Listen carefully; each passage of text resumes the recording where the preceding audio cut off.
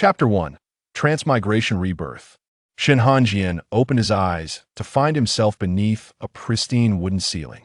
A flicker of confusion appeared in his cold gaze. Had he not just plummeted from a rooftop, shattering his body into countless pieces? Where was he? As he sat up, he sensed that his body was intact, devoid of any pain, despite the excruciating torment he had felt just moments before. Lowering his gaze, his long eyelashes cast shadows over his dark eyes. What, after all, is the significance of being alive? Shaking off such thoughts, Shen Hanjian donned his boots and rose from the bed. Surrounding him were antique wooden tables and chairs, and the door was fashioned from bamboo, permeating the room with a distinctive aroma of wood. Suddenly, a sharp pain struck his temples, as if they were being torn asunder.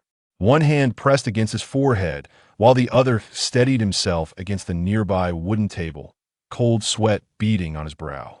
After a while, Shen Hanjian began to grasp the nature of his current situation. He had traversed realms, finding himself in a world of immortal cultivation. He was an elder of the esteemed Lushan sect, renowned for his prodigious talent, having achieved the Yuaning stage at a remarkably young age. However, his arrogance and disdain for others had soured his relationships with his fellow elders. He had taken on a disciple named Bai Xingchuan, whose potential rivaled his own, even threatening to surpass him. Fearing this, Shen Hanjian suppressed Bai Xingchuan in every possible way, ultimately extinguishing his spiritual roots to aid his own cultivation. In the end, Bai Xingchuan fell into darkness, becoming a formidable demon lord, while Shen Hanjian met his demise at the hands of his vengeful disciple, leading to the destruction of his sect. As he pieced together the narrative, a glimmer of realization dawned upon Shen Hanjian. Wait, if he merely followed the original plot, he would meet his end. How splendid indeed! Seating himself, Shen Hanjian contemplated.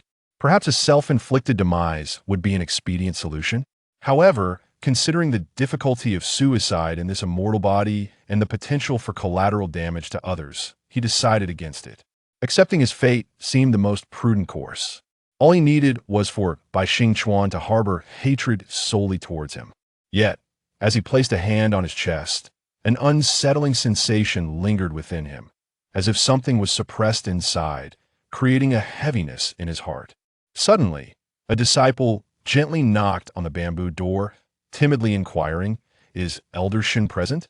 Shen Hanjian replied curtly, "What is it?" Senior brother Bai has fainted at Huixing Peak." Recalling the memories, Shen Hanjian cast a spell to adorn himself appropriately before opening the door. He regarded the disciple with indifference and stated, "Lead the way." Huixing Peak. Bai Xingchuan felt as if his head were splitting open. Upon regaining consciousness, he had yet to comprehend his surroundings when an irksome voice shattered his thoughts. "Oh, you're awake? Don't faint here and cause us trouble at Huixing Peak." Huixing Peak? Bai Xingchuan turned to the source of the voice, a pockmarked individual whose presence was as repugnant as his tone. Pushing himself up with difficulty, Bai Xingchuan thought, Huixing Peak? Had he not destroyed it? What was happening? As he pondered, a voice rang out. "Elder Shen has arrived." Bai Xingchuan's pupils constricted. "Shen, Elder?" He stiffly turned his head, catching sight of a fleeting figure clad in white. A wave of disbelief washed over him. Shen Hanjian. Had he not perished?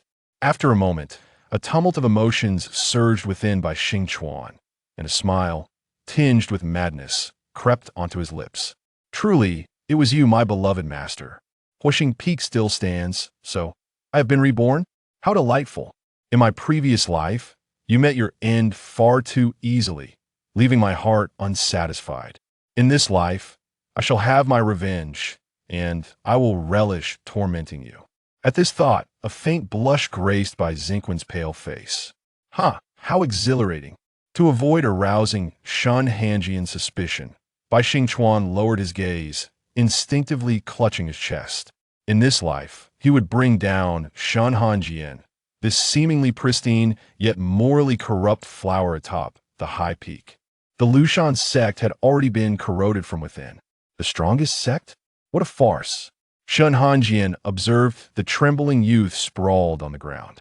The disciple who had called for him mentioned Bai Xingchuan, his only disciple, the one who ultimately brought about his demise and the main character of this tale. Shen Hanjian furrowed his brow. Was he still so weak? How long would it take for him to end his life? Bai Xingchuan suddenly shuddered. Wait, what was that sound? He shot his gaze upwards. Was that Shen Hanjian's voice? Yet the reactions of the other disciples suggested they had not heard it. Could he have misheard? Then he heard again too weak. Bai Xingchuan was now certain it was indeed Shen Hanjian's voice, yet his lips remained sealed. Was it possible he was hearing Shen Hanjian's inner thoughts? Shen Hanjian mused that this brat had likely knocked his head during the fainting spell, gazing at him with a foolish expression. Surely he hadn't actually lost his wits. Bai Xingchuan's expression darkened. Shen Hanjian, you are the one who has lost your mind. Bai Xingchuan gritted his teeth, seething internally. Do not let me hear the thoughts of this scoundrel of a master again. It drives me to fury. A sudden silence enveloped him, and Bai Xingchuan blinked in surprise. Could it be that he had truly gained control over this? What a remarkable development. He could now discern Shen Hanjian's thoughts, potentially revealing his weaknesses. One must strike at the heart of the serpent. As Shen Hanjian entered, Bai Xingchuan quickly donned a fod of timidity, stammering, "Master." Shen Hanjian regarded the pitiful figure of Bai Xingchuan on the ground and replied flatly, "Get up." The onlooking disciples thought, "Elder Shen, if he could stand on his own, we wouldn't have needed to summon you." Suddenly, they felt a pang of sympathy for the other disciples at Suchen. Their master was far too aloof and unfeeling. Bai Xingchuan winced. Master, I injured my leg when I fainted and am unable to move."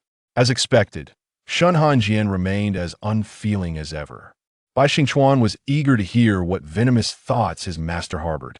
However, he was met with nothing that aligned with Shen Hanjian's duplicitous nature, only the words. What a hassle. I don't want to deal with this. Useless, can't even walk. Bai Xingchuan. The other disciples stared at Shen Hanjian, who showed no sign of response. Perhaps, Elder Shen, we should assist senior brother Bai back? To their surprise, Shen Hanjian declined. I will carry him. It would be too inconvenient to trouble others. He might as well take the burden upon himself. Bai Xingchuan, upon hearing this, wore a dark expression as he was suddenly hoisted onto Shen Hanjian's shoulder. It was Shen Hanjian. Unquestionably, this position was quite unfriendly for the one being carried. Bai Xingchuan's abdomen pressed painfully against Shen Hanjian's bony shoulder. Yet Shen Hanjian remained blissfully unaware, thinking to himself how effortless this was, convinced Bai Xingchuan would be fine. No, he was not fine. The other disciples gaped in disbelief. Thank heavens they had not joined Suchen Peak. What a miserable fate. Although their master had a fiery temper, he was far better than Elder Shen Hanjian, who seemed utterly devoid of empathy for his disciples. The brothers at Suchen Peak were truly unfortunate. Halfway through their journey, Bai Xingchuan could no longer endure the jostling. His voice, now weak, pleaded, "Master, please put me down. I can walk on my own." Upon hearing this, Shen Hanjian unceremoniously dropped him, resulting in a resounding thud. Shen Hanjian frowned slightly. Had he been too rough? Bai Xingchuan nearly spewed blood. "What do you think, my dear master? This frail body was already weakened, and your actions nearly cost him his life." Yet, he could not voice such sentiments.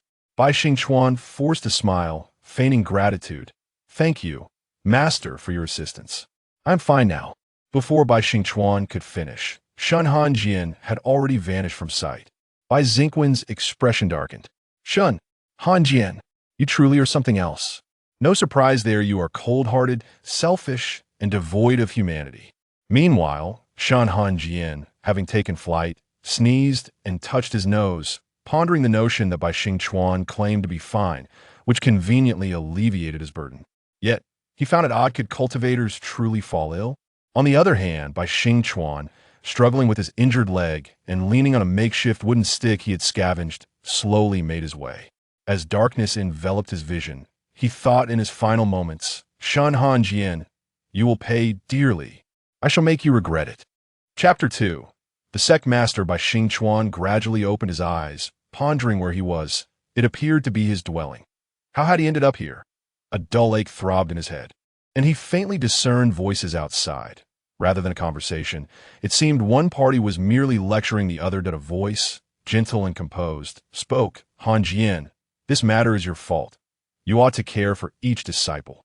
That one seems to have just entered the fold, unfamiliar with the surroundings, and must feel apprehensive, too shy to trouble you.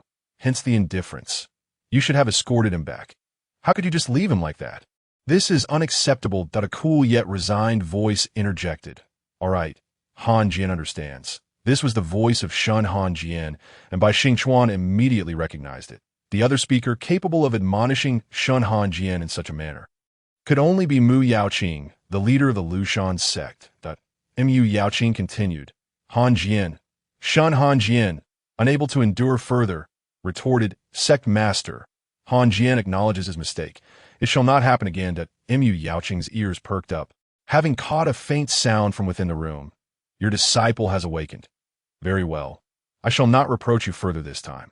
Just remember, you must care for and nurture your disciples. Shen Hanjian hastily interrupted. All right, Sect Master, let us enter. Inside the room, Bai Xingchuan raised an eyebrow. Mu Yaoqing's cultivation was unfathomable, and his hearing remarkably acute. Even a slight noise caused by Bai Xingchuan's movements had reached his ears. In a previous life, it had taken considerable effort to defeat him, and although Bai Xingchuan emerged victorious, he had to recuperate for several months. This attested to Mu Yaoqing's formidable prowess. The door swung open. Bai Xingchuan feigned weakness, but upon seeing Shen Hanjian, a glimmer of joy crossed his face. Master, Mu Yaoqing, satisfied by this display, nodded approvingly. This child possesses a good disposition, despite being treated so carelessly by his master. He does not blame you and shows such delight at your arrival that it seems he holds a fondness for you. Hanjian. Indeed, nurture this master-disciple bond well. With this thought, Mu Yaoqing lowered his gaze. A flicker of darkness flashing within his eyes. For centuries, Hanjian had endured profound solitude. Returning to a gentle demeanor, Mu Yaoqing asked, Child, do you feel unwell in any way? Bai Xingchuan shyly replied, No, disciple is quite well. Thank you for your concern, Sect Master, Mu Yaoqing responded.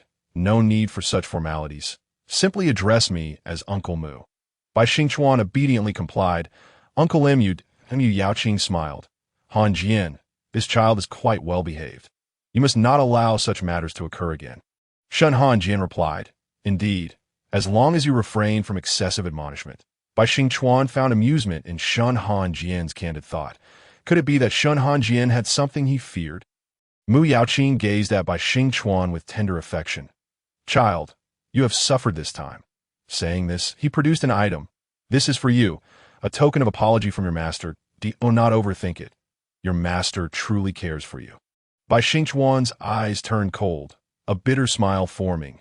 Care indeed, care that stripped me of my spiritual roots, rendering me powerless. Wait, is that a spirit elevation pill? A rare elixir capable of enhancing the quality of one's spiritual roots. How could Mu Yaoqing gift him such a treasure? Bai Xingchuan accepted the pill, preparing to express his gratitude when Mu Yaoqing pressed him back down onto the bed, gently insisting, no need for formalities. This is merely an apology from your uncle. Bai Xingchuan replied with sincerity, Thank you. Uncle Mu, that he was still weak.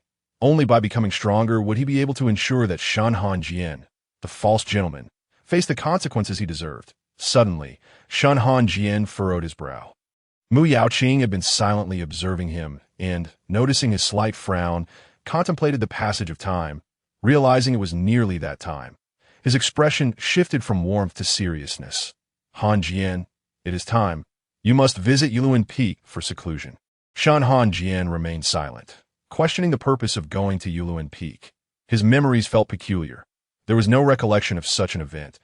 The memories forcefully implanted upon his crossing over felt akin to reading a book. One narrated from Bai Xingchuan's perspective, detailing how poorly the protagonist was treated and how he ultimately faced annihilation, devoid of any portrayal of Shen Hanjian himself. Mu Yaoqing opened his mouth, seemingly poised to say more. Shen Hanjian, genuinely apprehensive of Mu Yaoqing's words, hastily responded, Very well, Sect Master. Hanjian shall go at once. No need for your concern. Thank you for your care. With that, he vanished in an instant. In the wake of this, Mu Yaoqing found himself momentarily stunned, unable to comprehend Shen Hanjian's sudden departure. Bai Xingchuan, about to speak, was interrupted as Mu Yaoqing's eyes gleamed with excitement, leaning closer to Bai Xingchuan. "Did you hear that, Bai Shizi? Hanjian, your master, just spoke a total of 28 words to me in one go." Bai Xingchuan replied, "I truly admire how you managed to count them all. Also, how concise must Shen Hanjian be in his usual conversations with you to elicit such excitement?" Mu Yaoqing seemed to realize he had perhaps overstepped in his enthusiasm, straightening up and clearing his throat. "Then, Bai Shizi, do take this time to rest and recover fully. You need not concern yourself with anything else during this period. Your uncle will check on you frequently." Bai Xingchuan respectfully responded, "Thank you for your concern, sect master uncle." Mu Yaoqing nodded and departed, leaving Bai Xingchuan alone in the wooden cabin, his gaze shrouded in uncertainty. Yuluin Peak Seclusion. Shen Hanjian, how many secrets do you harbor that I remain oblivious to? Yuluin Peak. Shen Hanjian recalled the text, noting that Yuluin Peak was the only peak in the Lushan sect without a designated master. It was a tranquil place, unmonitored, having become a favored locale for the masters of various peaks to engage in their own secluded cultivation. Shen Hanjian slowly navigated his way to his designated chamber. The door adorned with the character for H-A-N-A-T that moment. The sword at his waist vibrated slightly, emitting a glimmer of white light. The light gradually coalesced into a humanoid figure, and as it dissipated, Shen Hanjian discerned the appearance of the figure before him. With single eyelids and upturned eyes radiating a sharp chill, dark hair secured with a white cloth band, the coldness in the gaze dissipated upon seeing Shen Hanjian. Shen Hanjian instinctively uttered, "Hanruo." Hanruo fixed his gaze on Shen Hanjian, responding, "Yes, master." Shen Hanjian mused, "This must be the sword spirit. A high-grade celestial sword nurtures a sword spirit, which ultimately can cultivate into human form. It seems Hanruo is of this nature." Hanruo pushed open the stone door, saying, "Master, please enter. I shall protect you." Observing Shen Hanjian's empty hands, he hesitated before asking, "Did you not bring anything?" Shen Hanjian, momentarily dazed, tilted his head in confusion. "What item?" "Hanruo." Just as Hanruo was about to express his frustration, Shen Hanjian produced a jade box seemingly from nowhere. This was hastily given to him by Mu Yaoqing upon his departure. Uncertain if this was what Hanruo referred to, he inquired, "Is this it?" Hanruo nodded. "Indeed, I will protect you, but I may not have the energy to monitor you constantly, if you feel unwell. As before, take this. It will alleviate your discomfort." Understood. Chapter 3. Fragmented Soul. Shen Hanjian seated himself in the center of the stone chamber, commencing his meditative practice. However, he soon furrowed his brow. Something felt amiss with his body. Wait, his soul was incomplete. He was missing the portion that governs emotions. Shen Hanjian was a person with a fragmented soul. Is this the reason he needed to seclude himself for several days each month? To recuperate this fractured body. As his spiritual energy coursed through him, he realized that this body was not as robust as it appeared on the surface. The soul's incompleteness was one issue. But the physical form was also compromised. Suddenly, memories began to surface. Within that jade box lay a medicinal herb capable of solidifying the soul and nurturing the body, fostering recovery. Shen Hanjian's eyes fluttered open, and he pondered, if he refrained from consuming that herb, could he potentially face premature demise?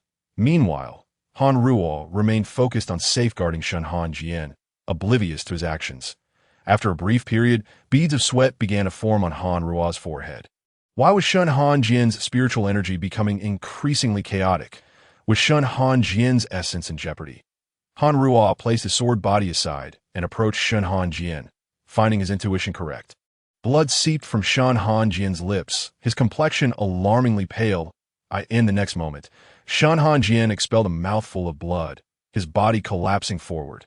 Seeing this, Hanruo rushed to support Shen Hanjian. Checking his pulse, frowning deeply, he spoke with evident ire, "Shen Hanjian, you did not consume the herb." Hanruo addressed him directly by his name, a sign of his growing frustration. Shen Hanjian opened his eyes, devoid of emotion, and muttered, "Did not eat." Hanruo promptly lifted Shen Hanjian into his arms, the the sword body summoned back to his waist, his expression grim as he strode toward the exit. "Why did you not consume the herb?" "Why?" Shen Hanjian remained silent, closing his eyes, long lashes casting a shadow across his not forgetting to use Shen Hanjian's sound-transmitting jade tablet to convey a message to Mu Yaoqing, who was currently attending to his injured and adorable junior disciple while sipping celestial tea with great delight. Suddenly, a warmth surged at his waist, and upon inspection, he discovered it was the transmission from Shen Hanjian. His eyes brightened, but upon hearing the voice, he realized it was not Shen Hanjian's familiar tone, but rather a colder one. Shen Hanjian had been injured and was sent to Wenxing Peak. Mu Yaoqing abruptly stood up, his expression turning grave. Just as he was about to summon his sword ahead towards Wenxing Peak, someone tugged at the corner of his robe. It was Bai Xingchuan, with a worried expression. Bai Xingchuan inquired if something had happened to their master, expressing his desire to go and see. Mu Yaoqing, seeing this, readily agreed, thinking it was good to have another person concerned for Hanjian, who had been so lonely over the past few centuries. A flicker of sorrow and compassion crossed Mu Yaoqing's eyes. With a resounding crash, Mu Yaoqing burst through the door, which creaked and fell that a delicate and handsome young man raised an eyebrow at this. Gritting his teeth, Mu Yaoqing, he then stood up and began to berate. "How many doors is this now? Every time you come here, my door suffers. Make sure to leave money for repairs before you leave." Mu Yaoqing felt a bit embarrassed. All right, I promise to leave some money for the repairs. Please don't be angry, senior brother." Shi Mingyu huffed, and then became irritable again. "You all just never let me have a moment's peace." After scolding Mu Yaoqing, Shi Mingyu shifted his ire towards Shen Hanjian, looking even angrier. His beautiful face flushed slightly as he exclaimed, "And you, Shen Hanjian, what did I tell you the last time you visited? I said, can't you take better care of your fragile body? If you wish to die, go quickly see the king of hell instead of lingering in a half-alive state and exhausting me." With that, he stomped his foot in frustration, lamenting, "Really, it's just too much to bear. Being a healer is so difficult, especially for a healer from the Lu Mountain sect." Both Shen Hanjian and Mu Yaoqing were left speechless by Shi Mingyu's tirade. Mu Yaoqing felt tears welling in his heart. "Master, little Wu has truly not become the gentle healer you envisioned." Shi Mingyu was a stray child taken in by their master, who, moved by the boy's plight and his astonishing talent for pharmacology, accepted him as the fifth disciple, naming him Shi Mingyu, hoping he would be as gentle and pure as jade and become a compassionate healer. Yet to their surprise, Shi Mingyu grew up quite contrary to their master's expectations. He had become, as they say, misaligned. Mu Yaoqing trembled slightly. "Little brother is quite terrifying. I am very frightened." Shi Mingyu, engrossed in his scolding, only noticed that the youth was following Mu Yaoqing after he had finished. He then calmed himself, asking, "And who is this?" Shen Hanjian also noticed Bai Xingchuan for the first time, responding, "My disciple." "Oh, your disciple, huh? He must be another source of worry," Shi Mingyu retorted. Bai Xingchuan, indeed, recognized the formidable nature of his fifth master and reflected internally that this person, with a water blue ornament between his brows, appeared gentle, yet spoke with a fierce temper. Truly, one should not judge by appearances. Bai Xingchuan bowed respectfully. "Master." Shen Hanjian nodded slightly. Only then did Bai Xingchuan lift his gaze toward Shen Hanjian. The originally pale youth looked even paler now, dressed in a thin white inner robe, his frame so slender that he seemed as if a gust of wind could sweep him away. Appearing fragile and delicate, Bai Xingchuan's eyes darkened, his long eyelashes obscuring the depths of his gaze, making it hard to believe he was the formidable Shen Hanjian, capable of shaking the very foundations of the immortal realm. Shen Hanjian suddenly spoke, his voice as cold as ever. "What brings you here?" His tone was devoid of inquiry, calm and unperturbed, as if he were entirely unfamiliar with the emotions of the world. Bai Xingchuan forced a smile, tinged with concern. "Disciple, someone used your jade tablet to convey a message to Master Zhongmin, informing him of your injury that I was present at the time and, feeling anxious, requested Master Zhongmin to bring me to see you." He cautiously glanced at Shen Hanjian. Shen Hanjian remained expressionless. "Thank you for your concern, but I am fine." Shi Mingyu could not help but roll his eyes. If he were fine, there wouldn't be anyone in this world who is unwell. He reached for a vial of medicine at his waist, contemplating Shen Hanjian's condition, and ultimately let out a gentle sigh of tea that moment. Someone entered from the doorway, also wearing an expression as impassive as Shen Hanjian's, albeit with a sharper, icier demeanor. The newcomer walked in, gazing at the fallen door for a moment in silence before striding directly to Shen Hanjian, placing a spiritual fruit in front of him, saying, "Eat Mu Yaoqing," well aware of Shen Hanjian's temperament, remarked, "Hanjian would not eat your food. He is always like this. Do not take it too hard, young brother." Before he could finish, Shen Hanjian picked up a spiritual fruit, took a bite, and found it both crisp and sweet. Quite delightful. In fact, Mu Yaoqing, biting his sleeve, thought, why does Hanjian eat the fruit given by this person, but refuses to drink the tea brewed by his senior brother? Whoa. After consuming the fruit, Shen Hanjian wiped his mouth and maintained his usual expression, stating, "Thank you for your effort, Han Ruo." Upon hearing the name, the others in the room suddenly realized. Han Ruo, was Shen Hanjian's sword named Han Ruo? It turned out this was the spirit of Shen Hanjian's sword. Although he was indeed Shen Hanjian's sword spirit, Mu Yaoqing felt a tinge of resentment. Somewhat melancholic, "Hanjian, you usually do not drink the tea your senior brother prepares for you." Before Shen Hanjian could respond, Han Ruo shot him a cold glance, dismissively uttering, "Noisy." Mu Yaoqing thought, indeed, Hanjian's sword spirit is just as aloof as he is. No, even colder. Bai Xingchuan gazed at the icy youth. Recalling his previous life, in that life, he had encountered this sword spirit, who had attempted to take his life for reasons unknown. Bai Xingchuan vaguely remembered the sword spirit uttering something back then. That year, when the devil beast descended, wreaking havoc among mortals, smaller sects suffered greatly and sought aid from the Lu Mountain sect. It was Shen Hanjian who went to assist. Bai Xingchuan, having held respect for his master, volunteered to help. While Shen Hanjian battled the devil beast and was unable to attend to others, he had instructed his sword spirit to protect everyone that time. Bai Xingchuan was among those needing protection. However, an unforeseen incident occurred. For some reason, upon seeing Bai Xingchuan, the sword spirit had turned savage, unleashing deadly sword energy upon him, each strike filled with lethal intent. Han Ruo's typically expressionless face twisted slightly. "Bai Qinghe, how fortunate you are to still be alive. You shall die." Fortunately, Shen Hanjian had swiftly dealt with the devil beast and returned in time to stop Han Ruo. Recalling his past life, Bai Xingchuan lowered his head slightly, his bangs obscuring his brows and eyes, pondering, "Bai Qinghe, who is he?" Before Bai Xingchuan could think further, Shen Hanjian began to cough violently. Cough, cough, cough, cough, cough, cough. Mu Yaoqing was the first to panic. "Little Wu, how is Hanjian?" Shi Mingyu glanced at Bai Xingchuan, calling for 2 young medicine attendants. "Since you have seen your master, this 5th master will send you back to Suchen Peak." Bai Xingchuan thought, "Is this to avoid me? To let me hear if Shen Hanjian has any unspoken words?" As he pondered, he indeed heard Shen Hanjian's voice, so uncomfortable. Shen Hanjian's tone was filled with weakness, leaving Bai Xingchuan momentarily stunned. His master was in such pain. Was it truly that excruciating? Why not just grant me a swift end? This suffering is unbearable. After a few utterances, Bai Xingchuan could hear nothing more. Impossible. It can't just be 3 phrases. Am I limited to only 3 thoughts? This restriction never existed before. But was it related to Shen Hanjian?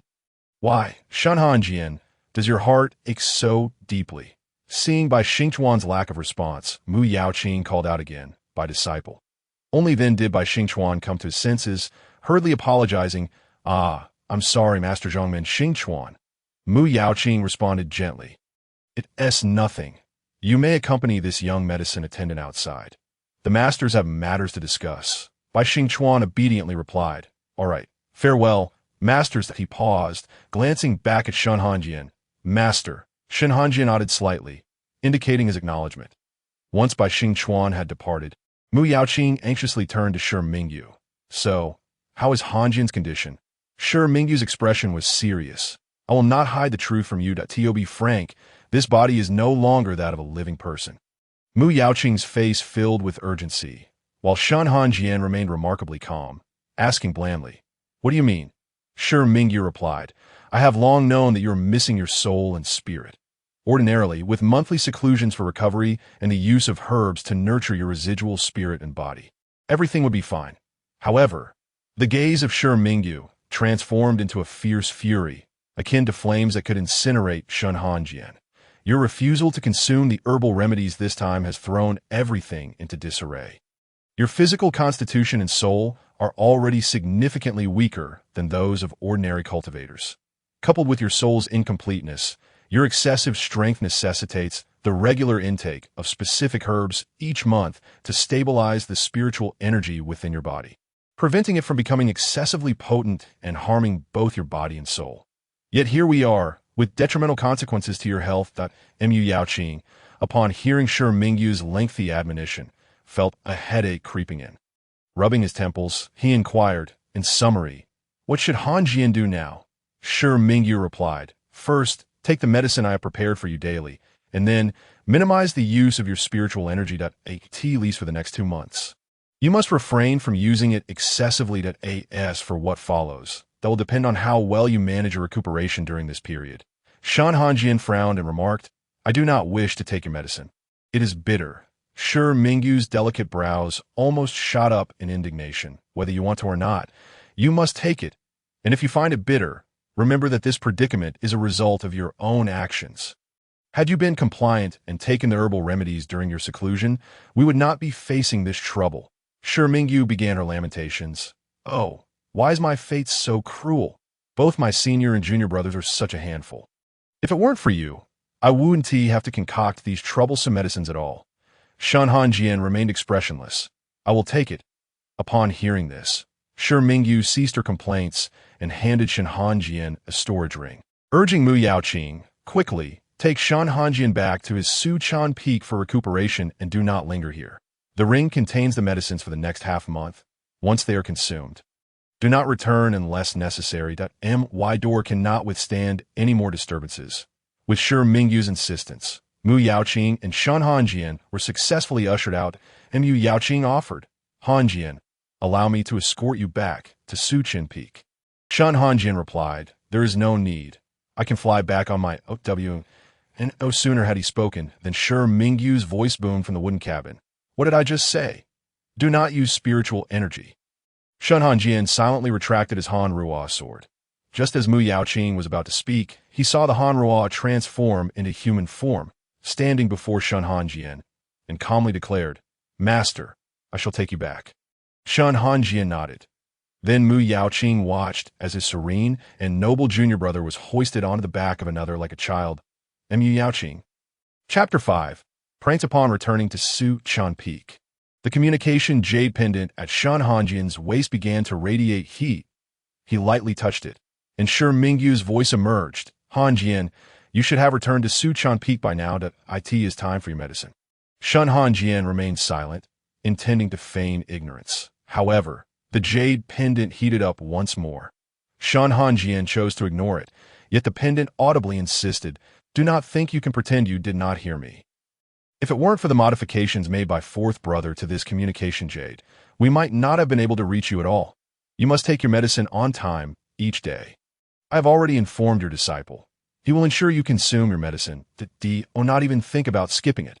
Han Ruo helped Shen Hanjian sit down, observing that a look of discontent seemed to shadow his face.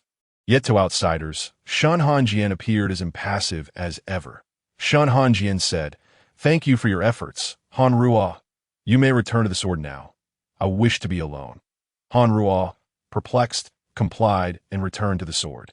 A sword spirit cannot remain outside for extended periods, as it would exhaust substantial amounts of spiritual energy. Someone gently knocked on the door. Shen Hanjian lifted his gaze. "Who is it?" The voice from outside responded. "It is I, Master." It turned out to be Bai Xingchuan. Shen Hanjian queried, "What is the matter?" Bai Xingchuan held a wooden tray, atop which rested a wooden bowl filled with a murky concoction that threatened to churn one's stomach upon sight. Bai Xingchuan stated, "Master, it is time for your medicine." He had added sugar and salt to the medicine. Eager to see Shen Hanjian retch, Bai Xingchuan was not in a hurry to replace the medicine that could potentially harm Shen Hanjian. He was still too weak, and if caught, he would be the one at a disadvantage. Moreover, Poisoning Shen Hanjian outright would be counterproductive. It was far better to confine him and torment him slowly. For now, he would allow his taste buds to suffer a little. Shen Hanjian furrowed his brow but ultimately permitted Bai Xingchuan to enter. Bai Xingchuan handed the bowl of dark liquid to Shen Hanjian, saying, "Master, the medicine." Shen Hanjian accepted the bowl, his eyes seemingly darkened by its contents. With a slight gulp, he resolved to down it in one go. Setting the bowl down, Shen Hanjian maintained his usual demeanor. Yet his eyes sparkled as he looked at Bai Xingchuan. "Did you brew this medicine?" Bai Xingchuan replied, "Yes, disciple." "How is it? Is it difficult to swallow?" Shen Hanjian, however, remarked, "The taste is rather agreeable. You shall prepare all future medicines." Bai Xingchuan's eyes widened in disbelief. "Shen Hanjian, has your sense of taste gone awry, or do you simply lack taste altogether?" "Agreeable." Rather than being deterred by Bai Xingchuan's astonishment, Shen Hanjian absent-mindedly licked his lips, noting the sweet and salty flavor. Although peculiar, it was infinitely better than the bitter taste he had endured before, reminiscent of the bizarre pastries of modern times, stirring his hunger despite his fasting. Thus, Shen Hanjian turned to Bai Xingchuan and casually declared, "Xingchuan, I am hungry Xingchuan." Bai Xingchuan's grip on the tray tightened. Why was Shen Hanjian addressing him so eagerly by name? It was somewhat unsettling. Moreover, given Shen Hanjian's cultivation level, he had already fasted. Was this a new method to torment him, preventing him from concentrating on his cultivation? Bai Xingchuan harbored malicious thoughts as he forced a smile. "Since master is hungry, I shall prepare some food for you." With that, he collected the bowl and exited Shen Hanjian's quarters. Once outside, Bai Xingchuan's facade of obedience fell away. He gritted his teeth. "Shen Hanjian." The edges of the wooden tray crumbled under his grip to eye in the kitchen. Bai Xingchuan was embroiled in chaos, akin to a battlefield, while Shen Hanjian leisurely savored spiritual tea, utterly at ease. Approximately an hour later, Bai Xingchuan returned with a wooden tray twice the size of the previous one. A forced smile plastered on his face, albeit somewhat stiff. "Master, this is what I just prepared. Please give it taste. If it is unsatisfactory, I shall make improvements." Shen Hanjian glanced at the array of dishes on the tray, their enticing aromas and vibrant colors igniting his appetite. With that thought, he picked up a pair of wooden chopsticks and sampled a portion of the cold tossed vegetables, swallowing it before taking a piece of meat. Bai Xingchuan could not shake the feeling that Shen Hanjian's second action was significantly swifter than the first. Perhaps it was just an illusion. However, Shen Hanjian's eyes glimmered with delight. The vegetables were crisp and refreshing, while the meat was flavorful and tender from being simmered for a while. Beside them sat a bowl of shredded meat porridge. After taking a small sip from the bowl, Shen Hanjian quickly finished it. Much to Bai Xingchuan's surprise, he found himself inexplicably charmed by Shen Hanjian's rapid yet delicate consumption of the porridge. Once Shen Hanjian had polished off the meal, he feigned indifference and said, "You, Xingchuan, did quite well," seemingly feeling the need to soften his tone in light of Bai Xingchuan's efforts. Shen Hanjian inadvertently spoke his name with a gentler inflection. Bai Xingchuan paused, having never witnessed such a side of Shen Hanjian in his previous life. Why was it different this time? There was an inexplicable sense that something was amiss, as if everything was gradually shifting. Yet Bai Xingchuan did not contemplate this direction. Shen Hanjian dabbed his mouth with a handkerchief, his posture languid and elegant, akin to a cat that had just feasted, leisurely grooming itself. Even if one were to catch him, he would willingly allow them to clean his paws rather than cast blame. Shen Hanjian stated, "You may take your leave for now." "Yes, master." Bai Xingchuan was about to exit when Shen Hanjian called out, "Wait." Bai Xingchuan looked back at him in confusion. Shen Hanjian appeared to hesitate before awkwardly inquiring, "Where are you residing now?" Bai Xingchuan replied, "Disciple resides in the disciples' quarters on the waist of Suchun Peak." Shen Hanjian frowned, realizing that the area was predominantly occupied by outer disciples. Bai Xingchuan, as a direct disciple of an elder, should not be living there. This indicated just how much Shen Hanjian had previously disregarded him. For the first time, Shen Hanjian felt a twinge of inner conflict. Inviting Bai Xingchuan to move closer would likely tarnish the image of a cruel master. Yet Bai Xingchuan's cooking was simply too delicious. After much deliberation, Shen Hanjian cleared his throat and said, In that case, you shall move in next door today. Next to Shen Hanjian's wooden cabin was a smaller one, typically reserved for future partners. Unfortunately, Shen Hanjian was unaware that he was extending an invitation to Bai Xingchuan. While Shen Hanjian remained oblivious, Bai Xingchuan was fully aware. Hesitant, he stammered, "Ah, master, this is—" However, upon seeing the somewhat expectant expression on Shen Hanjian's face, Bai Xingchuan found himself reluctant to refuse, ultimately gritting his teeth and replying, "Very well, master, I shall go to the disciples' quarters to gather my belongings." Shen Hanjian responded, "There is no need. The smaller cabin is already fully furnished with new items." Thus, Bai Xingchuan found it difficult to decline and replied, "Very well, master." The disciple then took his leave, urging his master to rest well. Shen Hanjian nodded, indicating his understanding. After Bai Xingchuan had tidied up his belongings, he turned and left. As he stepped outside, his expression mirrored one of distress. What was he doing? Once again, he was preparing medicine for Shen Hanjian and cooking for him. Was this truly his responsibility? Why was it that he could not refuse Shen Hanjian? Was it merely due to that slight change in him? What did his past sufferings amount to? He could not forgive. No, he could not forgive so easily. Otherwise, what would all that had transpired mean? After placing his things in the kitchen and ensuring they were clean, Bai Xingchuan returned to the small room beside Shen Hanjian's. Shen Hanjian resided in a place called Hansu Pavilion, while this one was named Ningyu Pavilion. Hansu and Ningyu are both alternative names for snow, which perfectly suited Shen Hanjian's character, cool and aloof, as if he were not of this worldly realm that in Bai Xingchuan's memories, Shen Hanjian had always been solitary, even though his senior brothers cared for him. There seemed to be an invisible wall between them, leaving Shen Hanjian with an air of desolation. Bai Xingchuan furrowed his brow, questioning why he was so fixated on Shen Hanjian. Shaking off all thoughts related to him, he entered Ningyu Pavilion and sat cross-legged on the wooden bed to meditate. As dawn broke, Shen Hanjian opened his eyes and rose without the slightest hesitation, donning his outer robe. He then sat vacantly on a wooden chair, resting his elbows on the table and his chin in his hands. How tedious that it is said that everything in this world has its meaning. Yet where lies his own? Why continue to exist? Shen Hanjian had pondered this for 2 lifetimes that he could not comprehend it. Why could others laugh and cry freely, experiencing joy and fulfillment? In both his past life and this one, he seemed to lack parents.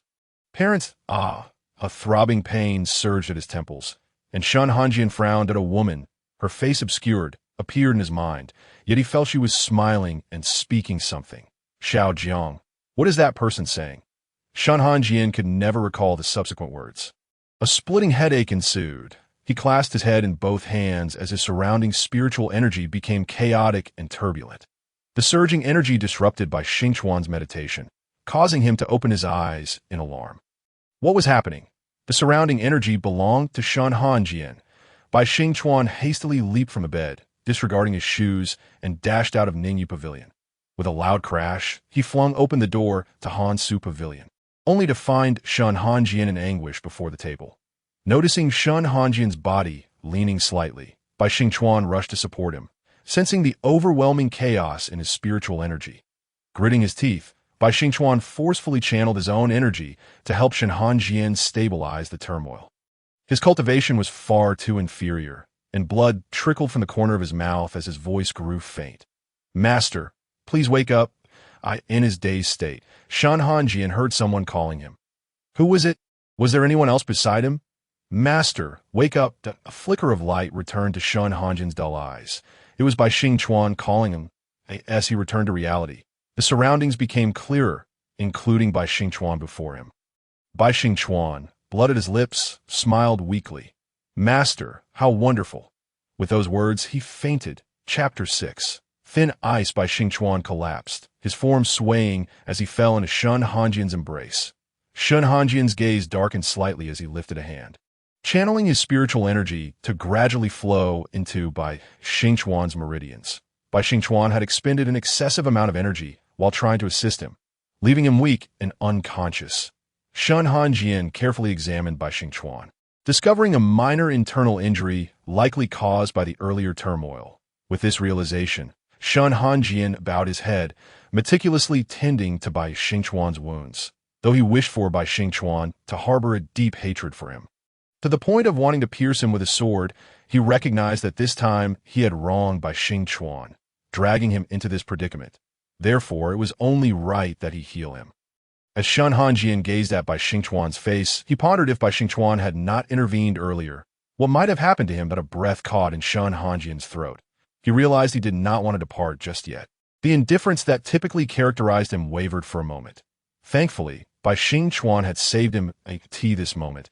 He found himself unwilling to embrace death, as thoughts of Mu Yaoqing and Han Ruo surfaced, and he felt an unexpected reluctance. This emotion was inexplicably foreign to him. Shen Hanjian's deep-set eyes flickered with confusion. He had never experienced such feelings before. Although perplexing, he realized he did not despise it. After a while, Bai Xingchuan stirred awake, the scent of fresh snow lotus filling his nostrils.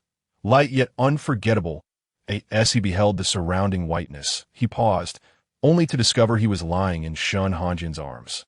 Flustered, he struggled to rise, but internal injuries hindered him that a cough escaped his lips, and he noticed the blood from earlier remained, stark against his pale chin.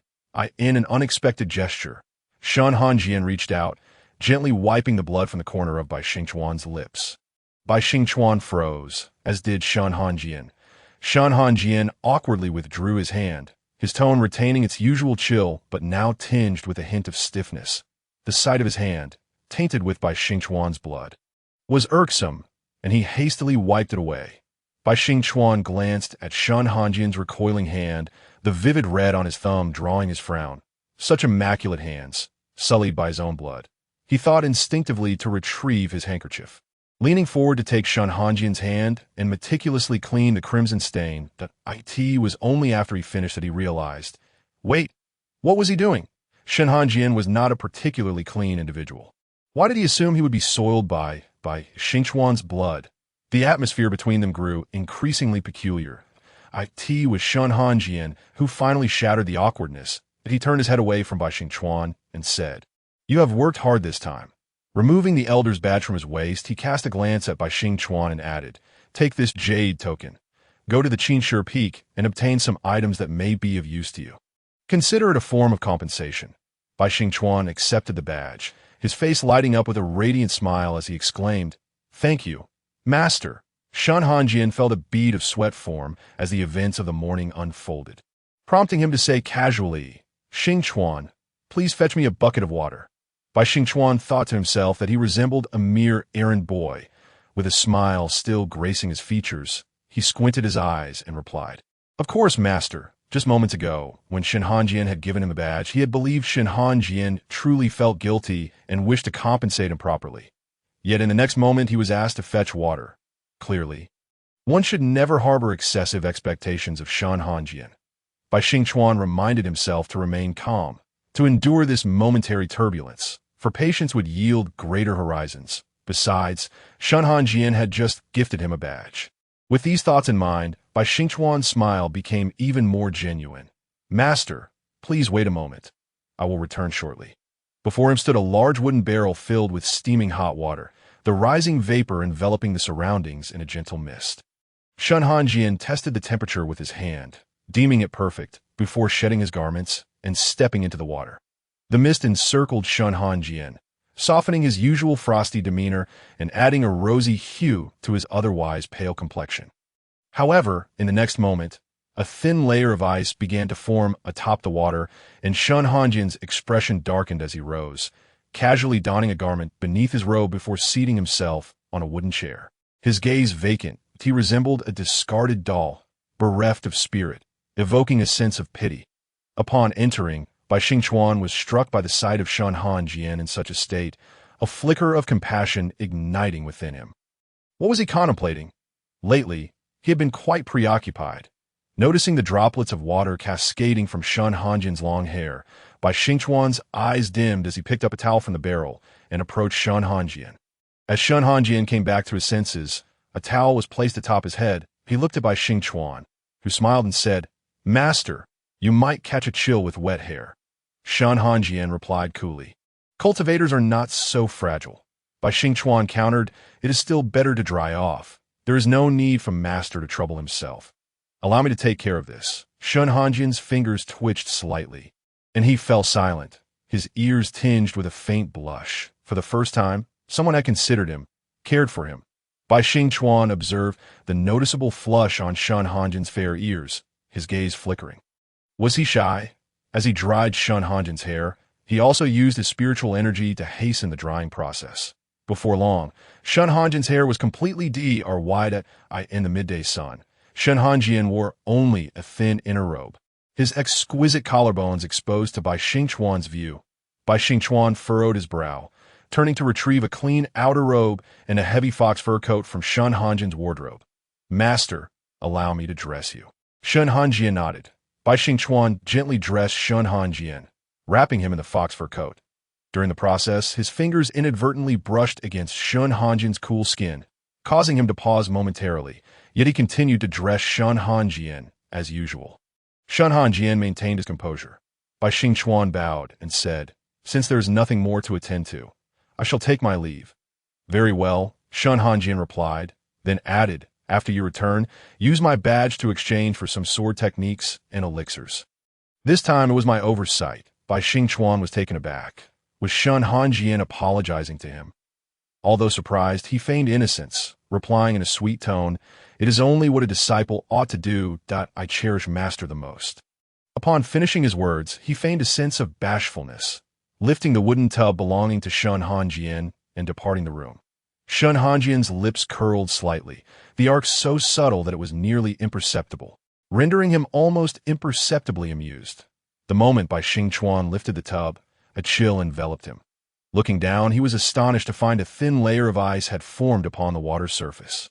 Bai Xingchuan splashed the water, his expression darkening as he pondered, "Shen Hanjian, what has become of your body? You must not perish yet." For the time being, he did not wish for Shen Hanjian's demise. As he recalled Shen Hanjian's fair and handsome visage, his slightly flushed ears, and the alluring coolness of his collarbone, Bai Xingchuan suddenly jolted back to reality. What was he thinking? He slapped his face with considerable force, causing his cheeks to redden. How could he possibly find Shen Hanjian endearing? Chapter 7. The Immortal Alliance Conference. Bai Xingchuan continued to chastise himself, delivering several more slaps to his own face, commanding, "Stop! Cease those peculiar thoughts," gripping the elder's waist token tightly. He mused, "Since it has been bestowed upon me, I must procure something worthwhile." With this thought, he made his way directly to Qinshe Peak. Qinshe Peak. The senior disciple yawned, tasked today with overseeing the distribution of various spiritual herbs and elixirs among the disciples. Such duties were typically mundane. Suddenly, a shadow loomed over him. The senior disciple looked up to see a strikingly handsome face. Oh, the young man is quite the sight. Humans are inherently visual creatures, and naturally, they find joy in the presence of those who are pleasing to the eye. A smile graced the senior disciple's face as he inquired, "What does this fellow disciple seek? Do you possess a waste token?"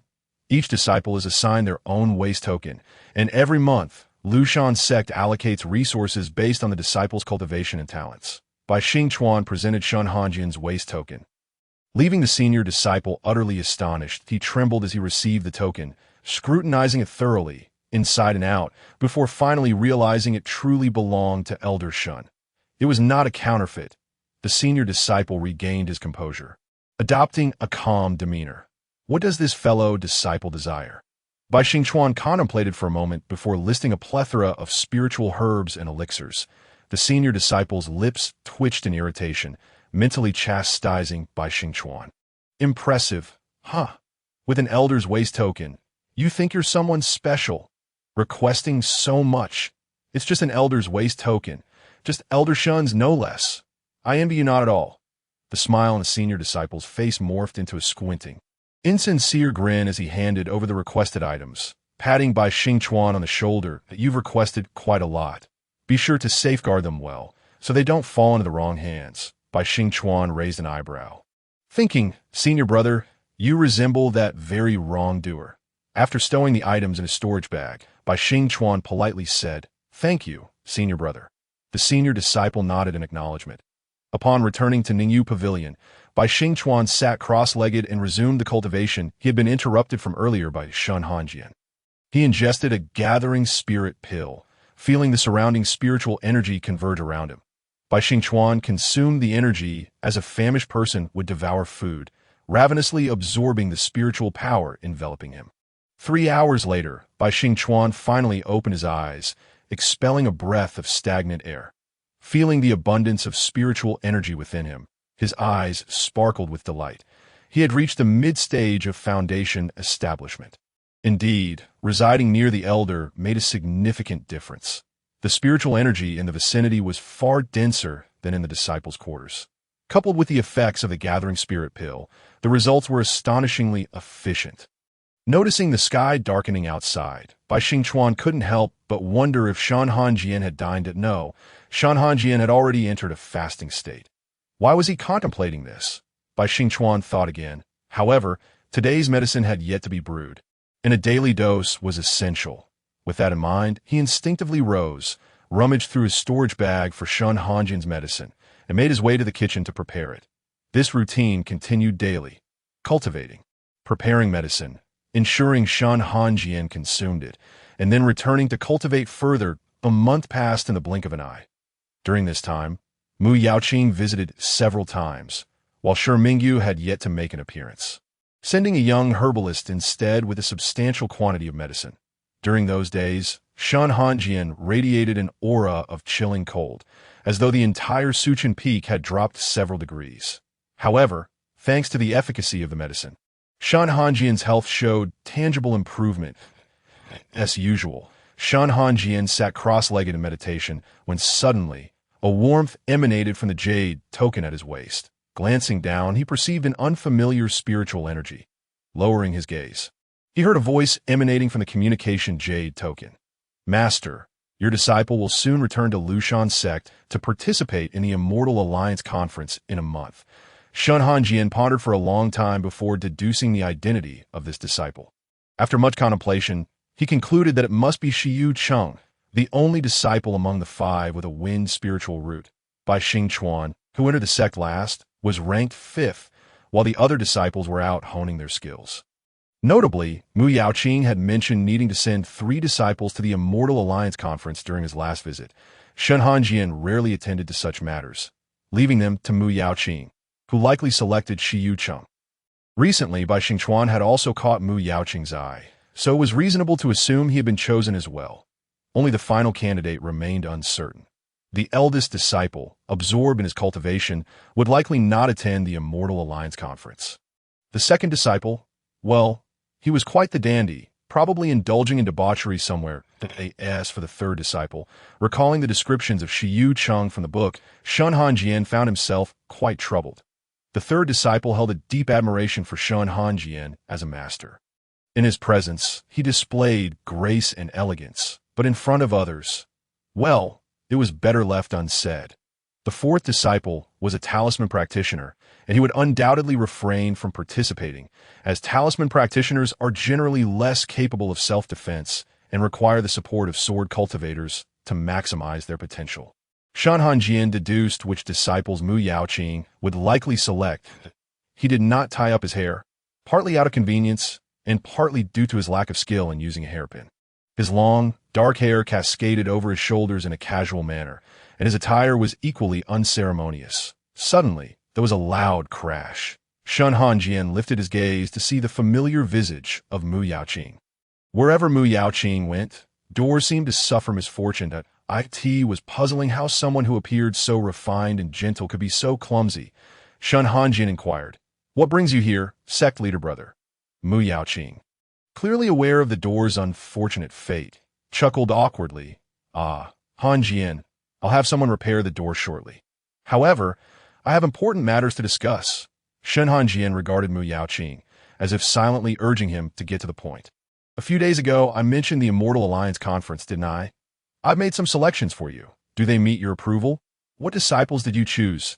Shen Hanjian asked. Shiyu Cheng Bai Xingchuan, and Shen Hanjian's mind raced. Realizing it was indeed only those 2, who could the final candidate be? He Lu, Mu Yaoqing revealed. Shen Hanjian raised an eyebrow. looking at Mu Yaoqing inquiringly. Why him? Mu Yaoqing quickly understood Shen Hanjian's concerns. Although he Yulu is a talisman practitioner, he is still quite exceptional in his field that I believe he can manage. Shen Hanjian regarded Mu Yaoqing with an impassive expression that Mu Yaoqing scratched his cheek awkwardly. Chuckling, well, you know how your eldest disciple is so engrossed in his cultivation that he wouldn't notice a message even if it were right in front of him. As for your second disciple. Well, who knows where he is indulging himself? Chapter 8. Shiyu Chung. Shen Hanjian's expression remained frosty. After hearing Mu Yaoqing's words, he finally lifted his gaze to meet Mu Yaoqing's. Very well. I shall leave it to you. Sect leader brother. The selections have been made. So let it be.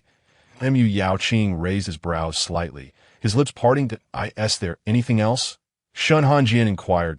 Mu Yaoqing hesitated. The elder dispatch for this event is you.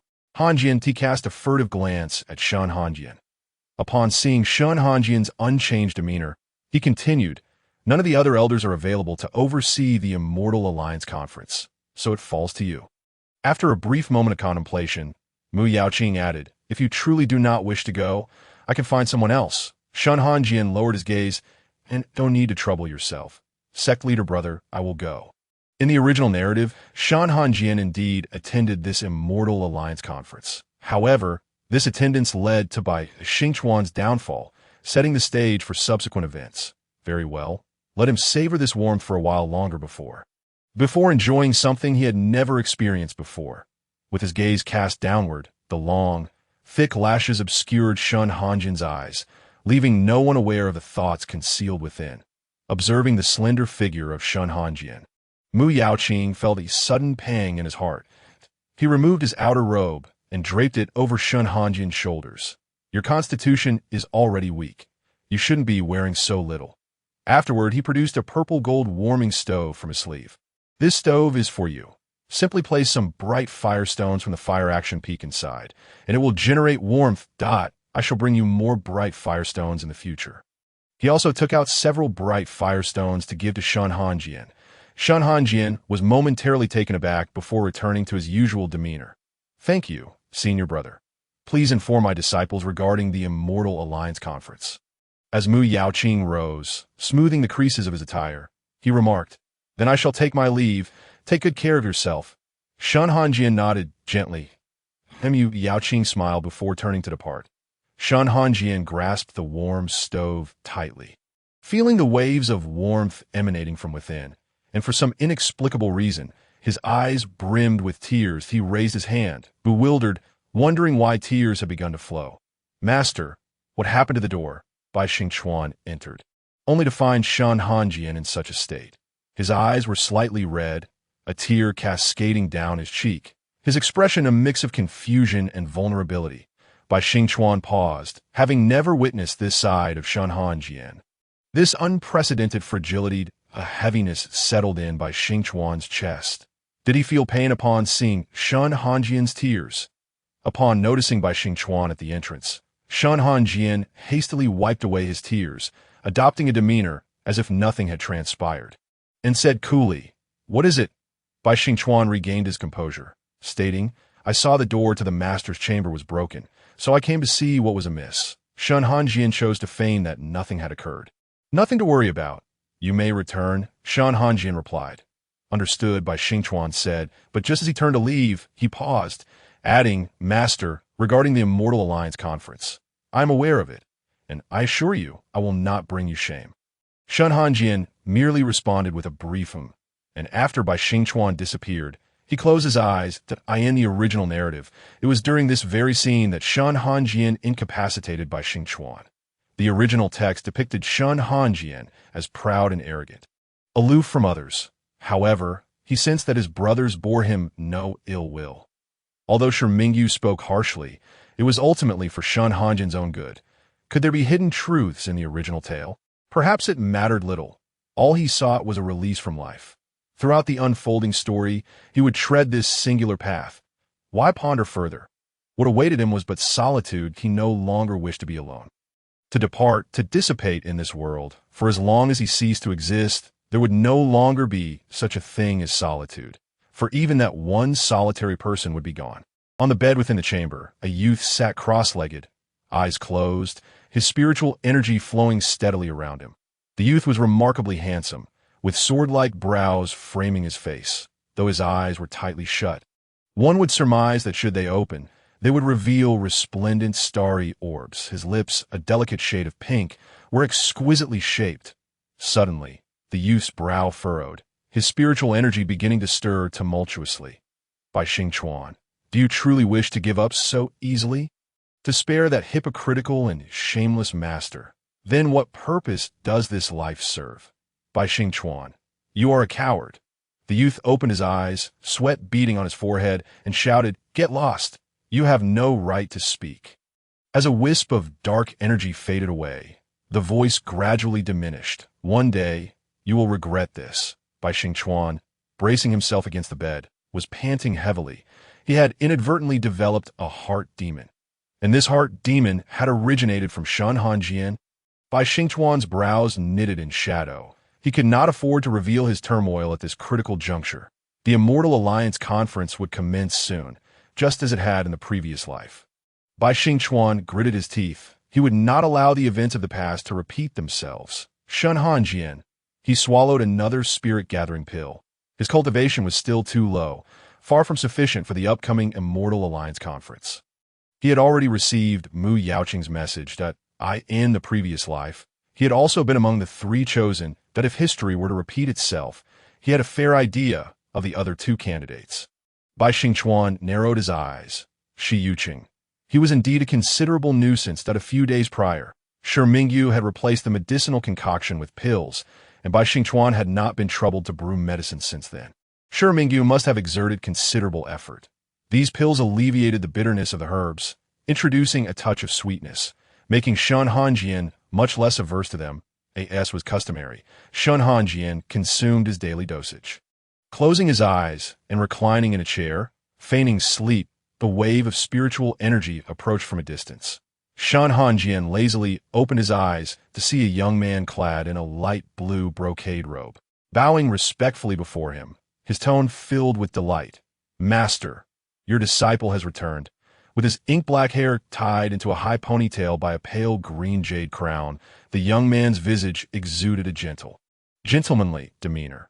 His lips were rosy and his teeth pearly white, his brows and eyes radiating an air of youthful vigor, presenting the image of a refined and graceful youth. Shen Hanjian glanced at him and spoke. Yuqing, the young man, Shi Yuqing, smiled brightly. "Master, it has been a long time." Before Shen Hanjian could respond, Shi Yuqing continued, "Master, how have you been? Have you faced any troubles of late? I have recently come across some fine treasures and specifically brought them to show you." "Master," Shi Yuqing's face was beaming with joy, his words flowing incessantly. Shen Hanjian felt his heart lighten. His third disciple resembled a devoted puppy eager to please its owner, somewhat clingy yet not at all bothersome. "Master has been well of late," Shen Hanjian replied. "That is the best news." Shi Yuqing knelt before Shen Hanjian, placing his hands on Shen Hanjian's knees, gazing up earnestly. "Master, have you missed your disciple these days?" Shen Hanjian, feeling the earnestness in those eyes, instinctively placed his hand upon Shi Yuqing's soft head, his tone softening. "What kind of question is that?" Shi Yuqing's eyes glistened, his voice light. "Master." Clearing his throat, Shen Hanjian replied. "I have thought of you." Shi Yuqing's face lit up with delight. "The sect leader and my elder uncle have mentioned that during this Immortal Alliance Conference, I will do my utmost to excel. This time, I must secure the top position. I am already at the pinnacle of the Golden Core stage, and soon, I will break through to the nascent soul stage. I want to be your strong support. Master, I wish to keep pace with you. My efforts are all for you." Many years ago, Master had been the sole light in his life, and a noise from a distance caught Shen Hanjian's attention. He looked up to see Bai Xingchuan approaching, holding a small cloth bundle, staring blankly at Shen Hanjian and Shi Yuqing.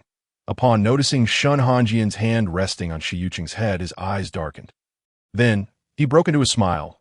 "Master, I have brought you some pastries." Upon seeing Bai Xingchuan's arrival, Shen Hanjian discreetly withdrew his hand. Shi Yuqing sensed Shen Hanjian's movement and shot a wary glance at Bai Xingchuan. His expression sour. Chapter 9. Task. Shi Yuqing rose, arching an eyebrow at Bai Xingchuan. Scanning his youthful visage, the boy had not yet fully matured, yet he already possessed a striking appearance, sword-like brows and starry eyes. In a few years, he would undoubtedly blossom into a handsome young man. Thinking of this, Shi Yuqing felt a surge of displeasure and spoke. "Who are you? Why do you address me as master?" Bai Xingchuan, equally defiant, retorted, "What do you mean by my master? I have never seen you before. Who are you?" "This is my master." Bai Xingchuan glared at Shi Yuqing, feeling increasingly irked, far too irked. In the previous life, he had held great respect for his master. Yet this Shi Yuqing constantly provoked him. Thus Shi Yuqing, his third senior brother, always displayed a gentle demeanor toward Shen Hanjian, but was two-faced with others, much like Shen Hanjian himself. Noticing the tension escalating between the two, Shen Hanjian interjected, "Let us not raise our voices."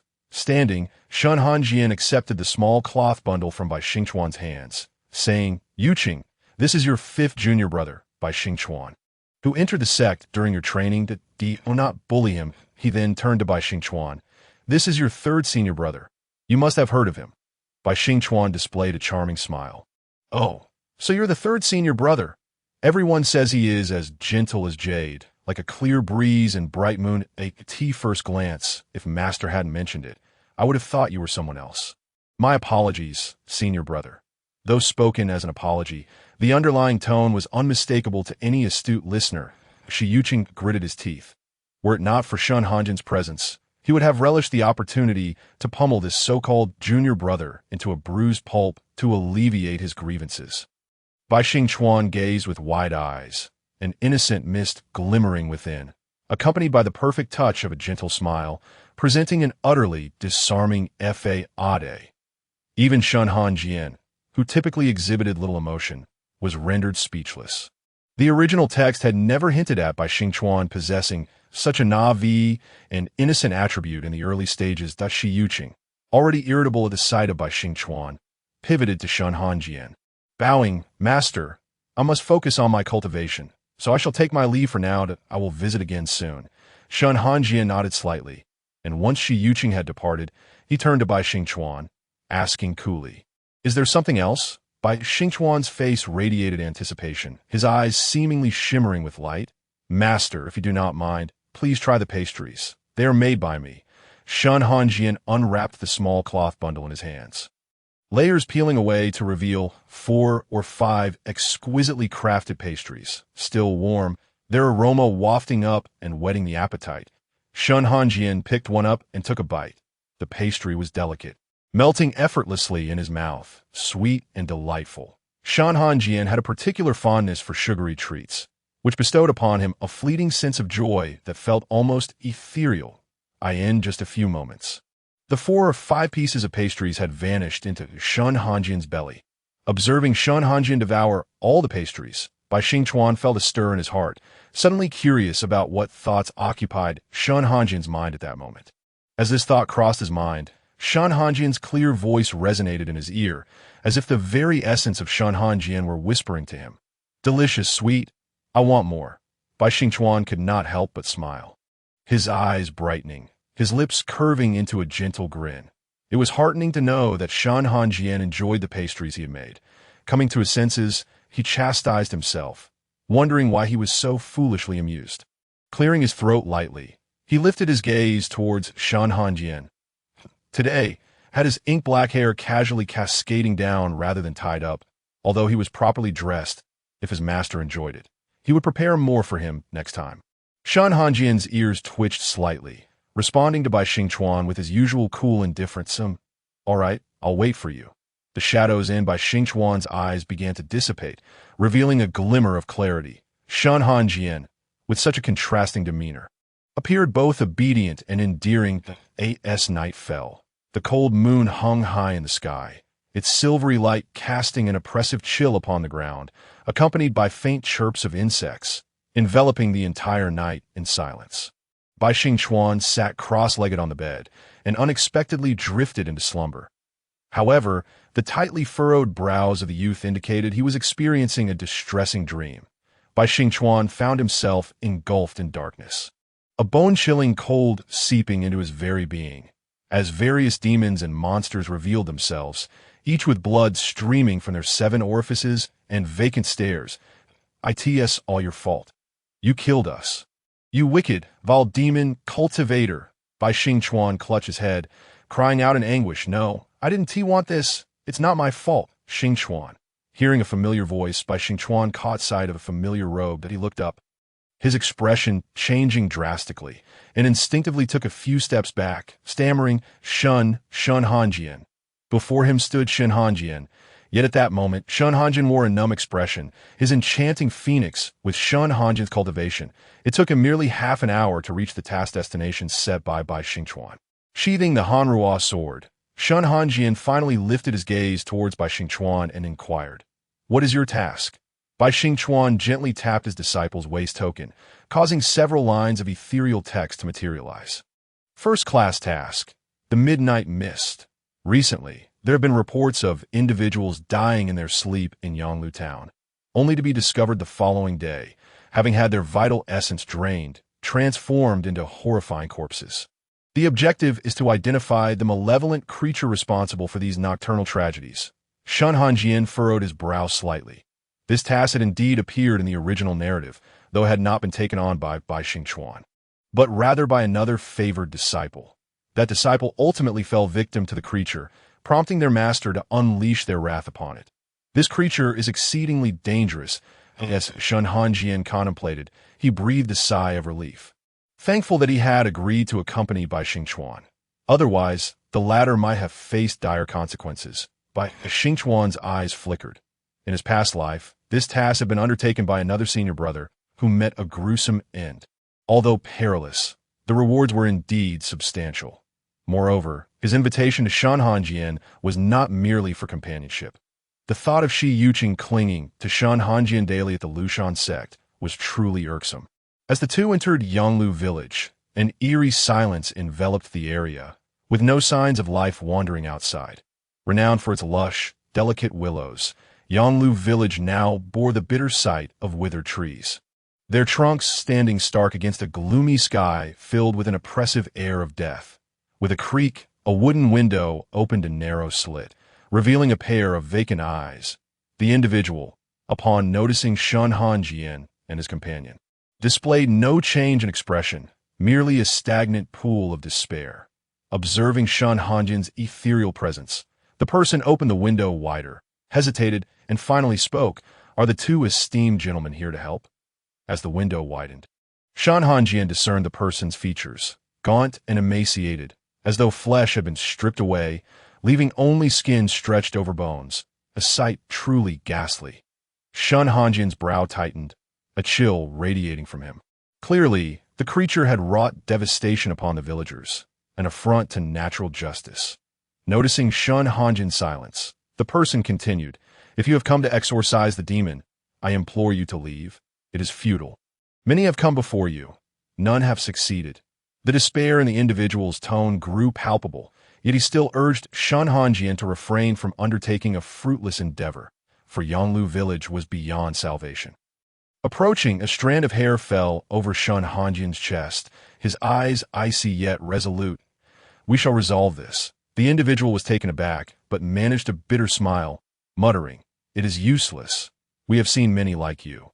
Filled with confidence, only to lose their lives to the creature. None have returned. As darkness descended, the individual suddenly grew alarmed, exclaiming, "You should come inside. It will be dark soon." Fear etched across his face, he added, "When night falls, it will emerge." Shen Hanjian and Bai Xingchuan exchanged a glance before stepping inside. The interior was dank and musty, cobwebs clinging to the corners. Nestled on the firebed were two figures, one large and one small, both watching Shen Hanjian and Bai Xingchuan with trepidation. After soothing them, the individual turned to Shen Hanjian. "Esteemed sir, I am Zhang Lu, the village head of Yanglu." Pausing, he offered a rueful smile. "These two are my wife and child. The demon's rampage has terrified them that I apologize for the distress." Shen Hanjian remained impassive, akin to a formidable ice sculpture radiating cold. Bai Xingchuan, sensing the tension, stepped forward with a warm smile. "We hail from the Lushan sect, and our mission is to vanquish this demon. This is my master, Shen Hanjian." Zhang Lu replied. To be frank, esteemed gentlemen, over 10 cultivators have come to our village, all meeting their demise at the hands of the demon. I fear, Bai Xingchuan interjected. Rest assured, we are well prepared for this task, and my master is here with me to see this. Shen Hanjian glanced at Bai Xingchuan, as if to silently communicate, am I truly as formidable as you claim? Should others hear such boasts, they would surely be incensed. A young prodigy, barely a century old, already at the peak of his cultivation, who would not call him a genius? Bai Xingchuan seemed to perceive Shen Hanjian's unspoken thoughts and laughed. Of course, my master is the most powerful. Turning away, Shen Hanjian was grateful he had not tied up his hair today, allowing him to conceal his slightly flushed ears. He had received a compliment. The experience felt strangely delightful, as he reflected on how Bai Xingchuan had come to understand his bashfulness. After soothing Zhang Lu, Bai Xingchuan retrieved a luminous pearl from his storage pouch. This can help shield you from the demon's influence. Place it by your bedside when you sleep. Zhang Lu gratefully accepted it. Thank you, esteemed sir. We have not slept soundly in years, plagued by nightmares every night. Shen Hanjian recognized the pearl as a dream-dissolving pearl, capable of dispelling nightmares and preventing evil spirits from intruding upon dreams. While the original narrative mentioned the demon incident, it was merely a minor detail and lacked elaboration. However, Zhang Lu's account, coupled with earlier hints, provided a clearer understanding. The demon likely possessed the ability to invade dreams, gradually eroding the hearts of its victims and siphoning their essence. Previously, it had drained individuals completely. Perhaps it had sustained injuries and was desperate for energy to heal. Acting hastily and drawing the attention of righteous cultivators, the dream-dissolving pearl Bai Xingchuan provided could indeed protect Zhang Lu's family at night, but they were not the only ones in the village, and the supply of pearls was limited. Not to mention, such pearls were precious, typically wielded only by high-level cultivators to suppress inner demons. Shen Hanjian pursed his lips, pondering why Bai Xingchuan carried a dream-dissolving pearl with him. Had he foreseen the circumstances in Yanglu village? If so, how did he know? Bai Xingchuan seemed to catch Shen Hanjian's doubtful gaze and explained, last time, my master exchanged the elder's waste token for some items, and this dream-dissolving pearl was among them. I merely heard it could help people sleep peacefully and requested one. Shen Hanjian remained silent, but shifted his gaze from Bai Xingchuan to the surroundings. Then stated calmly, I shall keep watch tonight. I do not require rest. Tea was the first time Shen Hanjian referred to himself as this one, a hint of stiffness in his tone, while he had always used I in the presence of his senior brothers. A voice within urged him to embrace his title as Shen Hanjian, a mark of pride, but a slight headache washed over Shen Hanjian as the voice in his mind grew faint, becoming elusive, and he could barely discern its words, ultimately losing that sense of pride. Bai Xingchuan, having observed Shen Hanjian's peculiar demeanor, placed a hand on him, discreetly channeling spiritual energy while expressing concern. Master, what troubles you? Shen Hanjian's expression was not favorable. He steadied himself and brushed Bai Xingchuan's hand aside, affirming, I am fine. Bai Xingchuan's eyes glinted with concern. You hardly look well. Sensing Shen Hanjian's reluctance to elaborate, he pondered. What could he be thinking? Is someone speaking to him? Why can I not hear? He clenched his fists, remaining vigilant. Nightfall enveloped the village, plunging it into darkness, while the interior was equally shrouded in shadows. Long plagued by the demon, Yanglu village languished in poverty. They lacked even the means for oil lamps, and as Zhang Lu recounted, the villagers sometimes ventured outside in search of wild vegetables, or in dire straits, resorted to gnawing on tree bark merely to survive. Shen Hanjian extended his palm, conjuring a sphere of white flame that illuminated the room in an instant. Zhang Lu's son, initially wary, was captivated by the light, yet hesitated to approach, even knowing Shen Hanjian meant no harm. Bai Xingchuan, noticing the child's curiosity, walked toward the fire bed.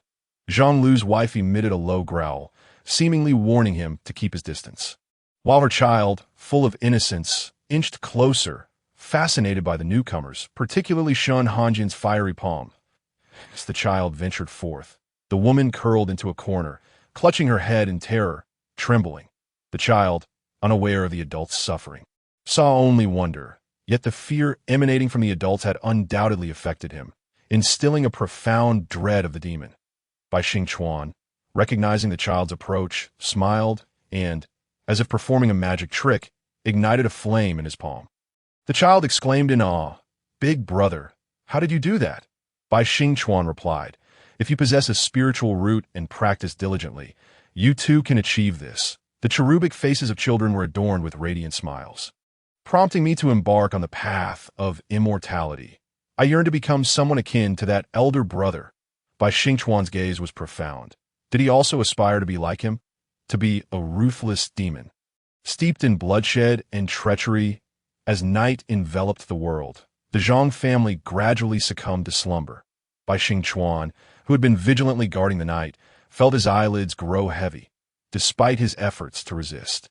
He recalled that an immortal could endure a sleepless night without dire consequences. Yet this sudden wave of drowsiness sent alarm bells ringing in his mind. Had he fallen into the snare of this malevolent creature?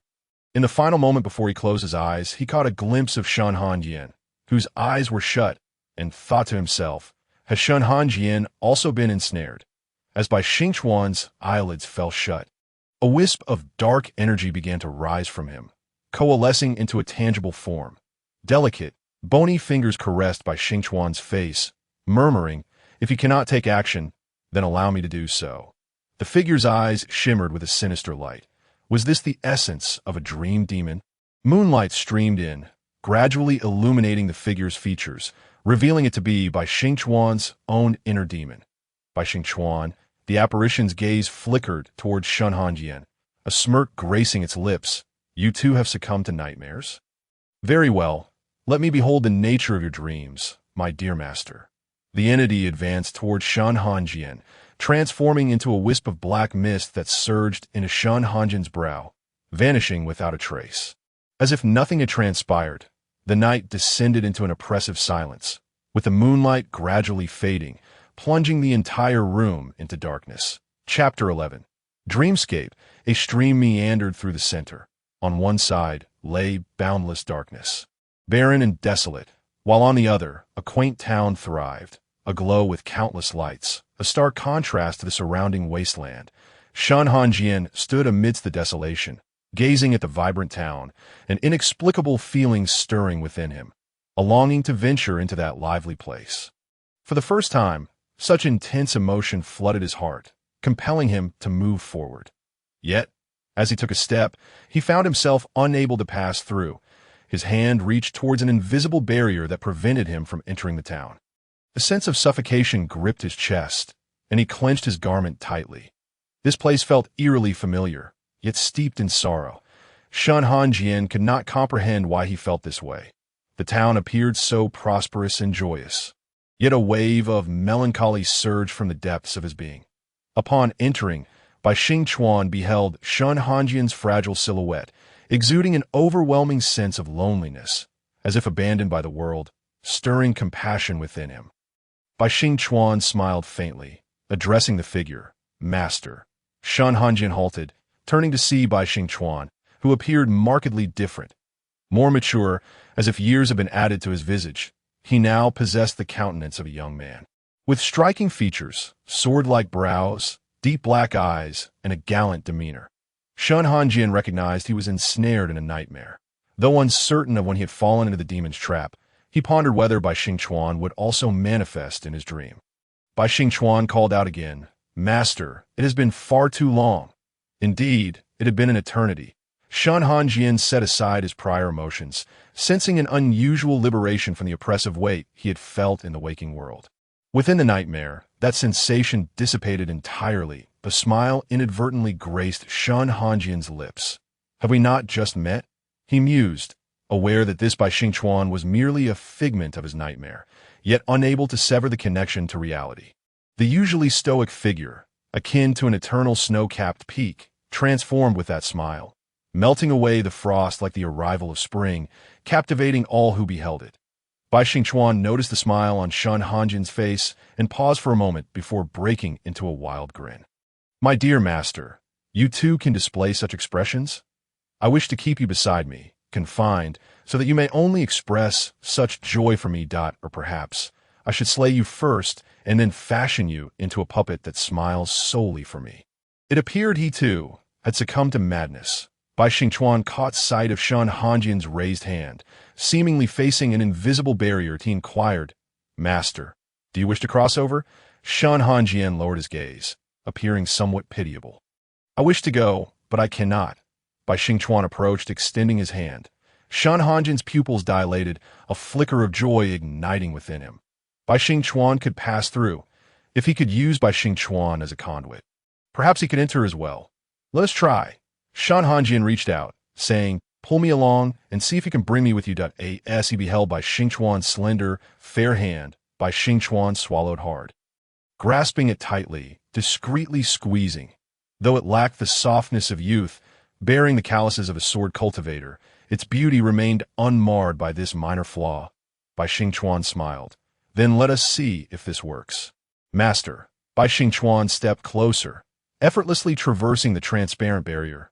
Then, with a wicked grin, yanked Shen Hanjian into his realm. A sharp pain shot through Shen Hanjian's arm as he realized he had crossed the barrier. Elation blooming within him, oblivious to Bai Xingchuan's excessive force. As Shen Hanjian withdrew his hand, he moved forward on his own. Bai Xingchuan felt the warmth of Shen Hanjian's hand dissipate, leaving only a lingering warmth behind.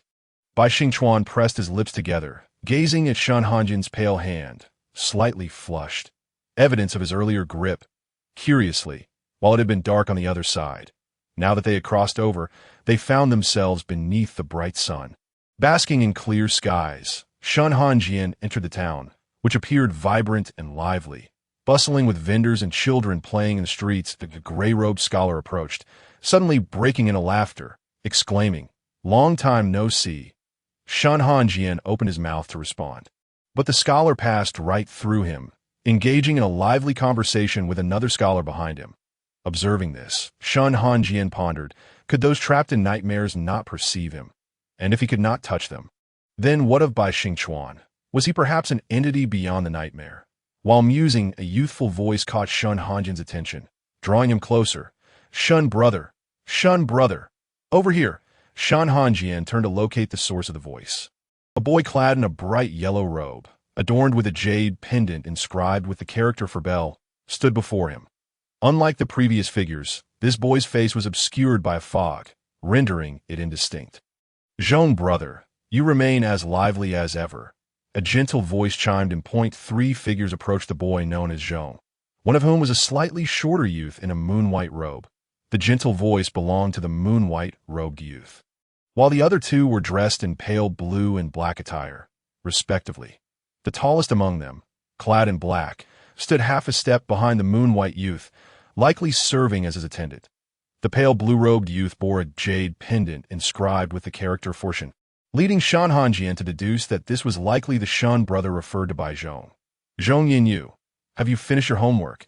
If you summoned us for trivial matters, I will inform Lord Zhong," the pale blue-robed youth remarked. Zhong Yinyu protested. "Shen brother, please don't bring up my shortcomings." The moon-white robed youth chuckled lightly. "Not so, Yinyu." The pale blue-robed youth sighed. "This is still your fault from previous encounters." "It is no wonder G brother laughs at you. G Burang," the moon-white youth interjected. "Let us not dwell on this matter. Spare Yinyu." Finally appeased, Zhong Yinyu huffed. "G brother, you are still the best." Turning to Shen Hanjian, he added, "By the way, Shen brother, I heard your mother picked up a little beggar." The pale blue-robed youth's tone darkened as he retorted, "Do not call him a little beggar. He has a name. His name is Shen." Before he could finish, the dreamscape shattered, the figures of the youths dissolving into mist.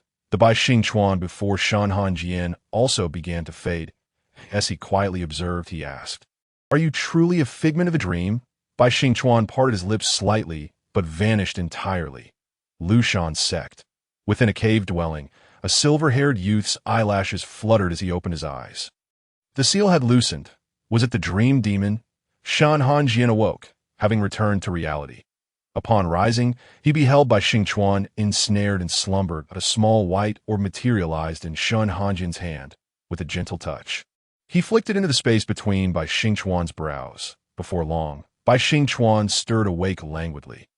Upon seeing Shen Hanjian, his expression momentarily froze before swiftly reverting to normalcy. Have we all fallen into the snare of nightmare demons? Shen Hanjian summoned flames in his palm, his gaze sharpening as his cold eyes fixated on Bai Xingchuan. After a prolonged silence, he replied, although he could not fathom why his nightmare had abruptly shattered, nor the events that transpired within it.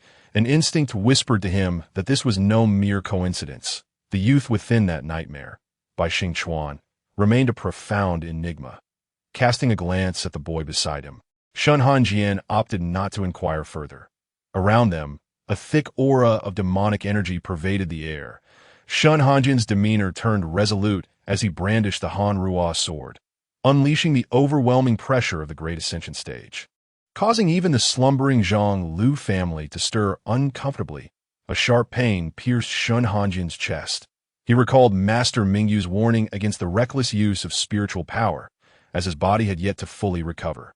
Suppressing his discomfort, he concentrated, sensing an especially dense concentration of demonic energy. Turning swiftly, he swung the Han Ruo sword, unleashing a blade of energy that struck the lurking demon in the corner before it could react. Ah! The demon let out a wretched cry. Its strength significantly diminished as it revealed its form. Shen Hanjian, one hand gripping the sword and the other crafting talismans, intertwined light and shadow. By the time everything dissipated, the demon had been reduced to naught but ashes. Bai Xingchuan's gaze darkened slightly. Is this the might of the Great Ascension stage? It was formidable indeed, effortlessly vanquishing the demons that had slain several disciples in his past life. Albeit those disciples were generally only at the Golden Core stage. From Bai Xingchuan's understanding of nightmare demons, their combat prowess was indeed lacking. Their strength lay in their ability to conjure illusions.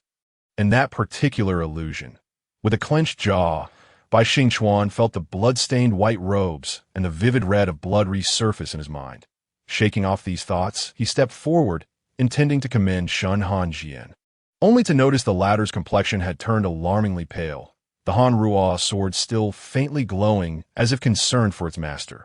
Bai Xingchuan rushed to support Shen Hanjian. Master, Shen Hanjian swayed, leaning into Bai Xingchuan's embrace, a mouthful of blood spilling forth onto Bai Xingchuan's face and garments. Bai Xingchuan froze, terror etched across his features. Master, Chapter 12. Together in flight, the scalding blood trickled down Bai Xingchuan's face, following the contours of his robes, sending a chill through his already trembling body. His voice quivered as he called out, Master, what has happened to you? Shen Hanjian fought to suppress the urge to retch, forcing the blood back down his throat, rasping, I am fine, merely exerted my spiritual power. My body is yet to fully mend. Bai Xingchuan chastised himself inwardly, questioning why he had summoned Shen Hanjian to accompany him, resulting in the latter's injury flaring anew. Shen Hanjian's fingers twitched slightly. Perhaps it would have been better had he allowed the demon to strike him. After all, if Bai Xingchuan were to fall victim to the demon, his own cultivation would afford him little chance of survival. As for his current minor injury, it was inconsequential for one of the Great Ascension stage. It would not prove fatal, as Shen Hanjian contemplated. A round object was thrust into his mouth, dissolving instantly, the bitter taste enveloping his palate. He grimaced. Bai Xingchuan, having produced a candied fruit, coaxed gently, Master, your injuries are severe. You must take your medicine. Here, eat this candied fruit. It will alleviate the bitterness. Despite his slight displeasure being treated like a child, Shen Hanjian acquiesced, taking the sweet morsel into his mouth, his lips grazing Bai Xingchuan's fingers. The sugary flavor gradually replaced the bitterness of the medicine, causing Shen Hanjian's eyes to narrow in satisfaction. Bai Xingchuan swiftly withdrew his fingers, his ears aflame, falling silent. With Dawn's arrival, Zhang Lu proactively returned the dream pearl to Bai Xingchuan, beaming with gratitude. Thank you. Esteemed immortals, at last, we are rid of this demon. Our Yanglu village is finally saved. Zhang Lu's emotions overwhelmed him, tears brimming in his eyes. Bai Xingchuan accepted the dream pearl graciously, replying warmly, It is nothing. This is the duty of cultivators. You need not be so formal.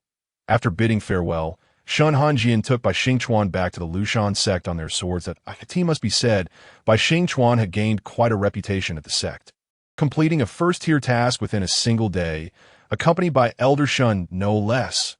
What extraordinary treatment! Other disciples wondered. Elder Shun is so kind to the brothers of Suching Peak. They suddenly felt a yearning to transfer to Suching Peak. Typically, disciples of the Lushan sect would gain access to the Sword Tomb upon reaching the Golden Core stage.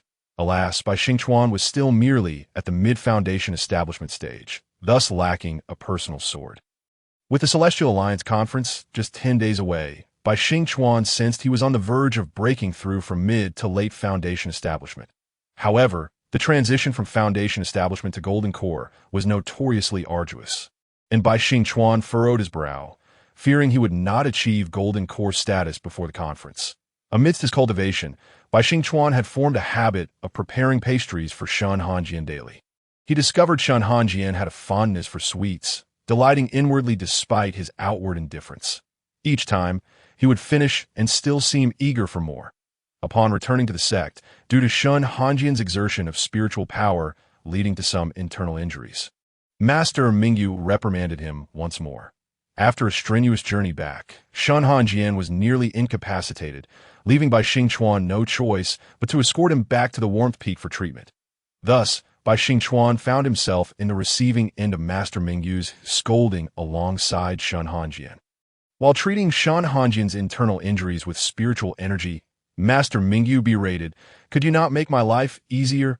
Just the other day, Mu Yaoqing mentioned you've been taking your medicine diligently, and your health was finally improving.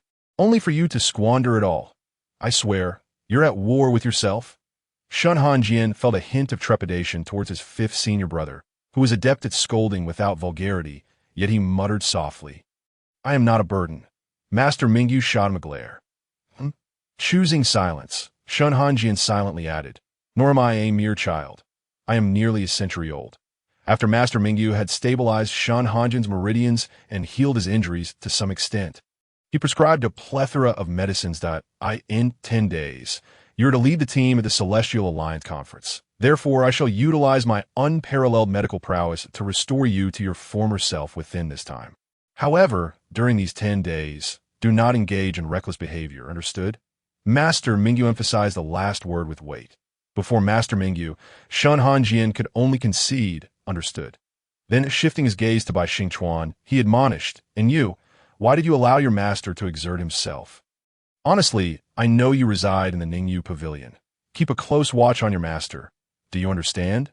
Bai Xingchuan nodded obediently. "Yes, fifth master uncle, I will take good care of my master." Upon hearing this, Master Mingyu promptly ushered the master and disciple out, for his own peace of mind. Though Master Mingyu's medicine was undeniably bitter, its efficacy was remarkable. In a short time, Shen Hanjian felt considerably better, the pain in his chest gradually subsiding. Bai Xingchuan intended to assist Shen Hanjian, but the latter declined. "No need." Bai Xingchuan lowered his head, his tone filled with self-reproach. "This is all my fault. I should have known better than to let my master accompany me on this task, causing you further injury." Shen Hanjian regarded the youth, now nearly his height, and recalled the plot from the original story, feeling an unexpected twinge of compassion. For reasons unknown, ever since emerging from the nightmare, he sensed something was amiss. As he had mentioned before, Shen Hanjian felt an invisible weight pressing upon him. Yet after witnessing certain events within the nightmare, that pressure had lessened considerably. Shen Hanjian's gaze deepened. He sensed a surge of emotions he had not experienced before. Could it be that someone had placed a seal upon him? With a sigh, Shen Hanjian dismissed the thought, reaching out to ruffle Bai Xingchuan's hair, saying, "No harm done. Ignorance is no sin. Besides, had I not come, you may well have found yourself in dire straits."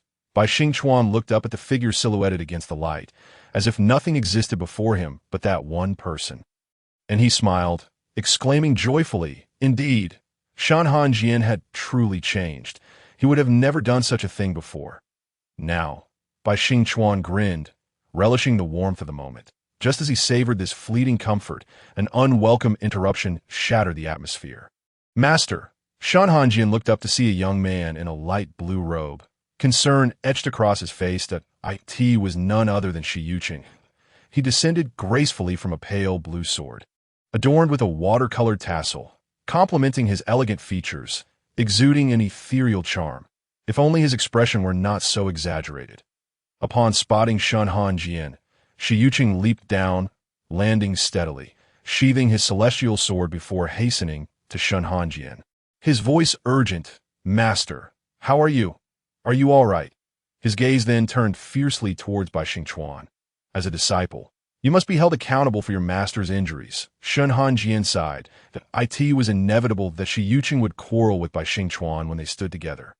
Alas, extending his remaining hand, his other hand still resting on Bai Xingchuan's head, he gently patted Shi Yuqing's shoulder as if to offer comfort, saying, "Master is fine. It is merely a minor injury from before." Shi Yuqing turned his head, the tall young man resembling a forlorn puppy, his expression one of concern. "Master, I am deeply worried about you. Please do not take such risks in the future," Shen Hanjian replied.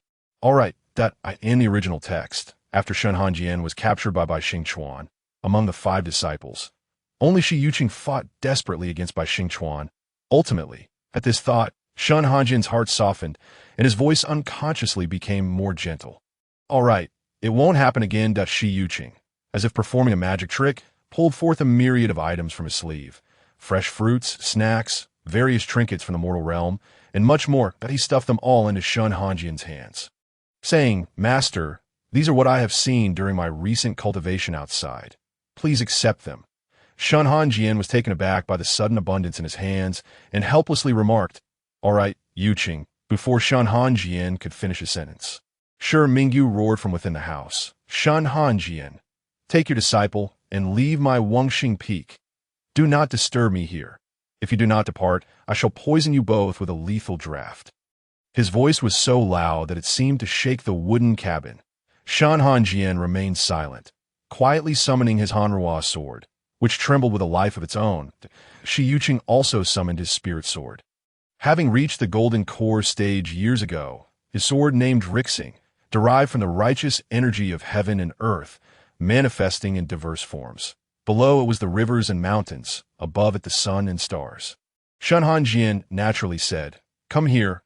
Bai Xingchuan grinned and leaped onto the Hanruo sword, wrapping his arms around Shen Hanjian's slender waist, resting his chin in the nook of Shen Hanjian's shoulder while provocatively gazing at Shi Yuqing. Shi Yuqing's face darkened, and he gritted his teeth. "How can you do this?" Shen Hanjian appeared puzzled. "What is wrong? He and I have always conducted our missions this way. Is there something inappropriate?" However, Bai Xingchuan's position caused his warm breath to tickle Shen Hanjian's ear, producing an itch. Thus, Shen Hanjian frowned slightly, feeling the itch. Bai Xingchuan chuckled, straightening up, yet his hands remained around Shen Hanjian's waist, prompting the disciple to stand at attention. With the itch dissipated, Shen Hanjian guided the Hanruo sword upward, and Shi Yuqing glared at Bai Xingchuan, his teeth clenched in frustration. Tisu Chen Peak, Shi Yuqing sheathed the Rixing sword, forcing a smile that lacked warmth, and addressed Shen Hanjian. "Master, although our junior brother has yet to reach the Golden Core stage, he must participate in the upcoming Immortal Alliance Conference, that if he lacks a proper spirit sword, our Lushan sect may become a laughingstock." Shen Hanjian pondered this and agreed.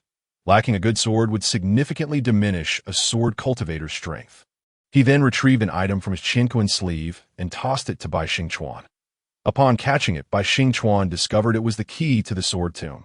Every peak master possessed a key to the sword tomb, which would be given to disciples upon reaching the Golden Core stage to seek a sword of their choosing. Bai Xingchuan bowed, saying, "Thank you, Master." Shi Yuqing smirked, his eyes gleaming with pride, thinking to himself, "Let us see how you will leverage this opportunity to ride with Master." Chapter 13. Alone, after considerable effort to send Shi Yuqing and Bai Xingchuan away, even the usually cold-hearted Shen Hanjian felt a headache coming on. Whenever Shi Yuqing and Bai Xingchuan were together, it was akin to a living battlefield. The impending Immortal Alliance Conference would require them to remain together for an extended period, and, as the leading elder, Shen Hanjian was already beginning to feel the strain. He had yet to discern the temperament of his 4th disciple. He could only hope it wouldn't add to his troubles. Indeed, it felt as though the Lushan sect resembled a refuge. For among the people Shen Hanjian knew, Most were orphans, Shi Yuqing was one, Bai Xingchuan was another, and so was Shi Mingyu. Shen Hanjian lowered his gaze. He, too, was an orphan, with no memories of his parents. Shen Hanjian furrowed his brow as a dull pain began to throb in his head, fragments of images flashing before him, only to vanish before he could grasp them. Observing the lounge chair outside the Han Su Pavilion, Shen Hanjian reclined upon it and closed his eyes. He had no family, not even before he entered this narrative. From a moment he could remember, he was all alone, forever alone. Within his dantian, the Hanrua sword quivered slightly. Hanrua had somehow appeared behind Shen Hanjian, gazing down at the closed-eyed figure. His icy gaze shifted, for as Shen Hanjian's life-bound sword spirit, he was inextricably linked to Shen Hanjian's thoughts and feelings. Sensing his sadness, a gentle breeze caressed the young man's hair, yet the early spring winds of March failed to thaw the icy demeanor of his brows and eyes. Clad in dark, fitted attire, the young man appeared even more imposing, his tall figure casting a shadow upon Shen Hanjian's countenance. Shen Hanjian opened his eyes, instinctively parting his lips to utter. Hanrua paused, his gaze darkening further, concealing a hint of unease and anxiety. Suppressing his thoughts, he feigned calmness and asked, "Master?" Shen Hanjian regained his composure and nodded slightly. He absent-mindedly retrieved the purple-gold warming stove gifted by Mu Yaoqing from his sleeve. Shen Hanjian was naturally sensitive to the cold, and even this early spring felt a tad chilly to him. As a cultivator, he ought not to be so fragile. Yet Shen Hanjian resembled a delicate porcelain doll, exquisite and fragile, evoking a desire in others to collect and protect him. With someone by his side, Shen Hanjian sat upright, and Hanrua stepped forward from behind him. The young man was tall, compelling Shen Hanjian to tilt his head back to meet Hanrua's gaze. Sunlight streamed from above, causing Shen Hanjian to squint instinctively as he inquired, "What brings you out?" Hanrua seemed to notice Shen Hanjian's discomfort from tilting his head and knelt before him. Lifting his gaze slightly, his tones softer than usual. "I have been dormant for quite some time. Upon waking, I wished to see how you were faring." Just as Shen Hanjian was about to speak, a tickle in his throat caused him to cough several times. Hanrua expertly produced a handkerchief, hesitating momentarily before suppressing the urge to bring it to Shen Hanjian's lips, then extending it to him. Shen Hanjian steadied the purple gold stove with one hand, using the other to accept the handkerchief. Covering his delicate lips, once the coughing subsided, he tightened his grip on the handkerchief, his knuckles turning pale as he stored it away. Thus, Hanrua did not notice the faint traces of blood on the plain-colored handkerchief. However, Shen Hanjian felt a slight relief. The stagnant blood within his chest had been expelled, improving his condition. Although it was not a dire issue, bringing forth the stagnant blood was beneficial to prevent Hanrua from worrying. He discreetly tucked the handkerchief away. Shen Hanjian's eyes were clear. He wished to spare others from concern for him. Fortunately, Hanrua did not perceive anything amiss. Shen Hanjian appeared to be in good spirits, indulging in leisure and comfort, basking in the sun with the warming stove, enjoying some light snacks. As the master and sword spirit shared a bond, the spirit could sense a portion of Shen Hanjian's emotions. He perceived fluctuations in Shen Hanjian's mood, sometimes joyful, sometimes sorrowful. Privately, he wished for Shen Hanjian to embrace life more passionately. Yet publicly, he hoped for this vitality to dissipate, preventing the seal from being broken. Hanrua rose silently, remaining unvoiced before returning to the sword. Chapter 14. Seeking a sword in the sword tomb, the sword tomb. Shen Hanjian was still somewhat dazed. He had been enjoying a peaceful slumber when a certain dog-like disciple gazed at him with pitiful eyes, pleading for his master to accompany him to select a spirit sword, claiming he could not wield a sword and moved too slowly. Thus, Shen Hanjian found himself standing there. Shen Hanjian glanced at the gatekeeper disciple, whose face had turned pale and was trembling slightly, feeling perplexed. Did he appear so approachable? Why was Bai Xingchuan not the least bit intimidated by him? If the gatekeeper disciple knew what Shen Hanjian was thinking, he would surely shout, "Not at all. Elder Shen, could you reign in the chilling aura surrounding you? It's terrifying." Bai Xingchuan found Shen Hanjian amusing, as he stood there with an expression of confusion, yet exuding an invisible chill. He stepped forward, asking, "Master, shall I wait here for my disciple?" Shen Hanjian cast a sidelong glance at him, musing internally, why would I not depart directly? This would align perfectly with my villainous persona. Why had he so easily acquiesced to accompany him? Bai Xingchuan's eyes drooped slightly, disappointment evident on his face. Very well. For reasons unknown, Bai Xingchuan's demeanor reminded Shen Hanjian of those small dogs wandering the streets in modern times, compelled by an inexplicable urge. Shen Hanjian replied, "Fine." Bai Xingchuan looked up at Shen Hanjian. "Master, you agree to wait for me here." Feeling somewhat uncomfortable under Bai Xingchuan's gaze, Shen Hanjian slightly turned his head. Hurry along." Bai Xingchuan's mood brightened considerably as he used the key Shen Hanjian had given him to unlock the great door of the Sword Tomb and stepped inside. Watching Bai Xingchuan enter the Sword Tomb, Shen Hanjian closed his eyes and relaxed, while the gatekeeper disciple, both fearful and curious, stole glances at him.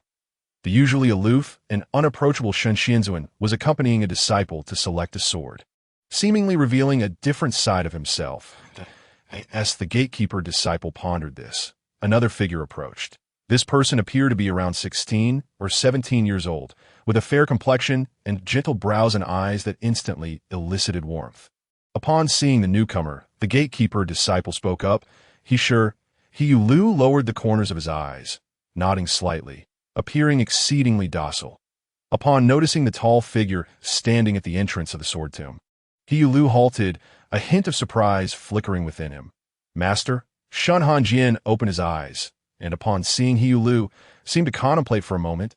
He Lu, observing Shen Hanjian's gaze, respectfully bowed and greeted. "Master." Shen Hanjian cast his eyes down upon He Lu, who was approaching him, just brushing past his shoulder, and inquired, "What brings you here? Are you not a talisman practitioner?" He Lu replied in a gentle tone, "The sect elder instructed me to find a sword for safety." Knowing well the meticulous nature of Mu Yaoqing, it was indeed something he could request of a talisman practitioner. Spiritual swords were precious. Typically, they would not be bestowed upon talisman or pill practitioners.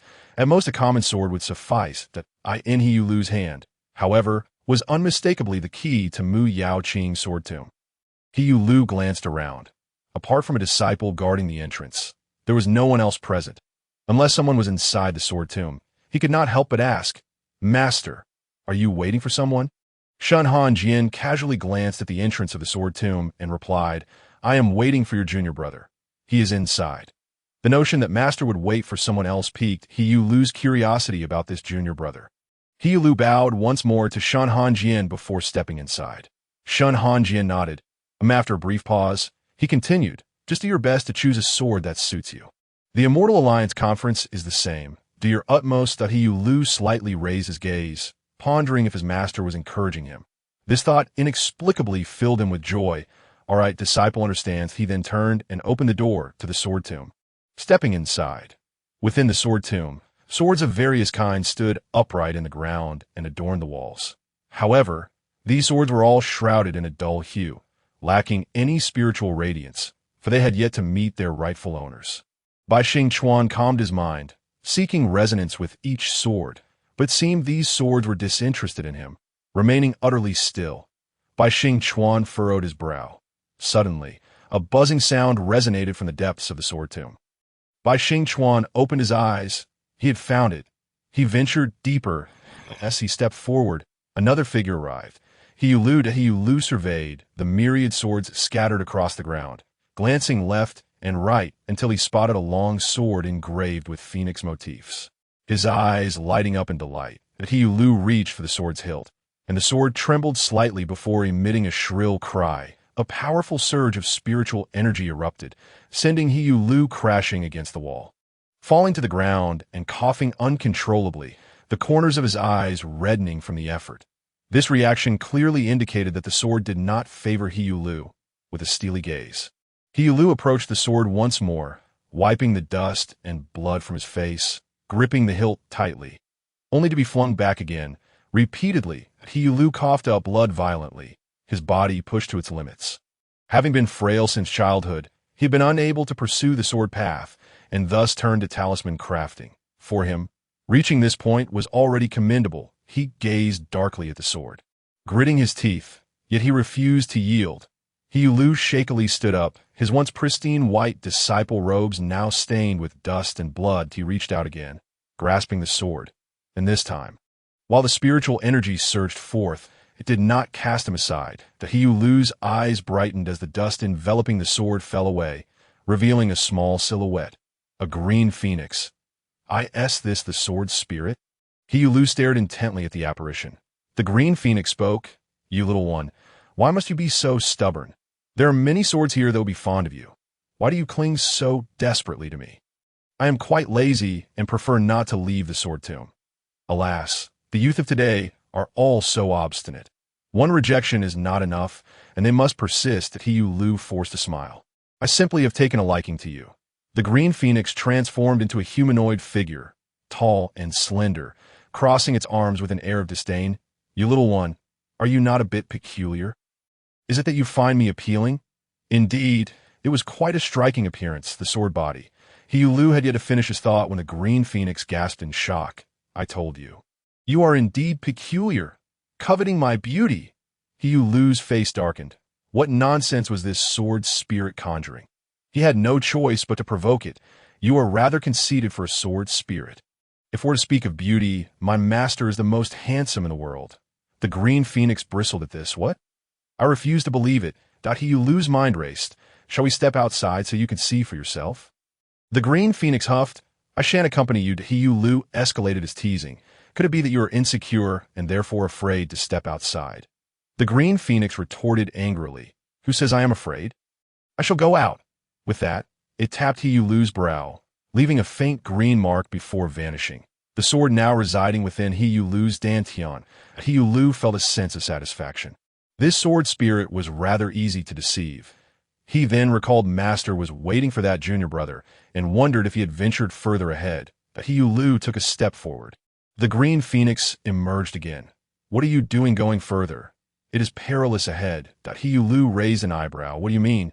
The green phoenix shuddered. The swords ahead have quite the temper and possess formidable strength. He Lu mused. Then if my junior brother has gone ahead, perhaps he possesses considerable strength as well. After all, he is also a disciple of Master, so he should not be lacking. Do not worry. My junior brother is still ahead. He Lu continued onward. Chapter 15. Unexpected assistance. The deeper one ventured, the darker it became. The luminous pearls that once illuminated the space now emitted no light, casting the cave into dim obscurity.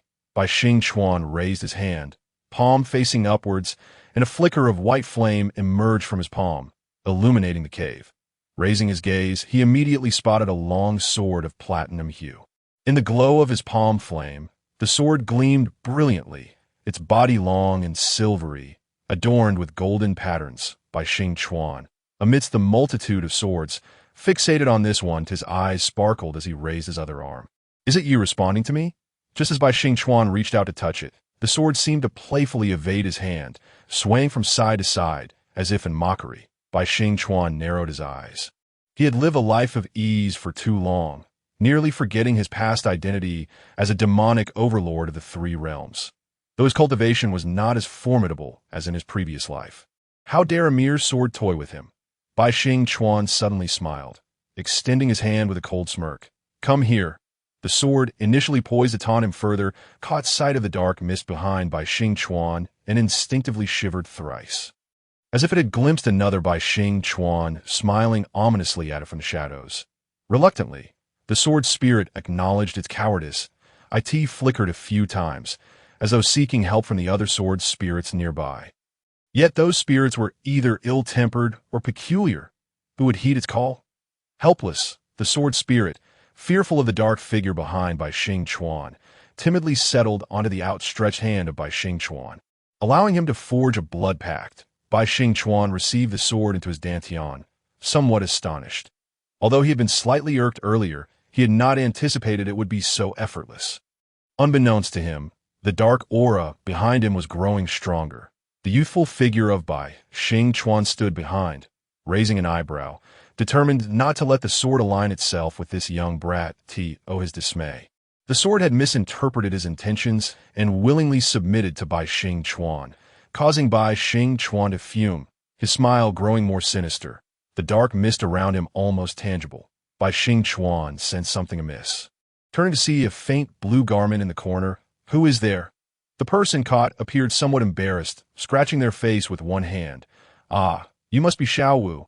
I am He Lu, your fourth senior brother." Bai Xingchuan recalled. Indeed, this was his fourth senior brother, He Lu. During their previous journey to the Immortal Alliance Conference, He Lu had received a rather fine spiritual sword, a privilege Bai Xingchuan did not share, leading him to believe He Lu had acquired his spiritual sword at this time. Suppressing his thoughts, Bai Xingchuan beamed, his eyes crescent-shaped with a charming smile. "Ah, it is you, fourth senior brother. I was rude just now," He Lu replied. "It is nothing." The youth's smile appeared harmless, leaving He Lu puzzled. Was he truly as cunning as the third senior brother had suggested? He seemed quite innocent. Bai Xingchuan glanced at the spiritual sword in He Lu's hand, but chose not to mention it, simply stating, "Fourth senior brother, shall we leave together?" He Lu retracted the sword into his dantian, the sword spirit also returning to rest within. "All right." With a gust of wind at his feet, Bai Xingchuan, though not having spent much time, was eager to see Shen Hanjian, who awaited him outside.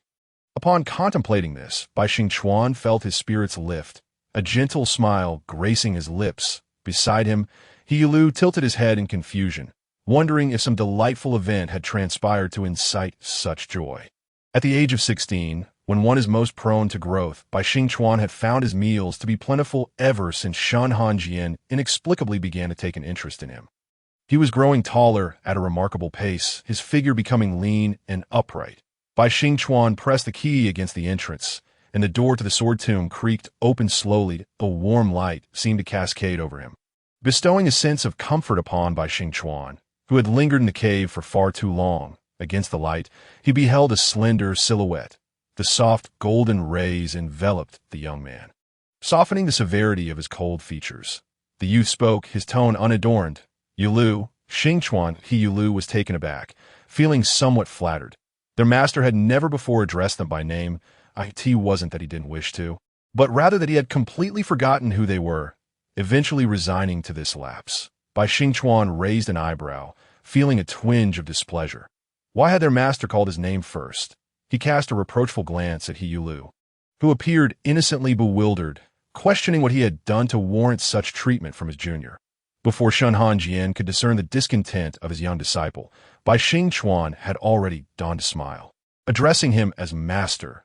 Then, with a feigned air of vulnerability, he added, "Master, the sword spirits inside are rather fierce. I nearly failed to acquire my sword." He Lu's heart raced. This was bad. If the junior spoke so, the master would surely reprimand him. Given Shen Hanjian's stern demeanor, he would undoubtedly chastise the young disciple for his lack of effort and send him off to meditate in solitude. However, the anticipated scolding did not come. Instead, Shen Hanjian, his gaze lowered, replied coolly, "No matter. Your cultivation requires improvement, but the fact that you secured a sword is commendable." Bai Xingchuan's smile deepened. Indeed, his master was different from the one in his past life. His voice buoyant, he exclaimed, "Yes, master, I shall strive diligently in my cultivation." He Lu mused, "I seem to be witnessing a counterfeit master. Where had the strict teacher, who had once driven him to master the art of talismans, vanished too?" After uttering those words, Shen Hanjian felt a flicker of regret. He ought not to have spoken so gently to Bai Xingchuan. After all, he would eventually depart, and it was unwise to leave a lasting impression, lest it brought pain to others. Though in his previous life, no one had suffered for his sake. As Shen Hanjian wrestled with his thoughts, the youth beside Bai Xingchuan glanced up at him, a mixture of reverence and a longing for praise evident in his gaze.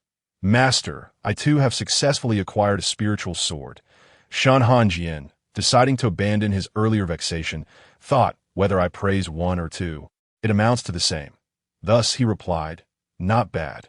For a talisman practitioner, it is indeed commendable." That He Lu, having witnessed Bai Xingchuan receive accolades, felt compelled to try his luck as well, given that he had never been praised by their master. To his delight, Shen Hanjian did indeed commend him. He felt the urge to boast to the other three senior brothers. Their time retrieving swords was brief, yet Shen Hanjian's waist began to ache. and he found himself yearning for the comfort of the reclining chair in Hansu Pavilion. The young man raised his gaze, his brows arching elegantly. "Shall we depart?" The gatekeeper disciples quivered, pleading, "Please, do be on your way." Bai Xingchuan regarded He Yulu kindly, squinting slightly. "Very well, master. What a fourth senior brother." He Yulu, feeling an inexplicable chill at Bai Xingchuan's gaze, quickly waved his hands. "I shall not accompany you. Master, I can return to my own abode without disturbing you.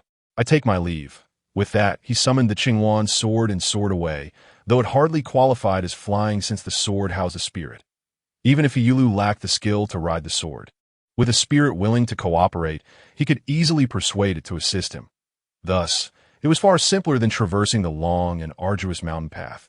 The Qinghuan sword, carrying He Yulu, as if he were a mere pet, sported a disgruntled expression. "You, a talisman practitioner, cannot even ride a sword. What need have you for a spiritual sword? It would be far better for me to sleep in the sword tomb alone." Noticing the Qinghuan's intent to lecture him for several hours, He Yulu quipped, "You should be the most eloquent among the sword spirits." The Qinghuan lifted its chin, exuding pride. That, of course. It was evident that the sword spirit had yet to realize He Yulu's disdain for its verbosity.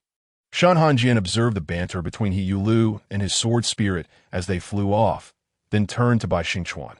"Where is your sword?" Bai Xingchuan replied obediently, "It resides in my dantian." "Master, would you like to see it?" Shen Hanjian summoned his Hanrua sword, stating, "Let us ride the sword back to Su Chan Peak." To his surprise, Bai Xingchuan promptly stood upon his Hanrua sword. Shen Hanjian turned, casting a frosty glance at the youth behind him. Bai Xingchuan, entirely at ease, stated, "Master, I cannot ride a sword."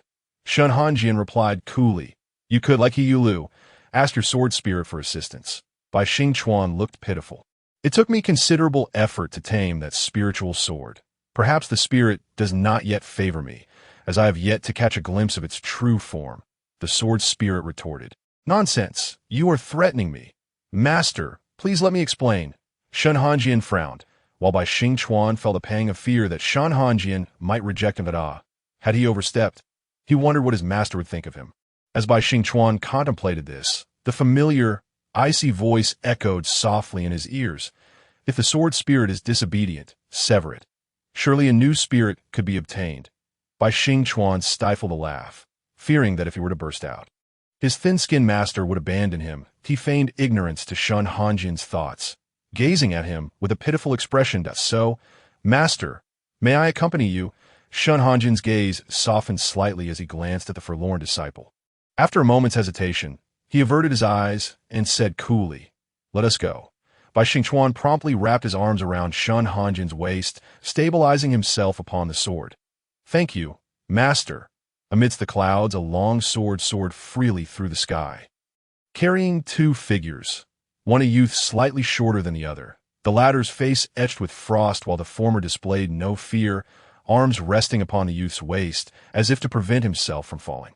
Bai Xingchuan tilted his head slightly. He was now barely shorter than his master, and it was likely that soon he would surpass him in height. The young man before him stood tall and straight, like a slender bamboo. This was his master, unbeknownst to Bai Xingchuan and Shen Hanjian. Below them lay a small black. Upon closer inspection, one would see a figure standing tall, resembling Bai Xingchuan almost identically, albeit several years older. He too was Bai Xingchuan. This Bai Xingchuan wore a grim expression, watching the two depart. Feeling an inferno of rage ignite within him, he struck a nearby tree with a fist, sending leaves fluttering to the ground. "Shen Hanjian, I will not allow you to live in peace for long." After retrieving the sword from the sword tomb, Bai Xingchuan first ensured Shen Hanjian's comfort, attending to minor daily tasks for him and preparing delectable pastries for sustenance over the coming days, before seeking permission to enter seclusion for a month. For cultivators, a month is but a fleeting moment. Bai Xingchuan, utilizing the spirit-gathering elixirs he had procured from Qinshe Peak, swiftly broke through to the golden core stage within that month, his natural talent shining through. Upon opening his eyes, feeling the enriched spiritual energy coursing through him, Bai Xingchuan could not help but beam with joy. He had achieved the golden core. He yearned to share this good news with his master. After casting a cleansing spell upon himself, He exited the cave. Having not seen sunlight for an extended period, he felt a tinge of discomfort. Shielding his eyes from the glaring rays, Bai Xingchuan summoned his sword and soared towards Suchan Peak. He wondered what had become of the sword spirit, as it had yet to make an appearance, though it did not hinder his usage. Standing on the sword, the cold breeze tousled his hair, filling him with youthful exuberance as he named his sword Not Burdened. Not burdened by the opportunity to return, not burdened by the reunion with others. Indeed, it had been far too long since he had ridden a sword. After switching to the demonic path in his past life, he had seldom ridden a sword, only doing so briefly on rare occasions. Thus, he did not fly swiftly, taking nearly half an hour to return to Suchun Peak from Yuluan Peak. The familiar mountaintop, the familiar flora, the familiar senior brother. Bai Xingchuan's spirits plummeted upon spotting Shi Yuqing lounging in front of Shen Hanjian's reclining chair. He squinted, the pleasant anticipation of seeing his master after such a long time instantly shattered. With a friendly yet innocent smile, he approached Shi Yuqing. "Third senior brother, what brings you here?" Without lifting his gaze, Shi Yuqing replied, "I've come to look after my master. I asked their problem." "Junior brother?" Bai Xingchuan maintained a smile. "And no problem at all." He then ignored Shi Yuqing, moving directly to Shen Hanjian's side. "Master, I've been in seclusion for so long. Have you missed me?" Before Shen Hanjian could respond, Shi Yuqing scoffed. "Is a month such a long time? If you cannot endure hardship, perhaps you should forego cultivation altogether." He had spent years in the outside world, longing for his master as well. Chapter 17. A journey. Bai Xingchuan held the spiritual sword in his hand, its energy coursing through it, the blade shimmering with iridescence. Shi Yuqing raised an eyebrow. "What? Do you wish to fight?" Bai Xingchuan unexpectedly adopted a gentler demeanor, the corners of his eyes slightly drooping, that he retracted his spiritual sword, and his junior disciple dared not challenge the third senior brother. Since the third senior brother appeared displeased with the junior disciple, it would be prudent for him to take his leave. Shi Yuqing, witnessing his display of vulnerability, felt an inexplicable surge of anger arise within him. "You?" Shen Hanjian furrowed his brows, withdrawing the purple-gold warming furnace into his sleeve. "If you wish to cause a commotion, do so elsewhere. It is truly bothersome. I have no desire to witness others quarrel. Henceforth, I shall avoid encountering both of them simultaneously." Bai Xingchuan had intended to discern whether his master harbored any favoritism towards him. But upon overhearing Shen Hanjian's thoughts, he felt a tightening in his chest. If Shen Hanjian were to shun him over such trivial matters, it would be an irreparable loss. Contemplating this, Bai Xingchuan took a couple of steps closer, softening his tone. "Since my master disdains discord, I shall refrain from quarreling with others in the future. I ask that agreeable." Shi Yuqing was startled by Shen Hanjian's words as well. "Master, I acknowledge my mistake." Shen Hanjian rose to his feet. "Very well. I shall return to the Han Su Pavilion now. One must not act in haste." Bai Xingchuan's gaze flickered as he bowed respectfully. "I shall respectfully see master off." Shi Yuqing echoed, "I shall respectfully see master off." That he then cast a cold glance at Bai Xingchuan and, with a snort, departed atop his sword from the summit of Suchun Peak. Bai Xingchuan, not lingering outside, returned to his Ningyu Pavilion. He had already achieved the Golden Core stage, and the date of the Immortal Alliance Conference was fast approaching. Bai Xingchuan lowered his gaze slightly and summoned the Bu Fu sword, gently tapping its blade with his fingers. "I know you are there. Won't you come out and speak?" The Bu Fu sword trembled twice, but ultimately remained unresponsive. Bai Xingchuan spoke in a deep voice. "I possess little patience." This time, the Bu Fu sword trembled even more vigorously, a flicker of white light appearing, and a diminutive figure emerged, seated upon the sword, timidly lifting its head to gaze at Bai Xingchuan. Bai Xingchuan rested his chin on his hand. "Now, do tell me, why did you suddenly choose me? Were you not just toying with me before?" Bai Xingchuan was exceptionally good at holding grudges. The little sword spirit's voice quivered. I saw someone behind you. He was terrifying." Bai Xingchuan straightened, his expression instantly turning serious. "Someone is behind me. What manner of person?" The little sword spirit pondered for a moment before replying. "He looked somewhat similar to you, but he was taller. I thought he was with you, which is why I formed a bond with you." That aura was simply too fearsome. Bai Xingchuan's brows knitted together. Surely that cannot be true? Suddenly, he felt a heaviness in his chest, a sense of foreboding creeping in. Casting a glance at the trembling little sword spirit, he instructed, "I understand. You may return to the sword." Upon hearing this, the little sword spirit hurriedly retreated into the sword, exclaiming, "Phew, this place is far more comforting. The outside is terrifying. If I had known, I would not have come out to play." Bai Xingchuan's expression darkened as he clenched his fist. He would not allow anyone to disrupt his current circumstances, not even himself. For that, he would be willing to eliminate himself. Before departing for the Immortal Alliance conference, Mu Yaoqing wiped away his tears. "Hanjian, as you venture far, I am truly worried for you." Shen Hanjian interrupted with a blank expression. "Senior brother, this is not Hanjian's first time traveling afar." Mu Yaoqing, undeterred, changed his approach. "But Hanjian, this time you'll be gone for so long that I will worry about you and miss you." Shen Hanjian reflected on himself. The esteemed Shen Xian, at the great ascension stage, was there truly a need for concern when embarking on a journey? He was not a mere child of three. The accompanying disciple, Shi Mingyu, could no longer remain silent. "What is there to worry about? Am I not here with him? Let's finish the send-off quickly and depart." Mu Yaoqing, with teary eyes, replied, "Little five, your senior brother will miss you too." Shi Mingyu was filled with disgust, feeling a chill run down his spine. There is absolutely no need. After enduring a lengthy farewell with Mu Yaoqing, the ark finally began to operate. Departing from the Lushan sect, Shi Mingyu felt as though the goosebumps covering his body had yet to subside. A sense of dread washing over him as he muttered to himself, "It seems I must concoct some pills that render people mute, so that in the future I can simply shove them into Mu Yaoqing's mouth whenever I wish to silence him." How bothersome! Although he thought he was speaking quietly, all cultivators possessed keen hearing, and Shi Mingyu did not make any effort to conceal his words. The other disciples aboard the ark shuddered, realizing they must never provoke Elder Wu. For one could never predict what kind of pills he might concoct to silence them. How terrifying! Shen Hanjian remained silently observant, shifting a couple of steps away from Shi Mingyu, who, despite his desire for death, did not wish for Shi Mingyu to be the cause of it. The key was he still could not Shen Hanjian contemplated. A sudden weight settled on his shoulder. Bai Xingchuan had draped a thick fox fur cloak over him. Bai Xingchuan adjusted the cloak and gently remarked, "The wind is strong aboard the ark. Master, please take care not to catch a chill." Shen Hanjian replied coolly, "You are considerate." Shi Mingyu rolled his eyes, muttering under his breath, "Having a disciple is quite impressive." He then turned to the other disciples, who were cautiously observing him, and bellowed, "Where's my fox fur cloak?" The disciples collectively replied, "Where would you have gotten a fox cloak from?" "Even if we did, it is not with us."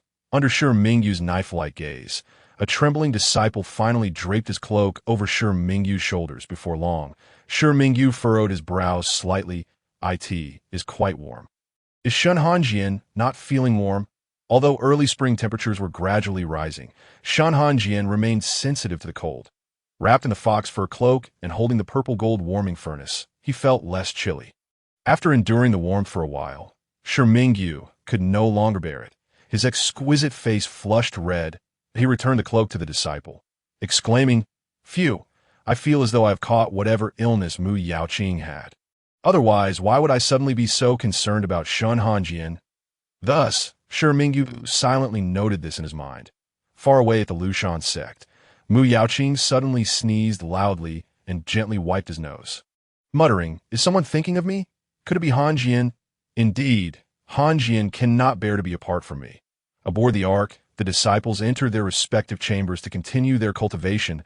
Lu had initially wanted to enjoy the breeze outside, but, seeing the other disciples retreating to their rooms, cast a glance at the icy-faced Shen Hanjian and the junior disciple trailing behind him. Feeling somewhat superfluous, he hurriedly followed suit and entered the ark. Only Bai Xingchuan remained outside. To be precise, he was the sole disciple still lingering outside. Shen Hanjian, noticing that the other disciples had entered, felt Bai Xingchuan's fervent gaze upon him. He found it somewhat unsettling and frowned. "They have all gone inside. Why do you not follow?" Bai Xingchuan's ears perked up, immediately adopting a look of feigned innocence. Does Master not wish to see his disciple here? Have I inconvenienced Master? If so, I shall take my leave. Bai Xingchuan had hoped that this might elicit some pity from Shen Hanjian, but to his surprise, Shen Hanjian simply replied, "Yes, you should go in, Bai Xingchuan. I am heartbroken." Yet Bai Xingchuan remained undeterred. He was determined to ascertain his master's thoughts. "I am not some treasured artifact. Why do you gaze at me with such intensity? It is quite uncomfortable." Bai Xingchuan's lips twitched slightly. "What do you mean by gazing with intensity? Did he appear that intimidating?" Chapter 18. The Unseen World of Mortals. Bai Xingchuan restored his perfect expression and spoke softly. "Then I shall enter first. Master, please take care not to catch a chill." He rummaged through his sleeves and produced 2 pieces of bright firestone, lowering his gaze with a smile, seemingly embarrassed. "Master, I notice that you have not replenished the fuel for your purple gold warming furnace after using it for so long. So I thought it might be running low. Before our journey, I searched for some bright firestones at the Huaxing Peak." Bai Xingchuan raised his gaze, his puppy-like black eyes cautiously observing Shen Hanjian, making it impossible for Shen Hanjian to refuse the tea that moment. Shen Hanjian finally understood why those young girls had always favored adorable creatures like kittens and puppies. That pitiful little gaze was indeed difficult to resist. Contemplating this, Shen Hanjian extended his hand to accept the 2 bright firestones from Bai Xingchuan. "How thoughtful of you." Shen Hanjian's fingertips caressed the uneven surface of the purple gold warming furnace. No wonder he had felt it was less warm recently. It turned out the internal fuel was nearly depleted. It was true that Mu Yaoqing had mentioned it to him, yet he had forgotten. Bai Xingchuan appeared both delighted and bashful, as long as Master is pleased. However, he mused inwardly, "Having accepted my gift, it now belongs solely to me, and no one else is permitted to take anything from him. Everything belonging to Shen Hanjian can only be given by him." Bai Xingchuan, accustomed to being a villain in his past life, still harbored an overly possessive inclination deep within. Perhaps Bai Xingchuan's gaze was too intense. Shen Hanjian was unaccustomed to being looked at in such a manner. He awkwardly remarked, "Aren't you going back to your room?" However, Shen Hanjian's habitual cold demeanor made what he perceived as awkwardness appear all the more frigid to others, his handsome face emanating an aura of chill. Even Shi Mingyu, standing nearby, couldn't help but shiver, thinking it's freezing. Bai Xingchuan, however, did not share this sentiment. He recognized Shen Hanjian's discomfort and found it charming, responding obediently. "Very well. I shall take my leave then." Shen Hanjian turned his head away, no longer glancing at him. As Bai Xingchuan departed, Shi Mingyu began to speak in a tone laced with sarcasm. "Master, do take care not to catch a chill. Master, allow me to drape a garment over you. Master, your disciple." Observing Shi Mingyu's escalating enthusiasm, Shen Hanjian could not help but interject, "Is it truly amusing?" Shi Mingyu shrugged, a wicked smile gracing her enchanting visage. "It is certainly delightful." Suddenly, Shi Mingyu leaned in closer, her face mere inches from Shen Hanjian's. "Shen Hanjian, have you not noticed how much you've changed recently?" Shen Hanjian was taken aback. "What?" Yet a flicker of apprehension crossed his mind. Could it be that Shi Mingyu has discerned something? Shi Mingyu fixed her gaze upon him, and, after a brief pause, continued, "You become quite talkative of late. Your emotions more pronounced. In the past, had I behaved like this, you would scarcely have acknowledged me, let alone spare me a glance." Shen Hanjian responded, "Why does everyone behave this way? I offer you a modicum of attention, and the reaction is so exaggerated. At first, Mu Yaoqing was the same, silently counting the words I spoke, tallying how many sentences I uttered in a day, enough for him to boast for several days among the other disciples. Before Shen Hanjian could utter another word, Shi Mingyu spoke first, patting his shoulder. "This is splendid. Do not revert to your former self, and no longer isolate yourself, with no one aware of your thoughts, as if you were alive yet your soul has already departed, just like the place where Shen Hanjian resided. Suchan Peak, desolate and frigid, untouched by the mundane world." Chapter 19. Xianqing's sect above, ethereal clouds drifted like wisps of smoke, with peaks gathering together, shrouded by mist that separated one mountain from another. The Immortal Alliance Conference convenes once every decade. The last was held by the Lushan sect, and this time it naturally falls to the second sect, the Xinqing sect to host. For centuries, the Xinqing sect and the Lushan sect have vied for supremacy. Perpetually ranked second, with each immortal alliance conference devolving into fierce rivalry. The previous leader from the Lushan sect was Shen Hanjian's fourth senior brother, Chu Yunjin, a sword cultivator with a fiery temperament. Every conference, he would engage in brawls with the leader of the Xinqing sect. Had the Xinqing sect's leader been of a more amiable disposition, perhaps things would have been less tumultuous. Unfortunately, the Xinqing sect's leader, Song Changhong, is not known for his temper, resulting in chaotic scenes between the Lushan sect and the Xinqing sect each year. Shen Hanjian, however, found little interest in such matters. This time, the elder accompanying him was Shi Mingyu, and he presumed there was little for him to oversee that a soft voice from Shi Mingyu interrupted his thoughts. You'd best not think of passing all responsibilities onto me. I am here primarily for your health, not to assist with your chores. Shen Hanjian stiffened, feeling as though his thoughts had been laid bare. The trace of embarrassment flickered across his usually impassive face. Though it was fleeting and nearly imperceptible, I had no such intentions. Shi Mingyu cast a dubious glance at him. You had better not. Otherwise, I might just have to make you sample a few pills. Shen Hanjian stepped back. I shall return to my chamber. Summon me when you need me. As the saying goes, when one is unwell, it is wise not to provoke a healer, for they may take offense and retaliate. As the foremost sect in the land, the Lushan sect's vessels for travel are exquisite, with spacious private quarters furnished with every conceivable amenity. Fearing Shen Hanjian might feel cold, Mu Yaoqing had placed numerous flame stones in Shen Hanjian's room, radiating a gentle warmth even without being ignited within a spiritual device. After retrieving a pill from his storage bag and consuming it, Shen Hanjian sat on the edge of the bed, leaning against the bedpost, his eyes gradually closing. Perhaps the improved medicine from Shi Mingyu was taking effect. A wave of drowsiness washed over him, and he slowly succumbed to the pull of sleep. The silver-white sword shimmered, and Han Ruo appeared just in time to catch Shen Hanjian, gently laying him back onto the bed and removing his shoes and socks. Han Ruo's gaze flickered, resting upon Shen Hanjian's furrowed brow, a glimmer of pain crossing his icy eyes. Even sealed, did he still feel anguish? Hanjian, what should he do? Shen Hanjian's long black hair lay in disarray across the bed, a few strands brushing against his pale face, his lips faintly colored, murmuring something softly.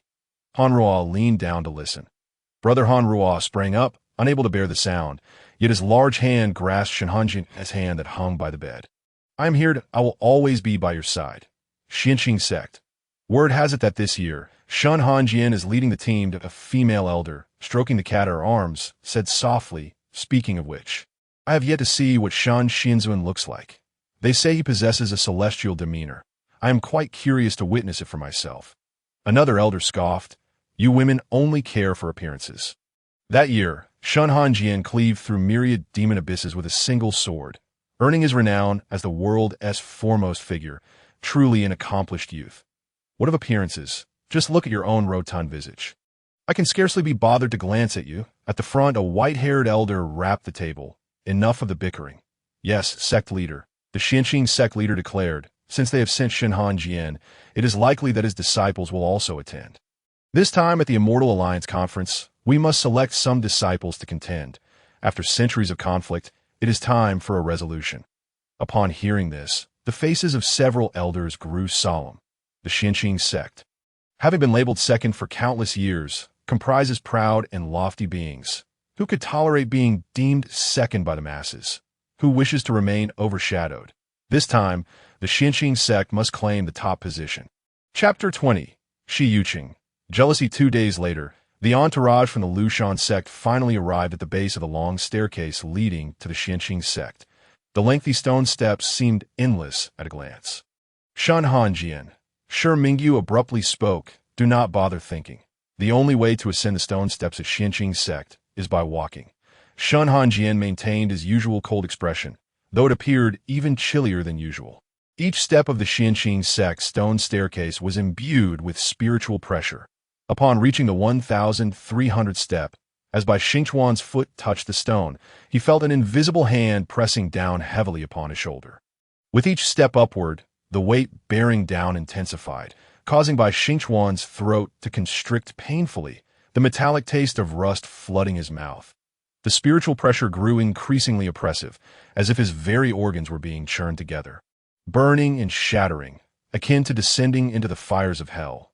Suddenly, a chilling aura encircled him, alleviating the searing pain that enveloped his body. "Do not embarrass me." Shen Hanjian did not turn to face him, his voice icy and almost devoid of humanity. "Hurry up." As cold as his tone was, the spiritual energy surrounding him was all the more tender. Ignoring the sympathetic glances from the disciples beside him, Bai Xingchuan wore a youthful and radiant smile. "I will not bring shame upon my master." Shen Hanjian's expression remained impassive. He believed he had been sufficiently ruthless that Shi Yuqing, among the disciples, possessed the highest cultivation and effortlessly followed behind Shen Hanjian. Upon hearing Shen Hanjian's words, he turned slightly, raising an eyebrow at Bai Xingchuan in a manner that was almost provocative. Shi Yuqing's gaze turned frosty as he silently mouthed, "Waste, he never placed his hopes upon others." Thus he diligently cultivated and honed his skills, solely to become formidable enough to protect his master, even if his master was powerful enough not to require such protection.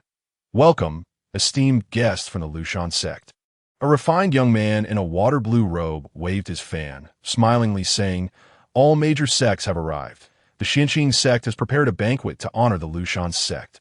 Please follow me." The young man's gaze fell upon the figure at the center, resembling an immortal, and his smile broadened. "Elder Shen, I have long admired your reputation.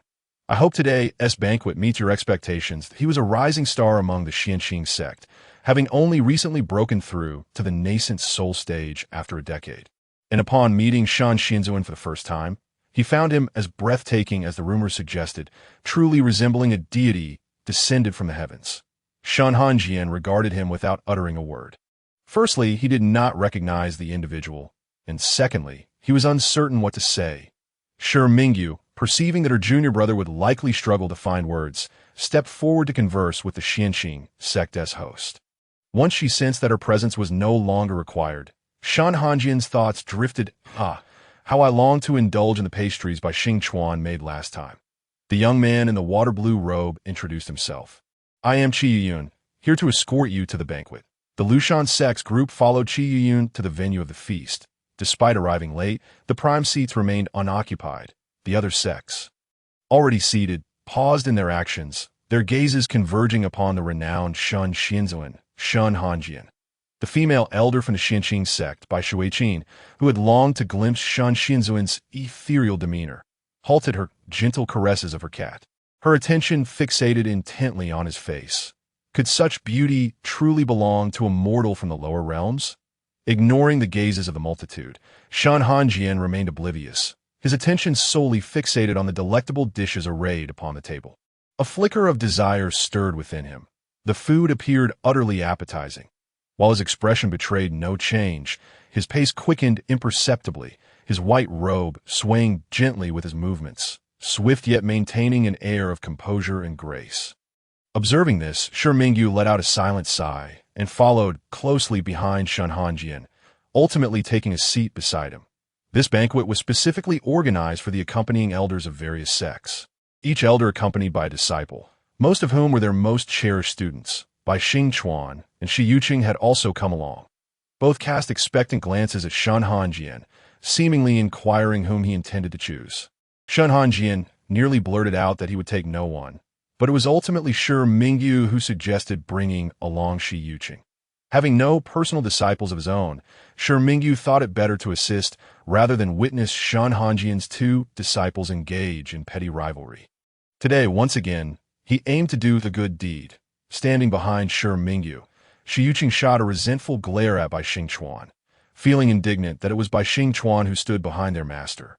Wishing fervently to occupy that coveted position himself, gritting his teeth, he admitted to himself that he was consumed by jealousy. Chapter 21. Arrival at the banquet.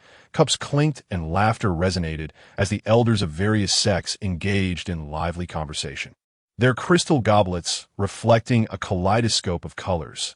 Amidst the merriment, the eyes of the assembly frequently gravitated towards the figure at the forefront. It was no surprise, for Shen Hanjian's reputation was immense. though very few had actually encountered him. Years ago, he had cleaved through countless demonic abysses with a single strike, vanquishing innumerable fiends, leaving behind only a fleeting silhouette amidst blinding radiance, gradually fading into the ether, inspiring boundless reverie in those who followed. The crowd felt a sense of awe, occasionally casting admiring and curious glances towards him. However, unbeknownst to the gathering, Shen Hanjian himself was entirely unaware that he had already been spotted by others the moment he slipped away. The dishes at the banquet appeared appetizing, but in truth, they lacked flavor. After sampling a bite, Shen Hanjian set down his chopsticks and, seizing an opportunity while Shi Mingyu was distracted, stealthily made his exit. As the second sect of the world, the Xianqing sect boasted a serene and elegant environment, with every blade of grass and tree infused with pure spiritual energy. Shen Hanjian, unfamiliar with the surroundings, wandered aimlessly until he stumbled upon a bamboo grove, where the stalks were significantly thicker and taller than usual, resembling towering pillars of jade. This idyllic setting, cloaked in the cool shade of lush bamboo, pleased Shen Hanjian, prompting him to seek a secluded corner to sit down. His robe, crafted by his fourth senior brother, Chu Yunjin, was imbued with special properties that rendered it impervious to ordinary dirt. Among their brotherhood, Chu Yunjin was the most versatile, specializing in swordsmanship while also dabbling in weapon refinement and self-studying array formations. He was generally reliable, save for his somewhat irritable temperament, rendering him nearly flawless. Shen Hanjian had assumed leadership of the group only because Chu Yunjin had yet to emerge from a secret realm. Shen Hanjian mused to himself, yet another day of idleness, with nothing to occupy him. He soon felt a wave of fatigue wash over him, unsure if it was due to his physical condition, as he seemed inexplicably drowsy today.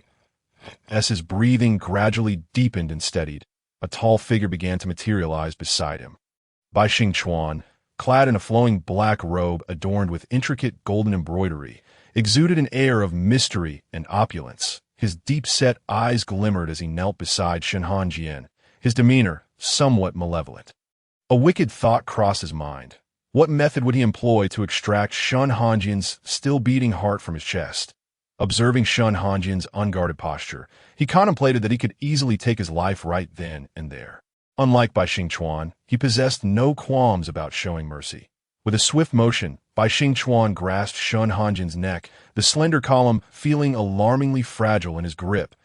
A crimson hue crept into his gaze, gradually consuming the whites of his eyes, as he fixated on Shen Hanjian, tightening his hold until he heard the faint sounds of strained breathing beneath him. That moment, he recoiled as if jolted by an electric shock. Bai Xingchuan's expression darkened as he cast one last look at Shen Hanjian before dissipating into a wisp of black smoke. When Shen Hanjian regained consciousness, night had fallen. He felt the chill of the evening seep into his bones, causing him to frown slightly in discomfort.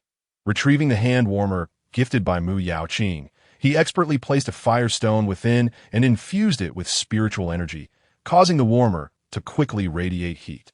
While the warmth enveloped him, Shen Hanjian surveyed his surroundings, a silence settling over him despite his naturally reticent demeanor. He realized he was lost. Where was his lodgings? With a soft sigh, he intended to retrieve the communication jade pendant at his waist to inform Shi Mingyu, only to pause mid-motion. His communication pendant was missing. Shen Hanjian remained silent, pondering, surely I won't perish from the cold here. That cannot be the case, can it? After all, I am a cultivator in the ascension stage. Yet, the thought only served to exacerbate his headache. He lamented, if it were anyone else, they would surely freeze to death. Resigned, Shen Hanjian stood up, preparing to venture out in search of someone. Fortuitously, his luck proved favorable, as he soon spotted a faint yellow light in the distance and made his way towards it. Just as he was about to inquire for directions, he squinted and realized he was looking at a familiar figure.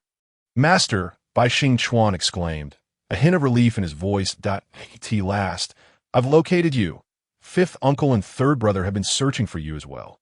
Bai Xingchuan reached for his communication jade pendant. Allow me to notify fifth uncle first. Shen Hanjian's fingers trembled. All right, that he could already predict he would face Shi Mingyu's reprimands. Feeling an inexplicable sense of guilt for causing such concern, Shen Hanjian realized he had inadvertently stirred trouble. After Bai Xingchuan relayed his message, he turned to Shen Hanjian. "Master, may I escort you to a resting place?" And then, as they walked, Shen Hanjian suddenly inquired, "Did fifth uncle say anything earlier?" Bai Xingchuan paused momentarily. Offering an apologetic smile, fifth uncle did not express any anger. He merely asked me to take you to see him to, This was troubling.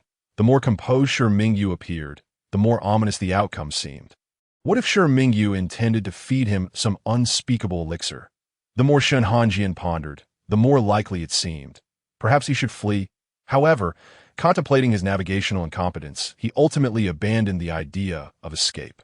The quarters arranged by the Xianqing sect were not far from the bamboo grove, and it wasn't long before they arrived. From a distance, Shen Hanjian spotted a figure clad in water blue, standing at the entrance. As he approached, he beheld a gentle smile adorning a visage as exquisite as a painting. The beauty, draped in resplendent attire, appeared as though she had stepped out from an ink-wash painting. Captivating all who laid eyes upon her, Shen Hanjian's heart raced, and his feet felt rooted in place. "Senior brother," he finally managed to utter. Shi Mingyu smiled warmly. "Oh, am I your senior brother? How was I not aware? If you were truly my disciple, why would you not respond to my communication?" Shen Hanjian thought to himself, he certainly possesses a sharp wit. Bai Xingchuan bowed slightly to Shi Mingyu. Shi Mingyu nodded in acknowledgement. "You may return to your quarters. I have matters to discuss with your master." Bai Xingchuan cast a worried glance at Shen Hanjian. Noticing that Shen Hanjian's expression remained composed, he sighed in relief and turned to return to his room. Eager to resume his cultivation and solidify his progress with the spiritual elixirs acquired from Qinshu Peak. The Celestial Alliance Conference gathered many sects, and with Xianqing sect accommodations being limited, the accompanying disciples were arranged in shared quarters. While the elders enjoyed private lodgings, the disciples' shared quarters housed 10 individuals per room, conveniently accommodating the 10 disciples sent by the Bai Xingchuan sect, who were placed together. Upon returning to his quarters, Bai Xingchuan shed his cloak. Chilled by the night air, having stowed his spiritual lantern in his storage pouch prior to entering. Preferring solitude and disinterested in idle chatter with other disciples, he chose a bed nestled in the corner. After casting a cleansing spell, Bai Xingchuan settled into bed to meditate. As the night passed, with the first chime of the bell, Bai Xingchuan slowly opened his eyes. Despite having not slept, he felt invigorated. A sense of lightness washing over him. His earlier hastiness in forming his golden core had finally stabilized through this period of meditation, alleviating any concerns about hindering his future cultivation. As the bell tolled 3 times.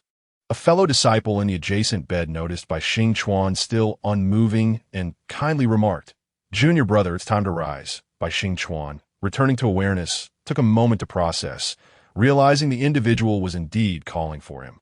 With a sheepish smile, he replied, "Thank you for waking me, senior brother." The other disciple chuckled, "It's a small matter." The individual who roused Bai Xingchuan was an exceedingly loquacious senior brother.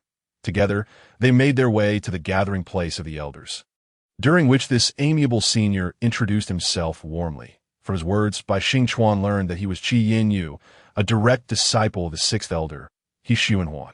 The 6th elder, He Xuanhuan, is a demon cultivator who is transformed from a white crane.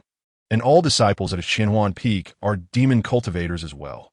Bai Xingchuan refrained from probing further, but the overly enthusiastic Qi Yinyu readily revealed his true identity. "I am a 2-headed serpent." Bai Xingchuan was momentarily taken aback, a hint of hesitation creeping in. "A 2-headed serpent?" Qi Yinyu chuckled lightly. "You must have only recently joined the sect, and likely have not encountered many demon beasts outside." Bai Xingchuan replied, "I have perused some texts and have indeed come across descriptions of 2-headed serpents." Qi Yinyu exhibited a hint of pride. "Oh, really?" Bai Xingchuan nodded. "Senior Qi is quite formidable." The 2-headed serpent is inherently endowed with intelligence, granting it a superiority in cultivation over other demon beasts. However, it possesses a slight disadvantage. Despite having transformed into a human form with only 1 head, its consciousness remains divided, leading to internal conflicts and disputes. Sensing Bai Xingchuan's confusion, Qi Yinyu smiled. "One of my consciousnesses is rather introverted and seldom emerges. Bai Xingchuan's understanding deepened, and he felt a sense of clarity. Out of the corner of his eye, he noticed Shen Hanjian emerging and fell silent, his gaze inadvertently drawn to the individual. Shen Hanjian had just awakened, his consciousness still hazy, and thus remained oblivious to Bai Xingchuan's somewhat impolite. Fervent stared on the martial arts platform. The stand were already filled with spectators, each tier separated by lotus flower pedestals, where the elders were seated. Only Shen Hanjian and Shi Mingyu remained now, and Shen Hanjian felt a considerable sense of relief. As he walked, the gazes surrounding him felt thick and oppressive, like a relentless tide threatening to engulf him. He truly disliked this sensation. If he could, he wished to find a secluded spot to retreat to. A fleeting thought crossed his mind. Bringing Bai Xingchuan along wouldn't be so bad, for the latter possessed culinary skills that were hard to forsake. The preceding bouts involved several smaller sects, generating some interest but lacking in grandeur, until the head judge elder called out for the Lushan sect and the Xianqing sect, at which point the crowd collectively held its breath, their attention irresistibly drawn to the martial arts stage. Shi Yuqing leapt onto the platform with grace. Lushan sect, Shi Yuqing on the opposing side. Lin Sui from the Xianqing sect also ascended swiftly, clasping his hands in greeting. Upon seeing Shi Yuqing, Shi Mingyu furrowed his brow. Did your disciple go thieving last night? His eyes are so dark, it makes our Lushan sect seem somewhat lacking. Shen Hanjian raised an eyelid. Is that so? Shi Mingyu, somewhat exasperated, replied, You truly do not care for your disciple at all. Just make sure to keep an eye on him. Do not fall asleep in public, lest the Xianqing sect think we are deliberately being dismissive. Shen Hanjian acknowledged. Understood, he had indeed been on the verge of dozing off. Had it not been for Shi Mingyu's sudden interjection, Shi Yuqing was a wind element cultivator, leveraging the power of the wind to achieve a speed that left only afterimages in his wake. With a swift motion, the Rixing sword appeared in his hand, and in a mere breath, he executed a stunning attack. Lin Sui, not to be underestimated, produced a brush, its body intricately carved from inked jade. As he raised his hand, the brush tip danced, causing the ink to fluidly move and intercept Shi Yuqing's strike. Shi Mingyu raised an eyebrow. Oh, intriguing that if sound can be weaponized, why not art? Shi Mingyu remarked. I have long known that the Xianqing sect delights in such peculiar cultivation methods. Having seen it today, I must admit it is indeed fascinating. What do you think? Shen Hanjian pondered. Can he transform the ethereal into the tangible? Shi Mingyu was puzzled. Pray tell, how do you mean to transform the ethereal into the tangible? Shen Hanjian replied. For instance, could he paint a chicken leg? Shi Mingyu could no longer contain himself. What nonsense! I provide ample food for you daily. Why are you so gluttonous? What kind of master wishes for his disciple's opponent to illustrate a chicken leg during a match? Shen Hanjian replied. If it cannot be done, then so be it. Fierce. After a moment, he added, Upon my return, I shall procure 2 chicken legs for you. Shen Hanjian's eyes brightened. Thank you, 5th brother. Shi Mingyu retorted, I am your 5th brother only when there is food. Without it, I become the smiling ghoul. He understood now. Meanwhile, Shen Hanjian remained oblivious to Shi Mingyu's internal musings. Typically, he maintained a stoic demeanor, revealing little emotion. Yet now, his eyes curved slightly, reminiscent of ice melting in early spring, cool yet imbued with a gentle vitality. Shi Mingyu caught a glimpse and found himself momentarily distracted, regaining his focus. He raised a hand to partially shield his face, having just been scolding, yet now contemplated providing him with 2 chicken legs, charmed by Shen Hanjian's delight. This smile did not go unnoticed by Bai Xingchuan, who had been covertly observing Shen Hanjian. Witnessing that smile, Bai Xingchuan recalled the cool spiritual energy from the previous day, a stirring sensation blossoming within him, rendering his entire being tinged with a delightful numbness. In that fleeting moment, he forgot the past and yearned solely to share this lifetime with Shen Hanjian. Chapter 23. Captivated by the moon. Truly, the 2 foremost sects of the present age, with disciples of equal prowess, engaged in a fierce contest, entertaining the onlookers. Shen Hanjian glanced up, his voice barely above a whisper. Shi Yuqing is about to lose. Shi Mingyu lifted his head slightly. the aquamarine pendant at his forehead swaying gently. Curiosity piqued, he inquired, "What makes you say that?" Although he prided himself on being the foremost in medicine and alchemy, he felt somewhat inferior in combat compared to his fellow disciples. To him, Shi Yuqing and Lin Sui appeared to be locked in an intense struggle, with no clear indication of one yielding to the other. Shen Hanjian's icy gaze flickered, rather than directly answer Shi Mingyu. He simply said, "Soon. 3. 2 within 3 breaths, Shi Yuqing's Risheng sword slipped from his grasp, and Lin Sui seized the opportunity to conjure a rope that ensnared Shi Yuqing's neck, yanking him forcefully backward. He adeptly gauged the pressure, releasing it just as Shi Yuqing began to suffocate. In the next instant, disoriented from the asphyxiation, Shi Yuqing staggered and would have fallen had Shen Hanjian not subtly summoned a surge of spiritual energy from his fingertips to cushion his descent. Shi Mingyu immediately instructed the accompanying disciples to take Shi Yuqing for treatment.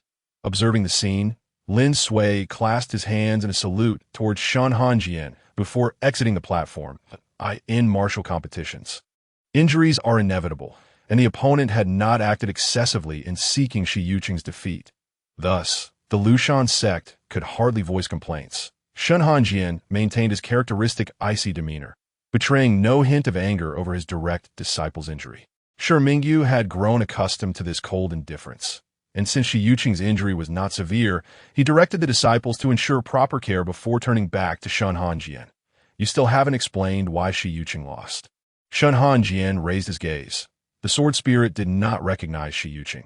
A sword cultivator unacknowledged by their spirit cannot hope to triumph over other talents. Shi Mingyu expressed surprise. "You hold the young one from the Xinqing sect in such high regard." "Quite rare, indeed." Shen Hanjian's eyes fell upon the next pair of competitors entering the arena, yet his thoughts drifted to whether the previous participant could indeed conjure culinary delights. If so, he wondered how they would taste. Coincidentally, Bai Xingchuan caught this remark, his expression darkening at the thought that nothing could compare to his own culinary prowess. The desire to shatter the painter's brush and crush his fingers surged within him. Wishing to ensure he could never create art again, his thoughts grew increasingly grim until the familiar, frigid voice interrupted his reverie. Having lost the first round, they could not afford another defeat, particularly against the Xinqing sect disciple, who had intentionally inflicted harm, yet left no trace of wrongdoing. Shen Hanjian's thoughts trailed off, yet Bai Xingchuan could sense the underlying chill in his words. It seemed that individual was destined for misfortune. Bai Xingchuan remained unconcerned with the Xinqing sect disciple. His primary focus was on Shen Hanjian. If by any chance he injured himself, the cost would far outweigh the benefits. Bai Xingchuan contemplated this. A flurry of purple petals drifted before his eyes. He turned his gaze to the platform, where a celestial figure clad in a flowing azure gown wielded a long whip, her striking visage adorned with a radiant smile, though the gown was elegantly pale blue. It inexplicably exuded an alluring charm. With a swift flick of her whip, a fierce gust surged towards her opponent, transforming into a fragrant breeze laden with petals upon impact.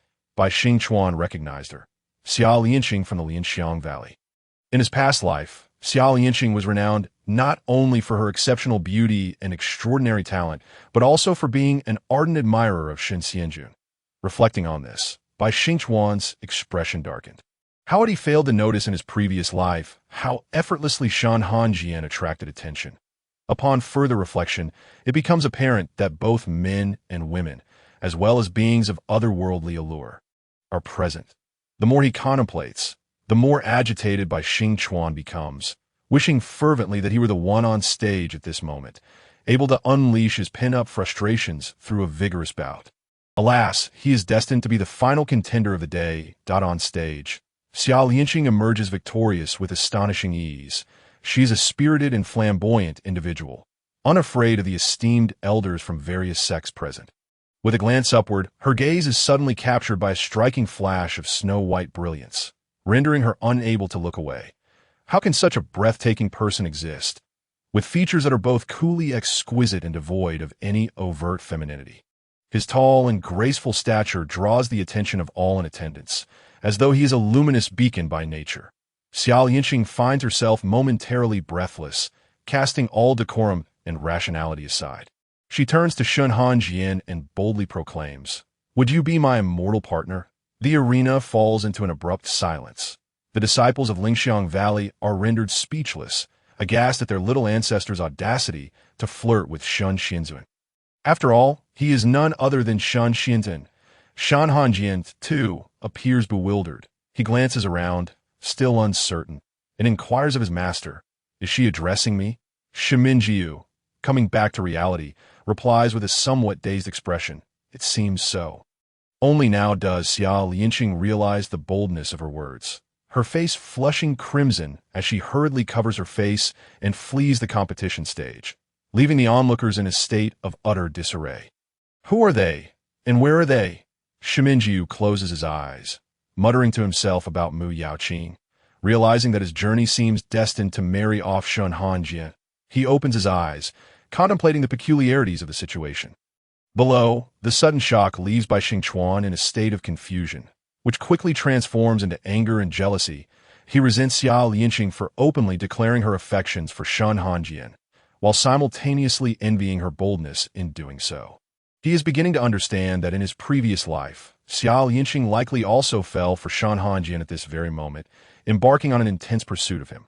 However, in that lifetime, he was overlooked, relegated to performing menial tasks at the disciples' quarters, thus remaining oblivious to such occurrences at the Immortal Alliance Conference that, of course, in this life, Shen Hanjian belongs to him and him alone. He has long relinquished any thoughts of killing Shen Hanjian. Instead, he yearns to possess him entirely. Perhaps he has always been this way, inclined towards rebellious desires and treacherous ambitions, yet he remains steadfast in his convictions. What is his can ultimately belong only to him. He is akin to a greedy, celestial dog, yearning to devour the bright moon hanging high in the sky, wishing for it to be solely his. Chapter 24. Re-entering the realm of nightmares, Shen Hanjian feels somewhat dazed. Although this is not his first experience with a confession, it is certainly the most unexpected. The disciples of Lingxiang Valley find themselves in an awkward position, attempting to bring an end to this farce, suggesting that they return to their practice. Perhaps sensing the atmosphere becoming overly tense, others nod in agreement to continue. They fear that if they do not, their little ancestor might react by wreaking havoc upon the entire Xinqing sect. The subsequent matches are commendable, neither overly thrilling nor excessively dull. Yet Shen Hanjian finds it difficult to muster any interest. He gently closes his eyes, and in the next moment, it appears as though he might collapse. A fleeting glimmer of cold light flashes, and Han Ruo appears just in time, supporting Shen Hanjian from behind, allowing him to rest against his chest. Shiminjiu casts a sidelong glance, remarking, "Your sword spirit certainly knows how to protect its master." Han Ruo remains silent.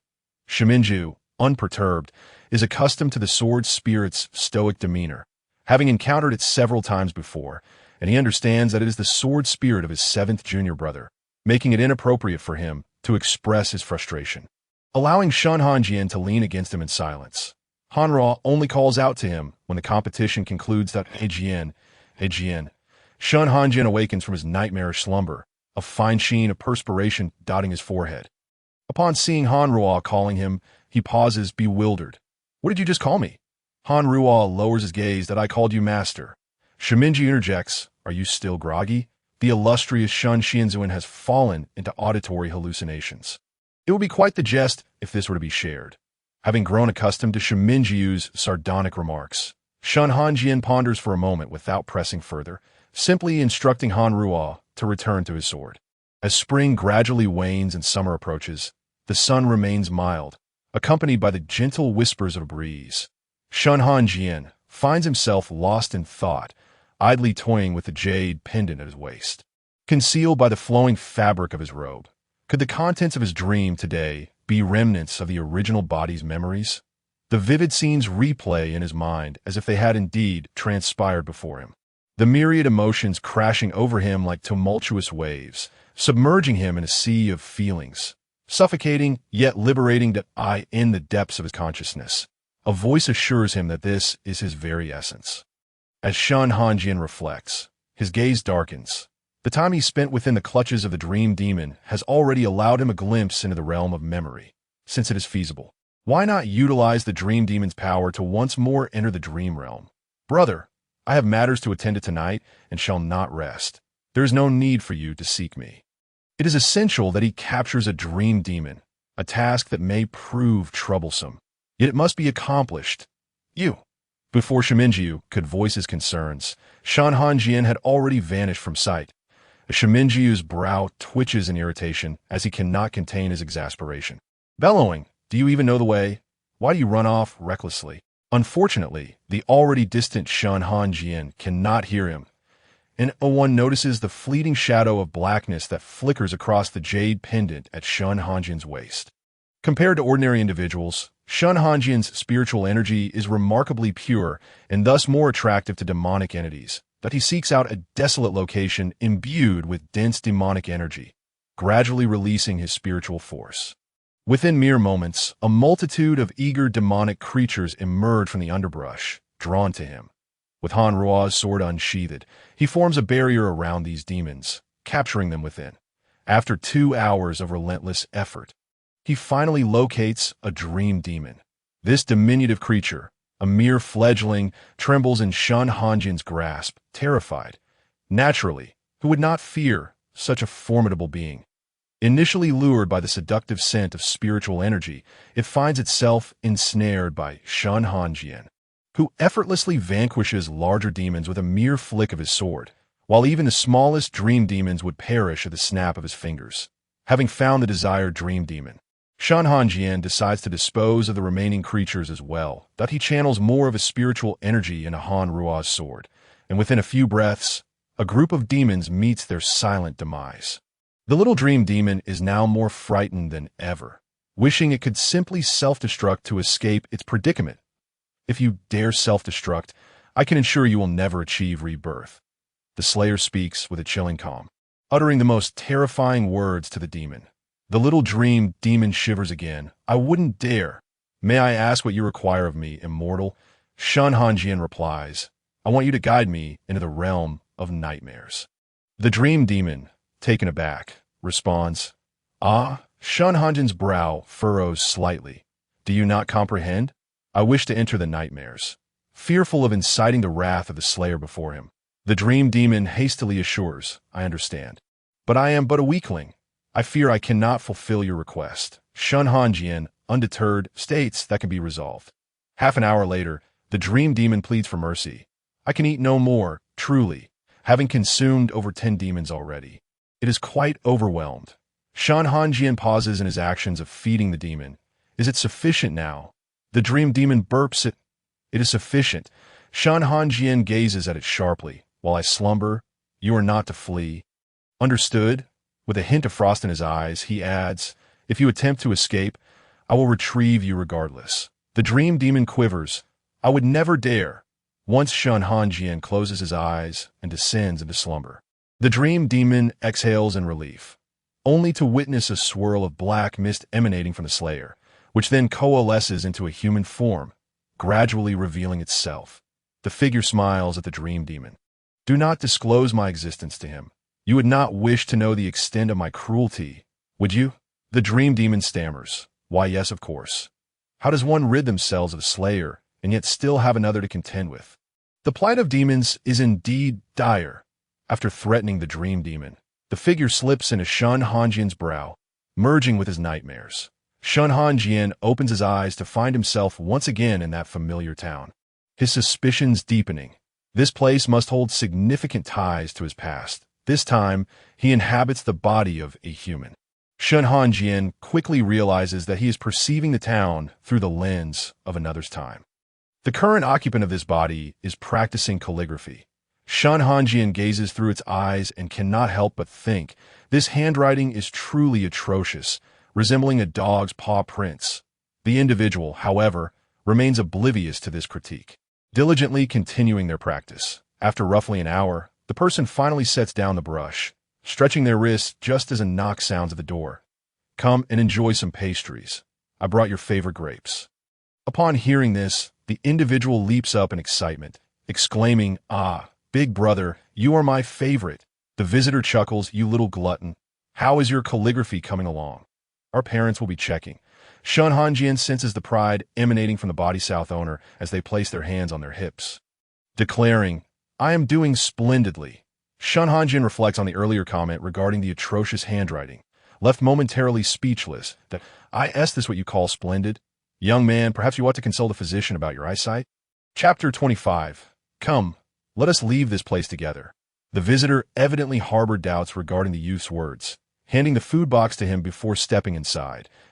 As he lowered his gaze, he noticed the calligraphy practice sheets on the table. Upon seeing the characters inscribed upon them, his brow imperceptibly twitched. The writing was quite commendable. He ought to continue improving. Trapped within the youth's body, Shen Hanjian raised an eyebrow, fully aware of the slight curl of the visitor's lips. Although the complete visage of this nightmare figure remained obscured, the vague expression was still discernible. The youth, oblivious to the stranger's peculiar demeanor, cheerfully stuffed his mouth with pastries, exclaiming, "See, I told you I could do it. Perhaps in the future, my characters will surpass even my elder brothers." What? Shen Hanjian's brow furrowed slightly. It seemed that within this nightmare, there existed a force obscuring certain truths. The unseen visage and inaudible words were rather peculiar. Suddenly, he recalled the young man Bai Xingchuan from the previous nightmare, and upon reflection, he too felt something was amiss. As Shen Hanjian pondered, the nightmare continued. The youth consumed the pastries and practiced his writing. And then, seizing an opportunity when the household was inattentive, he stealthily slipped out. Shen Hanjian followed him through several alleys until the youth finally halted. Leaning against the wall, he quietly called out, "Aching, you're here." At the sound of his voice, a figure suddenly leapt from the corner of the alley. Once again, the face remained indistinct, yet the form appeared to be that of a young man clad in tattered black garments, his unbound black hair cascading untidily around him. Upon seeing the newcomer, the black-clad youth seemed delighted, promptly suggesting, "Shall I take you outside the town to play with water and hunt?" "Sure." With that, the two made their way out of the town. After a time of frolicking, as dusk began to settle, the youth announced, "It's getting dark. I must return home, or my brother will scold me." The black-clad youth hesitated, a hint of melancholy crossing his face. Before responding, "All right." Watching from a distance as the youth entered the estate, the black-clad youth turned and departed. That night, after a simple wash, the youth extinguished the oil lamp and lay down to sleep. Shen Hanjian, however, remained awake. He could not stray too far from the youth, and thus sat in a chair, awaiting the night to pass. Suddenly, a shadow silently entered the youth's room. Shen Hanjian raised an eyebrow. Wasn't this the same black-clad youth from earlier? Clearly, he had stealthily snuck in.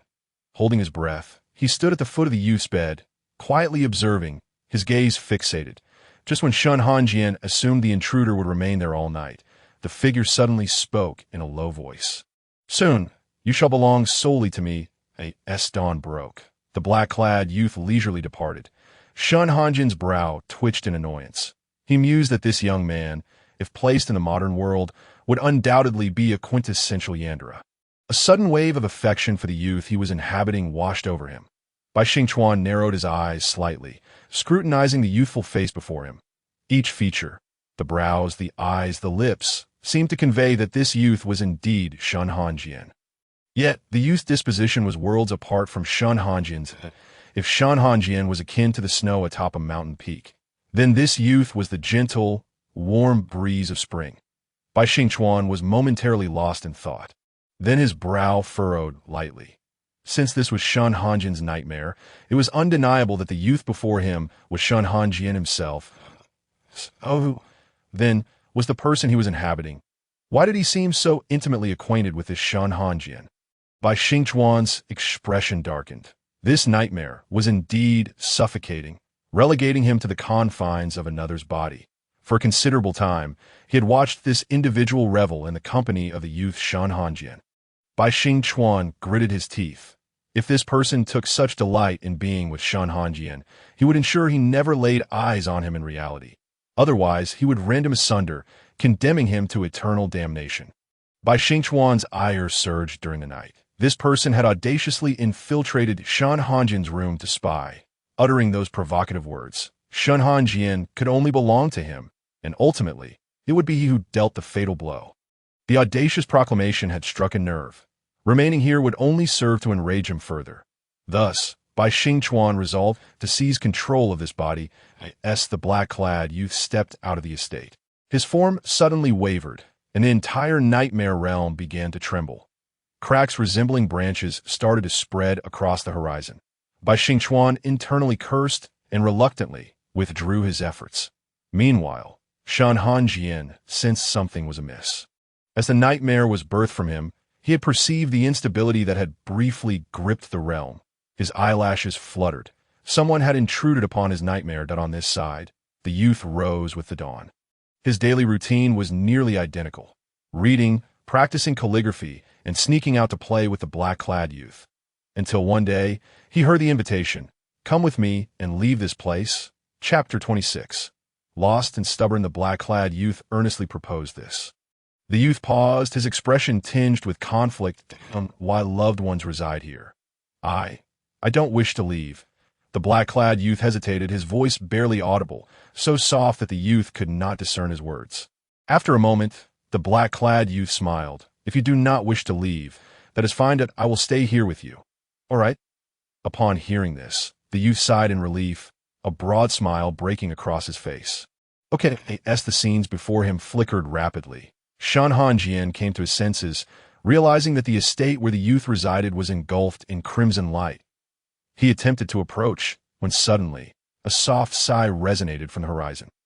"Knowing too much brings you no benefit," Hanjian returned as the voice echoed. The nightmare realm began to crumble inch by inch, until it was entirely consumed by darkness. You are awake," the dream demon cautiously spoke. "Are you well, immortal? No harm done." Shen Hanjian slowly rose, and, as the dizziness from the dream dissipated, he turned his gaze back to the dream demon. The dream demon trembled under his cold stare. "Is there something else, immortal?" Shen Hanjian inquired. "Did you perceive anything unusual about me during the dream?" The dream demon replied honestly. "To speak truthfully, the nightmares we conjure are born from the most profound and despairing memories of each individual. When I entered your nightmare, I sensed an impenetrable barrier obstructing me, one that seemed to possess a consciousness of its OW and IT was it that forcibly expelled me, causing the collapse of the nightmare realm." Upon hearing this, Shen Hanjian's already cold brow furrowed further. Knowing that another presence resided within his soul proved futile. IT was truly vexing. The dream demon gazed at Shen Hanjian with a mix of trepidation and hope. Wishing to be released once his task was complete, immortal, Shen Hanjian shot him a glance. The dream demon stammered, "May I leave now? I have never taken a life, and I vow never to do so. I hope the immortal can spare me, that if you do not believe me, I can swear an oath upon the heavens, swear that I pledge my life as a sacrifice. May the heavens bear witness, should I ever harm a living soul. Let me be reduced to ashes, forever barred from reincarnation." Shen Hanjian nodded. "Very well. Follow me. The dream demon was caught off guard as Shen Hanjian stowed it away in his sealing pouch. Shen Hanjian stated, "I will not take your life. Once I uncover the truth, I shall release you. In return, I will capture magical beings to assist you in your cultivation. How does that sound?" Upon hearing that Shen Hanjian would not harm it and would provide magical creatures for it to consume, the dream demon readily agreed. Days passed. The white moon sank and rose again. 2 days later, Shen Hanjian found himself amidst lush greenery and remained silent. He opened the sealing pouch and released the dream demon. The dream demon, slightly bewildered, asked, "Is there something you require, immortal?" Shen Hanjian, expressionless, replied, "I am lost. You know the way." The dream demon responded. Eventually, the dream demon guided Shen Hanjian back to a small village not far from Xuanzhong sect. "This place is quite close to Xuanzhong sect. I cannot accompany you any further. You need only continue straight ahead." Shen Hanjian nodded, extending his finger to open the sealing pouch, and the dream demon wisely scuttled inside. Following the dream demon's directions, Shen Hanjian finally spotted the familiar long staircase. But his mind wandered. He had directly vanished for 2 days. Would Master Mingyu scold him upon seeing him? Surely not, as he had informed Master Mingyu of his departure beforehand. With these thoughts, Shen Hanjian oddly comforted himself and resignedly began to ascend the stairs. After a considerable effort, he finally reached the top, where disciples were on duty at the entrance of Xuanzhong sect. Realizing the competition had likely commenced, he approached the duty disciple and said, "Please escort me to the competition grounds." Though Shen Hanjian displayed no overt emotional turmoil, a hint of embarrassment washed over him. He couldn't very well admit he feared getting lost upon entry. The duty disciple appeared momentarily taken aback. "May I ask who you are?" Shen Hanjian cast a cold glance at him. "Lushan sect." Shen Hanjian, the duty disciple, was taken aback. "Shen Hanjian?" Another duty disciple hurried over, discreetly pinching his rather foolish companion, then respectfully bowed to Shen Hanjian, saying, "A few days ago, the elder informed the duty disciples to pay heed to your return. May I escort you inside?" Shen Hanjian lightly acknowledged with a sound. The disciple, seeing this, walked a short distance ahead to lead the way as the disciple guided in front. A chill crept up from behind. His demeanor was exceedingly respectful, daring not to glance at the esteemed figure. Who in this world does not recognize the revered Shen Hanjian? Now, in his presence, the faint aura radiating from him weighed heavily on the disciple's heart, living up to his reputation as the foremost figure of the century. Fortunately, the martial arts arena was not far. Upon arrival, the duty disciple again bowed deeply, stating, "This is the martial arts arena. You may enter through this entrance. I must return to my duties guarding the sect. I apologize for my rudeness." Shen Hanjian merely raised a hand, and a perfectly round azure pill appeared in the disciple's palm.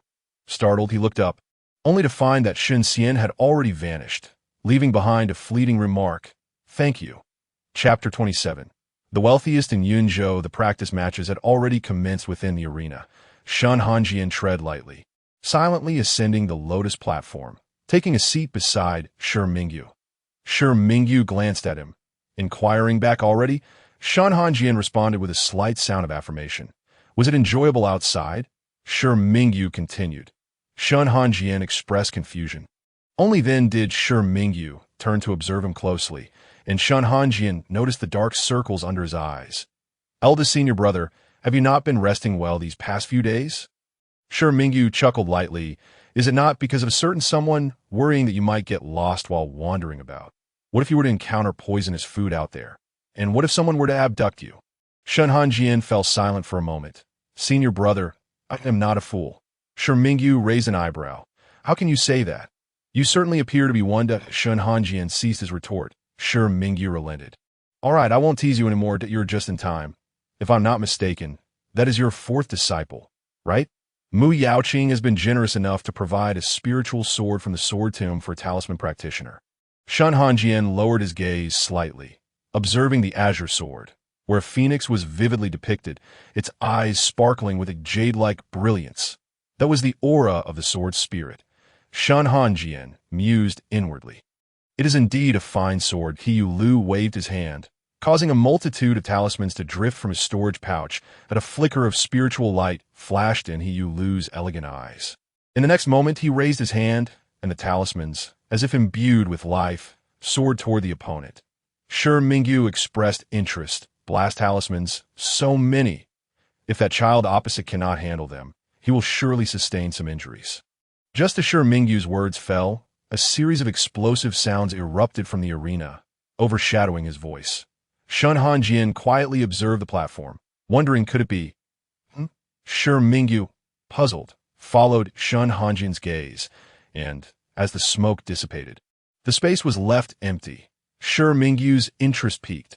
For a golden core disciple to evade so many blast talismans at once was indeed remarkable. "Who is that?" Shen Hanjian inquired. Shi Mingyu clarified, "That is the young master of the Chongqing sword sect." Wenren Lu. With his gentle and affectionate gaze, Shi Mingyu regarded others with a depth of emotion that was captivating, except when it came to Shen Hanjian, who remained indifferent. Shen Hanjian replied, wearing an expression of aloofness. Knowing Shen Hanjian's temperament, Shi Mingyu felt a tad disheartened and continued, "If your eldest disciple is the top of this younger generation, then Wenren Lu undoubtedly holds the second place, his eldest disciple." Shen Hanjian pondered for a moment, recalling that he had indeed a first disciple. It had been nearly 5 years since he had last seen him. After Shen Mingyu finished speaking, he fell silent. Intently observing the match, Shen Hanjian's gaze remained glued to the arena. As the smoke cleared, the space was empty. He Lu was momentarily taken aback when a fierce sword aura swept in. Before He Lu could react, the Qing Wan's sword shot forth from his hand to block the attack. "What are you dawdling for?" the Qing Wan scolded. "Apologies," He Lu replied, "that don't be foolish. Quickly defeat that brat opposite. I detest the aura of the sword he wields. It's a long-lost feeling of aversion." "Dislike?" the Qing Wan interjected. "Let's not discuss that now. The boy opposite is attacking." He Lu instinctively dodged to the side, retaliating with a fire talisman, igniting fierce spiritual flames that erupted unexpectedly, catching Wenren Lu off guard. Even though he managed to evade in time, a corner of his robe was singed. Wenren Lu glanced down at the scorched fabric, his brow slightly furrowing. Raising his gaze, his previously indifferent expression turned dark. "Oh, you have any idea how many spirit stones this robe costs?" He Lu, startled by his frigid tone, stammered, "How much?" 1,000 superior spirit stones.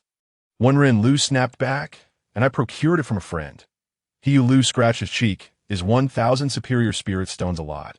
Wenren Lu's eyes widened, his aloof demeanor vanishing.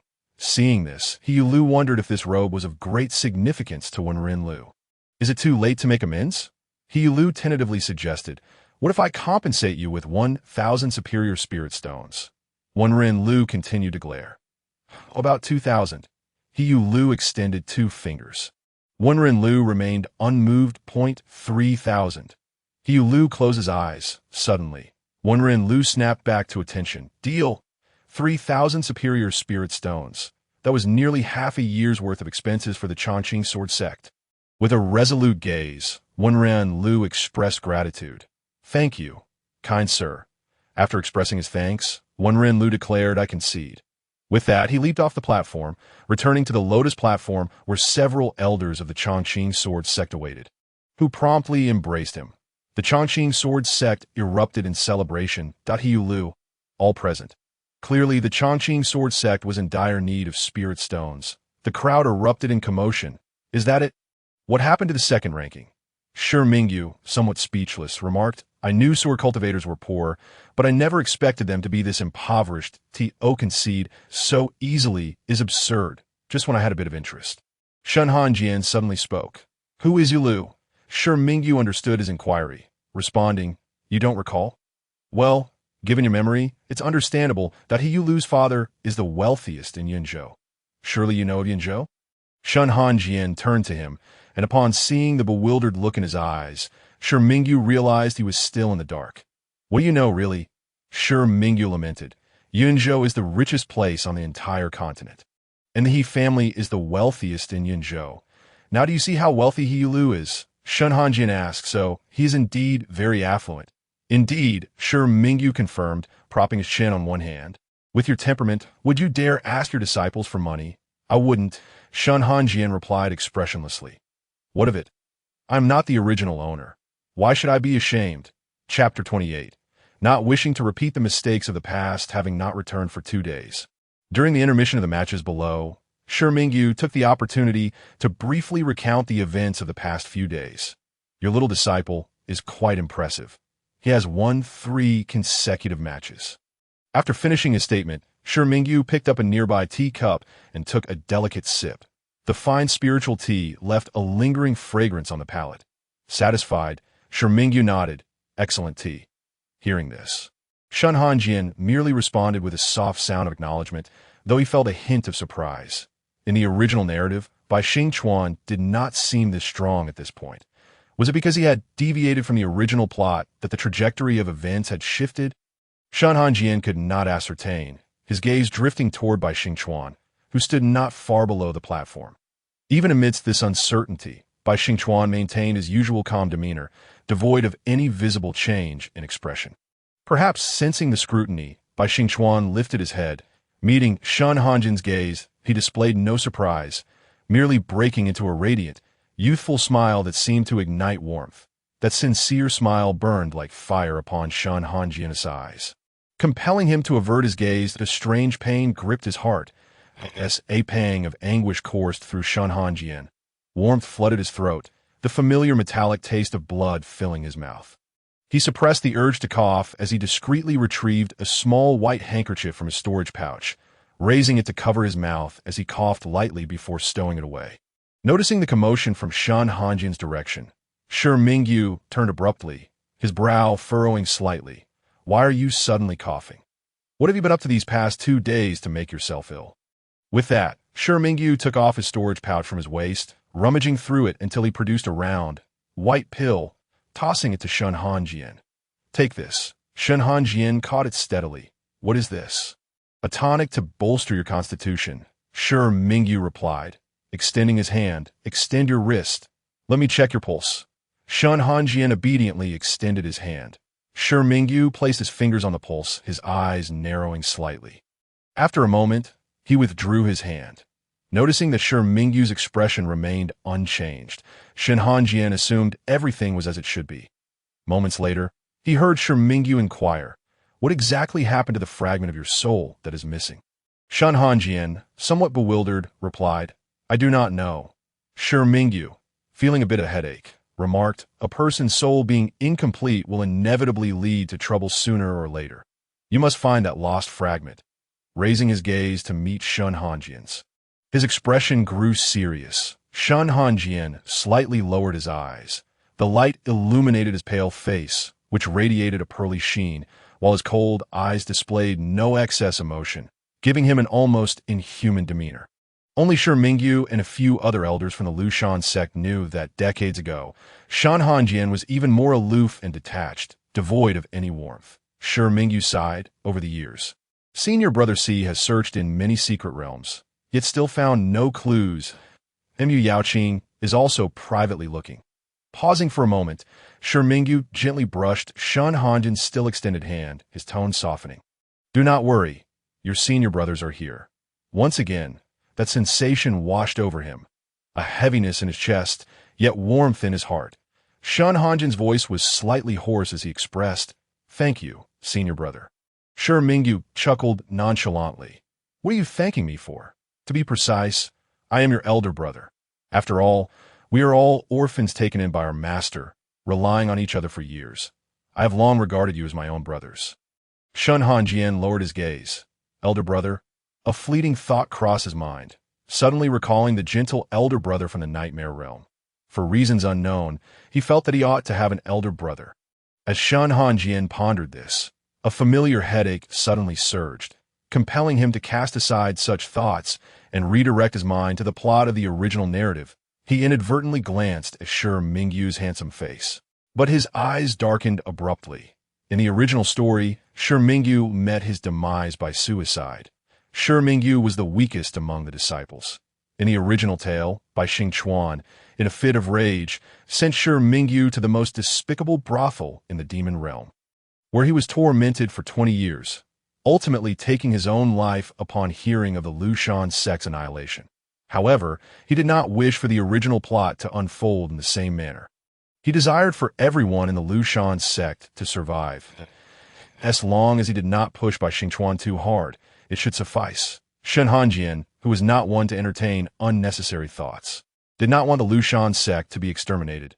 The only two straightforward methods he could devise were to either kill Bai Xingchuan now to eliminate future threats or refrain from unduly pressuring him.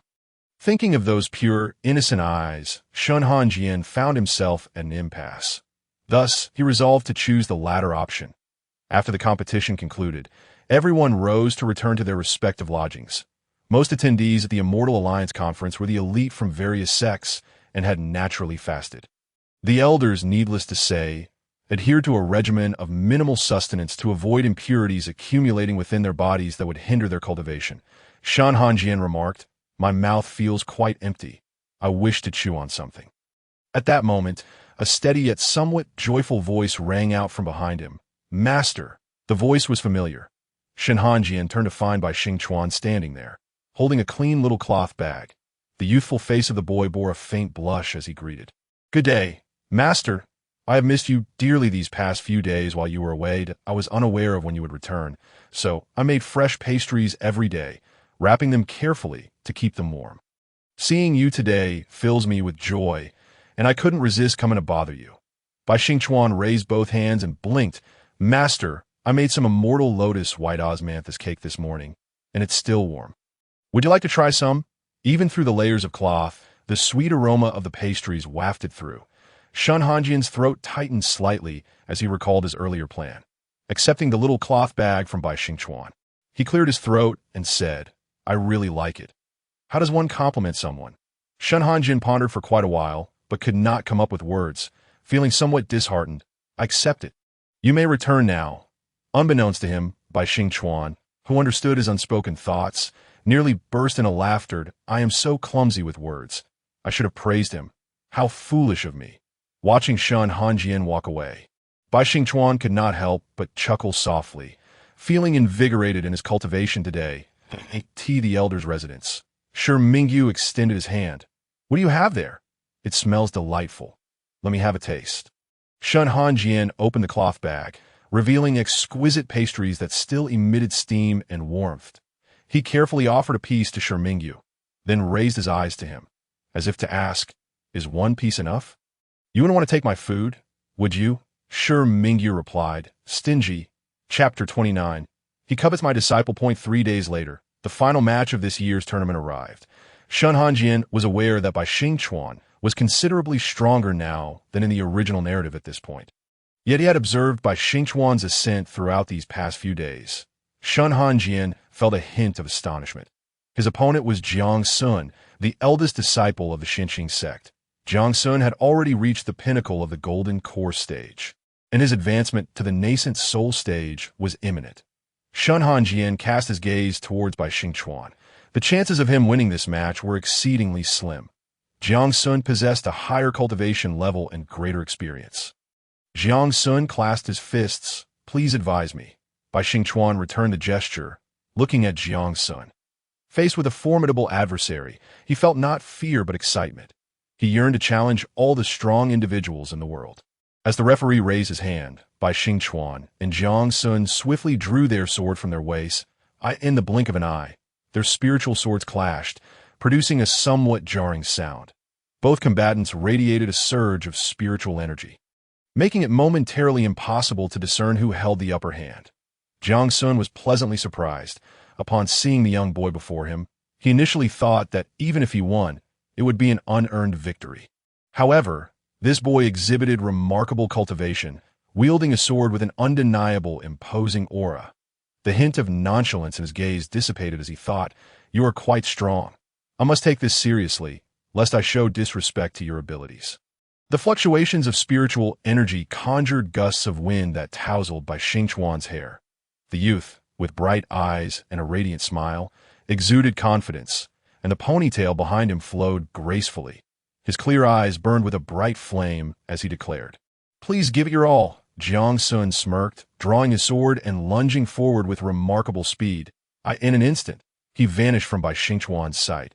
After a subtle shift in the air, he appeared behind Bai Xingchuan, executing a beautiful flourish with his sword. Jiang Sun, possessing dual elemental roots of ice and wind, harnessed the power of the wind to augment his speed, raising his hand to condense water droplets from the air into ice, which he hurled forcefully at Bai Xingchuan. As Bai Xingchuan dodged, he swung his sword to shatter the ice blocks that were too close for comfort. Casting a glance around, he observed the entire arena enveloped in an icy rain. Rather than cower, he decided to take the initiative. Channeling his spiritual power, the emergence of the spiritual wind matched his speed with Jiang Sun's. Dodging a rapidly approaching ice block, Bai Xingchuan breathed heavily. Without pausing for rest, he gathered spiritual energy in his palm, igniting a blazing inferno that engulfed the entire arena. Jiang Sun, with his ice affinity, was more susceptible to heat than others. Gritting his teeth, he resolved to conclude the match swiftly. With the wind at his feet and protected by the ice, he charged directly at Bai Xingchuan, his long sword gleaming with a blinding spiritual light. Jiang Sun grinned, convinced that victory would belong to the Xinqing sect in this match. As he thrust his sword forward, however, he furrowed his brow, sensing something was amiss. It did not feel like he had struck true. In the next moment, a cold blade pressed against his throat. Do not move. I have won this match. The long sword was poised to slice through his neck, forcing Jiang Sun to feign surrender. I concede. Upon hearing this, Bai Xingchuan retracted his sword and stepped back, bowing slightly. I apologize for my earlier rudeness. Jiang Sun chuckled. No worries, though I may get scolded afterward. As the eldest disciple, he was acutely aware of the elder's desire to secure first place. And now that he had lost, he would likely face a lengthy reprimand from his own master. With that thought, Jiang Sun let out a silent sigh. Bai Xingchuan waved his hand towards the stage, his youthful exuberance evident in his tone. Master, I have won. Shen Hanjian had already risen to his feet when their swords had clashed, and upon hearing Bai Xingchuan call for him, his gaze remained fixed on the young man. Well done. The crowd soon realized that this young boy was, in fact, Shen Hanjian's disciple. They had previously known that Shen Hanjian had 4 disciples, each one a remarkable talent. Now, how had another, Bai Xingchuan, emerged, sensing the confusion among the crowd? Shen Hanjian's expression was calm. That he is my 5th disciple, Bai Xingchuan. After a moment of silence, the head of the Xianqing sect spoke first. No wonder this child possesses such talent. He is indeed Shen Hanjian's disciple. On the lotus platform, an elderly man with a long white beard stroked his beard that cascaded down to his waist, murmuring, "What a fine child." His words were ambiguous, evoking curiosity. Shen Hanjian narrowed his eyes slightly, and with a gentle flick of his sleeve, an overwhelming pressure of spiritual energy bore down upon the head of the Xianqing sect alone. That my disciple is indeed remarkable. His voice was as usual, but only Shi Mingyu detected the genuine chill in his words. Shi Mingyu rose, his pendant swaying gently as he moved. A fleeting dark glimmer flashed across his exquisite eyes, and when he raised his gaze again, he wore a gentle smile, lightly patting Shen Hanjian's hand. Hanjian. Having reassured Shen Hanjian, Shi Mingyu then turned his attention to the sect leader of Xianqing, maintaining his tender demeanor. It is our Lushan sect that has been remiss. Now that the Immortal Alliance Conference has concluded, the sect leader should distribute rewards to the disciples at once. The Xianqing sect leader's expression remained unchanged, smiling benignly as he replied, Indeed, I have spoken too much.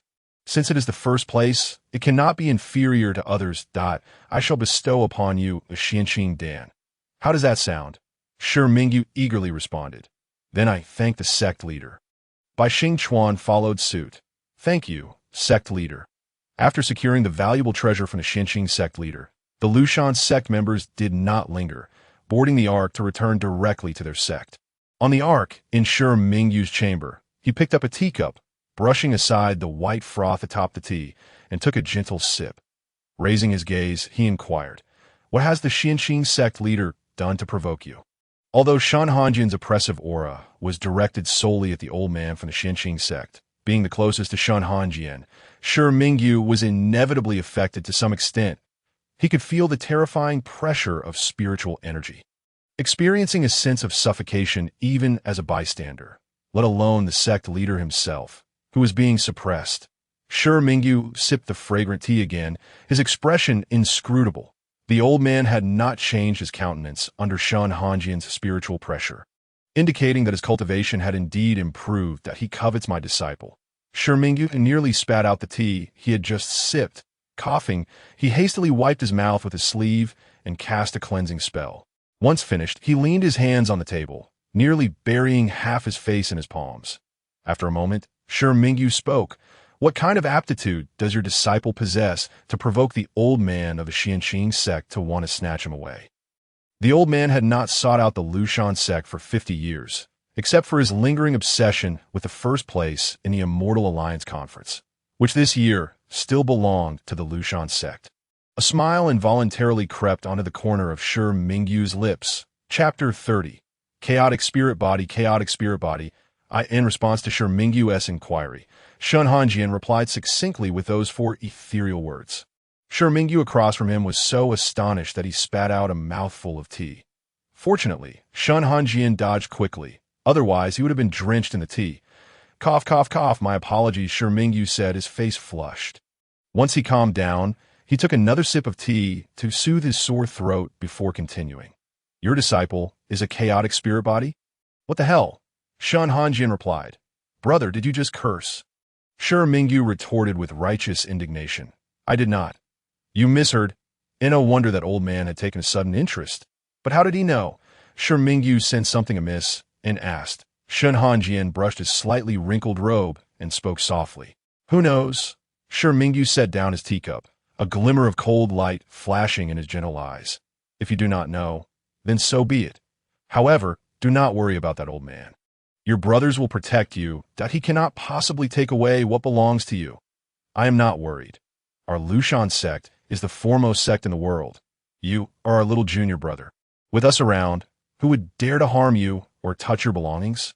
Looking at Shi Mingyu's radiant smile, Shen Hanjian could not help but curve his eyes, choosing not to refute his words any further. The rare tender smile from the aloof, immortal master resembled a millennia-old solid ice suddenly melting, revealing a flower so beautiful it seemed to exist only in dreams, cold, yet unable to conceal the boundless softness beneath its hard exterior. Shi Mingyu lightly huffed. All right, you should return to your room and rest. Once we return to the sect, I shall refine a batch of Peiyuan pills for you. There is no rush regarding the soul-searching matter. Focus on recuperating your health first. Shen Hanjian nodded and rose. Then I shall take my leave. Shi Mingyu waved his hand, indicating he could go to. As Shen Hanjian exited Shi Mingyu's room, he found himself only a few steps away from his own chamber. At the door stood a figure, hesitating with raised and lowered arms, seemingly conflicted about whether to knock. The young man, with his ponytail tied high, tall and slender, possessed a side profile that carried a hint of youthful softness. None other than Bai Xingchuan. Shen Hanjian narrowed his eyes slightly, wondering what Bai Xingchuan sought at such a late hour. A sudden voice startled Bai Xingchuan. It was a voice so familiar that he did not need to look to know it was his master. Turning to face the source, he was met with the ethereal visage of his master. Bai Xingchuan bowed. Master, Shen Hanjian replied. In the future, there is no need for excessive formalities. That it is getting late. What brings you to seek me? Having decided to alter the original plot, he could no longer afford to neglect Bai Xingchuan as before. He had grown weary of the redundant formalities and thus bypassed them entirely. Bai Xingchuan's smile brightened further in response. Yes, master. Bai Xingchuan scratched his chin, appearing somewhat hesitant to speak, his earlobes even tinged with red. Master, Shen Hanjian did not interrupt him, his cold gaze calmly fixed on him. Bai Xingchuan mustered his courage and declared in one breath, I will always be Master's disciple. In the dim light. Bai Xingchuan's eyes shone with a frightening brightness as he silently recited Shen Hanjian's name in his heart, inwardly contemplating that as long as Shen Hanjian stood by his side this time, he would be the most loyal dog under his master. After Bai Xingchuan spoke, he lowered his head, momentarily unable to meet Shen Hanjian's gaze. Was it due to his previous life, which had been like a nightmare? Or was it because he had witnessed too many of Shen Hanjian's cold, disdainful expressions? Perhaps it was a bit of both. After the initial hatred faded, an inexplicable sense of emptiness surged within him, and he had pondered more than once whether this so-called rebirth was merely a fleeting dream. Only dreams could be so beautiful. Good. The moment the clear and melodious voice resonated, Bai Xingchuan abruptly lifted his head. In the dim light. The face as beautiful as a deity glimmered with a soft, pearlescent glow, adding a hint of gentleness to the otherwise aloof visage. Bai Xingchuan noticed the delicate curve at the corners of the young man's enchanting phoenix eyes, which seemed to reflect a pleasant mood. His tone softened considerably. You will always be my disciple. So gentle, so intoxicating. If this is a beautiful dream, then let him indulge in it. Bai Xingchuan smiled with his captivating eyes. Then I can rest assured it is quite late.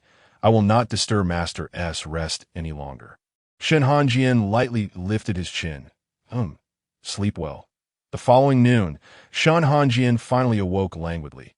This feeling of waking up naturally without having to work, free from interruptions, was truly delightful. He suddenly felt that being alive was quite wonderful. Just as Shen Hanjian got out of bed, a knock sounded at the door, accompanied by Shi Mingyu's voice. How long are you going to sleep? It is already noon. Hurry up, as Shi Mingyu's hand descended. About to knock on the wooden board, the door swung open. Shi Mingyu was caught off guard, his palm landing squarely on Shen Hanjian's chest. Shen Hanjian was tall and slender, towering over Shi Mingyu by half a head. Shi Mingyu, unable to control his momentum, not only slapped Shen Hanjian, but also leaned forward, tumbling directly into Shen Hanjian's embrace. However, given Shi Mingyu's petite frame, it was not heavy, and for Shen Hanjian, the slap felt light and inconsequential. Shi Mingyu, on the other hand, cried out in pain, rubbing his nose. "You nearly killed me. How can you be so solid?" He glared at Shen Hanjian with indignation. Shen Hanjian, sorry, though it seemed he was a bit innocent. Shi Mingyu, putting his hands down, retorted, "I saved you some food, along with 2 drumsticks, just as I promised last time." Shen Hanjian's eyes brightened. "Thank you, brother." Shi Mingyu, still rubbing his reddened nose, replied grumpily, "Hurry up. If you eat it cold, don't come crying to me about a stomachache." Shen Hanjian, feeling a rebellious impulse rise within him, thought, "I want to have a stomachache." Shi Mingyu smiled. "In the future, do not let me hear news of you suffering stomachache. Be careful I don't tie your intestines in knots or perhaps I should give you a lethal poison pill, and that would settle it once and for all." Having said that, Shi Mingyu seemed to find the idea rather amusing, chuckling softly. Shen Hanjian, medical master brother, you are terrifying. Chapter 31. Is it not to make me lick it? On the 3rd day of the return journey, the great ark collided with another, somewhat smaller vessel. With a resounding crash, to be precise, it was that smaller ark that barreled directly towards them. Inside the ark, the tremendous impact caused a violent sway, prompting the disciples to emerge from their quarters, eager to discern who had dared to strike their vessel. The disciples who stepped out shared a common trait. Their hair was disheveled, their faces coated in dust, and a few bore visible scrapes. Yu Lu found himself particularly unfortunate. Just before the collision, he had filled a cup with water in a bid to quench his thirst, only for the entire ark to lurch moments later, resulting in most of the water splashing onto his garments. As Yu Lu emerged, he clutched his chest, unable to suppress a fit of coughs, having inadvertently inhaled too much of the stirred-up dust amidst the chaos. Fortunately, Shi Mingyu appeared in the nick of time, gently placing a hand on Yu Lu's back to channel spiritual energy into him, while using his other hand to crush a small pill from his medicine pouch, guiding Yu Lu to inhale it. Moments later, Yu Lu's coughing subsided. Grateful, he expressed, "Thank you, 5th uncle." Shi Mingyu waved a hand dismissively, lifting his gaze to survey the disciples stationed outside today, inquiring about the events that had transpired. One disciple reported, "Elder, a vessel collided with us. The opposing ship was moving too swiftly, and we were unable to evade in time." Shi Mingyu leaned forward, peering down, and beheld the opulent exterior of the other ark, adorned with jewels and silks, radiating an aura of wealth. Shi Mingyu scoffed coldly, daring to collide with them. "We shall certainly extract a fair sum from this individual.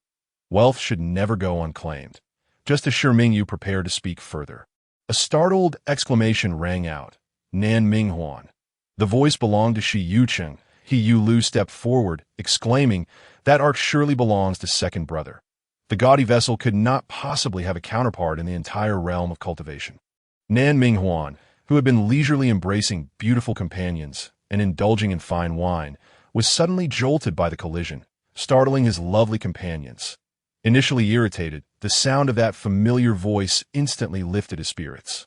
Casually tossing aside his golden wine cup, he reassured the startled beauties aboard before leaping up, his voice deep and magnetic. "Junior brothers, I've missed you all terribly." Nan Minghuan opened his arms and embraced Yu Lu, causing his loose crimson robe to slip down, revealing an expanse of fair shoulder and even a glimpse of a bright red spot of skin. The air was saturated with an intoxicating fragrance, leaving Yu Lu's face ablaze. "Second brother, I can hardly breathe." Shi Yucheng's expression darkened as he raised a hand to tug at Nan Minghuan's clothing, admonishing sharply, "Can you not act so frivolously? Our master is right here." Nan Minghuan relished that disdainful tone and turned to pull Shi Yucheng into his embrace for some playful torment, suddenly recalling something. "Wait, what did you just say, master?" Nan Minghuan's alluringly elongated eyes widened in surprise as he spotted the stern-faced, handsome figure of his master not far off. Who else could it be but his master? Feeling somewhat sheepish, Nan Minghuan released He Yulu, addressing his master with a respectful, "Master," he could afford to tease his junior brothers later. But his master deserved his utmost respect.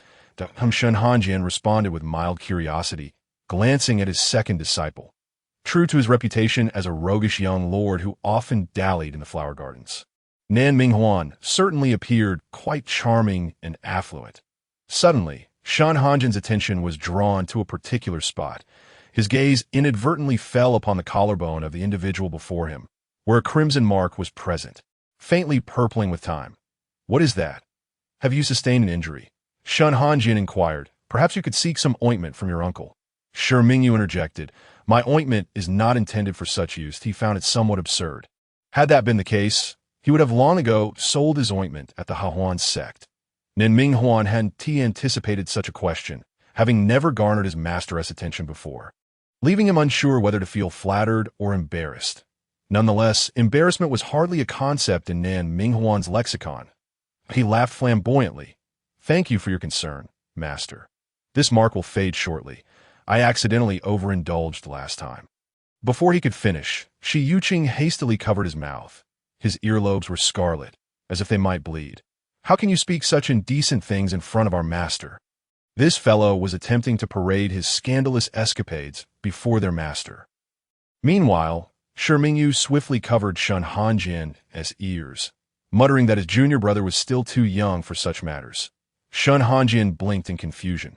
Bai Xingchuan, observing from the side, struggled to maintain a facade of calmness, thinking how exceedingly lewd this second brother was.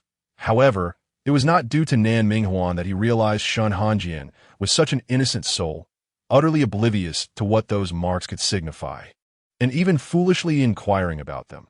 Bai Xingchuan's eyes were filled with complexity. Those numerous marks indicated that his second brother had indulged far too much. Shi Yuqing glared. "Behave yourself." He bit his lip, a hint of mortification creeping onto his jade-like features. He had just emitted that peculiar sound. "What are you doing?" Nan Minghuan blinked innocently. "I sentient that you want me to give you a little lick since you're covering my mouth." "You." He Yulu noticed Shi Yuqing's face flushing with rage and quickly stepped forward to mediate. Seeing Shi Yuqing on the verge of drawing his sword, Shi Mingyu raised a hand to intervene. "Enough. Disciples of the Lushan sect are forbidden from fighting. Where are you rushing off to in this arc?" "I intend to return to the sect for a visit." Nan Minghuan was aware that he had accidentally crashed into them. Typically, he would have extorted others without a second thought. But given the circumstances, and especially with his master present, he said, "I will cover the repair costs of the ark upon returning to the sect. I apologize for alarming everyone." The last remark was directed at the remaining disciples, accompanied by a flirtatious wink. With his striking features and enchanting gaze, he rendered the other disciples utterly captivated. Shi Mingyu frowned. "Do not employ charm on the disciples." Nan Minghuan feigned innocence. "I didn't do anything." Shi Mingyu shot a scathing glare at the group of foolish youths, clearly enjoying the spectacle that you'll have much to answer for later. He then shot a satisfied glance at Bai Xingchuan, who remained unaffected by Nan Minghuan's antics, demonstrating commendable mental fortitude. Chapter 32.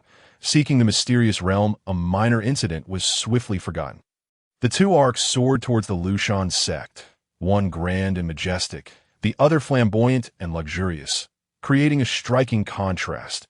Each time Shi Yuqing glimpsed that garish vessel, he felt his eyes nearly roll into the heavens, inwardly cursing its ostentation. That He Yulu, however, accepted the situation well.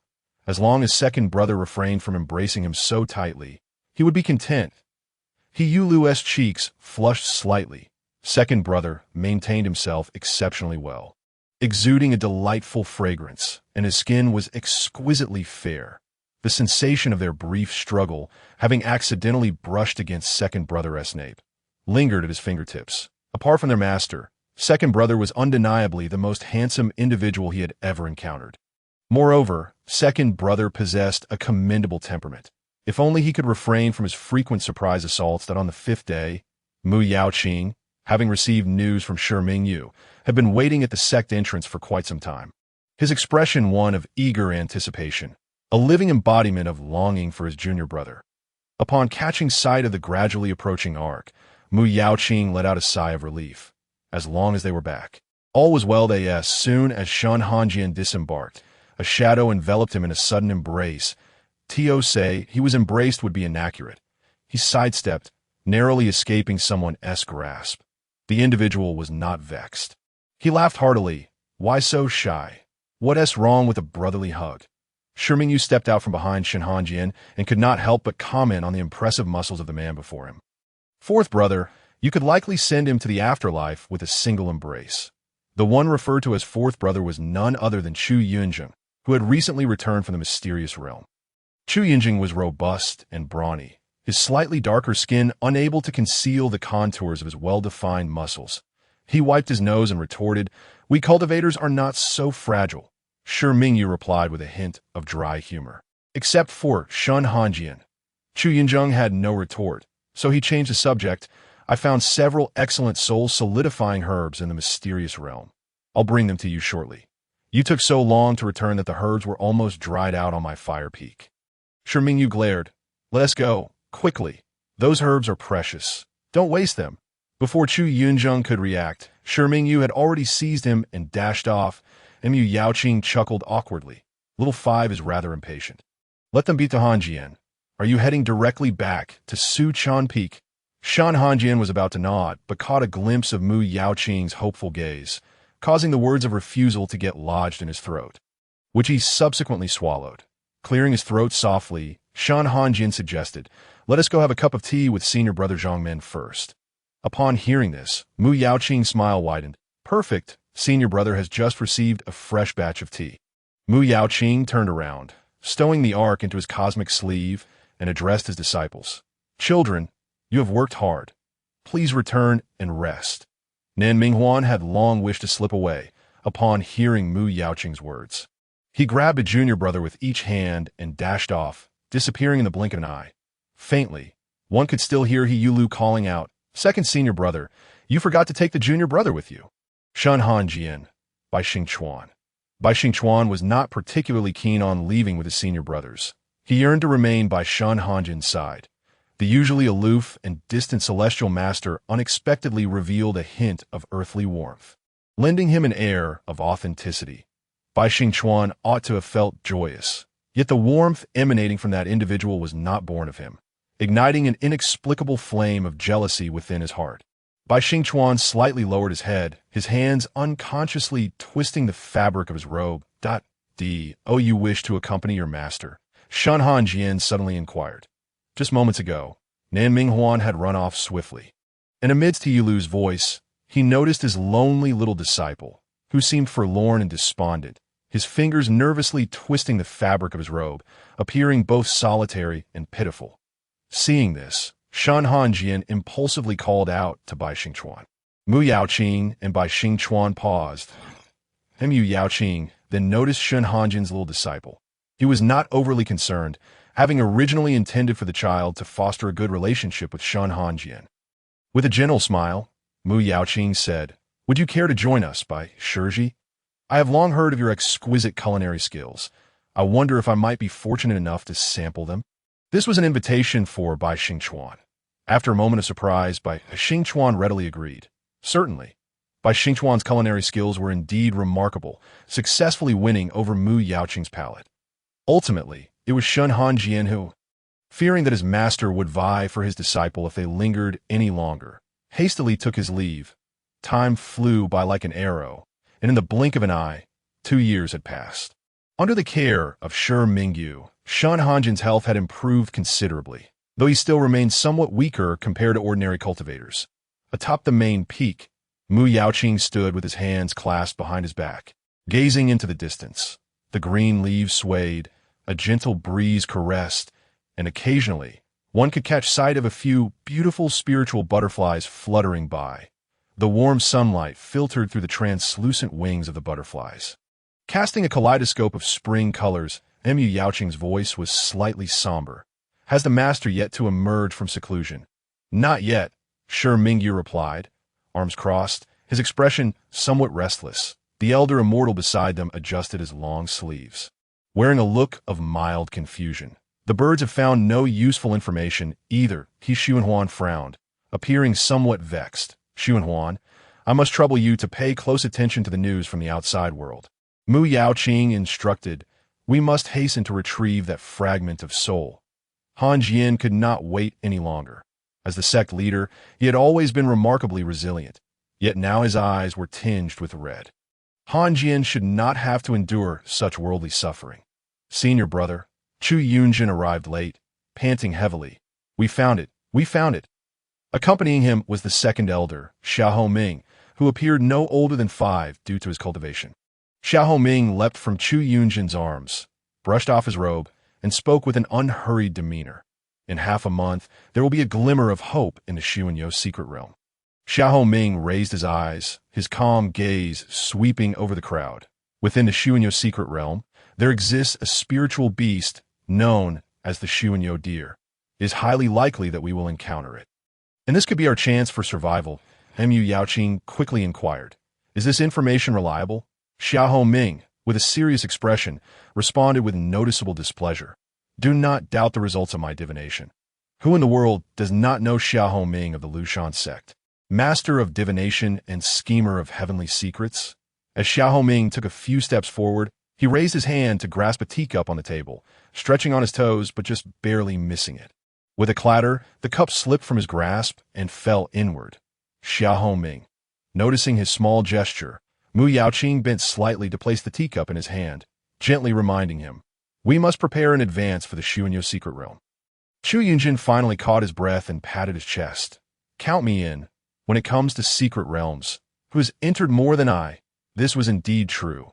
Over the years, in pursuit of the lingering soul, he, Chu Yunjin, was always the first to arrive whenever news of a secret realm opening surfaced. Chapter 33. Does the master wish for the disciples to accompany him? Xiao Ming savored the tea he had long yearned for, smacking his lips in satisfaction, when suddenly his eyes widened and he smacked his forehead in annoyance. Oh, right. There's one more matter, Mu Yaoqing, still holding his breath, inquired. What matter? Xiao Ming's youthful, delicate face suddenly donned an unusually serious expression, and his childish voice took on a weighty tone. In the Xuanyo secret realm, there are anomalies. Within the glimmer of hope lies a blood-red aura of death. Whose fate does this death aura signify? Mu Yaoqing's expression darkened. If it belonged to Hanjian, then he would personally go, temporarily leaving the sect, and absolutely must not let Hanjian take risks. The 4 pairs of eyes fell upon Xiao Ming, who merely shook his head. It cannot be divined. It may belong solely to Shao Qi, or it may pertain to all of us. Xiao Ming continued. The aura of death is significant. This journey is likely fraught with peril. We must seize that glimmer of hope and leave immediately afterward. Seemingly aware of Mu Yaoqing's thoughts, Xiao Ming added, the future is predetermined. Knowing in advance cannot change what is to come. What we can do is strive to alter the minutiae of fate. If heaven decrees your death, you must die. Conversely, if heaven wills your survival, even if you wish to die, you cannot. Mu Yaoqing slightly lowered his gaze. His emotions inscrutable, and his voice was but a whisper. I am aware of that. But what if this fate is unjust? Should he not fight for it? Seeing this, Xiao Ming realized he could not sway Mu Yaoqing and merely sighed. Then raised his small hand to tug at Chu Yunjin's sleeve, lifting his cherubic face with a blank expression. Take me back, please, Chu Yunjin. Do not presume to command him with your childlike visage. Chu Yunjin, how about letting Xiao Lu take you? I am utterly exhausted from running across several mountain peaks. He Xuanhuan shook his head vigorously. No, my feathers were just recently groomed. You can burn his house. Beat his disciples, but do not touch his feathers, Shi Mingyu. I have little strength, Chu Yunjin. I saw you strike Master Brother with quite some force. Resigned to his fate, Chu Yunjin scooped up Xiao Ming and ran off. Xiao Ming disliked using a sword for travel, preferring to rely on his own legs. However, being small, his strides were short, and thus his walking speed inevitably slowed, so he generally relied on Chu Yunjin or Mu Yaoqing to carry him. In fact, to manage when both were absent, he had even raised a large cat as a mount. Yet, compared to a mount, he preferred being carried by his junior brothers. They held him securely, and it was comfortable. Truly the best choice. That I shall take my leave as well. I will be busy refining the pills to bring to the secret realm. I shall not be available for any trivial matters." With that, Shi Mingyu hurriedly departed, his water-blue robe billowing elegantly. Shen Hanjian slightly bent down and transformed into a crane, soaring away. From a distance, the pure white crane feathers shimmered with a soft, milky glow. Mu Yaoqing. Xiao Lu truly cares for his feathers. Mu Yaoqing withdrew his gaze, his eyes landing on the splatters of water on the wooden table, and he sighed deeply. The candidate list for the Xuanyo secret realm. "Master," the youth called out, and then continued. "Today, how about we have donghu green fish, lotus leaf steamed pork, egg custard, and a delightful tea pastry?" The youth listed several dishes in one breath, and before they even began cooking, the aroma seemed to waft into the air, making it impossible not to swallow. Shen Hanjian's throat moved as he nodded. "Yes, quickly, I wish to eat. I truly long to eat." The more composed his demeanor appeared, the more impatient he felt within. Bai Xingchuan's smile deepened, assuring him that the disciple would hasten the preparations. With that, Bai Xingchuan swiftly entered the small kitchen adjacent to the wooden house. This kitchen had originally been meant for brewing medicine, but ever since Bai Xingchuan settled in the Ningyu Pavilion, it had increasingly been used for cooking. With a flick of his palm, he conjured a flame to ignite the firewood, and soon, wisps of white smoke emerged from the chimney atop the roof. Amidst his busyness, he could casually glance out the small window and see the figure basking lazily in the sun. Although busy, was this not also a form of tranquil happiness? Bai Xingchuan mused, a satisfied smile gracing his lips, wishing that life could continue in this manner indefinitely. Half an hour later, Bai Xingchuan emerged to call everyone to dinner. Shen Hanjian leisurely rose from his bamboo chair, his pace quickening yet retaining his poise, swiftly walking to the dining table, taking his jade chopsticks and beginning his meal. Bai Xingchuan merely sat nearby, quietly observing the young man eat. His long, elegant fingers, as white as jade, held the chopsticks gracefully. His movements were slow and deliberate, rendering even the act of dining a picturesque sight. Simply watching him brought immense satisfaction. Bai Xingchuan had repeatedly felt grateful for his exceptional culinary skills, for it was precisely this that allowed him to witness such a unique scene, one that belonged solely to him. Noticing Bai Xingchuan's gaze, Shen Hanjian assumed he was hungry too and paused. "Are you hungry? Would you care to share a meal?" Bai Xingchuan smiled. "I have already dined before coming." Upon hearing this, Shen Hanjian refrained from further inquiries and continued his meal as he ate. His mind wandered back to the recent transmission from Mu Yaoqing. Mu Yaoqing had mentioned that the selection for those entering the secret realm would soon take place, advising him to prepare in advance. The Xuanyo secret realm was undoubtedly a journey he must undertake personally.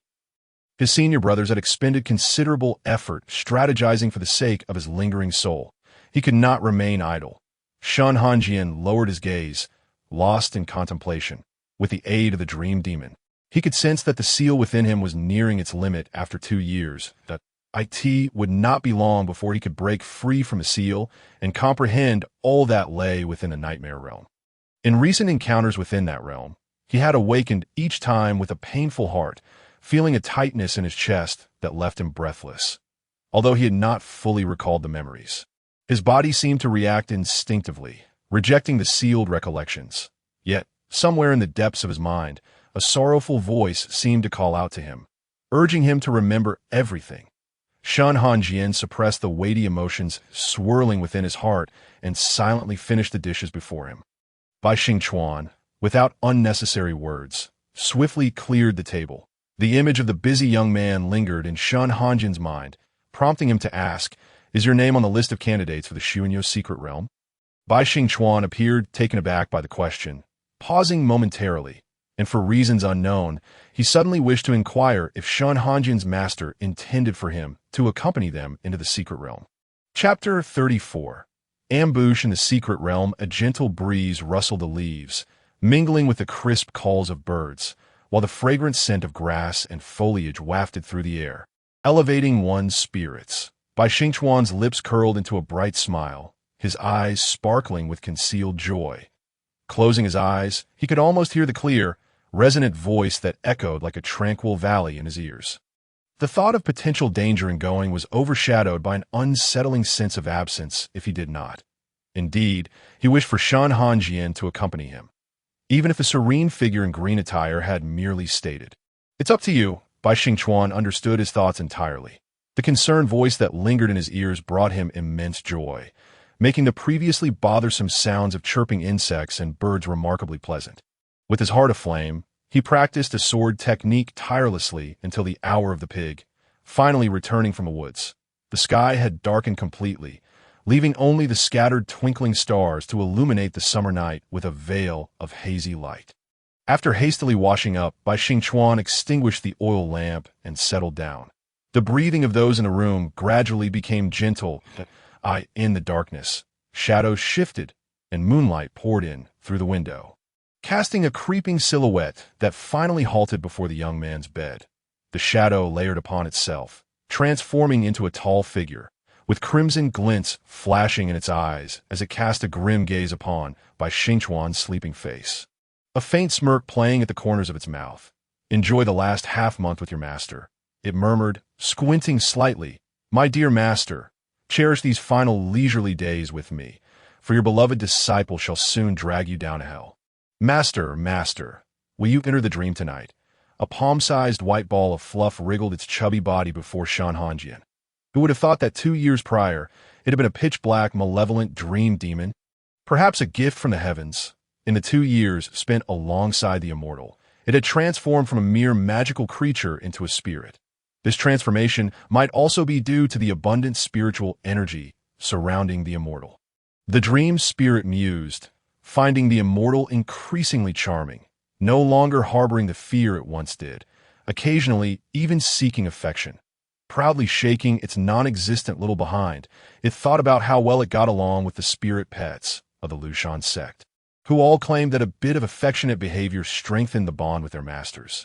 The immortal had cared for it for over 2 years, undoubtedly confirming its status as its master.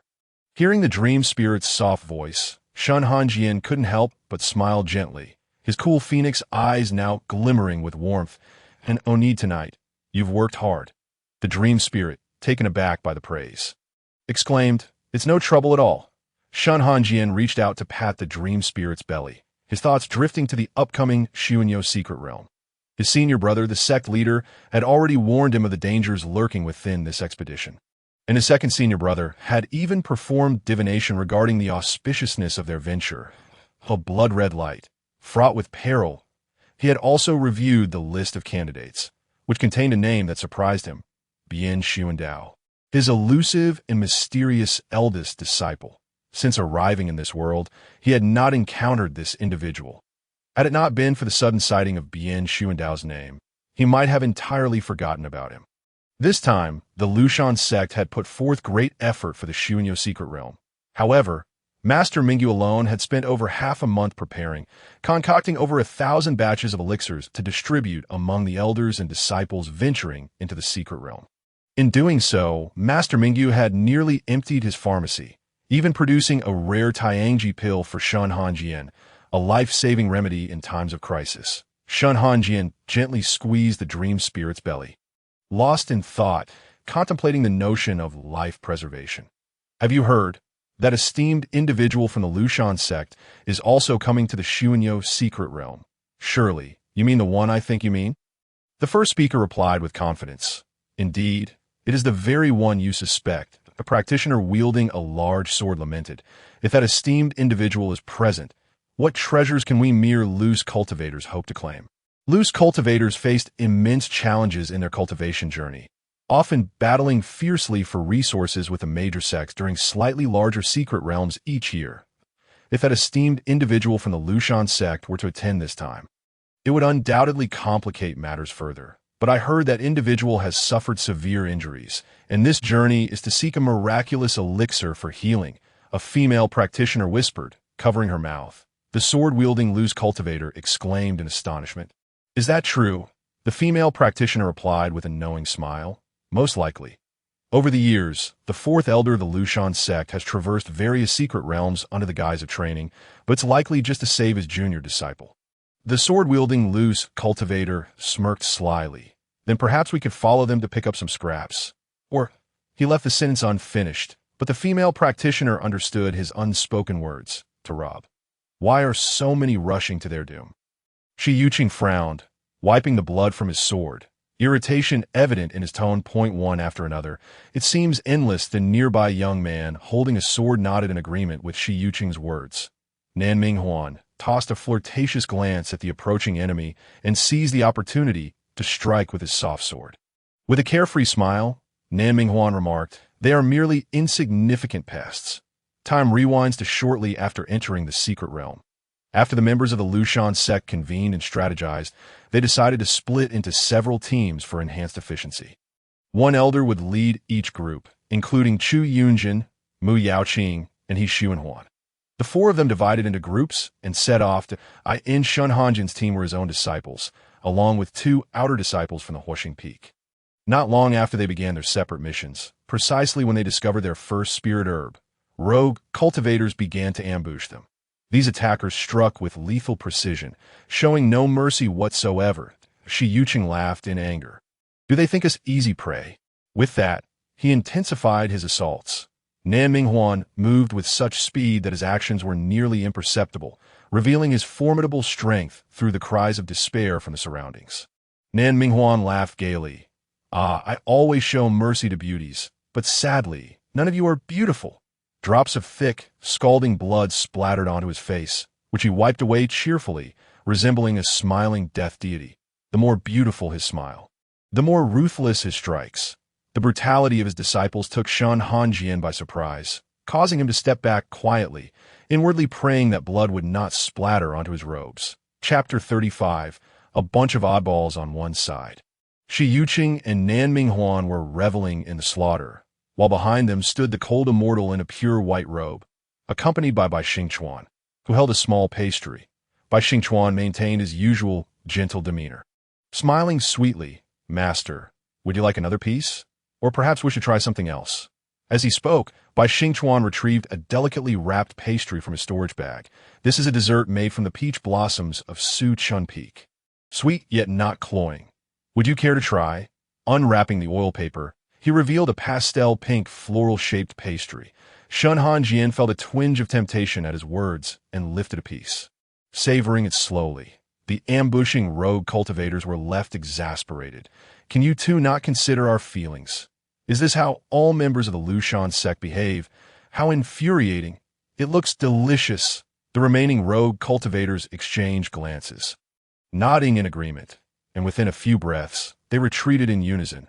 Outmatched in strength, they figured they could at least escape. The outcome is indeed that they cannot outrun us. Nan Minghuan spared a few lives. He extended a slender, pale finger to gently lift one person's chin, his tone soft and imbued with an alluring charm. Why did you attack us? Were you incited by someone? Nan Minghuan's smile was as radiant as a blooming flower, exuding a captivating allure. Do tell me, my little beauty. The individual in question appeared to be around 17 or 18, the most striking among this group of rogue cultivators, and Nan Minghuan had taken a liking to him at first glance. Half inquiring, half teasing, the youth's fair face flushed a deep crimson, akin to a ripened fruit, and he stammered, struggling to articulate a response to Shi Yuqing. Witnessing this, felt a surge of anger and indignation, furiously pulling away the charming Nan Minghuan. He stepped forward, his gaze gentle as water, quietly observing, "We are not the kind to resort to violence. You need only tell us what we wish to know, and we shall consider sparing you." The youth pouted. "How do I know you aren't trying to scare me?" He attempted to persuade him. "The people of the Lushan sect do not deceive others. If you do not believe me, I can make a vow of heavenly principles. A vow of heavenly principles? The youth was momentarily taken aback. Such a vow is meant to bind cultivators and spiritual beings alike. Once sworn, it cannot be broken without dire consequences. Lightly. Divine retribution, grievously, regression in cultivation, and the emergence of inner demons. Can one simply make such a vow? He declared, "I swear by my future cultivation." The youth panicked. "Stop, stop. Do not be so hasty in swearing a vow of heavenly principles." The youth seemed almost exasperated, raising his eyes to meet the youth's clear gaze, momentarily stunned, before finally relenting. "All right, what do you wish to know?" His crystalline eyes were something he had not encountered in his years outside, leading him to want to believe this youth unconditionally. That He Lu smiled softly at this. Thank you, and own need for thanks. The other party's excessive politeness made him feel even more guilty for being in the wrong. He Lu continued. First question, why did you ambush us? The youth replied honestly. There are rumors outside that the esteemed Shen Hanjian is gravely injured, and those following him could take advantage. If there are a few people, they could band together to rob. He Lu paused, glancing toward Shen Hanjian with a complex expression. His master was injured. How was he unaware of this? He Lu inquired again. Then why did you attack us so quickly? We just found a single spiritual herb. Recalling something, the youth's eyes widened in anger, unable to contain himself. Isn't it because your group has been incredibly unlucky? We followed you for a whole hour, and you found nothing. Just when you finally discovered a spiritual herb, some couldn't restrain themselves, just like earlier to He Lu. Shi Yuqing. Everyone, Shen Hanjian remained expressionless. He had always been unfortunate and had no thoughts about it. He Lu felt somewhat at a loss. Are we truly that unlucky? Nan Minghuan laughed. Are we? Shi Yuqing chose to remain silent. In the end, He Lu honored his promise and released the youth. The others, seeing the youth regain his freedom, gazed at He Lu with hopeful eyes, but He Lu smiled languidly and turned to say, Third senior brother, it's up to you to... A cold glint flashed across Shi Yuqing's handsome face. All right. As he spoke, he drew the sun and star sword, the cold gleam of the blade illuminating the faces of those present, revealing their expressions of fear. But no, please, spare us. We beg you. As the words fell, their heads had already rolled from their necks, a few heads spinning several times before coming to a halt. The youth, who had just stood up, turned pale at the sight. You?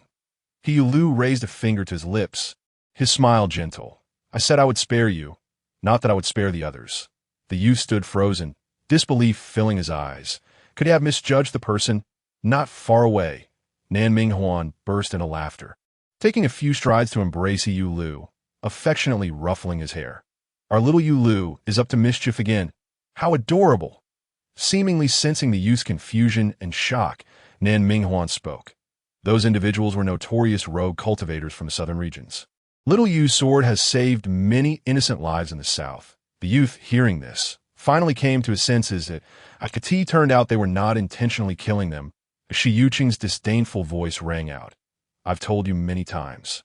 Do not call me Little Yu. Upon finishing, Shi Yuqing raised his hand, ready to strike Nan Minghuan with a few swords. Nan Minghuan chuckled lightly, dodging while teasing him. Little Yu, Little Yu, Little Yu, go die. The youth exclaimed, Your sex dynamics are truly harmonious. He Lu's face turned slightly red. Please forgive my embarrassment. In the end, the youth bowed in apology to Shen Hanjian and promised never to join the rogue cultivators in their ambushes before departing. Nan Minghuan sighed regretfully. Alas, what a polite child, and so handsome too. What a pity, Shi Yuqing, with a cold expression, chuckled. It's a pity that he caught your eye. Nan Minghuan feigned sorrow. Little Yu, your words truly wound my heart. Shi Yuqing gritted his teeth. Get lost. And no matter how refined and graceful he appeared, facing Nan Minghuan, he would always be the first to break down. Nan Minghuan was his nemesis.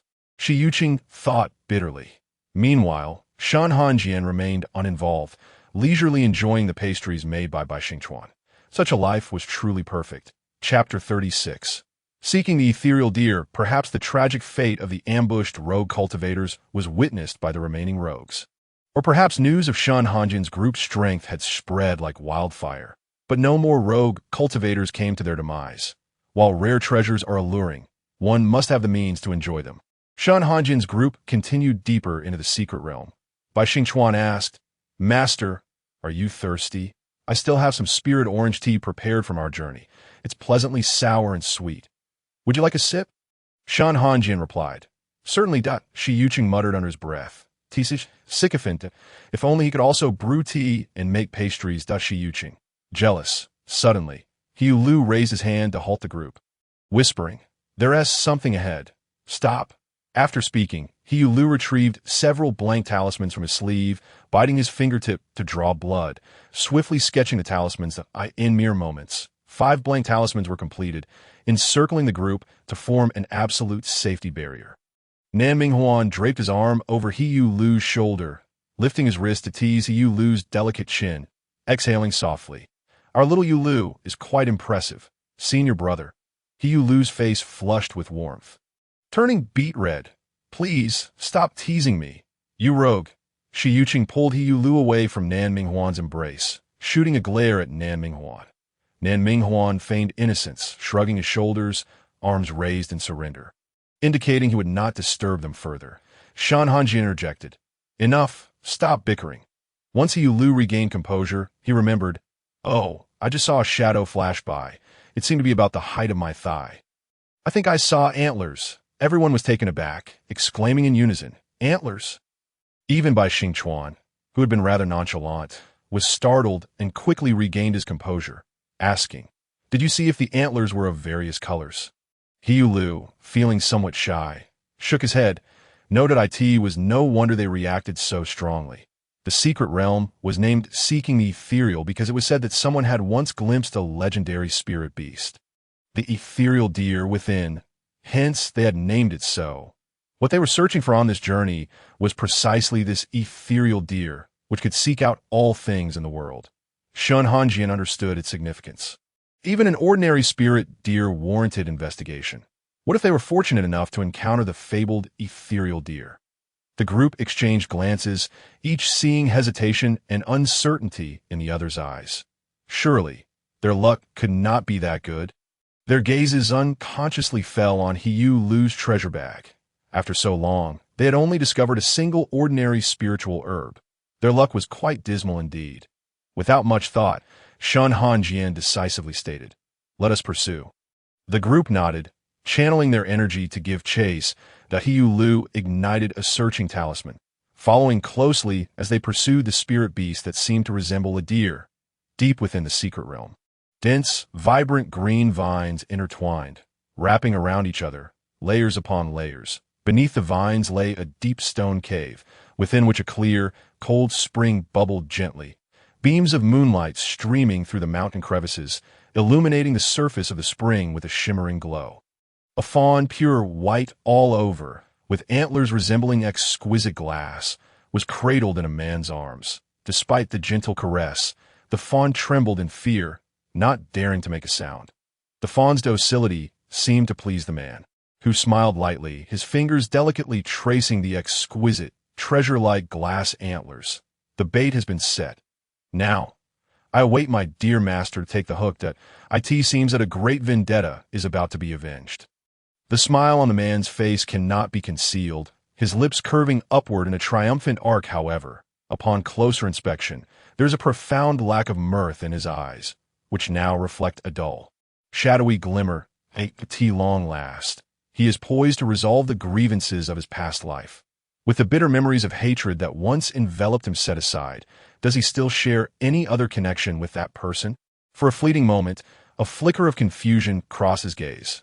How shall he navigate the days to come? The man momentarily lost his focus, but quickly regained his composure.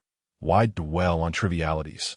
His foremost priority is to fulfill the long-held desire of his previous lives and personally bring an end to Shen Hanjian. Lioli, dear antlers," a disciple exclaimed, drawing the attention of Shi Yuqing and others. The translucent Lioli antlers shone brilliantly, captivating their attention instantly. Shi Yuqing scolded softly, "Keep your voice down. We don't want to attract others." "Nan Minghuan, lend me a hand." Shi Yuqing shouted in frustration, "That you're so fierce." "Little Yu," Nan Minghuan chuckled, producing a vividly colored red string from thin air. "Go." At Nan Minghuan's command, the red string seemed to come alive, darting towards the deer, twisting to entwine around its neck. The spirit deer, with its pale Lioli-colored eyes, glanced back, deftly evading the encroaching red string. It paused, snorting softly, exhaling hot air from its nostrils, seemingly dismissive of the pursuing cultivators. The gathered disciples gasped in unison. "It looks down on us." A hot-tempered sword cultivator shouted, "No matter what, we must capture this deer today." Shi remained silent for a moment before exclaiming, "Onward! Everyone, don't act recklessly." He shouted, bending down, hands on his knees, panting heavily, His constitution was already somewhat frail, and the hurried run had drained his stamina that he noticed that his companions had not heeded his warning and had vanished in an instant. He sighed deeply, preparing to follow, but when he looked up, he nearly collided with the back of the person in front of him. Upon recognizing the figure, he inhaled sharply. "Master." Shen Hanjian came to reply. He glanced around, realizing that only he and his master remained. "Help! Is there anyone to rescue me?" "Master, should we follow?" He tentatively inquired. Shen Hanjian nodded. Yes, that he felt tears welling up. It was so cold beside his master. "Help! Help!" The earlier group had long since vanished, leaving only Shen Hanjian and who struggled to keep pace at a soft, elongated call of a deer echoed behind them. They turned abruptly, and there stood the spirit deer, or rather, the seeking you deer. It gazed deeply at them, its light-colored eyes shrouded in mystery, exuding an innate sense of compassion. However, Shen Hanjian furrowed his brow. Was it his imagination, or did he just perceive a hint of remorse and guilt in the eyes of the seeking you deer? Chapter 37.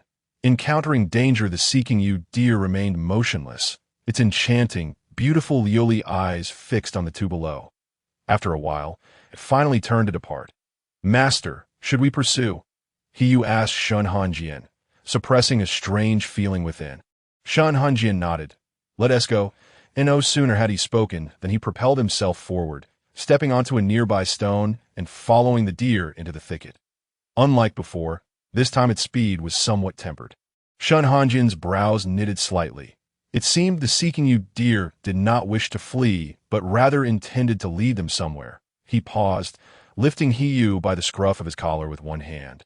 "You stay here," but Hiyu protested, attempting to counter Shen Hanjian's decision, but upon seeing the cold expression on his master's face, he fell silent. Among their brotherhood, none dared to defy their master. Hiyu silently crossed out Bai Xingchuan's name. The little junior sighed. He had always gotten along well with his master, which made him feel a twinge of jealousy. "The seeking you deer may be deceitful. You should wait here for the other disciples and try to contact them using the communication jade." Shen Hanjian's cold, piercing gaze intensified as he spoke, his jaw set tightly. "Sword in hand, that I can go alone." "Master!" Before he could finish his plea, Shen Hanjian vanished like smoke, and when he opened his eyes again, he caught a glimpse of a pristine, snow-white garment fluttering away. Hiyu's expression turned anxious. Knowing that his master recognized the deceit of the seeking you deer, why did he still choose to pursue it? He could hardly fathom the consequences should the seeking you deer truly be a mere facade aimed at his master. The more he pondered, the more dread filled him, causing his fingers to tremble. After a moment, he shakily grasped the communication jade, channeling spiritual energy to call out to the disciples led astray by the seeking you deer, but received no response. He could not establish contact. Not a single disciple could be reached. A chill coursed through Hiyu's heart, and his complexion paled. Remembering his master's earlier words, he clenched his fists, gritting his teeth as he crouched down, his smooth, pale fingers digging into the earth without hesitation. He worked swiftly, ignoring the stones hidden within the soil, unperturbed by the pain, until he finally excavated a small pit a palm's depth. He retrieved a blank talisman from his sleeve, using the blood from the wound on his fingertip to inscribe the symbol, carefully burying it in the soil. The positioning talisman required a mother talisman to be laid down, along with triggering conditions. Once the mother talisman activated, it would guide the disciples of the Lu Mountain sect to the location of his child talisman. This was Hiyu's first attempt to weave the essences of several individuals together, and beads of sweat now dotted his forehead, yet he dared not pause, turning to sprint in the direction where Shen Hanjian had vanished. "Master, please be safe." After hastily ensuring Hiyu's safety, Shen Hanjian immediately set off in pursuit of the fleeing seeking you deer. When he caught up, he discovered that the deer had seemingly paused, awaiting him, only to dash away again the moment he approached. The surrounding flora grew increasingly lush, shrouded in mist, the scenery appearing as though draped in a veil of obscurity, indistinct and elusive. Only the ethereal blue glow of the Lioli deer antlers indicated that the seeking you deer was still nearby. The faint blue light flickered and then ceased to move. Shen Hanjian dared not let his guard down. The spiritual sword in his hand emitted a clear, resonant sound, as if warning the treacherous seeking you dear before him. In the stillness, a barely audible, ethereal sigh reached his ears. As he looked up, the blue luminescence vanished, replaced by encroaching vines and an expanse of darkness. Amidst the layers of entwining shadows, Shen Hanjian heard a deep, laughter-laden voice of a young man. At last, I've caught you, while long-cherished wish. Before Shen Hanjian could contemplate the meaning of those words, a suffocating sensation washed over him, and he succumbed to unconsciousness, sensing the situation amidst the vines. The young man let out a lazy laugh, snapping his fingers. The vines, like well-trained beasts, obediently relinquished their grip, awaiting the young man to embrace the snow-white figure in his arms. The young man smiled. Well done. I shall reward you when we return. The vines, as if understanding, joyfully twisted their cumbersome bodies. The young man cast a glance at the frolicking vines, but his gaze quickly settled on the face of the person in his arms. He cradled the figure with one arm, gently brushing aside the slightly disheveled hair to reveal a familiar, handsome visage. His breath quickened. A heart that had not existed seemed to ignite within him. Burning fervently, the young man lowered his gaze, lips curving into a barely perceptible smile, silently proclaiming, "My murky moon," as the thick fog dissipated, soft light filtered through the dense foliage, casting a golden warmth upon the damp earth. The Lioli deer antlers shimmered even more brilliantly in the illumination. The young man's smile remained unchanged. Do either of you have any further matters to discuss? The smaller seeking you deer let out a mournful cry, yearning to approach, but was obstructed by a larger counterpart. The larger seeking you deer addressed him. We have lured the person here for you. You must uphold your promise. The young man raised an eyebrow. Realization dawning. I almost forgot. Your child is safe. As I promised, I will return it to you whole and lively. However, the young man's expression shifted, a deeper smile gracing his lips. You would do well not to displease me. With his gaze lowered, he idly toyed with the silky strands of the white-clad figure's hair, a gentle smile gracing his features, yet lacking true mirth. Over the past year, you must have learned what happens when you anger me. Haven to you. There have always been those who call me a madman, and I find their words quite accurate. The young man's demeanor softened, his tone tender, as if speaking to a lover. I have always been a madman. Both seeking you, deer retreated, and after a brief pause, the smaller one spoke again. We do not concern ourselves with your grievances with this person. We only implore you not to harm the fawn. Otherwise, even if it costs me this Liuli antler, I will take a piece of flesh from you. The man seemed to be oblivious to the surroundings, gently adjusting the slightly open collar of the ethereal being in his arms.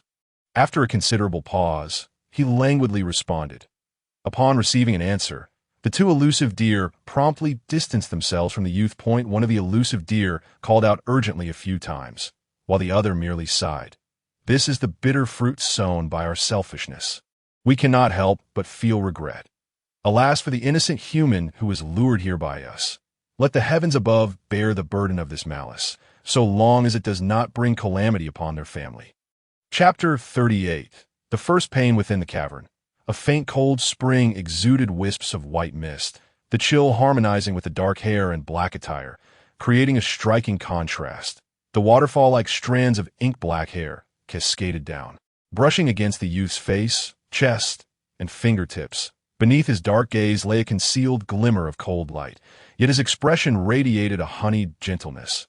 His cool fingertips traced through the raven locks of the person in his embrace, gliding along the side of their face and neck, descending to the pronounced collarbone, ultimately resting upon the left side of the chest, where a vibrant heart pulsed steadily. Though the rhythm was subtle, it served as a testament to the existence of the one cradled within his arms. He cast his gaze downward, his obsidian eyes greedily taking in the pale, snow-like visage of the one he held. In a past life, he had only been met with cold, disdainful glances and piercing words, leaving behind an enduring agony that pierced through lifetimes. What was once the most spirited and promising youth had morphed into an everlasting shadow of darkness, an inescapable ache that haunted him. Everything stemmed from this person. Bai Xingchuan lowered his gaze, feeling a slight tremor beneath his palm. He thought to himself that the moment he captured Shen Hanjian, he should have tormented him, made him suffer, allowing him to truly grasp the pain he had endured in his previous life. Instead, he allowed Meng Ling to drag him into the realm of nightmares. Observing the youth in his arms with closed eyes, brows slightly furrowed in distress, Bai Xingchuan hesitated, a flicker of dark flame passing through his eyes. He bent down and lifted Shen Hanjian, taking a few steps to a flatter area. He raised his chin, and the vines coiled in the corner moved forward, writhing and twisting, swiftly clearing the stone slab beneath them. Bai Xingchuan gently set the young man down, casually brushing away the withered leaves and branches on the surrounding stone. Finding a spot close to Shen Hanjian to lie down, he closed his eyes, and a wisp of dark smoke emanated from his brow, purposefully heading toward Shen Han in the realm of nightmares. Bai Xingchuan opened his eyes to a scene drenched in crimson, the acrid scent of blood filling the air. Even for one accustomed to mountains of corpses and seas of blood, Bai Xingchuan furrowed his brow. Not due to the bodies strewn about, but pondering why Shen Hanjian's nightmare realm would manifest such a horrifying sight. The previous nightmare had been filled with youthful memories, a harmonious home, and the companionship of friends. How could it have transformed into a hellish landscape so swiftly? As Bai Xingchuan pondered, a piercing voice echoed through the sanguine inferno. A son. Bai Xingchuan abruptly turned to look. The youth, clad in a long white robe, stained with large patches of blood, had disheveled, ink-black hair. In his arms lay a man dressed in a form-fitting black outfit, blood trickling from the corners of the man's mouth, gravely wounded. The youth's blue eyes, devoid of life, were filled with despair. Tears cascading down like pearls that had broken free from their string, his pale lips trembling incessantly. "No, don't die as son. Why must you save me? You, born with celestial bones, should have a bright future ahead. Unburdened by this small act of kindness, it is all my fault. All my fault," the youth cried out, his voice hoarse. No, don't cry, young master." The man managed a gentle smile, even as pain coursed through him. He wished to spare his young master the sight of his suffering. With all his strength, he grasped the youth's icy hand, his voice warm and soothing. "Celestial bones, a bright future, are mere illusions to me. Only you, right here, are real.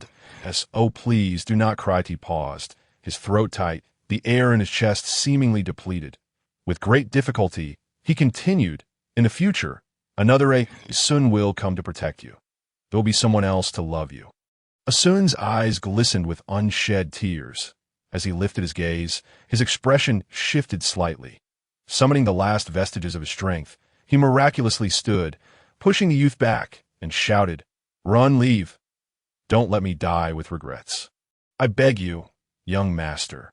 His broken body stubbornly shielded the youth, blocking the bloodthirsty demons. He implored, please. His voice quavered with a slight sob.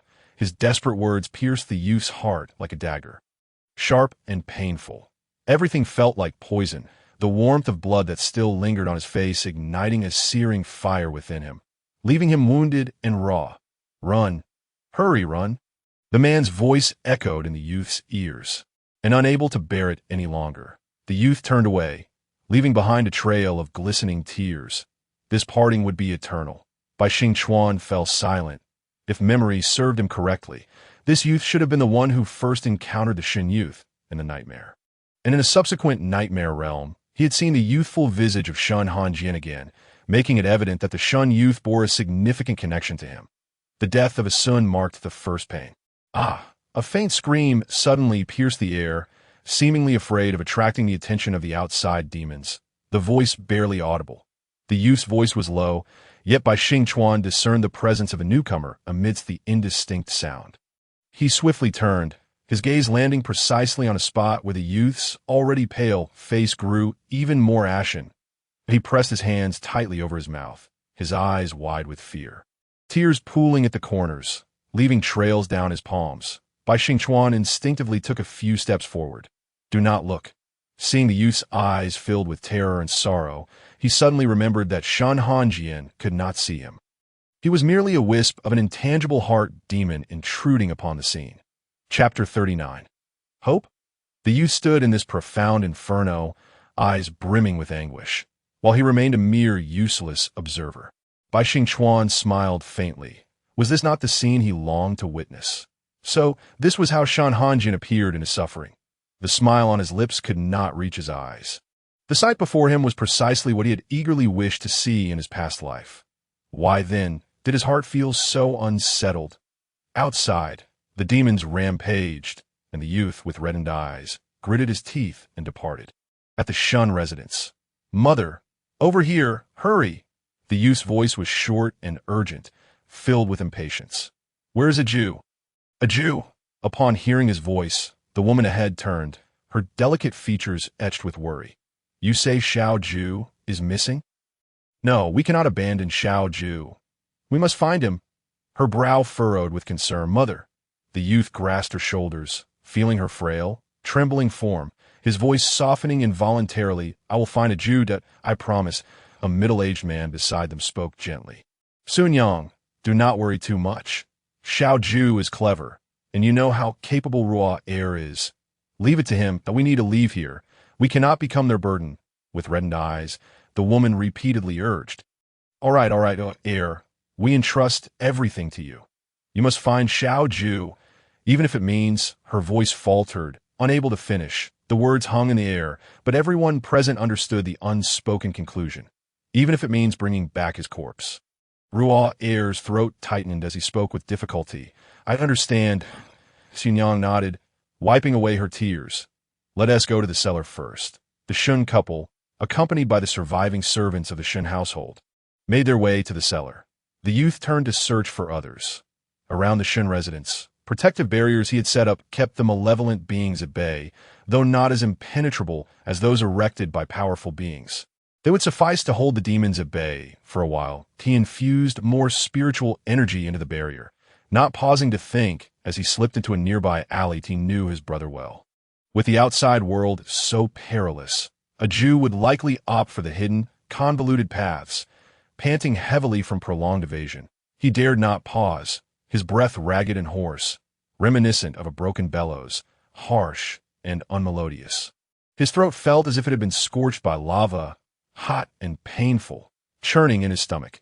Along the way, severed limbs and chunks of flesh lay scattered, blood staining the walls and ground. Some still fresh, oozing down and staining more gray and white. Here, demons and monsters delighted in the torture of humans, feasting on their screams and flesh. The youth's complexion was as pale as a sheet of water-soaked paper. Frighteningly ghastly, he could run no more. Darkness clouded his vision, and he wondered if this would be the day he met his end. Before him lay a blurred vision, his eyes brimming with tears, as he recalled his father, mother, elder brother, as well as Ji Burian and Ah Sun. Just days ago, his elder brother had brought him and several others to drink and enjoy the moonlight, sharing laughter and pledging to embark on future excursions together to behold more of the world's beauty. Little did he anticipate that this would be their final encounter.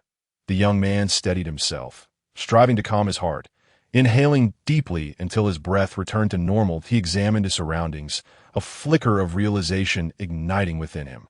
He was not far from the Zhong residence. He yearned to see if he could offer assistance that if fate allowed, he even wished to search for the departed Ji Burian. Behind him, Bai Xingchuan noticed his pause and took a moment before stepping to the right. Frowning slightly, that was not the path to the Shun residence. That it was evident from the previous actions that he intended to save someone. Bai Xingchuan's gaze fell upon the youth, and without a doubt, the youthful Shen Hanjian was indeed striking, his delicate features not yet fully matured, lacking the starkness of a young man, instead bearing a softer and more innocent charm, surpassing even that of ordinary maidens. Even in the face of peril, he remained concerned for others. Not even the mountains of corpses and seas of blood could extinguish the youthful vigor that radiated from him. This was undoubtedly a version of Shen Hanjian that Bai Xingchuan had never encountered before. Bai Xingchuan clenched his fist slowly, a sudden wave of intense unease washing over him. As the young Shen Hanjian proceeded to the right, fueled by fervor, he navigated the familiar path towards the Zhong residence. Before long, this fervor was doused by a bucket of icy water. It felt as though the very flow of his blood had ceased, a chill coursing through him, rendering him utterly frigid. Before him lay a delicate youth, half reclined against the wall, his head slightly tilted, with dry blood staining his lips, vibrant scarlet like a blooming flower, in a blood-red robe resembling a flamboyant wedding garment. Yet it only served to amplify the desolation. Shen Hanjian felt as though his body was no longer his own, his limbs unresponsive, stumbling forward like a toddler learning to walk. He emitted a quivering wail, akin to that of a wounded animal. Bu ran gu.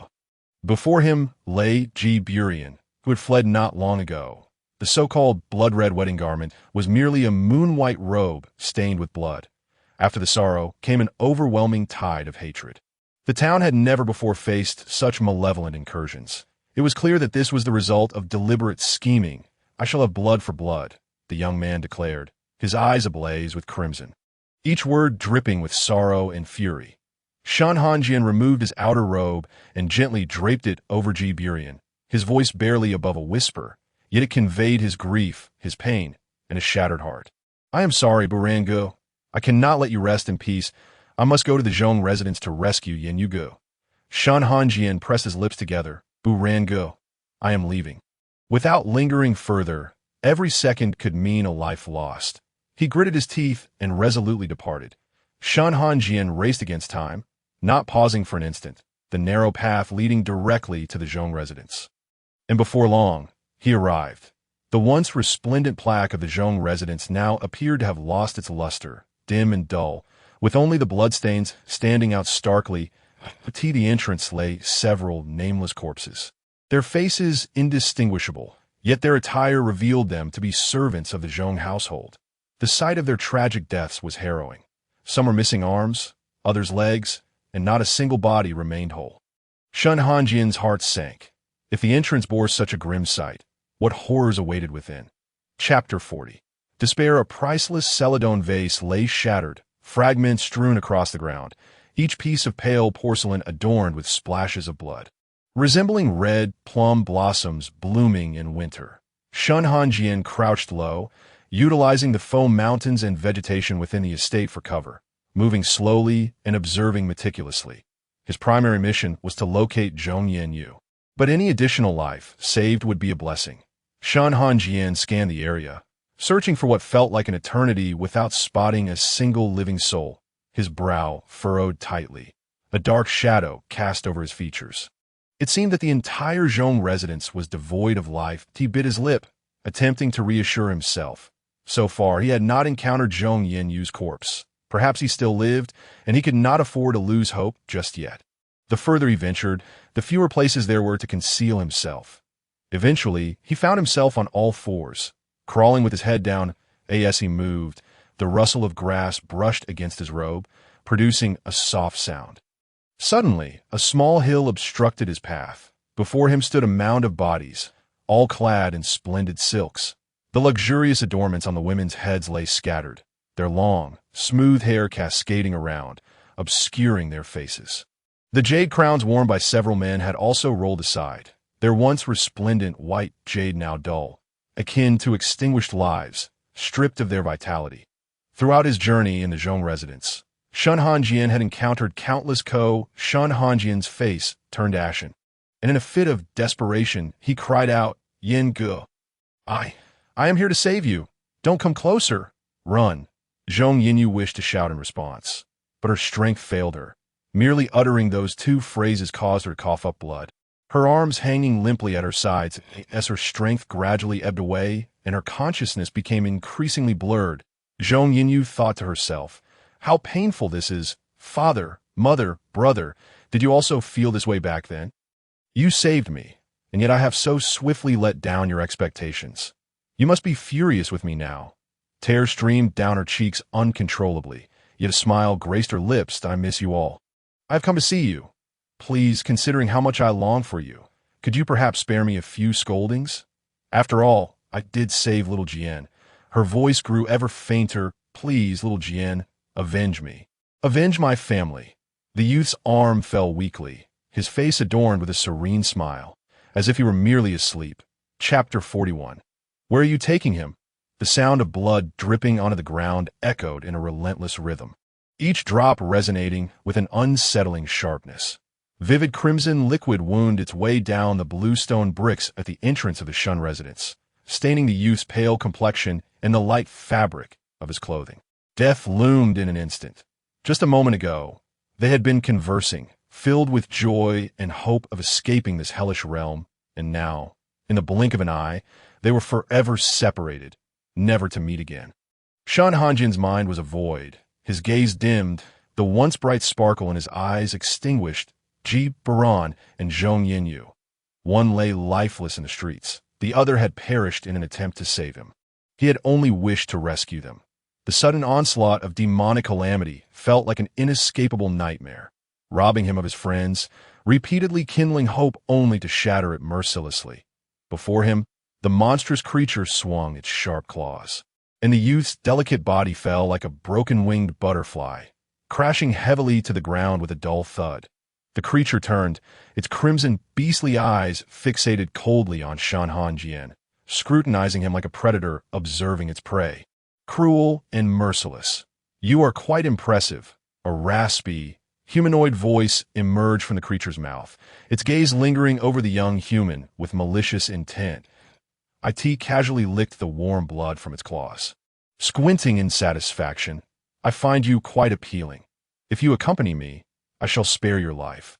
Among all the humans it had encountered, this one was the most pleasing to its eyes that, if he obeyed, it would not mind keeping him around for a while. Humans were but useless vermin. They were cowardly and inept. Despite being the executioners wielding the blade, the ground began to tremble. And the young man clenched his teeth, his palms slightly damp with sweat. Something far more formidable was approaching.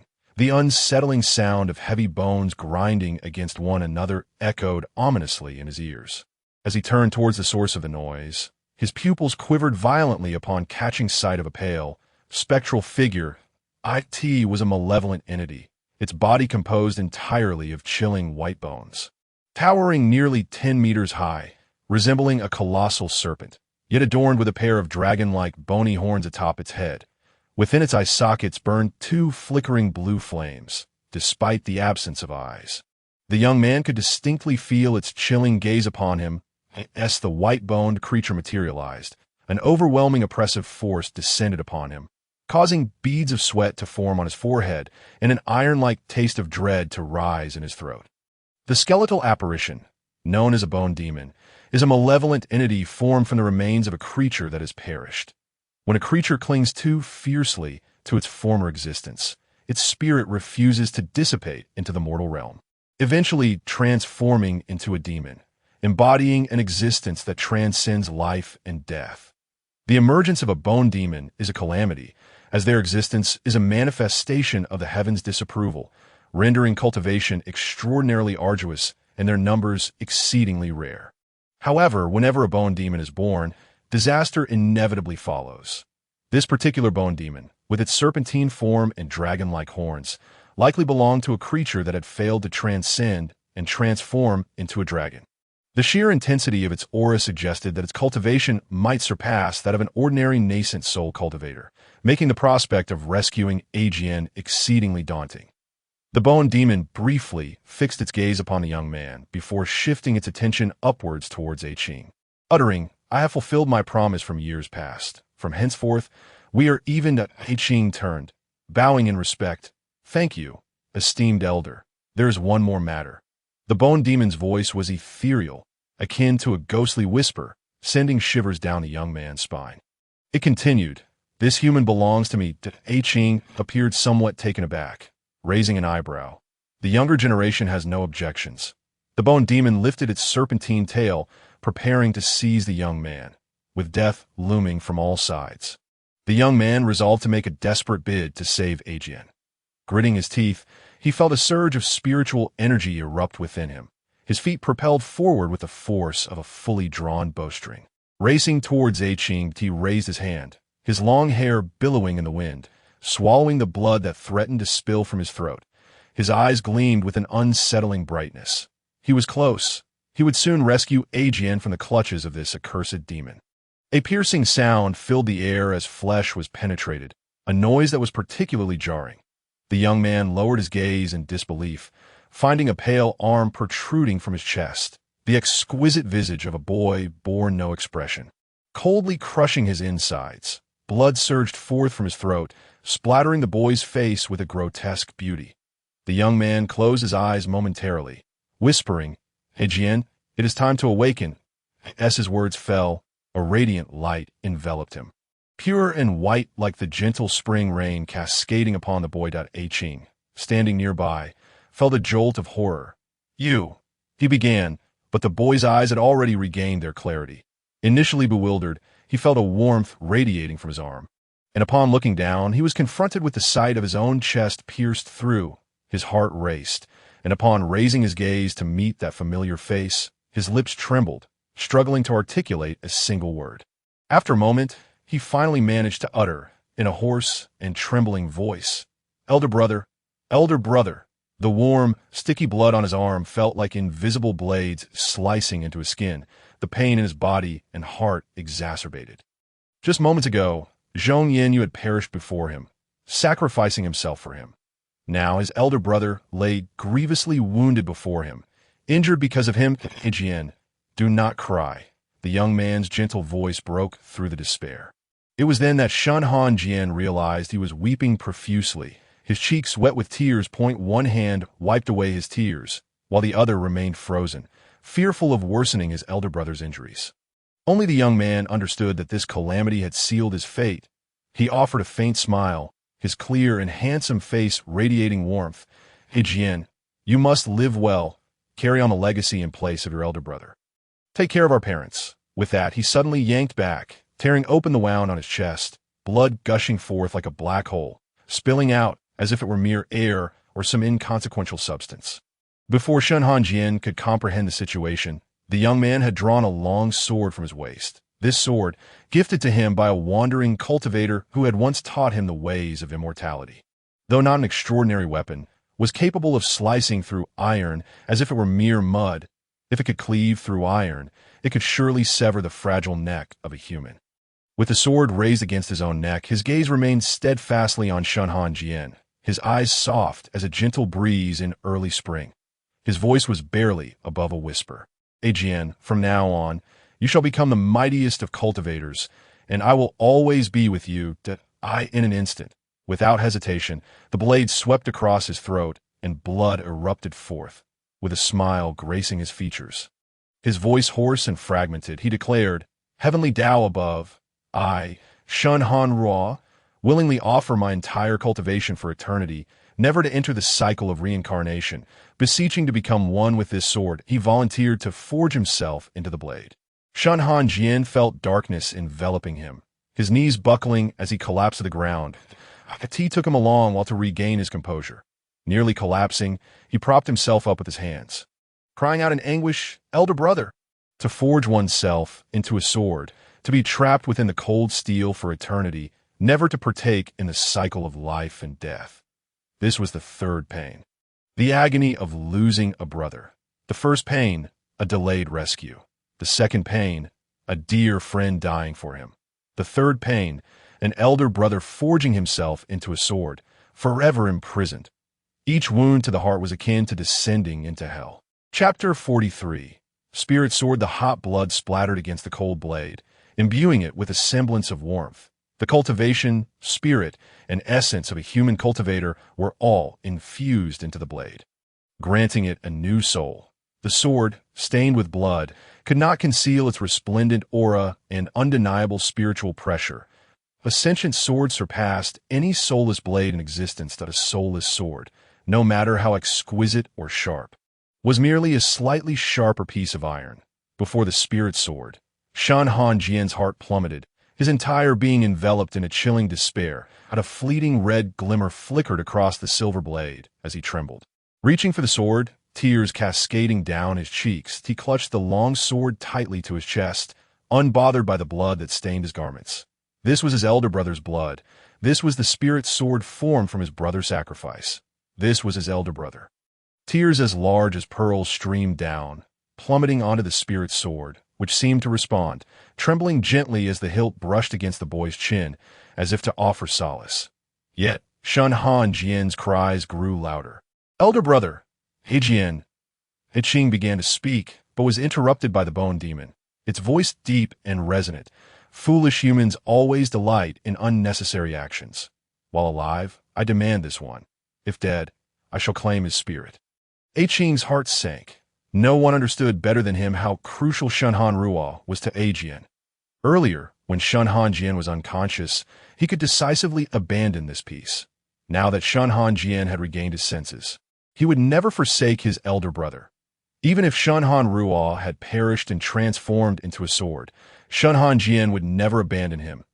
As expected, Shen Hanjian's eyes turned crimson, filled with rage as he glared at the detestable bone demon, wishing to shatter the white bones before him. "You vile creature, how dare you dream?" The young man's voice seethed with anger, his gaze as frigid as eternal ice, causing the bone demon to tremble inwardly, realizing this child could not be left unchecked. Such resolve could only lead to greatness in the future. If not dealt with now, would it wait until he became powerful enough to strike?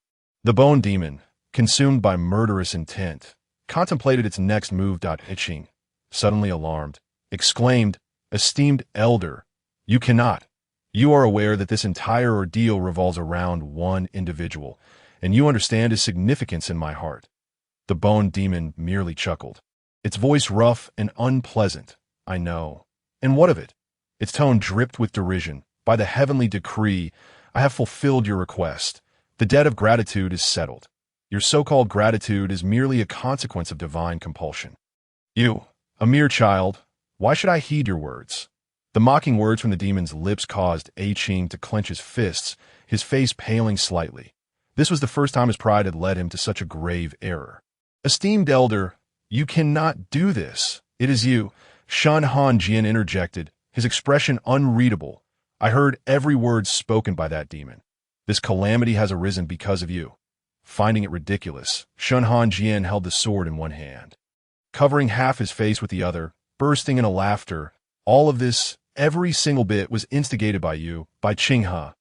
Not just for me, but for Enran, Yinge, the entirety of the Zhong family, and my elder brother. Everyone perished because of you." "No, it is all because of me." Shen Hanjian paused, his smile growing more manic. "It was my friendship with you that led to your stay in the town, resulting in this present chaos. I am the one deserving of death."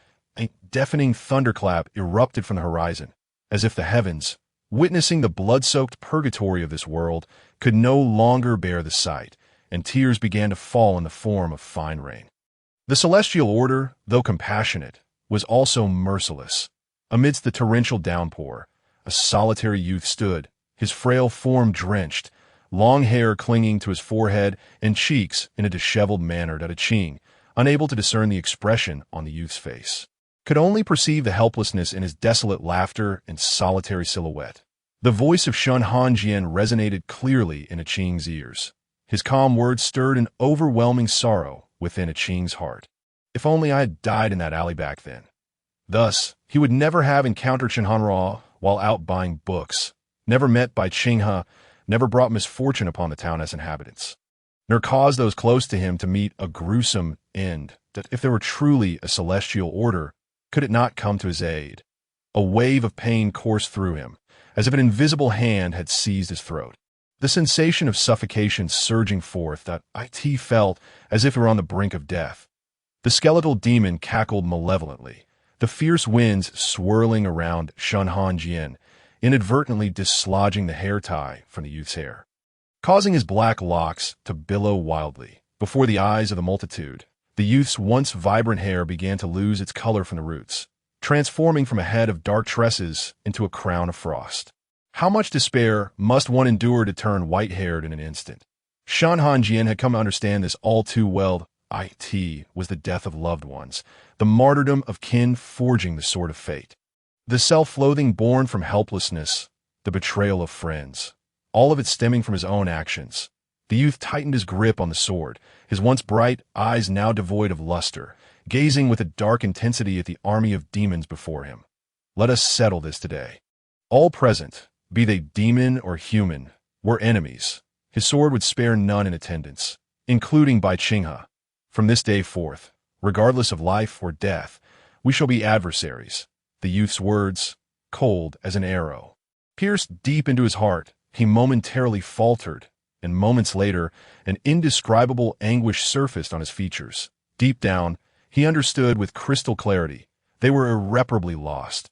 His throat felt parched, his voice hoarse. Very well. From now on, it turns out that everything from the previous life was traceable. Whether it was Shen Hanjian's indifference and disdain, or Han Ruo's inexplicable hatred and animosity, he was the root cause. Everything from the past life was merely the result of his own actions, that he was his own inner demon.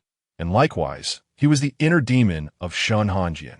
The person on the stone bed emitted a faint sound. Yet Bai Xingchuan suddenly panicked. No, he could not allow Shen Hanjian to awaken now. Bai Xingchuan shut his eyes, for he was not ready to face Shen Hanjian. Chapter 45. I have experience outside the cave. A youth clad in the light blue robes of the sect was blocked by vines at the cave entrance. His forehead glistening with sweat from anxiety. These vines could not be burned away even by high-grade spiritual fire talismans, leaving He Yulu in a state of agitation, nearly in tears, for reasons unknown to him. He felt a surge of inexplicable panic, which only heightened his irritation in a moment of frustration. He Yulu seized a vine and bit down hard. To his surprise, the vine surface was not as tough as he had imagined, but rather quite soft. He easily broke through the skin of the vine, and the sweet juice flowed into his mouth, bringing a refreshing sensation. Before he could ponder further, the vine suddenly shook violently, as if taken aback by the audacity of the boy before it, enraged and trembling. The force of the vine was so great that He Yulu was flung backward, fortunately caught in time by Qingwan. Qingwan, somewhat exasperated, remarked, "You little rascal truly knows no restraint. Oh, you even know what this vine is. You dare to bite it, not fearing for your life." He Yulu scratched his head and chuckled foolishly. "I got too worked up and didn't think much," he added, "but to be honest, it tastes rather good." Qingwan sighed. "I'm at my wit's end." Supporting his forehead, he queried, "So what exactly do you intend to do?" He Yulu recalled his original purpose. "Oh right, I tracked the residual spiritual energy left by my master to come here. Why master is most likely in that cave." Qingwan glanced at the writhing, provocative vine below and snorted. "Is that so? Leave it to me." With a flick of his fingers, a small cluster of azure flame shot towards the vine, but in the next moment, the vine lashed out, effortlessly dispersing the flames. He Yulu asked, "Senior?" Qingwan retorted, "Silence that don't ask. It's just awkward." Only then did Qingwan turn his attention to the vine that had seemingly come to life, and, after a long pause, he muttered, "What in the world is this?" He Yulu shook his head. "I don't know," he then inquired. "Does even the senior not know?" Qingwan replied, "I certainly do not know everything." Feeling a bit guilty, Qingwan admitted that despite living for tens of thousands of years, most of that time was spent in slumber. He Yulu conceded. All right then, that he was being held by Qingwan, floating in mid-air, when he spotted a familiar light blue figure. Upon closer inspection, he couldn't help but exclaim in delight, "Little junior brother." The one approaching was indeed Bai Xingchuan. Hearing someone call him, Bai Xingchuan looked up in confusion, raising an eyebrow at He Yulu's antics. "What brings you here, fourth senior brother?" Bai Xingchuan was at a distance from the vine and could not see its ominous form. He Yulu pressed his hands together, pleading with Qingwan to take him closer to Bai Xingchuan. Although Qingwan's expression was not particularly pleasant, he complied. Back on solid ground, seeing a familiar face eased He Yulu's mind considerably. "What brings you here, little junior brother?" Bai Xingchuan replied truthfully, "I followed a spirit-seeking deer here." After a pause, Bai Xingchuan's eyes flickered with an inscrutable expression as he asked, "And why is fourth senior brother here?" He Yulu, recalling the pressing matter, felt a pang of regret. "After we got separated, another spirit-seeking deer appeared. Master said that the deer intentionally led us here. He instructed me to wait for him. But fearing for his safety, I followed, if the fluctuations in spiritual energy are accurate. Master should be within that cave." Upon hearing that Shen Hanjian might be in danger, Bai Xingchuan's expression changed, and he immediately stepped forward, only to be grabbed by He Yulu. "Wait, there's a very fierce vine blocking the cave entrance. I've been trying to burn it for nearly an hour with no success. We need to devise a plan to divert that vine first." Bai Xingchuan took a deep breath, aware of the need for caution, and nodded. "All right, I will follow your lead, fourth senior brother," He Yulu added. "Right now, it's just the two of us." Qingwan interjected, "Ahem." He Yulu continued, well, with the three of us, it will still be somewhat challenging to distract that vine. However, it is unaware that we have one more person that I can work with a senior to draw its attention while you, little junior brother, take the opportunity to slip into the cave. With that, He Lu pulled out a stack of talismans from his sleeve and handed them to Bai Xingchuan. These were all pre-drawn talismans, plentiful in number, reassuring Bai Xingchuan not to hold back. The thick stack of talismans felt heavy in Bai Xingchuan's hands, and he couldn't help but twitch his lips at the sheer quantity. Taking the talismans, Bai Xingchuan asked, "How do you plan to distract that vine, fourth senior brother?" He Lu patted his chest with confidence. "Don't worry, I have experience." Bai Xingchuan raised an eyebrow. Experience? Then Bai Xingchuan watched as He Lu, brimming with self-proclaimed experience, dashed forward and bit down hard on the vine, provoking its furious wrath in the blink of an eye. He Lu applied a swift step talisman and shouted to Qingwan, "Senior, let us run." Qingwan sighed. "This is truly a troublesome child." Bai Xingchuan was momentarily at a loss for words, but thankfully, He Lu's outrageous strategy proved effective. Seizing the moment when the vine sought to strike He Lu, Bai Xingchuan held his breath and stealthily slipped into the cave. Upon entering the cave, Bai Xingchuan's brow furrowed involuntarily. The cave was suffused with a familiar aura. His gaze darkened. This energy felt akin to demonic energy, which he only recognized from his own inner demon. That entity represented the darkest, most twisted part of himself and harbored malice toward Shen Hanjian. Possibly posing a threat to him, a tightness gripped his heart as he hurried deeper into the cave. The cave presented no obstacles, allowing Bai Xingchuan to advance smoothly to its depths. Upon arriving, he instantly spotted a pale figure lying on a stone bed, Shen Hanjian. Bai Xingchuan's pupils constricted as he rushed forward, only to halt abruptly. A chilling voice resonated from the shadows, causing Bai Xingchuan to notice another figure emerging from the darkness. Bearing an identical visage to his OWNIT was his inner demon. Bai Xingchuan, the demon spoke in a low tone, "One more step forward and you shall perish. Even I would not spare you." As he lowered his gaze, his eyes swept over Shen Hanjian's exquisite features, reminiscent of a landscape painting. The demon muttered softly to himself, "He cannot awaken yet," recalling the events that transpired in the nightmare realm. Bai Xingchuan's inner demon bit down on his lip, rasping, "At least not now." Chapter 46. The center of the youth's voice was faint, and following his words, an oppressive silence enveloped the cave. The dim light rendered it impossible for Bai Xingchuan to discern the expression on his inner demon's face. He could only detect something amiss through subtle movements. Bai Xingchuan tightened his lips, pressing down harder on the hilt of his sword, his knuckles turning pale. He swallowed, struggling to speak. "What do you know?" The inner demon let out a light scoff, raising his face, a smile plastered across it. Yet that smile inexplicably left Bai Xingchuan feeling unsettled, unable to articulate his discomfort.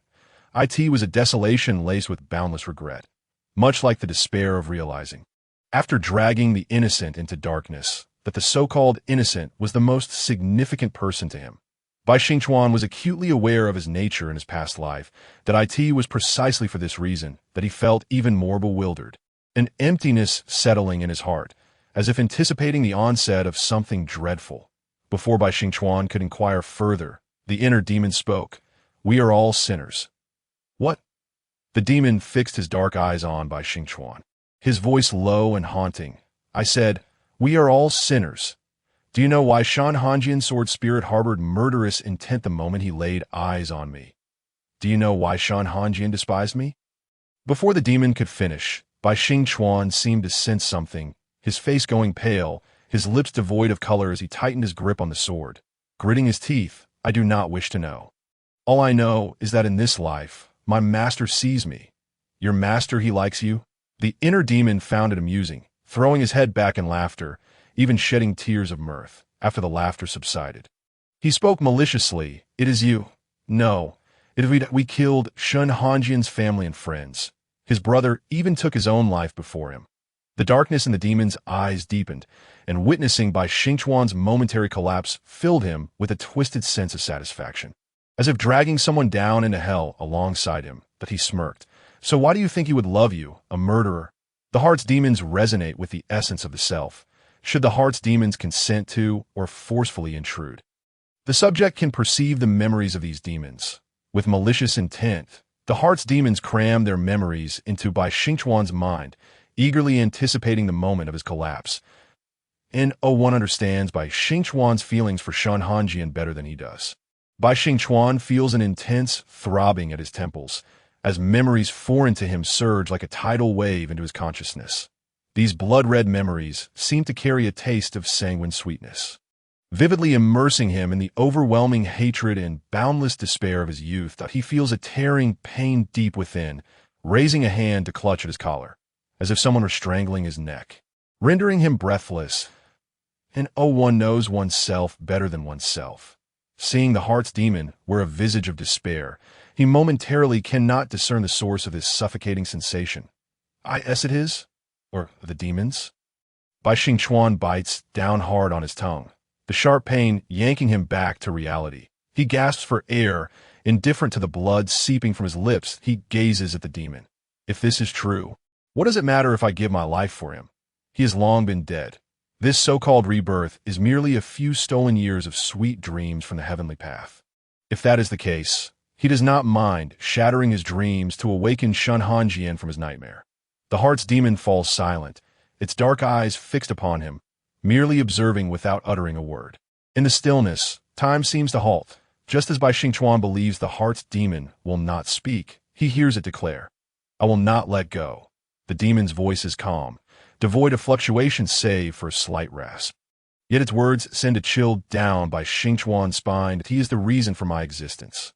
Even in death, I will pull him down with me into the abyss. His life can only be intertwined with mine. Bai Xingchuan, who has long recognized that the heart's demon embodies his most obsessive and frenzied side, is nonetheless incensed upon hearing these words. How can he act so selfishly after knowing everything? Bai Xingchuan draws forth his sword, its tip aimed at the heart's demon, his tone frigid. If that is the case, then we have nothing more to discuss. The heart's demon's gaze curves, its eyes devoid of emotion.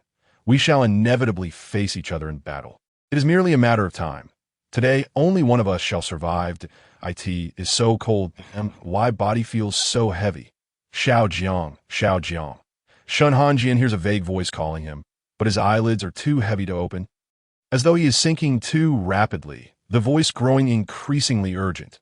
Xiao Jiang, Xiao Jiang. Though Shen Hanjian cannot open his eyes, his mind is remarkably alert. This voice sounds so familiar to he recalls that it is Mother-S voice. But isn't Mother dead? Everyone is dead. Shen Hanjian furrows his brow, dismissing the voice as an auditory hallucination. However, soon enough, the voices multiply, and with his keen hearing, he discerns them all in an instant. He feels a surge of irritation and raises his hands to cover his ears. These hallucinations are becoming intolerable, even including the voices of Bu Ran and Yen Ge. How could he possibly hear their voices? After all, he's the culprit behind that calamity. They would never forgive him, nor would they speak to him. These voices are all lies. Jiang, that a clear, youthful voice penetrates through his palms to reach his ears. Shen Hanjian's grip slackens involuntarily. Is this his elder brother? Even as his body continues to sink, it does not hinder him from rolling over, preparing to cover his ears again, when a light, helpless laugh suddenly reaches him. Xiao Qi, you are still the same. Upon hearing this voice, his once heavy and fatigued body instantly feels lighter, and his eyes slowly open to gaze at the white-haired youth not far away. Though he has never seen the youth before, his lips seem to have a mind of their own, and Shen Hanjian hears himself call the youth master. Chapter 47. Dissecting the Dan, the white-haired youth's face is adorned with a smile. He is exceptionally handsome, his eyelashes, robe, and skin all as white as snow, exuding an ethereal charm akin to a celestial being. The youth possesses an innate expression of compassion for all beings, radiating an aura of gentle sympathy. This figure before him is none other than the revered ancestor of the Lushan sect, Shen Hanjian's and his fellow disciple's master, Shuel Yin, the immortal monarch. Shuel Yin gazes at him, seemingly somewhat helpless. The seal has indeed been broken. That child must be suffering as well. Shuel Yin implies something without directly naming that person. Shen Hanjian purses his lips. So, all of it was true. He had initially thought it was the good deeds of a youth who resembled Bai Xingchuan. Now it seems he has misunderstood. Shen Hanjian's brow furrows tightly, and upon closer inspection, a hint of confusion flickers between his cold, clear eyes. He had thought he was merely a wisp of a lonely soul traversing an alternate realm. Yet everything that transpired within that nightmare felt so painfully real. Why is this happening? What is truly real? Sensing his distress, Shuel Yin gently sighs, remarking that life is but an illusion. The lines between truth and falsehood are often blurred. What truly matters is the present, is it not? I am but a fragment of consciousness lingering within you. Once the seal is broken, I shall swiftly dissipate, at which point my true form will perceive the aura of the broken seal. Shuel Yin reaches out to tousle Shen Hanjian's silky black hair, playfully disheveling it. He smiles. Cause and effect. Evil causes yielding evil results. Yet evil results need not always bear wicked seeds. I believe our Shao Qi will discern all of this. Will he not? The youth's tone is light, yet it carries a persuasive weight, prompting Shen Hanjian to nod in agreement. Yes. Shuel Yin's gaze softens as memories of a century-old scene resurface in his mind. The white-haired youth cradles the white-haired boy, their two snowy forms standing out starkly against a backdrop of crimson. Back then, upon seeing Shen Hanjian grievously injured, with his dantian damaged, he had intended to carry the boy back to the Lushan sect for healing, thinking that even if he could not restore the boy's extraordinary talent, he must at least save his life. Just as he was about to leave with the boy, a hand grasped his robe. Of course, with Shuel Yin's profound cultivation, he could not be easily detained by a mere youth. He almost instantaneously shook off the boy's grip, turning back to see the black-robed youth, pale-faced yet with an exceptionally determined gaze, declaring, I can restore Zhang's root bones. He knew this boy was aligned with those sinister beings, and the pervasive sin of blood incited his anger, causing his tone to sharpen. You? How can you restore the root bones of one born with such innate talent? Even I would not dare make such claims. The black-robed youth grits his teeth.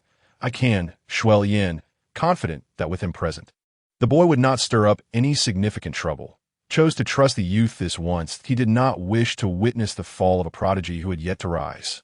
Suddenly, the black-robed youth's fingers clawed at his own abdomen, causing Shuel Yin's pupils to constrict.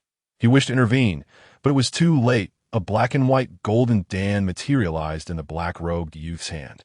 He wiped the blood from the corner of his mouth and without hesitation split the dan in half, one half black, the other white. He unflinchingly inserted the white half into the unconscious Shen Hanjian's body. Shuel Yin checked the boy's pulse and was astonished to find the boy's damaged meridians and root bones swiftly mending. Shuel Yin, in disbelief, exclaimed, What is this? The black-robed youth then consumed the black half of the dan. With the chaotic, demonic energy rampaging through his meridians like a rabid beast, attempting to seize control of his body, he gritted his teeth, enduring it, spitting out a mouthful of dark red blood, and carelessly wiping it away before looking back at Shuel Yin, coldly scoffing. I am a hybrid born of a cultivator and a demon, infused with both celestial and demonic blood. He continued. My celestial dan possesses purer spiritual energy than that of an ordinary cultivator. Shuel Yin's gaze fell. Likewise, your demonic dan will harbor more brutal demonic energy than that of common demons. The youth remained composed. Precisely. Celestials and demons have been mortal enemies for millennia, and children like the black-robed youth face discrimination in the demon realm, while in the cultivation world, they are merely regarded as abominations to be hunted down, let alone bonds of kinship or friendship. He has likely grown up in a distorted environment, cultivating his current obsessive nature. Shuel Yin looked at the boy, who had just reached his chest in height, his snowy eyelashes fluttering slightly, and said, The bloodlines of celestials and demons are inherently irreconcilable. If either side collapses, the other will inevitably run rampant, potentially affecting future generations. Shuel Yin's words trailed off, yet the youth comprehended his meaning. The boy smiled. I am not a good person. Why should I not embrace being a demon? Immortal monarch, the youth called out to him, his gaze steady and devoid of any ripple. Please, kill me. The boy still wore that smile. If I do not die, the celestial dan will eventually return to my body. Only by dying in this lifetime can the celestial dan truly be used by Zhang to restore his root bones A heavy silence ensued. After a while, Shuo sighed deeply. Why must it come to this? The boy's voice was hoarse. In this lifetime, I have been humiliated and mocked. I have never bowed my head, and this is my first act of submission. He raised his head to gaze upon the snow-white figure of the immortal monarch, who was strikingly handsome, and a flicker of jealousy crossed his heart. Ah Jiang would surely be fond of such a gentle, celestial-like being, wouldn't he? Regrettably, he could never aspire to be such a person. He is but a mass of mire, decayed and corrupt. Hearing that those who take their own lives are condemned to hell, unable to be reborn, I, too, am a selfish soul, foolishly yearning for a connection in the next life. The youth's voice, hoarse and dry, rolled from his throat. Therefore, I beseech you, in my life. Chapter 48. The suffering of all beings. The boy, bereft of the will to live, bore an expression of resolute despair, awaiting the final blow from the celestial being before him. Shuo lowered his brow slightly, remaining silent. Bai Xingchuan bit his lip, just as he thought Shuo would turn and depart. A pure, immaculate blossom unfurled from his chest, its faint fragrance enveloping the air. The scenery before him swayed, and the once statuesque, celestial being appeared even more towering. With a thud, Bai Xingchuan's heart sank, realizing that he had fallen. Is this what death truly is? Quiet and unremarkable, yet akin to the most masterful of hunters, it grants its prey no room to escape. That a smile adorned Bai Xingchuan's face as the blossoms bloomed. His lips quivering, the passage of life drained his strength.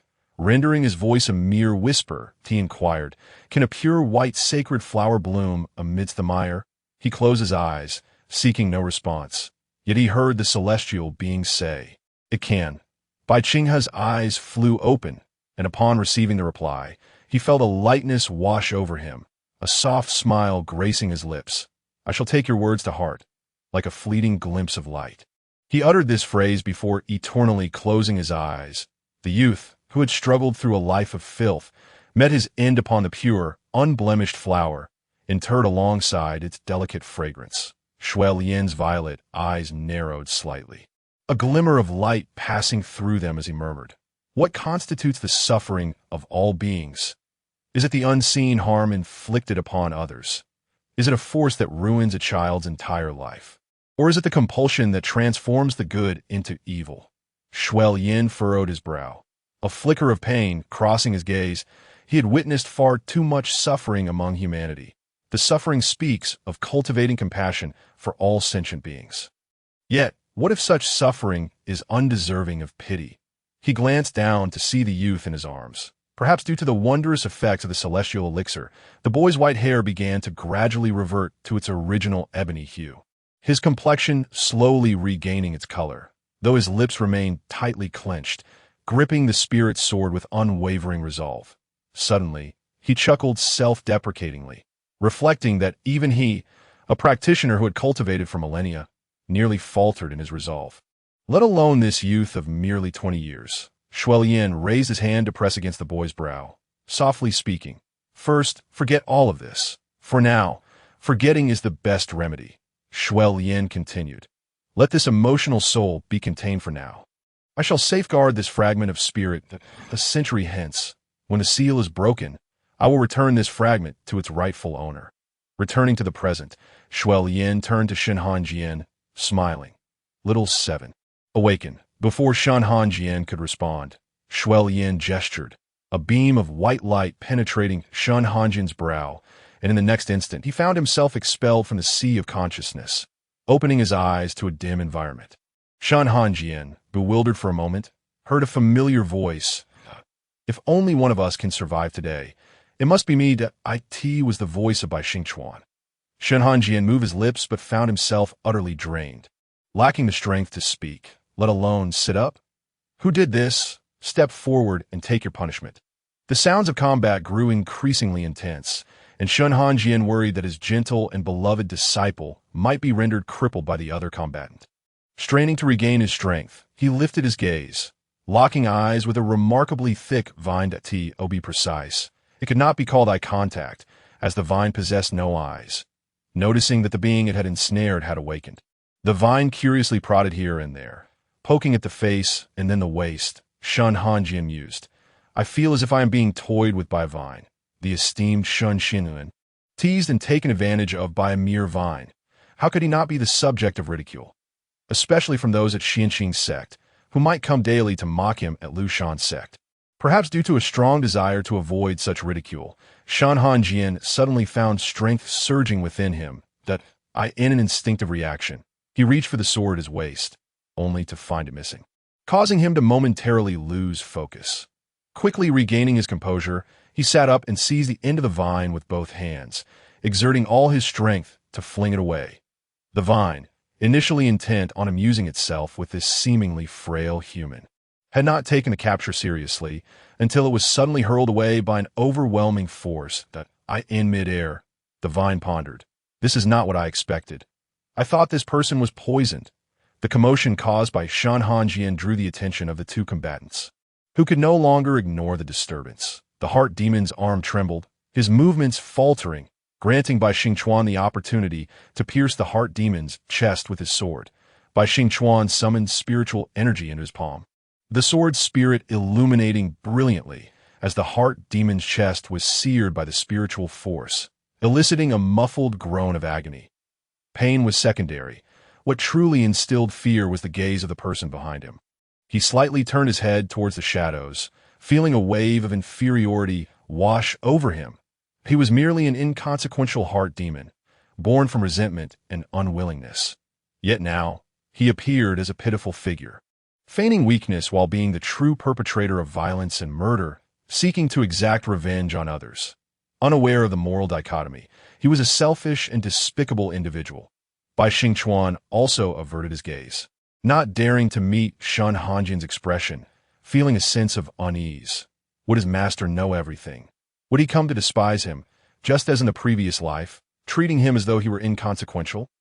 Once having received affection, one can never return to the days of neglect. Shen Hanjian, oblivious to the thoughts of the two before him, felt a constriction in his heart. Could it be he was mistaken? That his gentle and kind disciple had plunged a sword into another? While the authenticity of this so-called reincarnation was uncertain, Shen Hanjian could not help but think, truly worthy of being the protagonist. Even after stepping out of the kitchen, he could still take lives. Gazing upon the chaotic scene before him, Shen Hanjian felt a headache coming on. What on earth are you two doing? No sooner had he spoken than a disheveled figure, looking like a beggar, burst into the cave, exclaiming in delight upon seeing Shen Hanjian unharmed. Master, you are safe. Shen Hanjian paused for a moment, then inquired, And you are? The newcomer pushed aside the tangled hair obscuring his face, revealing, It's a Yulu. That face could belong to no one else, but he Yulu. Though a bit dirty, he was still recognizable. However, this was not the point. Suddenly, Shen Hanjian felt a wave of suffocation. Why had all his disciples changed so drastically upon waking? His head throbbed painfully. Chapter 49. Go and take a look for me. On one side were the brawling disciples, and on the other stood the disheveled fourth disciple, covered in dust with leaves tangled in his hair. Shen Hanjian stared blankly for a while, lifting his hand to his forehead. Had no one informed him of what had transpired? Master, Elder Shen. With a resounding crash, a massive hole was blasted into the cave wall. Shi Yuqing, the first to charge in, rushed forward in a panic. Their group, failing to catch up with Xu and Yo Lu, had retraced their steps, and upon finding no sign of their master, they began to search the vicinity. Eventually, they discovered the signals left by He Yulu and followed the trail to the cave entrance. As they arrived, the ground began to tremble, and shortly thereafter, a large mass of green, an unknown entity, flew out, causing a tremendous noise that led to the collapse of the cave entrance in a moment of haste. Shi Yuqing had broken a large hole in the wall. Shen Hanjian turned his gaze to the gaping hole, remaining silent. The area where the wall had been breached was strewn with rubble, dust swirling in the air. Nan Minghuan, a few seconds behind Shi Yuqing, covered his nose upon seeing the scene, frowning slightly. How filthy! He stood behind Shi Yuqing, draping his arm over his shoulder, and in a teasing voice remarked, Junior brother, how rough you are! Dust has settled on my newly purchased robes. You must compensate me well. Shi Yuqing erupted. Speak properly. He Yulu, spotting his two senior brothers, exclaimed joyously, "Second brother, third brother, you finally made it." Nan Minghuan and Shi Yuqing exchanged bewildered glances. "Who are you?" He Yulu nearly stumbled in disbelief. "It's me, He Yulu." Shi Yuqing's mouth twitched slightly. "Fourth junior brother?" He Yulu nodded eagerly. "Yes." "That's me." Nan Minghuan quietly took a step back. "Just take a step back, please." Unable to contain himself, Nan Minghuan remarked. "You are too dirty." He Yulu, visibly disheartened, looked at the other disciples, who exchanged glances. Pondering, is this the daily interaction of Shen Hanjian's disciples? It stands in stark contrast to their master's demeanor. Could it be that Shen Hanjian possesses a playful side hidden from view? Shen Hanjian took several deep breaths, contemplating the reliability of his most trusted disciple, attempting to calm himself. Suddenly, a streak of sword light surged forth, so swift that it was nearly imperceptible.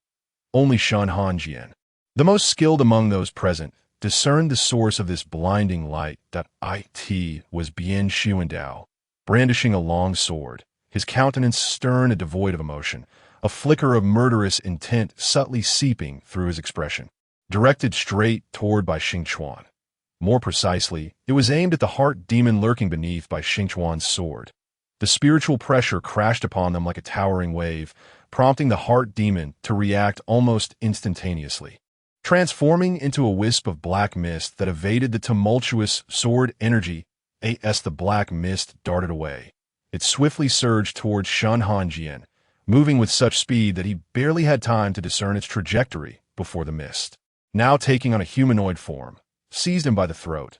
The onlookers fell silent, their eyes fixated on the heart demon. Should it dare to act, they would charge forth to confront it in a deadly duel.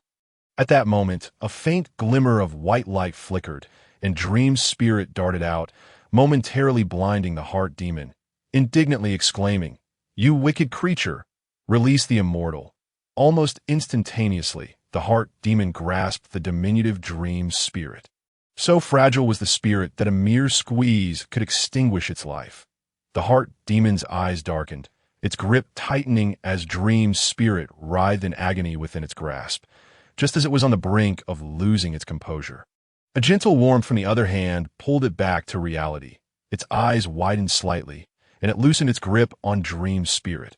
For these past years, it had never strayed far from Shen Hanjian's side, always lingering at Suchan Peak, close enough to see him yet distant, day and night. From the initial hatred and vengeful thoughts to the strange transformations within, it knew it had changed but was loath to admit it. Acknowledging such a shift seemed to render its existence meaningless. Through countless nights of observation, it had come to understand the significance of Dream spirit to Shen Hanjian. Shen Hanjian was that kind of individual. No matter how aloof he appeared, once he recognized someone as his own, he would protect them fiercely. Yet, it had never been among those who were acknowledged. All of this was of its own making. The heart demon was momentarily taken aback, allowing Shen Hanjian the opportunity to launch an elbow strike, turning to rescue Dream's spirit from its clutches. Gathering spiritual energy in his hand, he wielded an invisible sword. The sword energy coalesced into a blade, aimed directly at the heart demon's neck. Shen Hanjian's eyes were deep and cold as he inquired, "Where's Han Ruo? Your sword intent remains as frigid as ancient ice." Causing an involuntary shiver, the heart demon retorted, diverting the conversation, muttering to itself, "The white plum blossoms have bloomed again." Furrowing his brow, Shen Hanjian noted that it was March, the season of spring in full bloom. Where, then, could these white plums arise? The heart demon smiled faintly, recalling, "Those white plums were indeed beautiful, but I never had the chance to behold them. When he perished, it was the heart of winter, devoid of plum blossoms." Yet the scent had reached him first, intensely fragrant and delightful, and he had often heard the street urchins speak of sweet plum cakes. He wondered if the plums themselves were likewise sweet. The taste and fragrance must have been exquisite. The blossoms bursting forth like vibrant brocades upon the branches. How splendid that must have been. Everything unfolds in cause and effect. He would eventually find peace, a matter of time. The heart demon lifted its gaze, its dark eyes glimmering faintly as a soft smile graced its lips. "Master, go see for me will you? It appears my existence is merely a tragic farce, and my dissolution is inevitable. I simply refuse to acknowledge it. It will be a fitting conclusion to perish once more at your hands, master, disciple. The heart demon chuckled self-deprecatingly. No, I'm no longer a member of the Lushan sect. I cannot rightfully address you as master. As it self-destructed, its words scattered like whispers in the wind. Shen Hanjian, please visit the white plums on Suchun Peak for me. They must be breathtaking. I sealed the sword beneath the stone bed. I did not touch your sword. And I am sorry. Releasing the burdens of resentment, unwillingness, and guilt, the heart demon's figure dissipated before Shen Hanjian's eyes. He should have felt joy. Shen Hanjian's gaze flickered, his thoughts drifting as he pondered. Having slain his nemesis, he ought to feel elation. Yet, why did joy elude him? A heavy stone weighed upon his chest. Chapter 50. Anomalies in the secret realm. A large hole had been broken into the stone wall. Cold winds rushing in, sending a bone-chilling chill up his spine. By the time Shen Hanjian regained his senses, his hands and feet were already icy. Master, Bai Xingchuan removed his outer robe, gently brushing off the dust.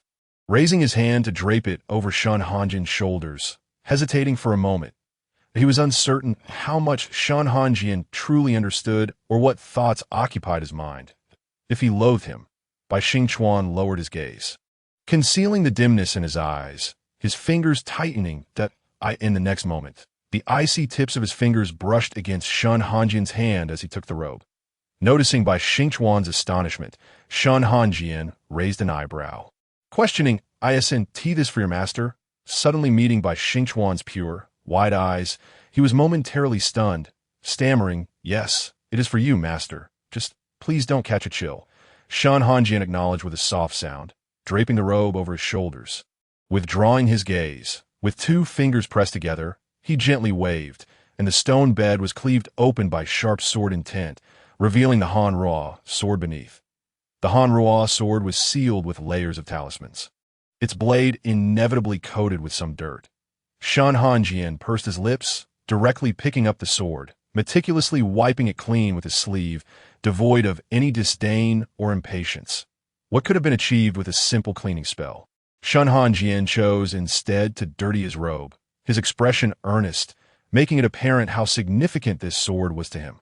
The disciples behind him exchanged glances, silently acknowledging Shen Hanjian as a true sword cultivator, who, regardless of his indifferent temperament, cherished his sword as any other would. However, Bai Xingchuan felt a chill run down his spine. More than anyone, he understood the extraordinary significance of the sword to Shen Hanjian. Having glimpsed the heart demon's memories, Bai Xingchuan clenched his fists, his complexion paling as he awaited Shen Hanjian's judgment. No matter the outcome, he bore no grievances, longing only to atone beside him. He Lu stepped forward. Concerned, "Junior brother, you look unwell. Did you sustain any injuries during the battle with that demon?" Bai Xingchuan shook his head, forcing a smile. "I am unhurt. Thank you for your concern, 4th senior brother." "Is that so?"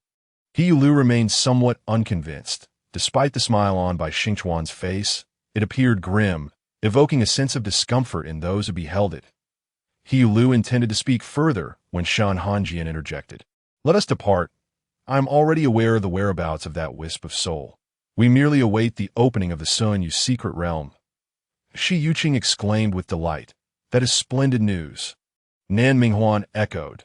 "Then I congratulate you, master, on achieving your wish." Bian Xuandao, typically taciturn, appeared stiff, stating dryly, "Congratulations." Upon exiting the cave, Shen Hanjian retrieved the communication jade token once more.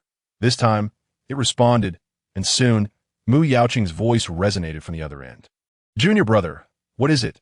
Have you found something?" "Yes, please inform 4 senior brother that 6 senior brother will meet tomorrow at the usual place." Upon hearing this, Mu Yaoqing's voice brimmed with uncontainable joy. "Excellent, excellent. I shall notify them immediately." After a brief exchange, Mu Yaoqing reluctantly severed the connection. Shen Hanjian felt a hint of exasperation. Each conversation with the sect leader seemed to cascade into an overwhelming torrent of concern, leaving him somewhat flustered. His ears flushed slightly as he pressed his lips together, reflecting, "The sect leader is truly too enthusiastic. Shen Hanjian's gaze drifted, catching sight of Bai Xingchuan trailing behind with his head bowed, moving at a leisurely pace that a twinge of annoyance struck him. The vivid memories from the nightmare realm were too fresh, still lingering in his mind, making him reluctant to face Bai Xingchuan, though he rationalized that it might merely be the actions of Bai Xingchuan's previous life. Or perhaps not even that.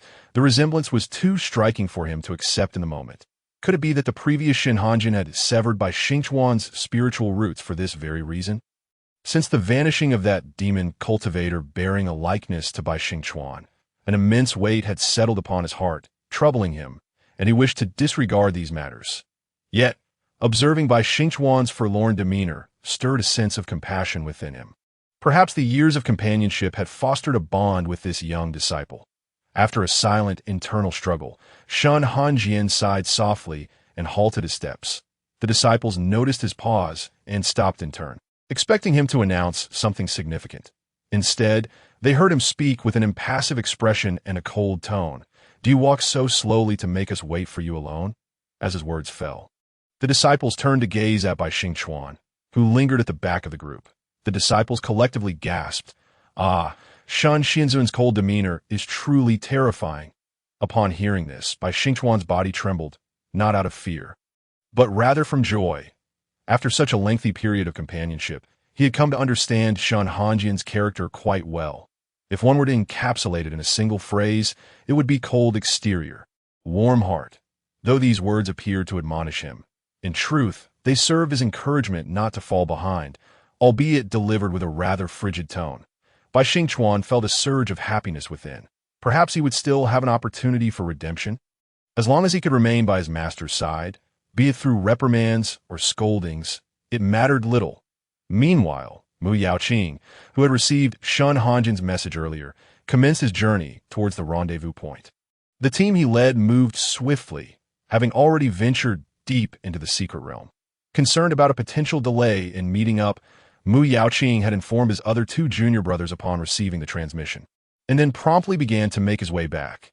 Their initial luck had been quite favorable, as they encountered numerous spiritual herbs and treasures along the way, even some rare spiritual beasts that on their return journey. They stumbled upon some scarce and valuable medicinal materials. Just as one disciple was about to step forward to gather them, Mu Yaoqing, with a serious expression, halted him, scanning the surroundings as an inexplicable wave of intense unease surged within him. It was too quiet. He glanced at the spiritual herb, the gentle smile on his face momentarily absent. The gathering spirit herb IT was a crucial ingredient for crafting the ascending spirit pill. Logically, such a rare spiritual herb would be guarded by spiritual beasts. So why had it been so easily discovered? It was almost as if it were within reach with just a simple gesture. Something was amiss. Mu Yaoqing furrowed his brows and instructed all disciples, "Remain vigilant. Something feels off." Meanwhile, on the side of He Xuanhuan's team, upon receiving the transmission from the sect leader, He Xuanhuan began to retrace his steps. During his journey, he fortuitously encountered Chu Yunjin and his group, and the two teams decided to travel together. He Xuanhuan, leading the way, paused momentarily. His expression shifted, and white feathers appeared on his cheeks. The sense of dread surged within He Xuanhuan. As a demon cultivator, his innate perception far surpassed that of human practitioners. In that fleeting moment, he had felt an overwhelming aura pressing down upon him, startling him to the brink of reverting to his original form. What sort of terrifying entity could exert such power? Chapter 51. The three troublemakers of Lushan's sect, Chu Yunjin, sensed something was amiss almost simultaneously as He Xuanhuan sprouted feathers. "Did you feel that, sixth junior brother?" He Xuanhuan nodded. A terrifying pressure. The disciples exchanged glances, uncertain of what was unfolding. Chu Yunjin met He Xuanhuan's gaze, his heart sinking. The immense pressure seemed to target only those of higher cultivation, indicating that this unknown entity possessed a remarkable control over spiritual energy, making its master a force to be reckoned with. He Xuanhuan spoke. "It's a demon." Chu Yunjin inquired. "Are you certain?"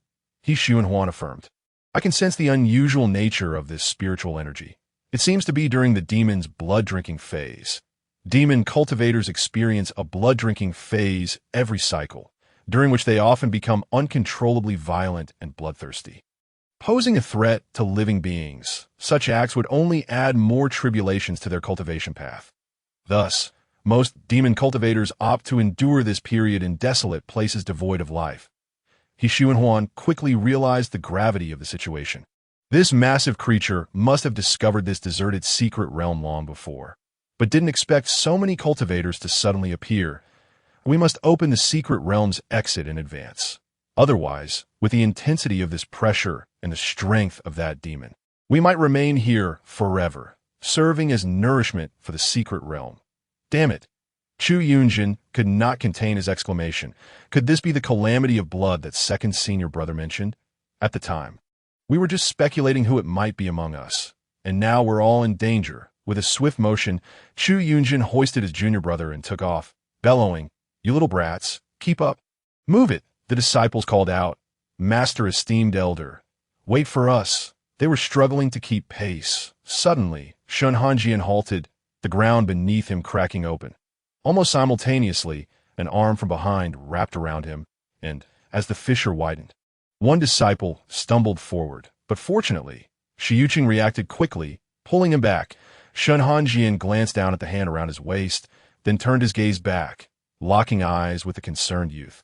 Noticing Shen Hanjian's gaze, Bai Xingchuan quickly released his grip, his lips moving as if to speak, yet ultimately failing to voice his thoughts. Shiuqing, having saved the disciple, promptly asked, "Master, are you all right?" Shen Hanjian raised a hand to stop him. No harm done. From within the fissure, the potent aura of a demon warrior seeped out, causing Shen Hanjian to frown slightly as he coldly instructed, "We must leave quickly. This secret realm is not a place to linger." Upon hearing Shen Hanjian's words, all the disciples wore serious expressions, and Nanming Huan also wiped the smile from her face. To He Lu, "I have a few speed talismans here that can hasten our pace," He Lu said, retrieving talismans from his sleeve and distributing them, ensuring each person received one. "Everyone, use these for now. If we run out, I can draw more." Nanming Huan chuckled, "Our little dear is so impressive. Surely, you'll become the world's greatest talisman master in the future." Shiuqing nodded in agreement. It was essential to praise one's junior brother when warranted, just as it was appropriate to scold one's senior brother when necessary. Nanming Huan shivered slightly, adjusting her clothing. "Why do I suddenly feel a bit cold?" With the speed talismans from He Lu, Shen Hanjian's group became the first to reach the meeting point.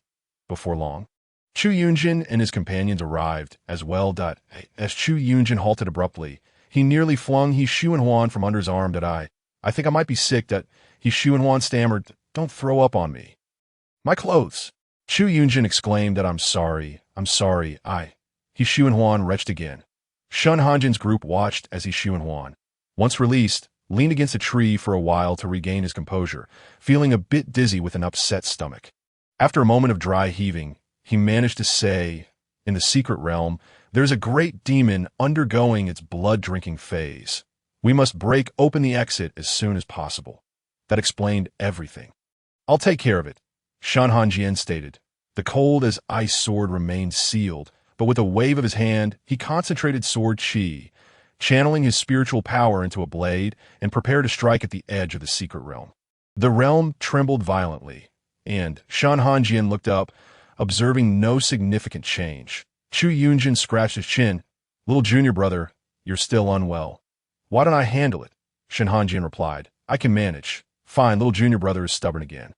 What else can we do but yield?" "Wait a moment." Hypocrite stepped forward, examining the fissure closely, then poked it with his finger, noticing a small crack had formed. Chu Yunjin immediately remarked, "Look at our little junior brother. With just one strike, he has opened the exit of the secret realm." A small crack. Shen Hanjian's expression remained unchanged, yet those familiar with him could discern subtle shifts in his demeanor. The youthful contours of his face softened slightly, the corners of his eyes imperceptibly lifting. Chu Yunjin thought to himself, "Little junior brother is easily appeased." Shen Hanjian gathered his strength for another strike, and the crack began to visibly expand in all directions. Chu Yunjin cheered from the side. "Little junior brother is so impressive. Keep it up. Perhaps one more strike would do the trick." Suddenly, Hypocrite interjected, "By the way, where is the sect leader? He was the one who notified us. Yet he has yet to arrive." The sect leader had always been methodical in his actions. Chu Yunjin, placing his trust in his senior brother, replied, "Perhaps he encountered some minor issue on the way? No need to panic. The sect leader is a steady individual. We don't need to worry on his behalf." Chu Yunjin continued, hot-tempered, the number one troublemaker of Lushan's sect. Shen Hanjian chimed in, obsessively clean, if anyone dares to dirty his feathers. He could very well beat that person back into the womb. As for Shen Hanjian, no further elaboration was necessary. In any case, it seemed that only third senior brother Mu Yaoqing appeared relatively normal amidst the sect, aside from the fact that wherever he went, the doors tended to suffer. Everything else seemed quite orderly. He was also composed. Shen Hanjian paused his swordplay and suddenly spoke, "We should send someone to look for the sect leader." That a silence enveloped the group for a moment. And Chu Yunjin propped his chin, pondering, "Little junior brother, are you concerned about our sect leader?" Initially, Chu Yunjin had merely asked out of curiosity, not expecting a response from Shen Hanjian. Thus, when Shen Hanjian softly acknowledged him with a brief he nearly thought he had imagined it. Shen silently reflected, "Sect leader, you truly have unfortunate timing, missing out on this conversation." Shen contemplated, if the sect leader, with his brotherly tendencies, were to hear this, he would likely ascend to blissful heights. Chapter 52. The misfortune of junior brother Chu at this moment. Mu Yaoqing, drenched in sweat, was carrying a disciple on each shoulder. When the tremors began, these two unfortunate souls found their feet ensnared in the fissures of the earth. While the fall itself was not grave, their misfortune compounded as both suffered broken legs. The other disciples also sustained injuries to varying degrees due to the sudden upheaval, but Mu Yaoqing, being of higher cultivation, remained unscathed.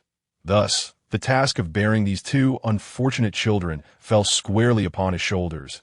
In the secret realm, where sword flight was not permitted, these two hapless youths were surprisingly heavy, and Mu Yaoqing could not help but inquire, "Which peak do you two belong to as disciples?" The disciple on the left, rather shy, flushed with embarrassment, replied, "I am a disciple under Elder Chu of the Fire Peak." The disciple on the right added with a retch, "I too am a disciple under Elder Chu." "Ugh. Take it easy, don't vomit on me," Mu Yaoqing said, his tone tinged with urgency, fearing the disciple might soil his robes, which Hanjian had praised for their beauty. The right disciple responded, "I will do my best." "Ugh," Mu Yaoqing remarked, "disciples under Brother Chu are indeed quite interesting, though they carry a significant weight." He mused silently, contemplating whether to reduce the Fire Peak's expenses and procure more new garments or snacks for Hanjian. Chu Yunjing sneezed. A quarter of an hour later, Mu Yaoqing arrived tardily with a group of injured disciples. Without a second thought, he transferred the burden of the two hefty stones to the seemingly leisurely Chu Yunjing. "What is this, senior brother?" Chu Yunjing asked, puzzled. Mu Yaoqing smiled. "Naturally, it is the responsibility of junior brother to carry the disciples under his tutelage. Senior brother has borne them all this way. You wouldn't refuse, would you?" Feeling an inexplicable nuance in Mu Yaoqing's tone, Chu Yunjing nodded. "Of course not. Thank you for your hard work, senior brother." Then he heard Mu Yaoqing say, "It seems the meals for your disciples are quite satisfactory. Senior brother, if you have something to say, please speak plainly." "You make me anxious," Chu Yunjing replied. With a beaming smile, Mu Yaoqing countered, "What do you think of our little junior disciple? Doesn't he seem a bit too thin?" Chu Yunjing nodded. "He does seem a bit underweight. Would you like to do something for him?" Mu Yaoqing inquired. With determination, Chu Yunjing responded, "Of course, he is my little junior brother. That is wonderful. Henceforth, let us reduce the Fire Peak's expenses and allocate more resources to Suchin Peak. What do you think, junior brother?" "All right, wait a moment." Chu Yunjing, realizing the implications, appeared bewildered. "What?" Mu Yaoqing maintained his gentle smile. "Senior brother knows you are generous, and I admire that." "Senior brother, you are being unreasonable," Chu Yunjing protested. Attempting to resist, "Look at what I practice daily: swordsmanship, formations, and artifact crafting, all of which are costly. Could you possibly?" Mu Yaoqing chuckled. Chu Yunjing, his voice diminished, pleaded, "Could you leave me a little something?" Mu Yaoqing raised his hand as if to pat Chu Yunjing's shoulder, but upon noticing the two unfortunate children beside him, he halted and instead pinched Chu Yunjing's cheek, grinning. Junior brother only speaks in jest. Would I ever be harsh on my own disciple? I wholeheartedly support you in your cultivation endeavors. Chu Yunzheng silently thought to himself, you are insufferable. After teasing Chu Yunzheng, Mu Yaoqing felt elated. Upon seeing He Xuanhuan, he couldn't help but praise the beauty of his crane feathers repeatedly, causing He Xuanhuan to blush, almost becoming the first crane in the realm of cultivation to be embarrassed to the point of blushing as the sword energy swirled. The gusts ruffled Mu Yaoqing's robes. He turned and beheld his little junior brother wielding sword energy with grace. His eyes narrowed in satisfaction. His little junior brother was truly the most handsome person in the realm of cultivation. Even his gentle sword movements were aesthetically pleasing. Mu Yaoqing cautiously glanced around, wondering if he could secretly capture a moment with the viewing stone without anyone noticing. Chu Yunzheng and He Xuanhuan both interjected, no, senior brother, we have already perceived your intentions. Ultimately, due to the large number of people present, fearing he might inadvertently capture unrelated individuals, Mu Yaoqing reluctantly abandoned his plan to stealthily film the scene, feeling quite regretful. Shen Hanjian, upon delivering his fifth strike, noticed Mu Yaoqing's arrival and promptly greeted. Senior brother, Mu Yaoqing smiled brightly. Ah, you are here. Just continue your work. I shall stand by. Shen Hanjian replied. Mu Yaoqing's smile seemed somewhat peculiar. The disturbances within the secret realm grew increasingly intense, and more cultivators began to gather at the exit. These cultivators, who had been diligently searching for treasures, were now alarmed by the sudden tremors. The spiritual beasts had all hidden away, seemingly in fear of something. Seeing this, the cultivators dared not linger, for while treasures were enticing, their lives were paramount. Upon reaching the exit and spotting the Lu Mountain sect's group, the cultivators collectively felt a wave of relief. With the Lu Mountain sect's talents in attendance, what was there to fear? Moreover, the imposing figure of Shen Hanjian was present, further alleviating their worries. Shen Hanjian paused mid-swing, sensing an unusual heaviness on his back. Chapter 53. Breaking the secret realm, the fissures spread like cracking ice. Yet the exit of the secret realm remained obstinately closed. As the tremors intensified, some individuals in the outer circle began to panic. How much longer will it take? The secret realm can hardly hold on. Unaware of the true cause of the upheaval, they assumed the secret realm was facing some internal crisis and feared being trapped within its confines. Their hopes for Shen Hanjian were now fraught with impatience and anxiety. How much longer until the exit is breached? Can we expedite the process? I do not wish to perish here. The voices grew increasingly frantic. Bai Xingchuan clenched his fists, ready to speak, when Mu Yaoqing interjected. If you cannot wait, you may seek your own escape. The Lu Mountain sect does not impose restrictions. Mu Yaoqing's usual gentle demeanor vanished, replaced by the commanding presence of a sect leader honed over centuries. The moment he spoke, silence fell over the assembly. Seeing Mu Yaoqing's demeanor, the crowd dared not make a fuss, acutely aware that they were merely benefiting from the efforts of the Lu Mountain sect. They were wary of provoking him and being dismissed. Considering the strength of the Lu Mountain sect, they understood that even if they wished to fight, they would not stand a chance. Not only against the elders and Shen Hanjian, but also against the fiercely determined disciples. Some scattered cultivators exchanged glances, silently acknowledging the ferocity of Shen Hanjian's disciples, who were more formidable than even the spiritual beasts. Without needing to ask how they knew, the answer was evident. They had witnessed it and fled in disarray. After Mu Yaoqing spoke, a moment of silence ensued before a young man stepped forward, stating, "It is the Lu Mountain sect that is exerting their full effort. Even if we cannot assist, we should refrain from hampering Shen Hanjian's efforts. Every second counts for our lives, and this should be understood by all present." The speaker was none other than the young man whom He Yulu had previously set free. Seeing this, He Yulu cast a grateful glance his way. The young man merely smirked, saying nothing further. The gathered cultivators grasped their predicament, promptly silencing their chatter and directing their hopeful gazes towards the Lu Mountain sect. This put immense pressure on Mu Yaoqing and his companions. While they were unafraid of those who caused a ruckus, they were at a loss against those who displayed weakness, as the latter had not committed any offense. Suddenly, someone shouted, The exit of the secret realm has opened. It's opened at this proclamation. The previously subdued cultivators erupted into commotion, eagerly pushing forward, eager to be the first to escape the secret realm. The young man who had spoken earlier stumbled forward, nearly falling to the ground amidst the chaos. Fearing for his life, he shut his eyes, certain that falling at this moment could lead to being trampled to death or rendered incapacitated for life. Cursing himself inwardly, he lamented, "Had I known I would find nothing in the secret realm and possibly lose my life, I would never have come. I regret it deeply." Suddenly, something wrapped around his waist, and with a firm tug, he was pulled to safety beside the Lu Mountain sect's group, spared from the trampling chaos. Opening his eyes, he found himself face to face with an extraordinarily beautiful visage. He recognized her as the one with the most delightful smile among Shen Hanjian's entourage, Nan Minghuan, noticing his dazed expression. Couldn't help but chuckle. "Why so foolish? No wonder you nearly became a pancake." Teasing him, she continued, "What were you thinking? When everyone was about to trample you, your first instinct was to shut your eyes. You didn't even struggle." With laughter in her voice, she playfully pinched the young man's cheeks, commenting, "Your face needs some work. You should apply more moisturizer. I have plenty. Would you like some?" "I absolutely refuse." The youth exclaimed, his cheeks flushed, while his mind wandered. "Your hands are surprisingly soft. The sensation against my face is delightfully gentle." Nan Minghuan pressed harder, laughing. "You're stubborn, but I rather enjoy that," Shi Yuqing retorted irritably. "Can you not focus on something serious? This group of lunatics is about to swarm our master. Did you hear that? Their filthy hands are about to touch our master's noble and unblemished form." It was Shi Yuqing who first erupted, declaring that no one should lay a finger on his pristine master.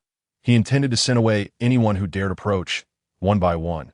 Without exception, Bai Xingchuan, rarely in agreement, nodded in approval, recognizing his third senior brother's rare moment of wisdom. Indeed, how could his master be sullied by others? Even the faintest trace of their scent was unacceptable. The disciples of Lu Shan's sect were excessively savage.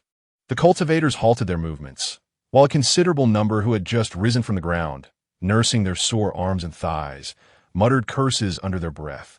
"Come on, it's not like we're stealing your wives. Why are you so protective?"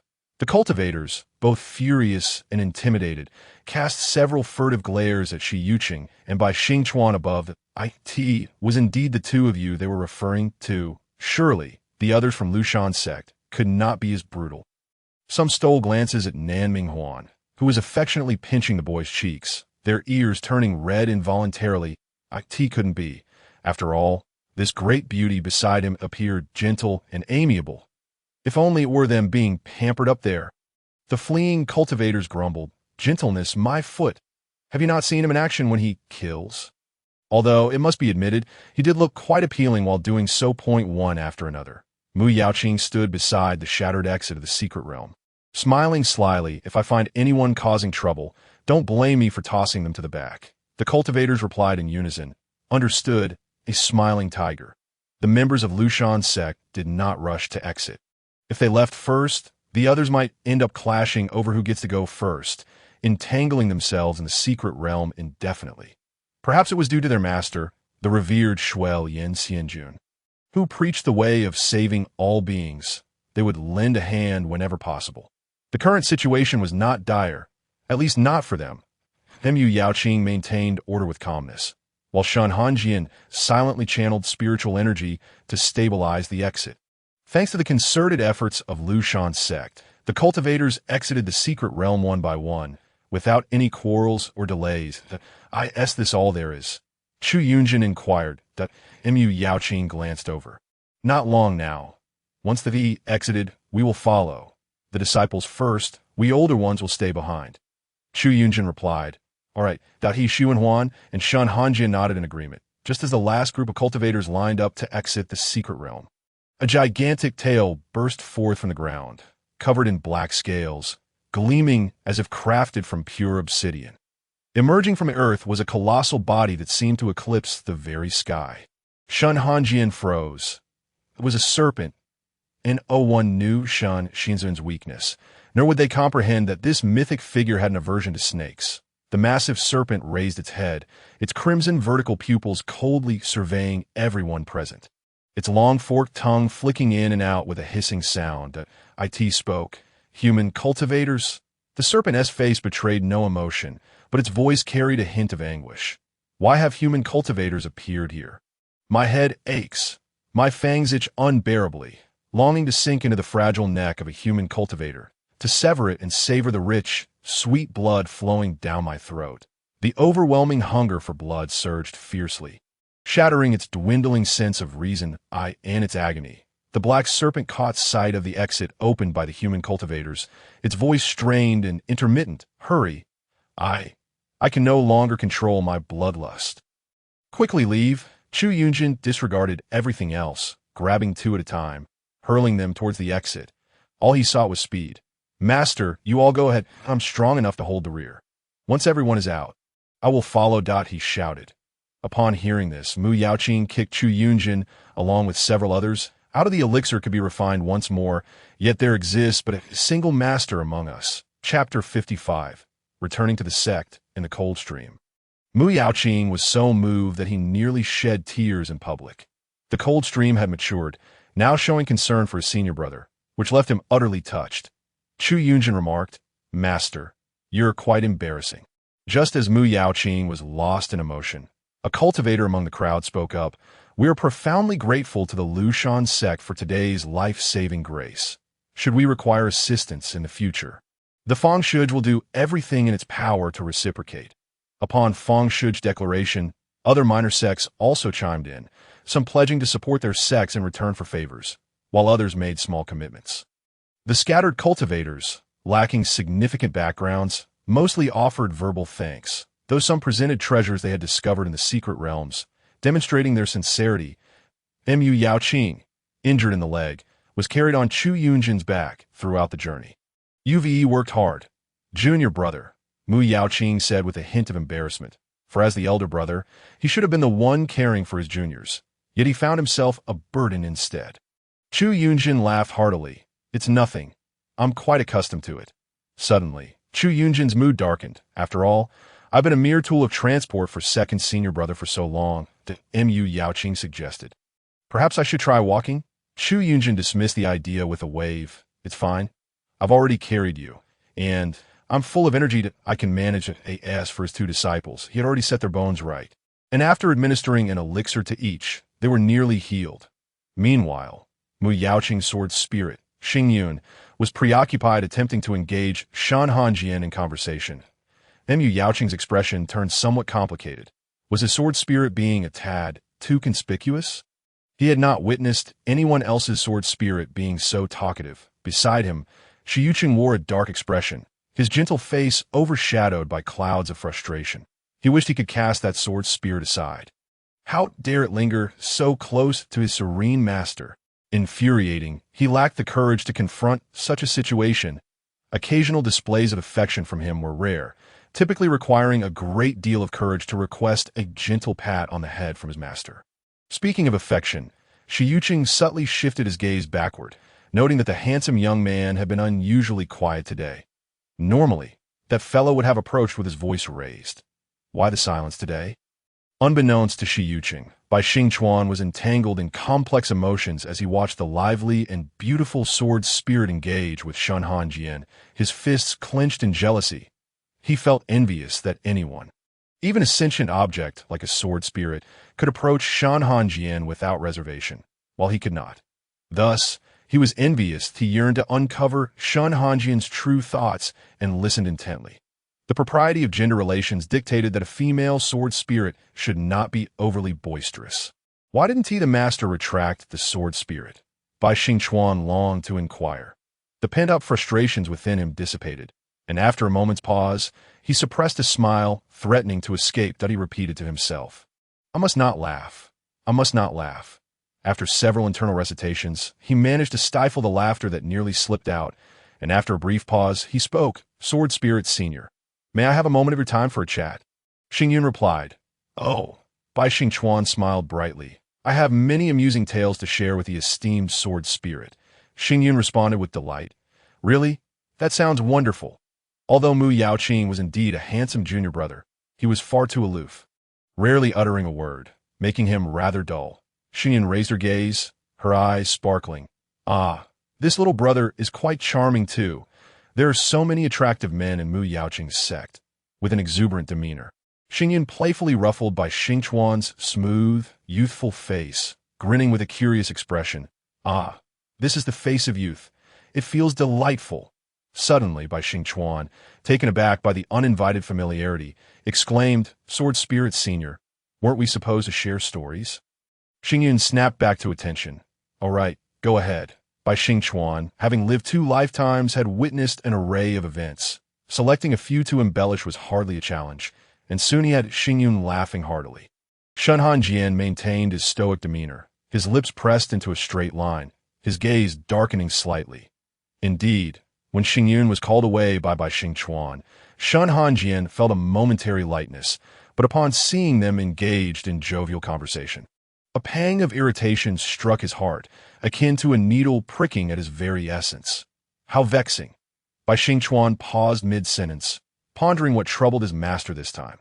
Regrettably, after this exchange, Shen Hanjian's mind returned to its previous state of unrest, and he could no longer hear anything. Unaware of any discord, Xingyan observed the young man had fallen silent, her brow furrowed in confusion. Why have you stopped? Bai Xingchuan regained his focus, smiling.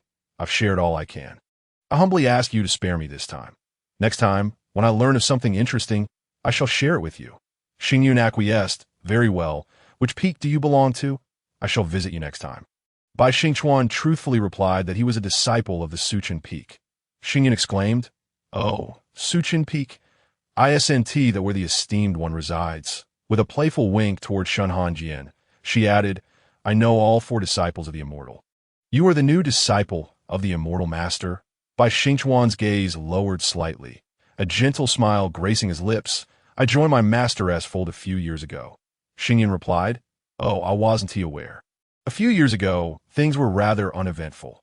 That stingy Mu Yaoqing wouldn't let me out to play that Mu Yaoqing, eavesdropping, interjected, You're speaking ill of me again.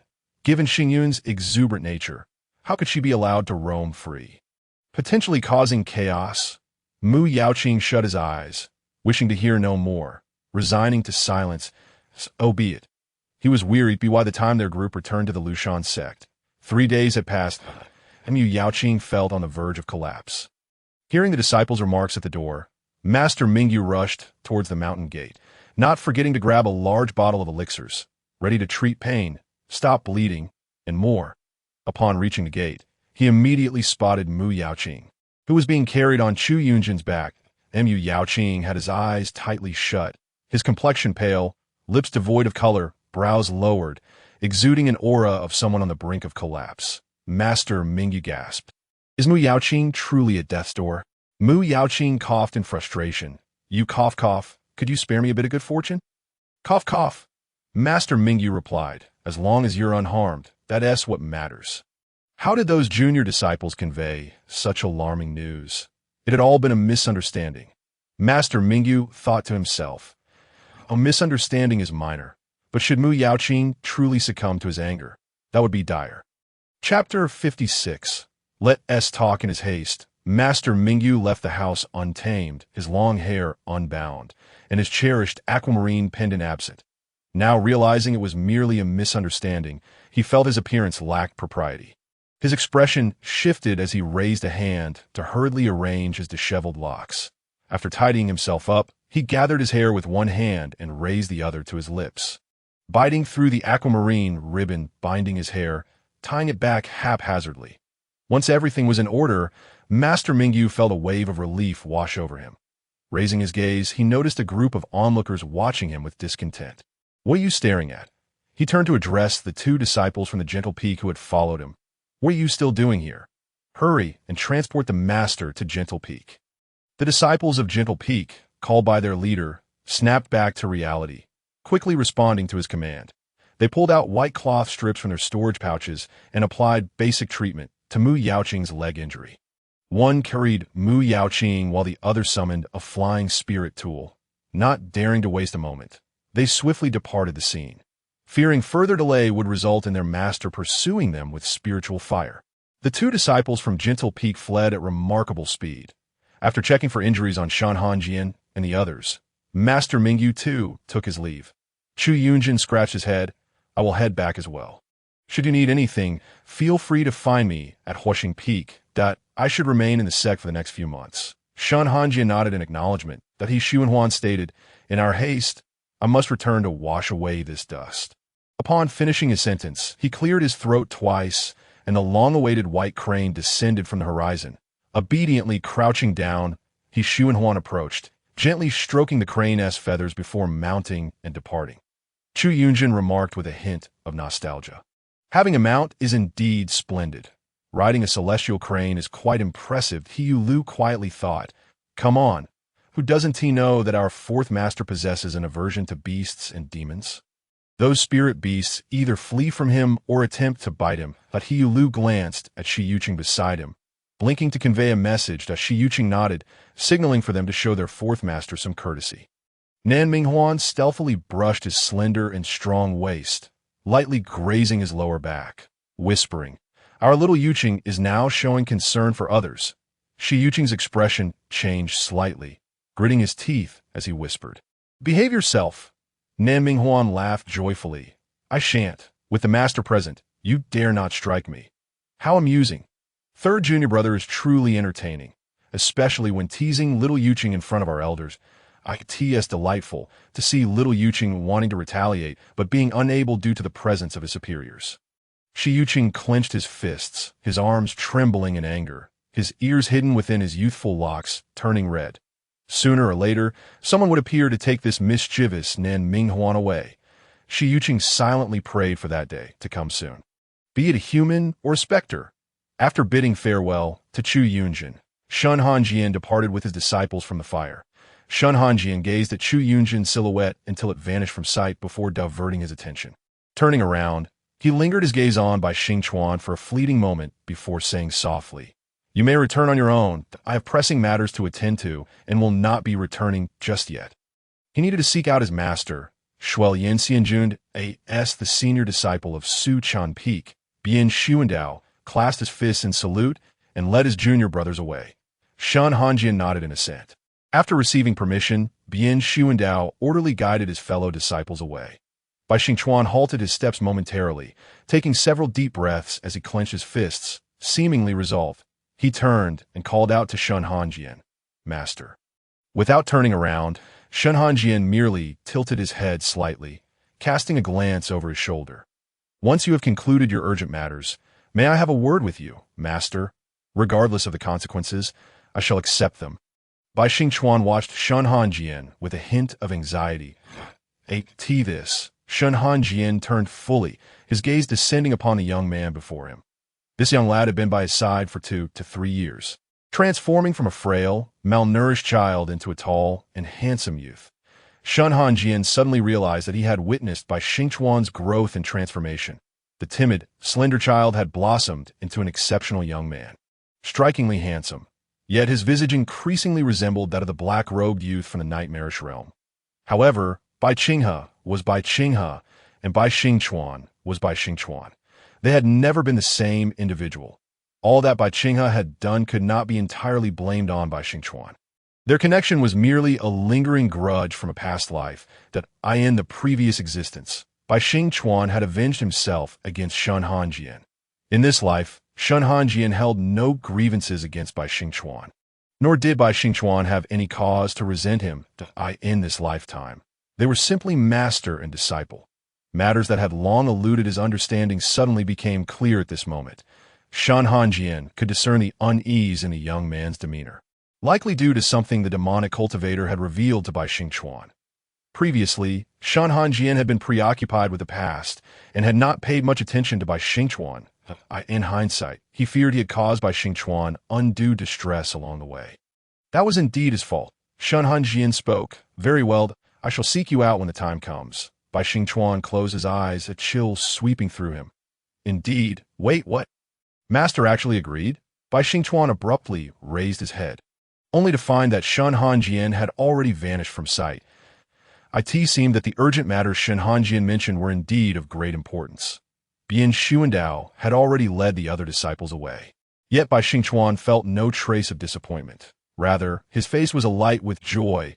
His master had actually acquiesced. On the journey back, Bai Xingchuan smiled. He smiled while meditating in the rain, and he smiled while polishing his sword. The sword trembled slightly in his grasp, as if it too sensed the elation of its master. Was it possible that this formidable king of hell was so pleased today because the realm of cultivation was on the verge of collapse? The Lushan sect was composed of multiple peaks, each representing an elder. Within the Lushan sect, there were 8 peaks. The smallest and lowest peak, nestled deepest within, was the dwelling place of the sect's ancestral master, Bai Xingchuan. More accurately, it was his retreat. Bai Xingchuan practiced the Tao of all beings, spending nearly every season outside to save lives and relieve suffering, embodying the essence of all beings. It was only after severing the head of the demon sovereign over 70 years ago that he entered seclusion, and to this day, he had yet to emerge, though the peak was lower than the others. It remained a spiritually abundant place, its temperature consistently warm like spring, with sprawling fields of peach blossoms at its foot, both white and pink, their fragrance wafting through the air. Shen Hanjian suddenly wondered if his master would agree to his proposal of switching residences. For the summit of Suchan Peak was rather chilly. Chapter 57. As if heaven aided, it was well known among the disciples of Lushan sect that Bai Xingchuan resided on the sect's lowest peak. Yet no one knew its name. Due to the perennial blooming of delicate peach blossoms at its base, the disciples privately referred to it as Peach Peak. Ascending Peach Peak, the sweet aroma of peach blossoms wafted through the air, carried by the gentle breeze. Shen Hanjian's throat tightened as he recalled the exquisite, sweet pastries. He found himself yearning for the delicacies crafted by Bai Xingchuan.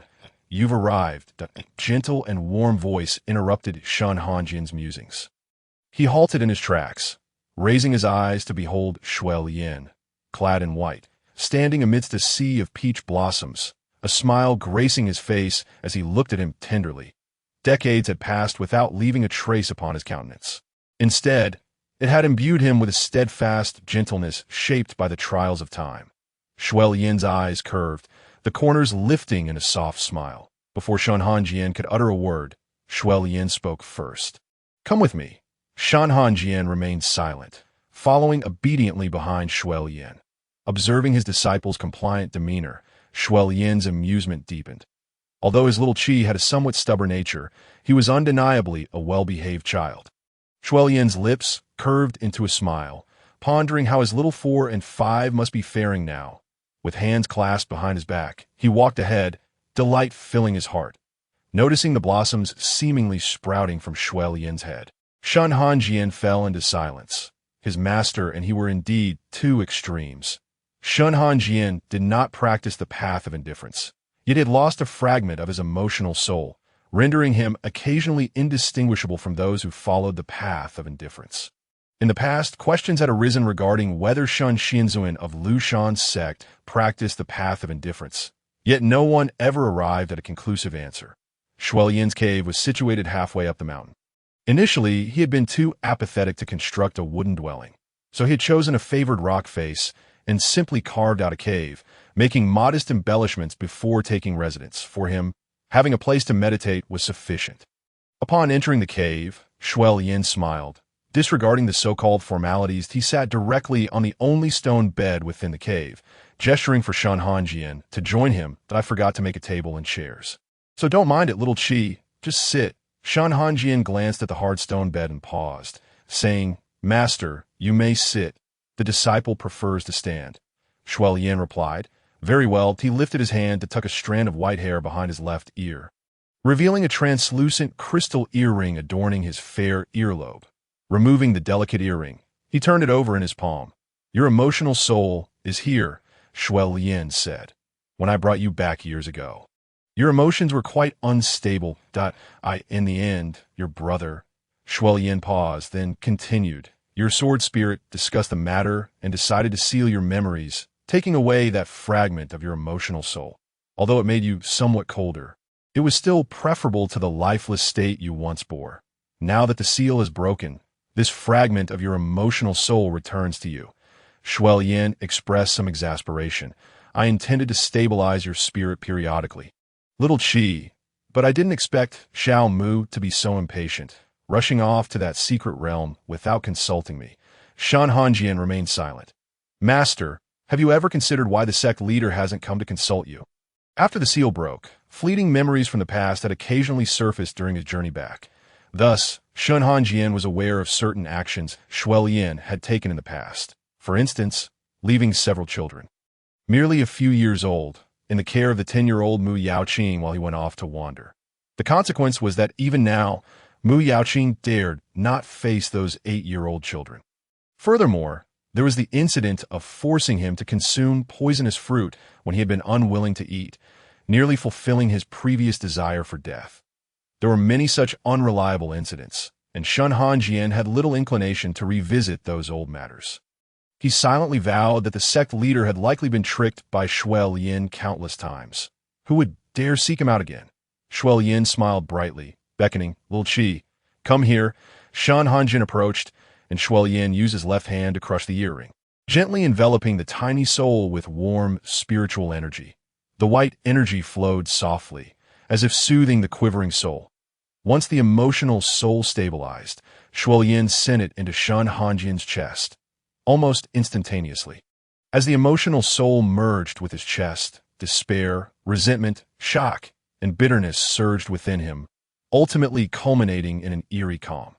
Shen Hanjian closed his eyes, suppressing the flood of emotions that had suddenly erupted, and after a moment, he reopened them, saying, Thank you, Master.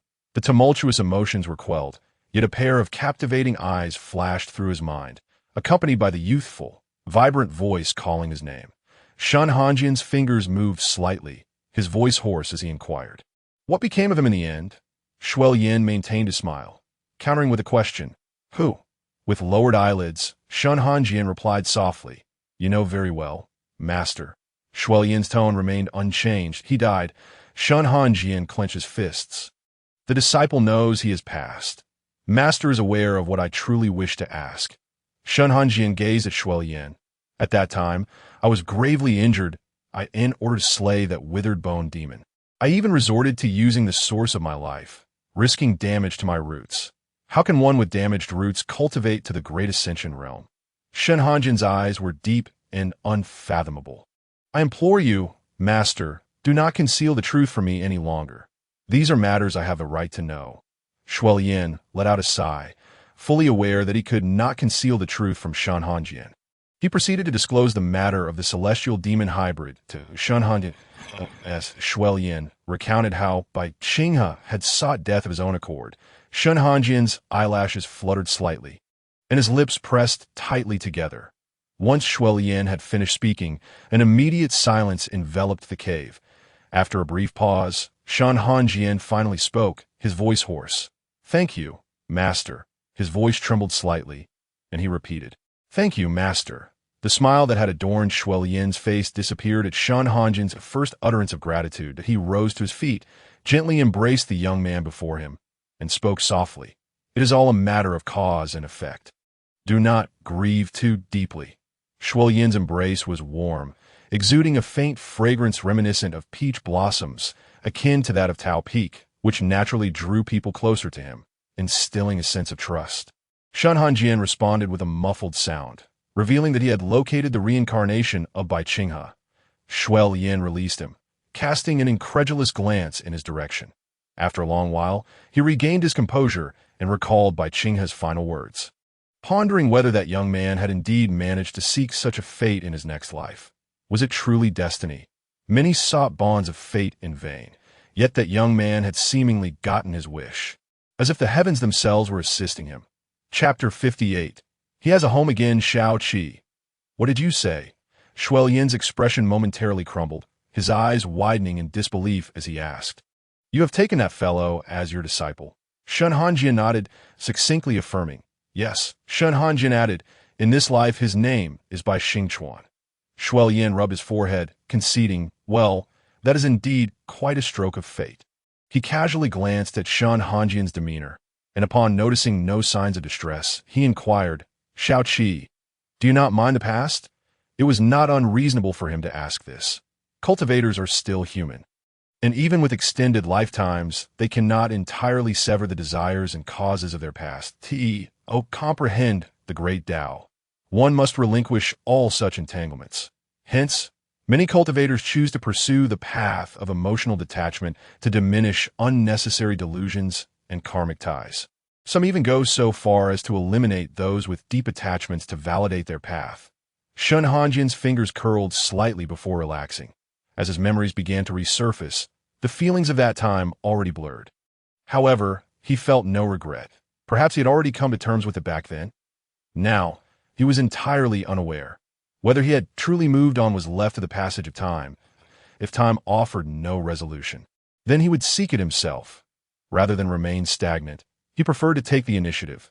The youth's eyes shone with clarity, his dark locks gently cascading, adding a touch of ink to his simple robe. Though his face remained impassive, there was a glimmer of steadfast softness in his gaze. Shuai Yin was taken aback. Then, with a slight upward curl of his eyes, he noted how handsome Shen Hanjian had grown, his white hair and snow-like eyelashes bestowing him with an ethereal, compassionate appearance. When he smiled, he was softer than peach blossoms and warmer than the first rays of spring sunlight. Shuai Yin murmured, "Shao Qi has truly matured." He raised his hand, intending to ruffle the young man's soft hair as he had done decades ago. But upon meeting Shen Hanjian's level gaze, he suddenly realized that the boy he once knew had indeed grown up. Shuai Yin's hand paused, shifting to gently pat Shen Hanjian's shoulder. The past is like smoke. Looking forward is a good thing. The road ahead is long, and Master will always be here. Shao Qi, pursue whatever you desire. Master will protect you. The family of Lu Shanpai will support you. Shuai Yin's expression softened. We are already a family. Shen Hanjian's expression flickered, and he softly replied, "Disciple Shao Qi understands." From Shen Hanjian, Shuai Yin learned of the events that transpired during his seclusion, most of which were mundane. Yet Shuai Yin found them delightful. After Shen Hanjian finished recounting, he was left with a lingering sense of reluctance. Observing the darkness gathering outside, Shuai Yin lamented, "It is getting late. Shao Qi, you should return." With a narrowed gaze, Shuai Yin smiled lightly. "Next time, how about Master visits Shao Qi for a heart-to-heart on enlightenment?" Shen Hanjian thought to himself, "Isn't it just that you are bored and wish to pester your disciple?" However, he still acquiesced, for after all, he was an elder, and yielding was not amiss.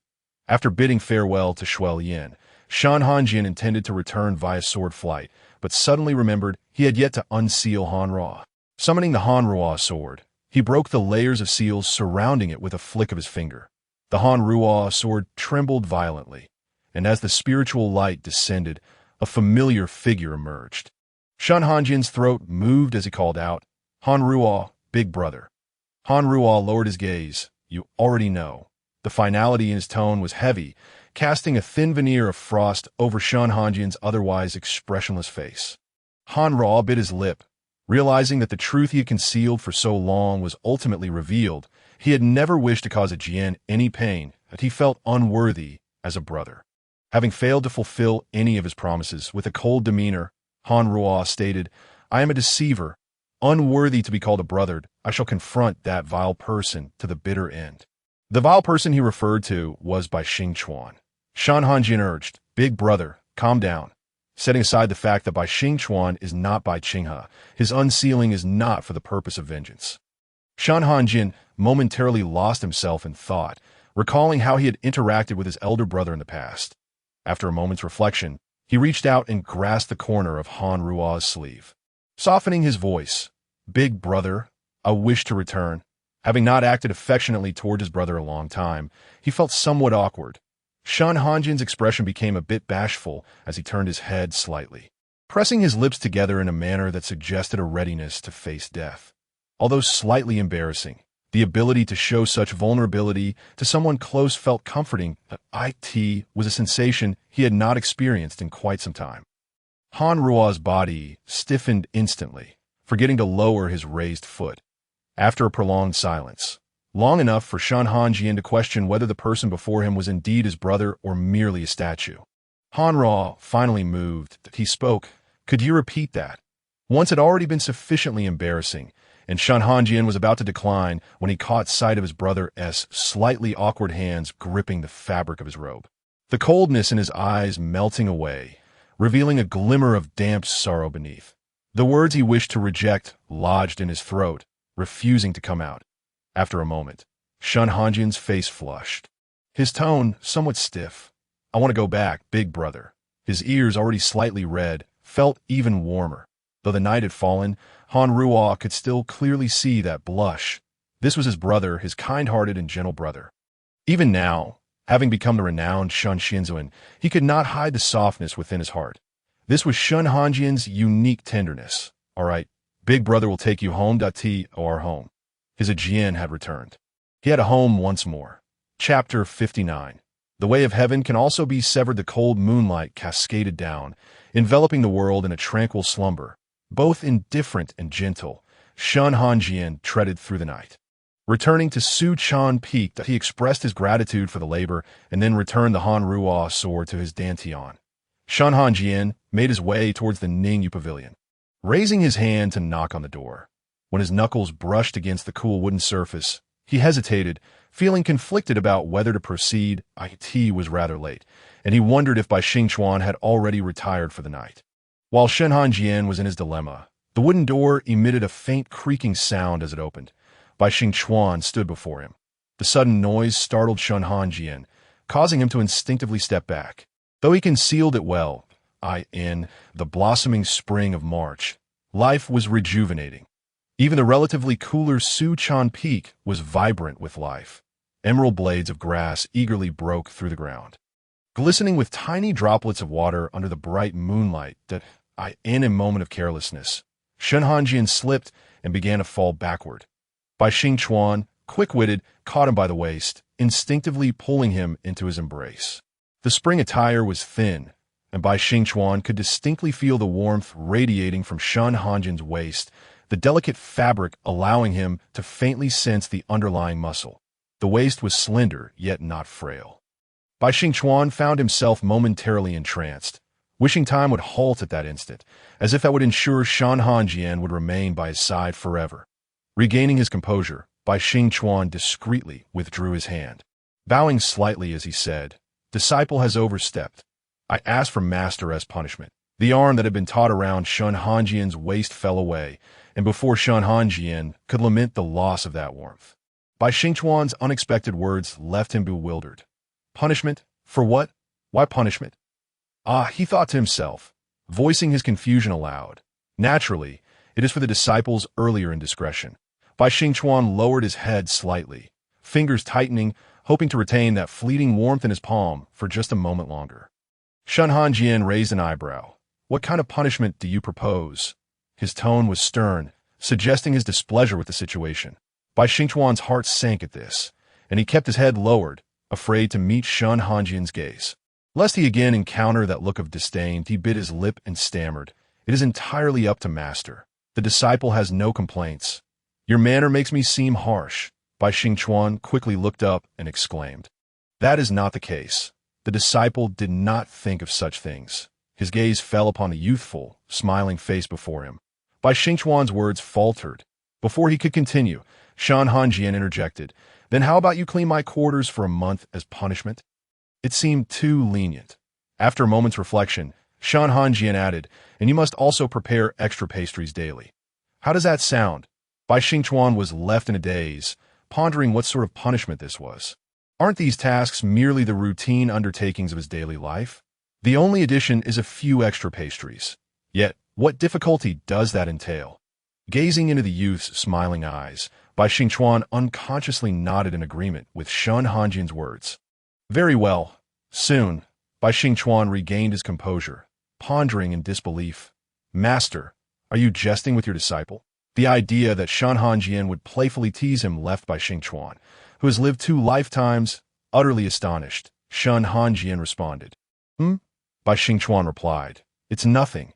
As long as master is happy." He initially feared Shen Hanjian was genuinely upset, only to realize it was merely a jest, a sensation that felt rather novel, although he had indeed been startled at first.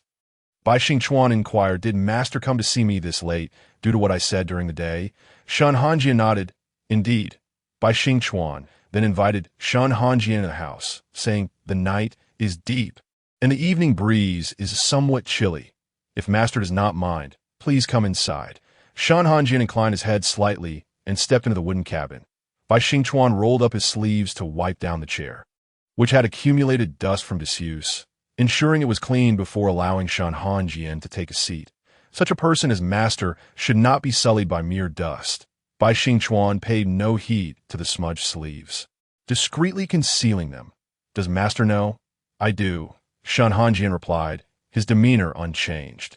Yet, Bai Xingchuan could not fully ease his heart, and after a long pause, he finally spoke. "Does Master not harbor any hatred towards me?" His gaze was complicated, shadowed by a sense of guilt. Just as his inner demons had proclaimed, he was a sinner, whether in his previous life as Bai Qinghe or in this life as Bai Xingchuan. He was a tragic reason for Shen Hanjian's suffering, and he felt like a naturally born scourge. Shen Hanjian softly replied, "Hate. How could one not hate?" Bai Xingchuan's heart sank at once. Was it truly so?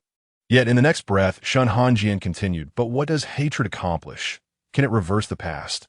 "It cannot," he answered his own question, adding, "I do not lack discernment. You are Bai Xingchuan, not Bai Qinghe." Shen Hanjian's gaze was calm as he looked at Bai Xingchuan, stating, "If you wish to atone, then accompany me." Bai Xingchuan abruptly turned to Shen Hanjian, his eyes shining with a mixture of confusion and hope. He awaited Shen Hanjian's next words, that "I wish to enter the world to seek those who perished because of you and me." Shen Hanjian's expression softened, revealing a gentle smile unlike any Bai Xingchuan had ever seen, radiating warmth.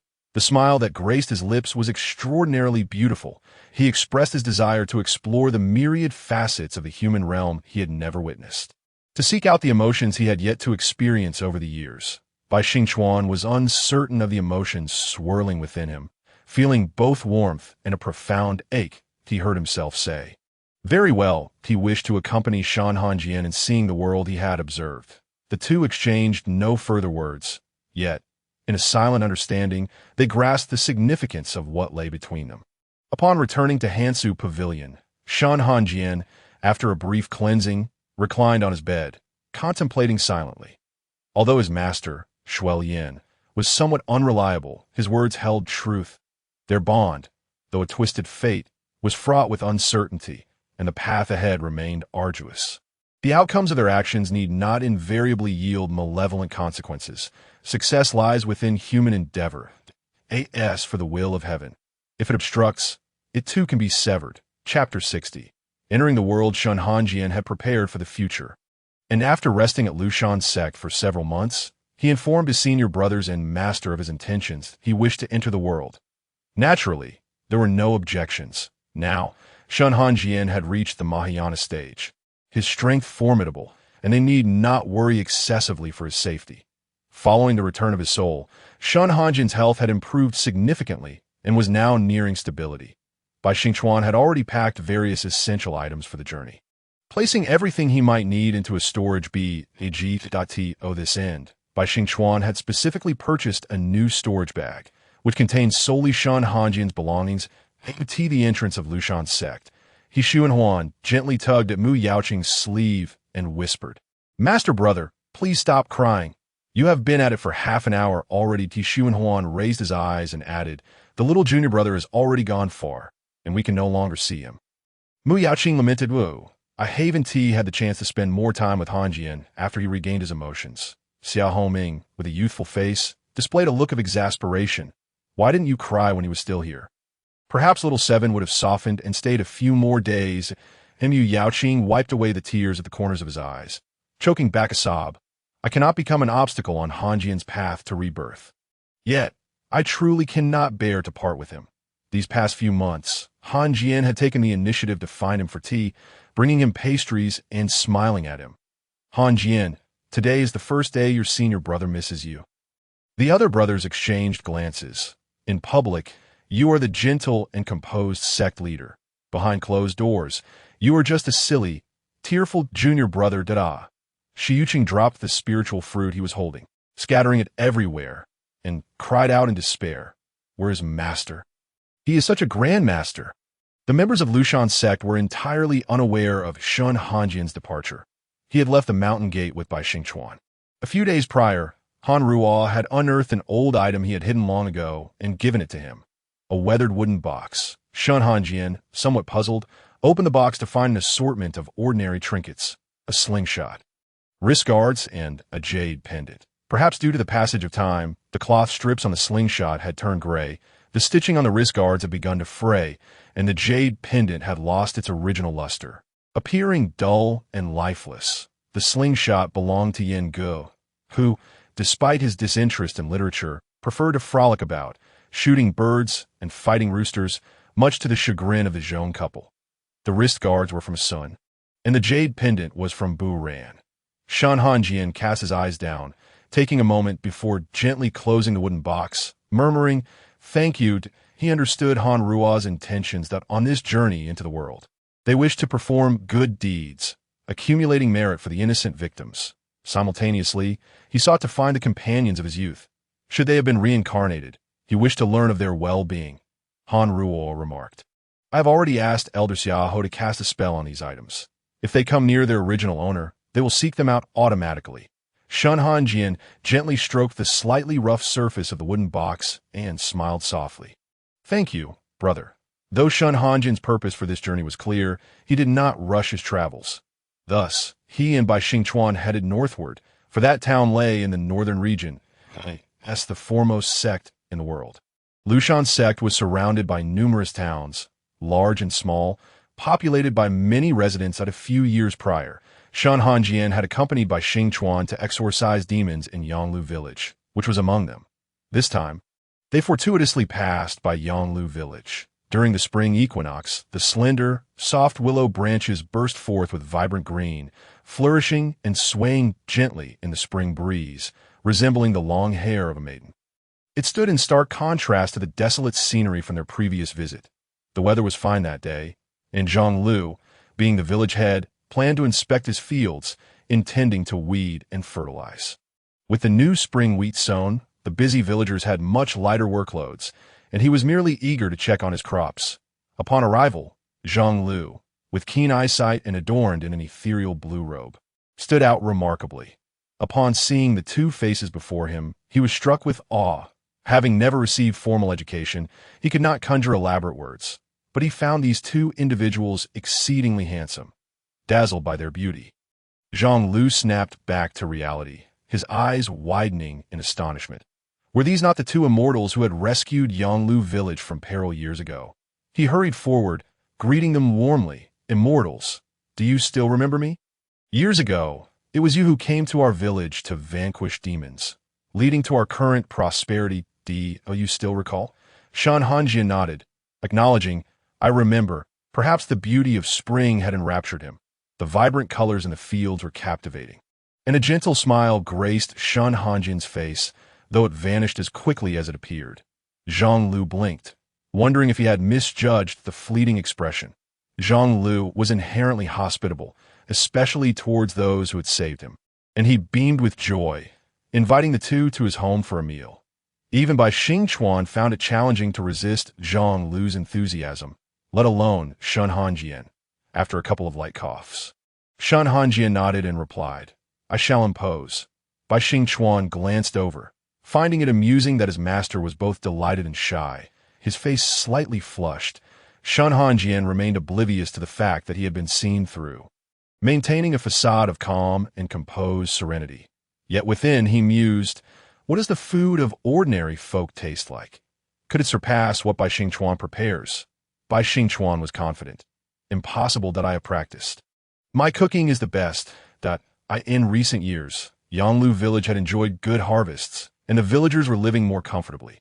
Zhang Lu's wife was equally delighted to see Shen Hanjian and Bai Xingchuan hastily preparing a sumptuous lunch with the meat from their home. Zhang Lu, with a smile, brought out their finest wine, which, while not a precious vintage, was sweet and well known as local fruit wine. "Immortals, please taste it and share your thoughts."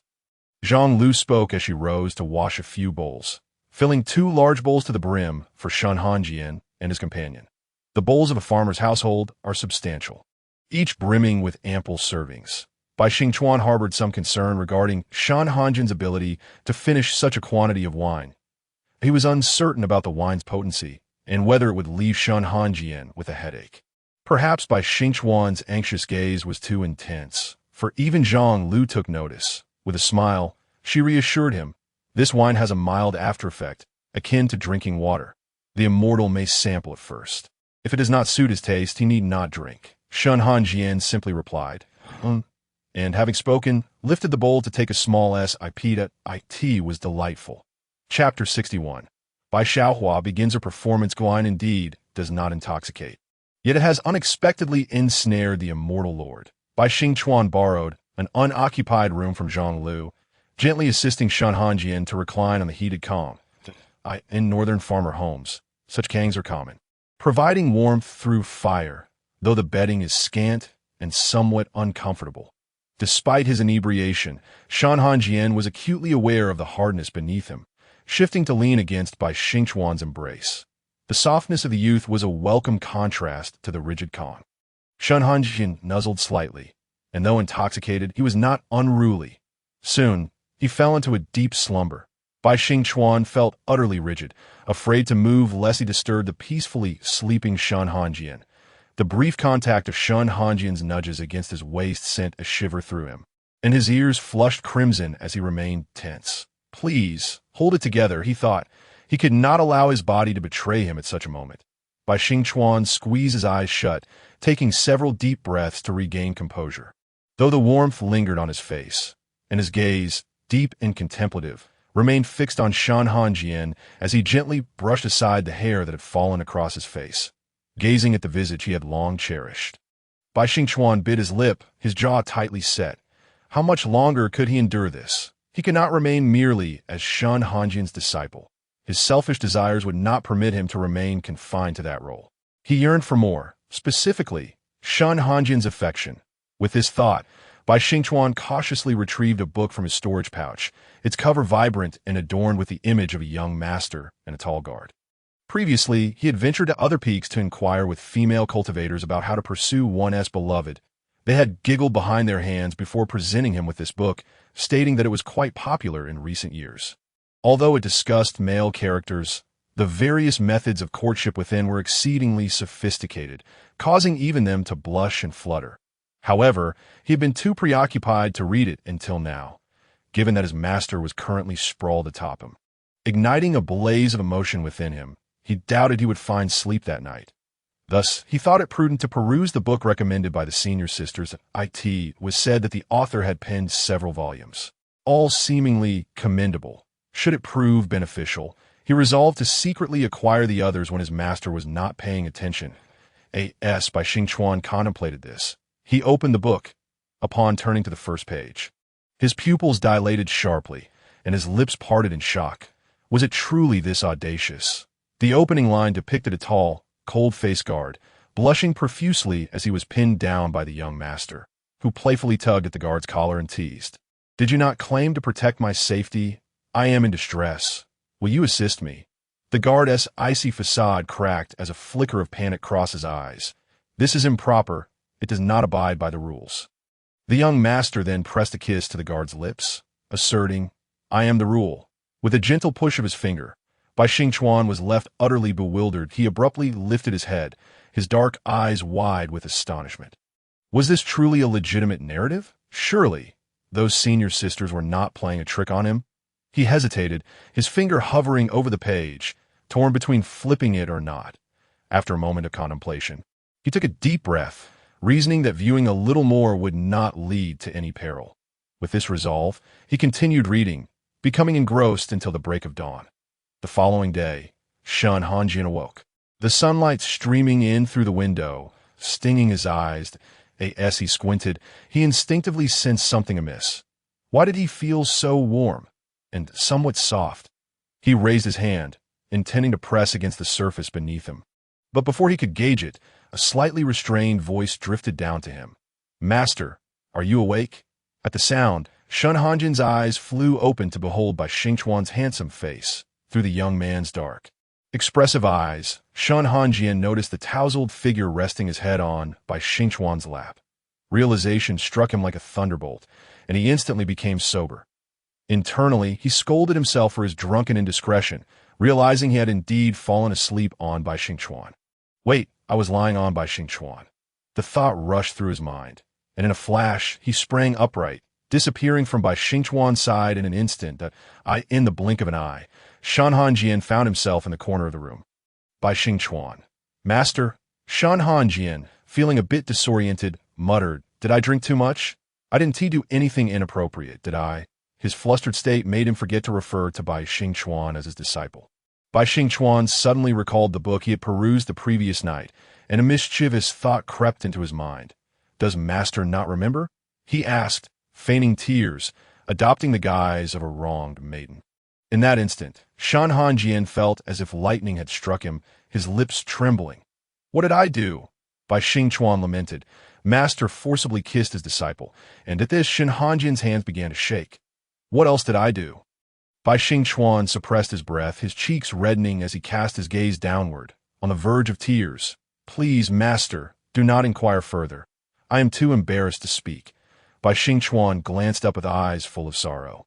Resembling a heartbroken lover, his youthful features, still soft and lacking the sharpness of grown man, were highlighted by tears glistening in his eyes, making him appear utterly pitiful. Bai Xingchuan whimpered, "Does Master wish to deny this?" Boom! Shen Hanjian's knees buckled, and darkness enveloped him as he fainted from sheer shock. Bai Xingchuan was taken aback and hurriedly rose from the calm. Embracing Shen Hanjian, he gazed upon the closed eyelids and pale lips of the man in his arms. Disbelief washed over him. Had he truly fainted? He had merely sought to test Shen Hanjian's reaction, hoping to establish a claim of their bond, never expecting to frighten him into unconsciousness. Chapter 62. Xianyang City after a stick of incense had burned. Shen Hanjian slowly regained consciousness. Upon opening his eyes, he was met with the striking visage of Bai Xingchuan beside him, and memories of the previous events flooded back, nearly causing him to swoon once more. Fortunately, he managed to brace himself against the overwhelming shock this time. Propping himself up with one hand, he pressed the other against his forehead, appearing to wrestle with his thoughts. Bai Xingchuan, attentive to Shen Hanjian's movements, carefully assisted him into an upright position. After a moment's consideration, Bai Xingchuan settled beside him, allowing Shen Hanjian to lean against him for support. He noticed the dirt on the wall, concerned not to soil his master's garments or hair. "Master, what I said earlier was merely," Bai Xingchuan began, but Shen Hanjian cut him off, his expression grave and serious. "Since it was my fault," Shen Hanjian hesitated, a fleeting blush gracing his cheeks before he continued. "Once our trials conclude, we shall return to the Lu Mountain sect to hold a bonding ceremony." Bai Xingchuan was momentarily stunned. Believing his solution to be sound, Shen Hanjian nodded. "Since you have no objections, it is settled." Bai Xingchuan was left in a daze, the sudden arrival of happiness catching him off guard.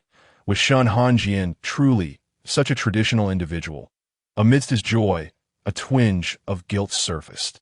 After all, Shen Hanjian had not truly forced a kiss upon him. Though the book contained rather audacious content, some of the methods it described were undeniably effective. Bai Xingchuan had already formulated a plan to procure the remaining volumes of the series. Turning to Shen Hanjian, he noted the surprise and shyness flickering in the youth's dark, vibrant eyes. "Really?" Bai Xingchuan blinked, concern etching his features. "But will this not lead others from different sects to speak ill of you?" "Master, if so, you need not endure such." Bai Xingchuan's eyes shimmered with unshed tears, his tone restrained. "Is it not merely a few kisses? I do not mind." Though he spoke lightly, his eyes betrayed his emotions. Reddening like a rabbit's, appearing both pitiful and helpless, in that moment, Shen Hanjian felt a surge of affection. Casting aside his earlier turmoil, "It is indeed my fault. I will bear the burden of this. From now on, we are bound as partners. Master is so handsome," Bai Xingchuan thought, his arm encircling Shen Hanjian's, yet he resolved not to let his master shoulder all the blame alone. Now that they were partners, he would share in the trials ahead. Shen Hanjian's ears flushed with warmth, and he merely uttered a quiet Choosing not to elaborate further, he feared that if he spoke any more, he would stumble over his words in front of his new partner. Bai Xingchuan cradled Shen Hanjian's arm, resting his cheek against the soft fabric of his robe, inhaling the delicate fragrance that lingered among the strands of hair, with his eyes half closed and a look of rapture on his face. He smiled faintly. This was a scent unique to his master, so enchanting, and it felt as though it entwined with the essence of Bai Xingchuan himself, desiring to adorn that pallid skin with a unique shade of white. He yearned to press his lips against those delicate, rosy petals, wishing to shatter that cool, serene voice into fragments. Bai Xingchuan's gaze dimmed slightly as his tongue brushed against his teeth, pressing against the roof of his mouth to suppress the murky thoughts swirling within his mind. Calm down. You mustn't frighten the other away just yet. Bai Xingchuan smiled. Are you hungry, master? Shen Hanjian shook his head. We've already delayed for too long. We must set off immediately. Bai Xingchuan carefully assisted him down from the bed, wary that Shen Hanjian might faint again. Shen Hanjian, feeling a touch embarrassed, replied, There's no need. I am not so fragile. The shift in Shen Hanjian's address felt peculiar to him. He couldn't quite articulate why it felt strange to refer to himself as master after their relationship had been defined. Years later, when Shen Hanjian inadvertently stumbled upon the literature Bai Xingchuan had collected about his master, he finally understood the odd sensation he had experienced back then. It was the embarrassment associated with role-playing. Bai Xingchuan, however, perceived nothing amiss, flashing a broad smile that revealed his bright white teeth. Master is anything but weak. It is merely the disciple's desire to do more for his master, with Bai Xingchuan's unwavering enthusiasm. Shen Hanjian chose not to dampen his spirit and allowed him to proceed. After bidding farewell to Zhonglu, the two continued their journey northward. Along the way, they encountered several villages, most of which lacked the warmth exhibited by Zhonglu. Instead, the common folk exhibited a blend of admiration and an intangible fear towards the cultivators, such as human nature. When an undeniably powerful being stands before you, one is often filled with a mix of respect and trepidation, fearing that these so-called strong individuals might take their lives at any moment. In Xianyang City, upon seeing the three grand characters adorned with golden edges, Bai Xingchuan exclaimed, At last, we have arrived at Xianyang City. This was the first sizable city under human governance they encountered during their travels. Distinct from the smaller villages they had previously visited, such grand towns in the mortal realm were unified under the administration of earthly rulers. Xianyang City was one of them. As they journeyed through the wind and sun, Shen Hanjian, with his superior cultivation, fared well, but Bai Xingchuan began to feel fatigued. Arriving at Xianyang City provided an opportunity for rest. Bai Xingchuan, adept in social interactions and eloquent in speech, engaged with the locals before leading them to an inn in Xianyang City. That I heard from those individuals that this is the best inn in Xianyang City, and the proprietor has a good demeanor. Let us stay here. Shen Hanjian nodded in agreement, harboring no particular thoughts on the matter and leaving the decision to Bai Xingchuan. 2 rooms, please, the proprietor cheerfully responded. Certainly. Are you two together? Would you like to be accommodated in the same room? Bai Xingchuan replied, Thank you. The proprietor smiled. You're too kind. He then handed 2 room keys to Bai Xingchuan. Bai Xingchuan promptly paid for 3 nights' stay and even offered an additional medium-grade spirit stone. It is always prudent to make arrangements when traveling, and he considered the extra medium-grade spirit stone to be a modest gesture. The proprietor, recognizing the generous tip, beamed with joy as he accepted the spirit stone. Glancing around, he cautioned Bai Xingchuan, There have been significant happenings in Xianyang City lately. Do take care of your safety. Bai Xingchuan grinned. Thank you, kind sir, that IT never hurts to offer a little extra. And look, I've gained some valuable information. His eyes twinkled with interest regarding this significant event. What could it possibly be? Chapter 63. The Goddess Festival Sweet Cakes. Soft and glutinous sweet cakes. Free if they aren't sweet. Jumping through fire hoops. For those with money, support with cash. For those without, support with presents. The Xianyang Circus promises no losses and no deception. The lustrous, transparent ice glass flowers, everlasting in bloom, are perfect gifts for your beloved, symbolizing eternal love. Xianyang City was bustling with activity, the cries of vendors echoing through the streets. Bai Xingchuan, playfully tugging on Shen Hanjian's sleeve, urged him to join in the festivities. upon hearing the phrase eternal love. He paused, gripping Shen Hanjian's sleeve tighter, and raising his innocent, pleading black eyes. "Master, I wish to see." Shen Hanjian replied, "Go ahead." Bai Xingchuan's eyes curved into a smile. He understood that Shen Hanjian was easily swayed by his feigned innocence, making this tactic his favorite. Approaching a stall adorned with peculiar flowers, which resembled intricately carved crystal more than mere blossoms, Bai Xingchuan became intrigued. The vendor, skilled in attracting attention, displayed a range of ornaments made from ice glass flowers, jade pendants, bracelets, earrings, hairpins, and more. Noticing Bai Xingchuan's interest, the vendor eagerly remarked, "Young master, do you have someone special in mind? Our ice glass flowers make for perfect gifts." Bai Xingchuan inquired, "Oh, how so?" The vendor explained, "This is a hallmark of Xianyang City. Legend has it that a celestial being, saved by a woman, fell in love with her.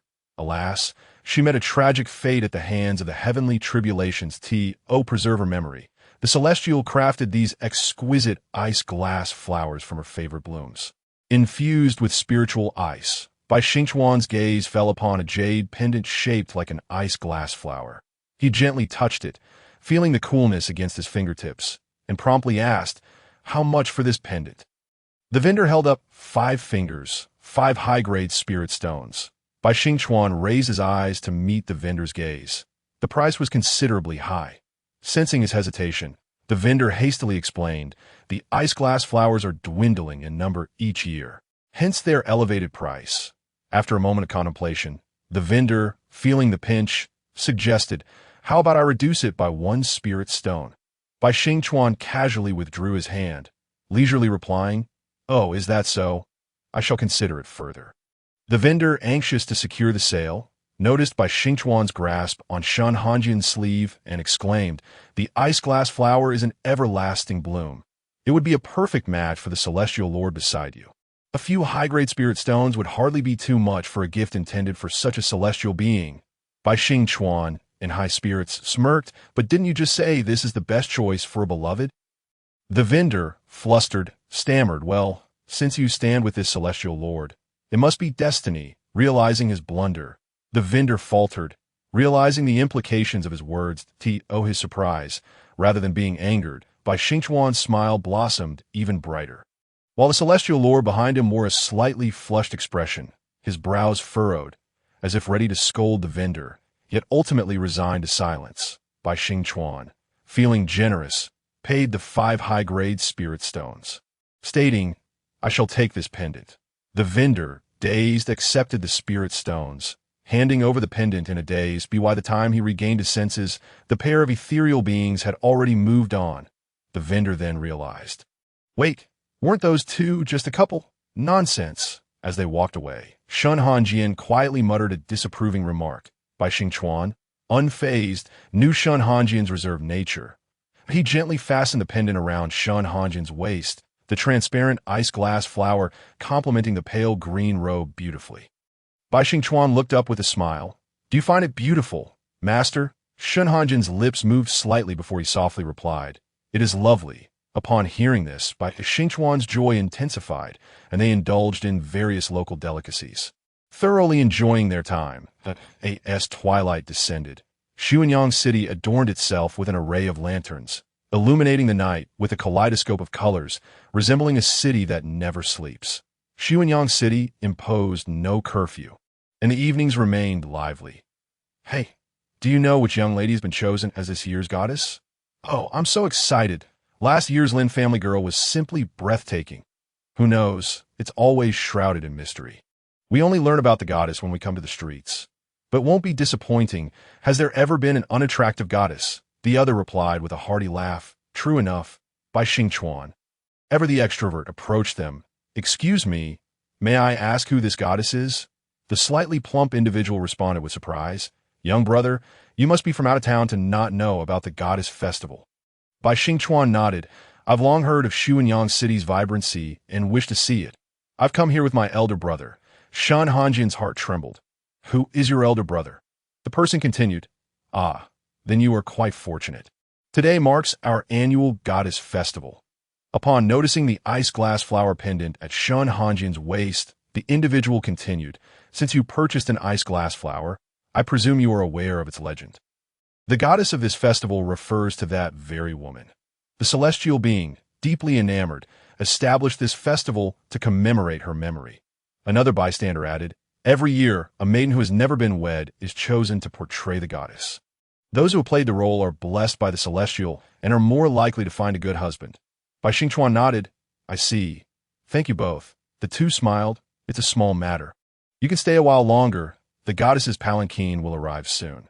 This spot offers a great view." Bai Xingchuan grinned, pulling Shen Hanjian's hand. "Shall we watch together, elder brother?"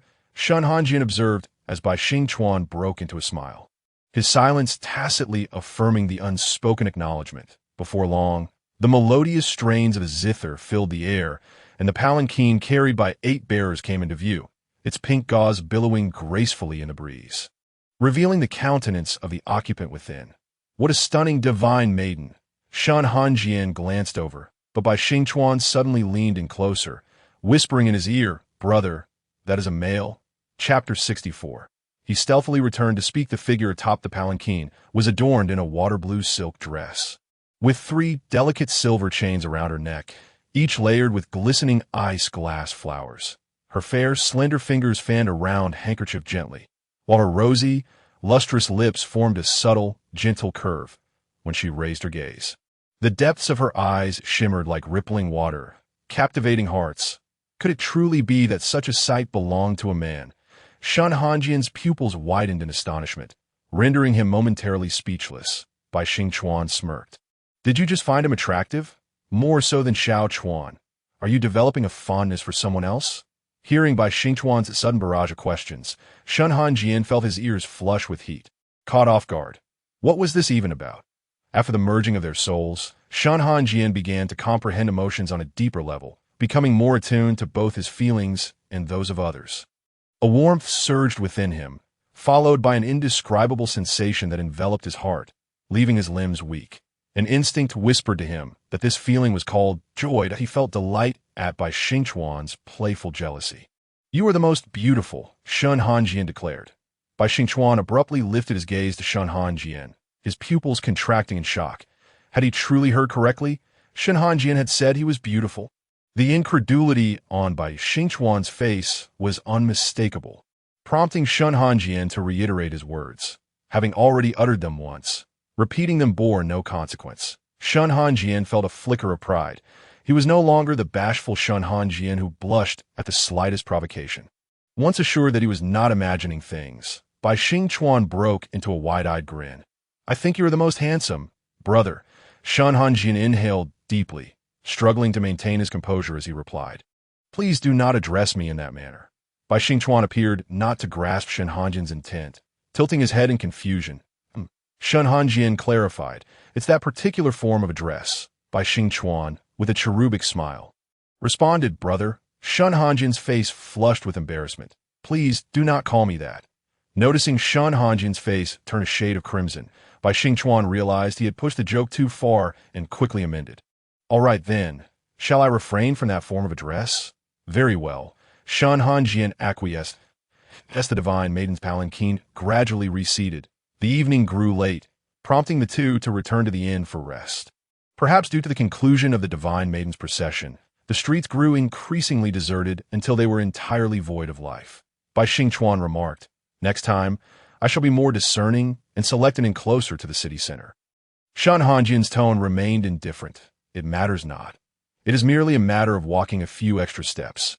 Occasionally, it is quite pleasant to stroll together." Sensing Shen Hanjian's genuine indifference towards the inn's location, Bai Xingchuan's smile returned. "If my master enjoys it, I shall accompany him on more walks in the future." Indeed, under the cloak of night, amidst a forbidden romance between master and disciple, how exquisite it all was.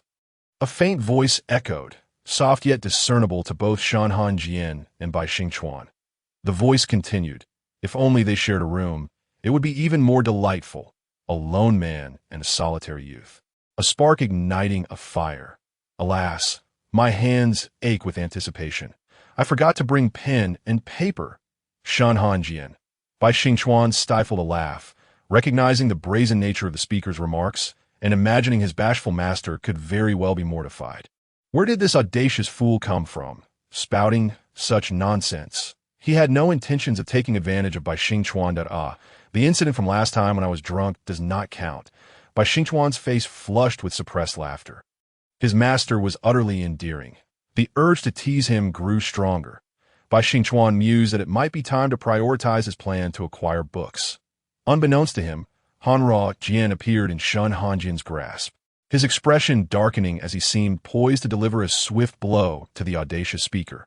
Shen Hanjian hastily entered the narrow alley, conjuring a white flame to illuminate the darkness, revealing the familiar figure before him, the divine maiden from earlier.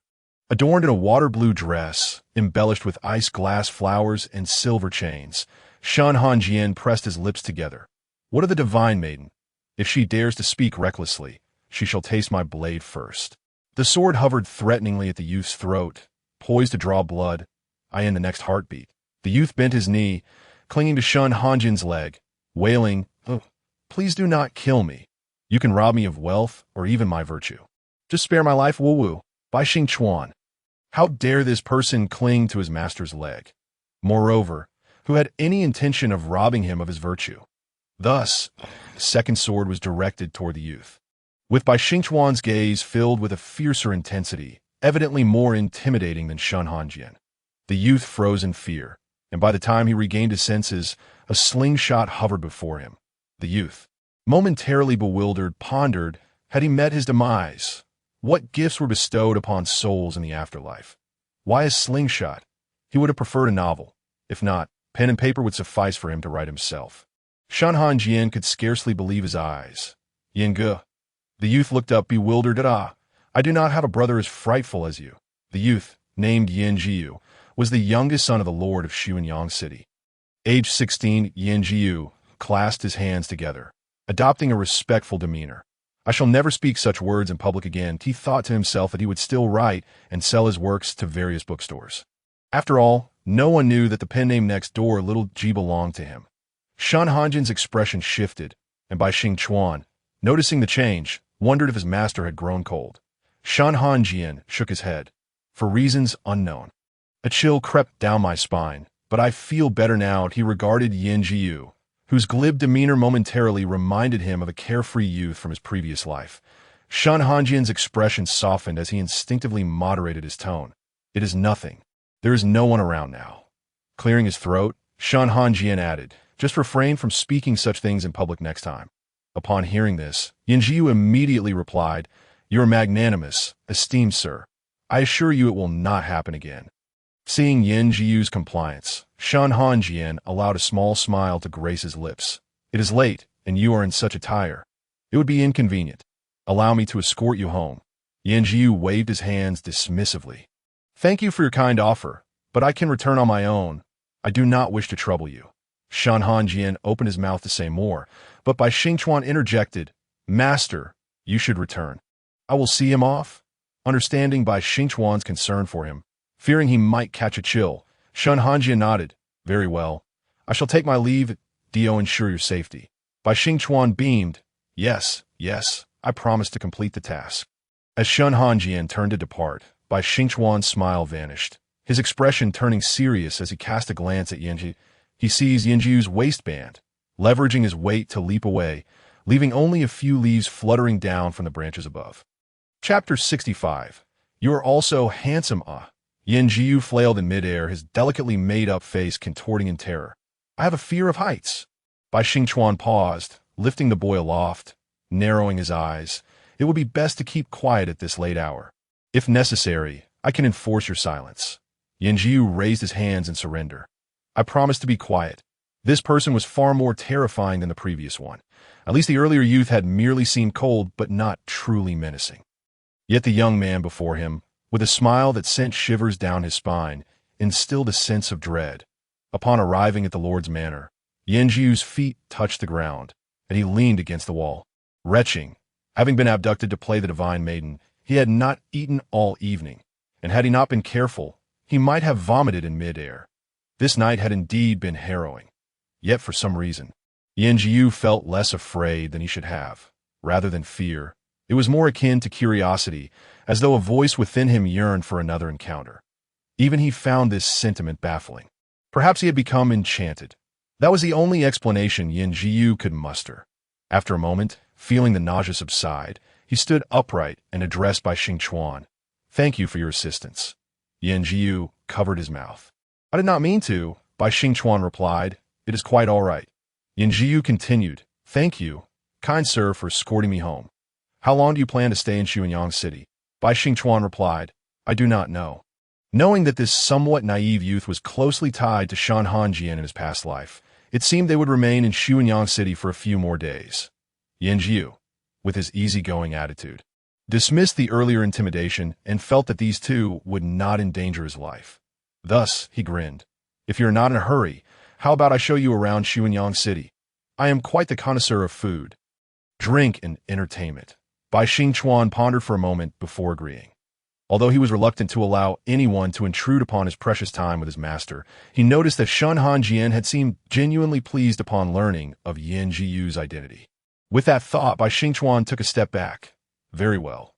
As long as my master is happy." Yin Jiyu suggested, "Let us meet at that same place tomorrow." Bai Xingchuan nodded, agreed. After finalizing the itinerary for the following day, Yin Jiyu departed. When he had merely held it in hand moments ago, the details were unclear, but upon closer inspection, he could not help but exclaim, "The lightness of the skill is truly impressive."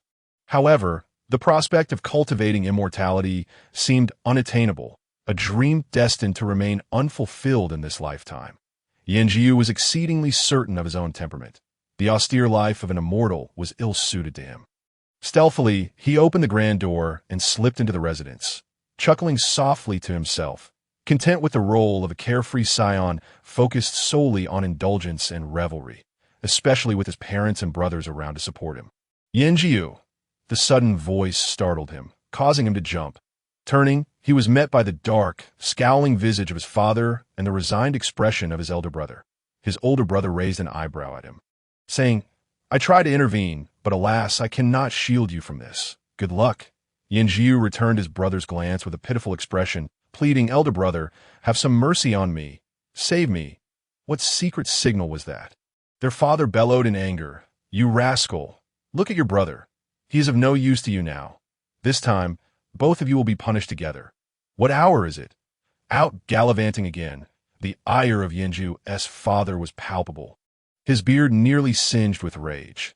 "And you, younger brother, you are a source of worry. Yet you indulge him. All of you brothers spoil him rotten. He has become the most notorious scion of Xuanyang." His elder brother attempted to reason, "Father, it's not that serious." Yin Jiyu's father glared.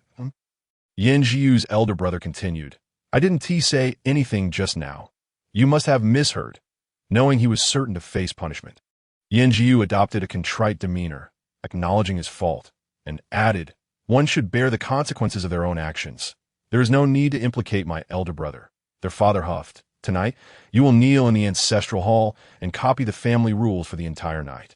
Yin Jiyu inhaled sharply but acquiesced. Only then did his father turn and leave in the ancestral hall of the Yin family.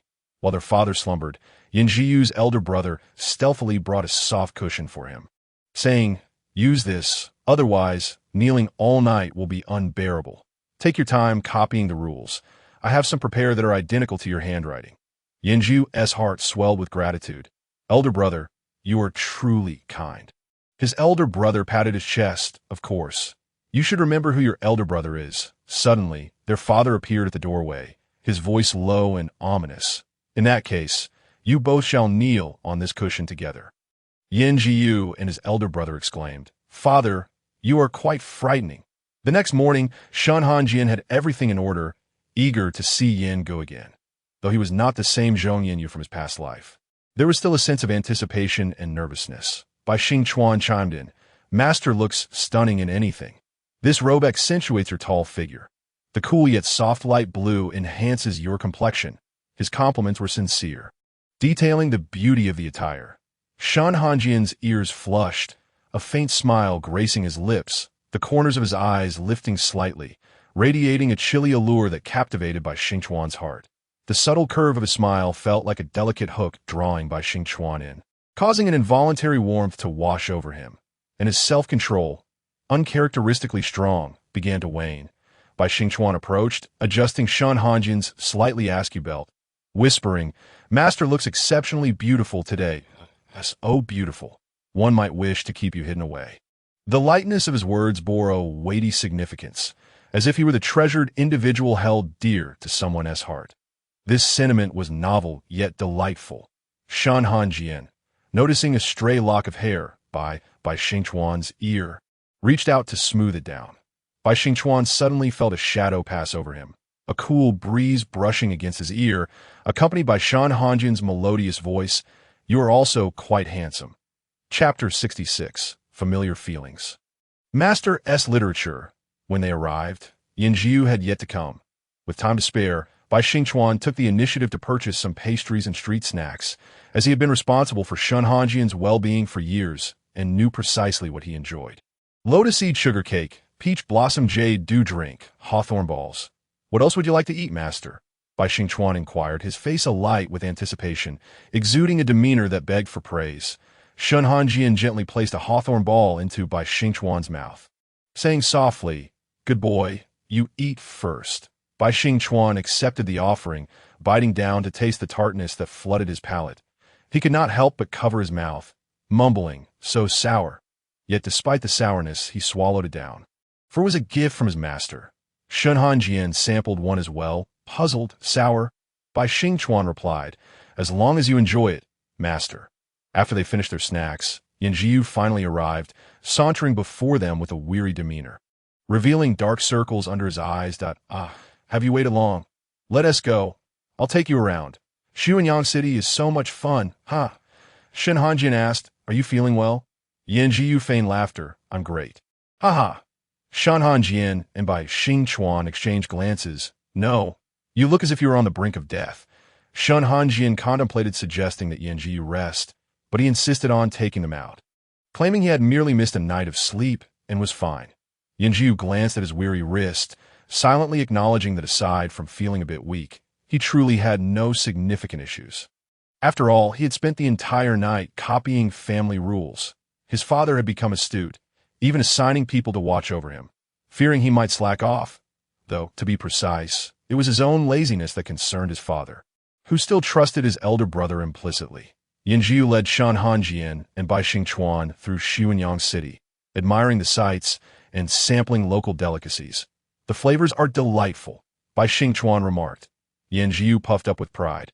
"Indeed, Xianyang City is one of the 9 cities, so of course, the food is exceptional." As 3 grown men indulged heartily, a young girl from the establishment brought over a large bowl, cheerfully urging, "Eat more. The sauce is particularly flavorful today." She turned to Yanjiu. "ISNT that right, young Master Yin?" Yanjiu nodded enthusiastically. "Yes, it's especially delicious." Sitting up straight, a sudden flush crept onto his previously pale face as he watched the girl walk away. Unable to tear his gaze from her, a foolish smile playing on his lips. "Oh, you fancy that girl?" Bai Xingchuan teased.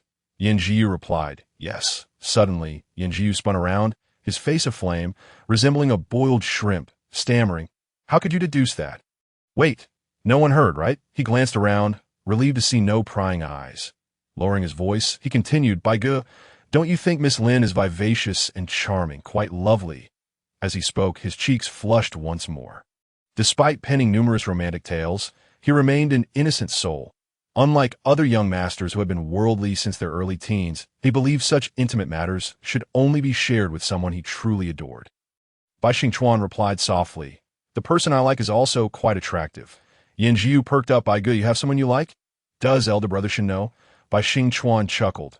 "Master surely knows." Shen Hanjian coughed. "Ahem." Yanjiu asked, "What's wrong with elder brother?" Bai Xingchuan patted Shen Hanjian's back. "Take your time drinking, master." Shen Hanjian's expression shifted slightly. "Do not speak carelessly." Yanjiu observed the scene with a perplexed expression, sensing something was amiss. There was an odd familiarity in the air. Suddenly, he realized this resembled the tales he had written about the aloof immortal and his wayward disciple. Master S. Literature, indeed, although Bai Xingchuan appeared gentle and considerate. Yanjiu could still sense the underlying wildness within him. Something was definitely off. He trusted his instincts completely. Perhaps Yanjiu's gaze was too intense, causing Shen Hanjian to feel uneasy, igniting a blush of embarrassment. Akin to being caught in a youthful crushed eye in the next moment. The leg of Bai Xingchuan's chair snapped with a crack, causing it to splinter apart. Quick to react, Bai Xingchuan stood up just in time to avoid an embarrassing mishap. Bai Xingchuan stifled a laugh. He was aware of what had transpired, even if others were oblivious. Perhaps he had teased Shen Hanjian a bit too much, causing his spiritual energy to stir and break the chair. He resolved to compensate the establishment for the damage later. Shen Hanjian silently picked up a piece of meat, attempting to alleviate the awkwardness with food, insisting, "I truly did not mean to break the chair." Chapter 67. The Flower Thief. The bill was settled by Yanjiu, but before leaving, Bai Xingchuan discreetly added extra coins as compensation for the chair. Leading the way, Yanjiu cheerfully exclaimed, "Ahead lies a grove of ice glass flower trees, currently in full bloom. Although the name contains ice, these flowers blossom in spring in the early warmth of spring. The crystalline ice glass flowers bloomed on the branches, with sunlight filtering through, casting a kaleidoscope of colors upon the delicate petals. A truly enchanting sight." Yanjiu blinked. "I am allowed here because I am the son of the city lord." Bai Xingchuan responded enthusiastically, "Wow, thank you, young Master Yan." Shen Hanjian, maintaining his serious demeanor, nodded in agreement. "Indeed," Bai Xingchuan elucidated, "my esteemed master expresses his profound gratitude to you." Shen Hanjian nodded in acknowledgement. Yanji remarked, "Is that so? He is quite perceptive. It must be true love I have observed for several years. And this patch of ice glass flowers blooms the most splendidly. You may pluck a few without hesitation." Yanjiu raised her chin slightly, her expression radiating pride. "The other 8 cities do not possess the same exquisite scenery and flowers as Xuanyang City." Bai Xingchuan inquired, "Where are the flowers? Is there not a vast sea of blossoms behind me?" Yanjiu turned around, her unfinished words fading into silence as she beheld the barren trees behind them. After a moment, she erupted in fury. "Who has stripped this place of its flowers?" Yanjiu muttered to herself, "It cannot be. Just a few years ago, even when I arrived late, they were flourishing. Moreover, no one buys ice glass flowers. They are exorbitantly priced." The vendor selling ice glass flowers chimed in. "Thank you." Yanjiu suddenly raised her voice, her conviction unwavering. "There must be a thief," Bai Xingchuan asked. "Shen Hanjian," Bai Xingchuan continued, "how are you so certain? What if it was indeed a vendor from within the city who plucked them? The ice glass flowers of Xuanyang City are a notable feature, and the city lord has not prohibited the citizens from gathering them. Thus a small number do so for their livelihood." Yanjiu shook her head. "That is impossible to maintain the aesthetic of the ice glass flower trees. The citizens would not deplete an entire tree of its blossoms." Yanjiu lifted a slightly drooping branch, her tone filled with indignation. "Furthermore, judging by the damage to these trees, the plucker's technique is unrefined, which has caused harm to the ice glass flower trees it becomes clear." While Yanjiu conversed with Bai Xingchuan, Shen Hanjian, who had been listening with mild indifference, suddenly furrowed his brow. Someone was nearby. Yanjiu wore an expression of certainty, declaring, "It is undoubtedly a thief. How dare they vandalize the treasures of Xuanyang City? Just wait until I have him strung up at the city lord's gate and given 100 lashes." "Perfect timing to test the efficacy of the newly customized whip," Shen Hanjian remarked. "I shall go." Yanjiu quickly cautioned, "Do not act impulsively. What if the other party is armed?" Before she could finish, Shen Hanjian had already followed the sound, his graceful figure vanishing from their sight in moments. Yanjiu gaped in astonishment. That was too fast. Wasn't it? If he cannot win, he should at least be able to escape. Bai Xingchuan clapped Yanjiu on the shoulder, sighing, "We should follow. Let us hope no one loses their life." Yanjiu agreed, "Indeed, let us hurry. Perhaps we can assist Brother Shen." Bai Xingchuan's expression was complex. "I fear the thief may lose his life." Yanjiu froze, and, after a few seconds, he looked utterly bewildered. Bai Xingchuan's face reflected pity as he thought to himself, "This child does not realize that Brother Shen is the strongest in the realm and is entirely unaware of Shen Hanjian's lethal prowess." Bai Xingchuan extended his hand, effortlessly lifting Yin Jiu as he hastened to keep pace with Shen Hanjian. Considering Shen Hanjian's protective nature towards this foolish child, it would be unfortunate if a life were lost. Those who cultivate the way are most concerned with the concept of cause and effect, that it is best to minimize senseless bloodshed.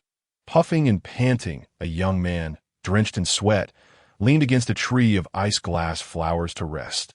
He had been sent by the city lord to gather the renowned ice-glass flowers of Xuanyang City. Yet, who would have thought that these seemingly delicate, mirror-like blossoms would prove so difficult to harvest, requiring him to endure the biting cold while doing so. After several days of toil, he finally finished gathering the flowers from that particular grove. He glanced at his frostbitten fingers, contemplating demanding additional compensation from the city lord for his labor. He had not rested long when he felt a sudden chill on his back, followed by a cool voice softly stating, "Are you the flower thief?" The young man jumped in surprise, whirling around to see a figure clad in light colors. And upon looking up, he found himself momentarily entranced. The countenance was simply too exquisite, with elegantly slanted, frost-like eyes, lips that gleamed with a subtle luster, cascading black hair, and a slender, elongated figure. Every feature was utterly perfect. A celestial being.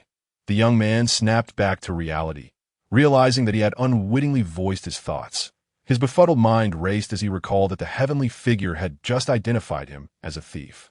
Stealing flowers? He furtively glanced at the storage pouch at his waist, musing that if it referred to the ice-glass flowers, it indeed applied to him. The young man queried, "And who might you be?" This person could not possibly belong to Xuanyang City. Otherwise, he would certainly remember such a stunning visage. Remembering Yanju's earlier angry expression, Shen Hanjian narrowed his eyes, his voice laced with coldness. "Since you have admitted it, prepare to face my sword. After a single strike, should you remain alive, you may depart unhindered." The young man was left speechless, coincidentally arriving at that moment. Bai Xingchuan heard this exchange and silently thought, "Master, someone might die." The young man stammered in disbelief. "What?" Yin Jiu was set down, and once more, she retched, not forgetting to chastise the wretched flower thief. "How could you have stripped the entire grove bare? It looks utterly desolate." The young man proposed, "How about this? I'll buy those ice-glass flowers. I'll provide you with spirit stones. How does that sound? Although spirit stones are precious, they can still be earned anew. If his life were lost, even an abundance of spirit stones would be of no use. He could not even hope to report the matter to the city lord.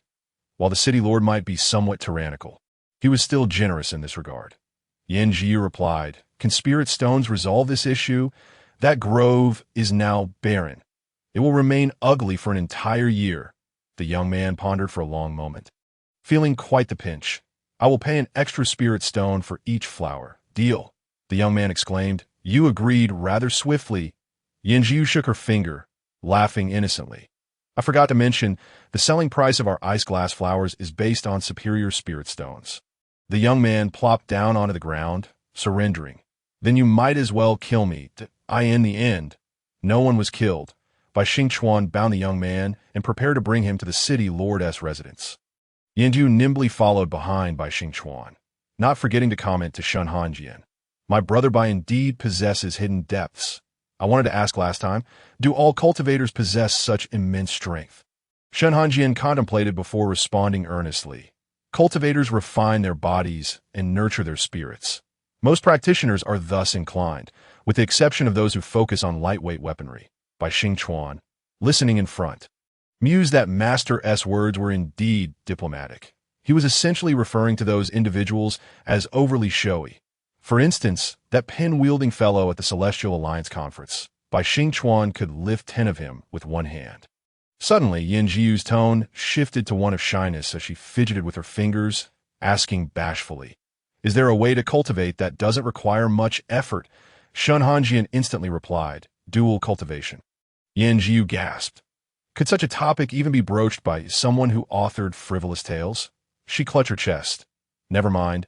The most important thing for a man is his virtue. I still wish to pursue Miss Lin. The most important thing for a man is indeed his virtue. This was a lesson imparted by his father when a wife. One's character is paramount."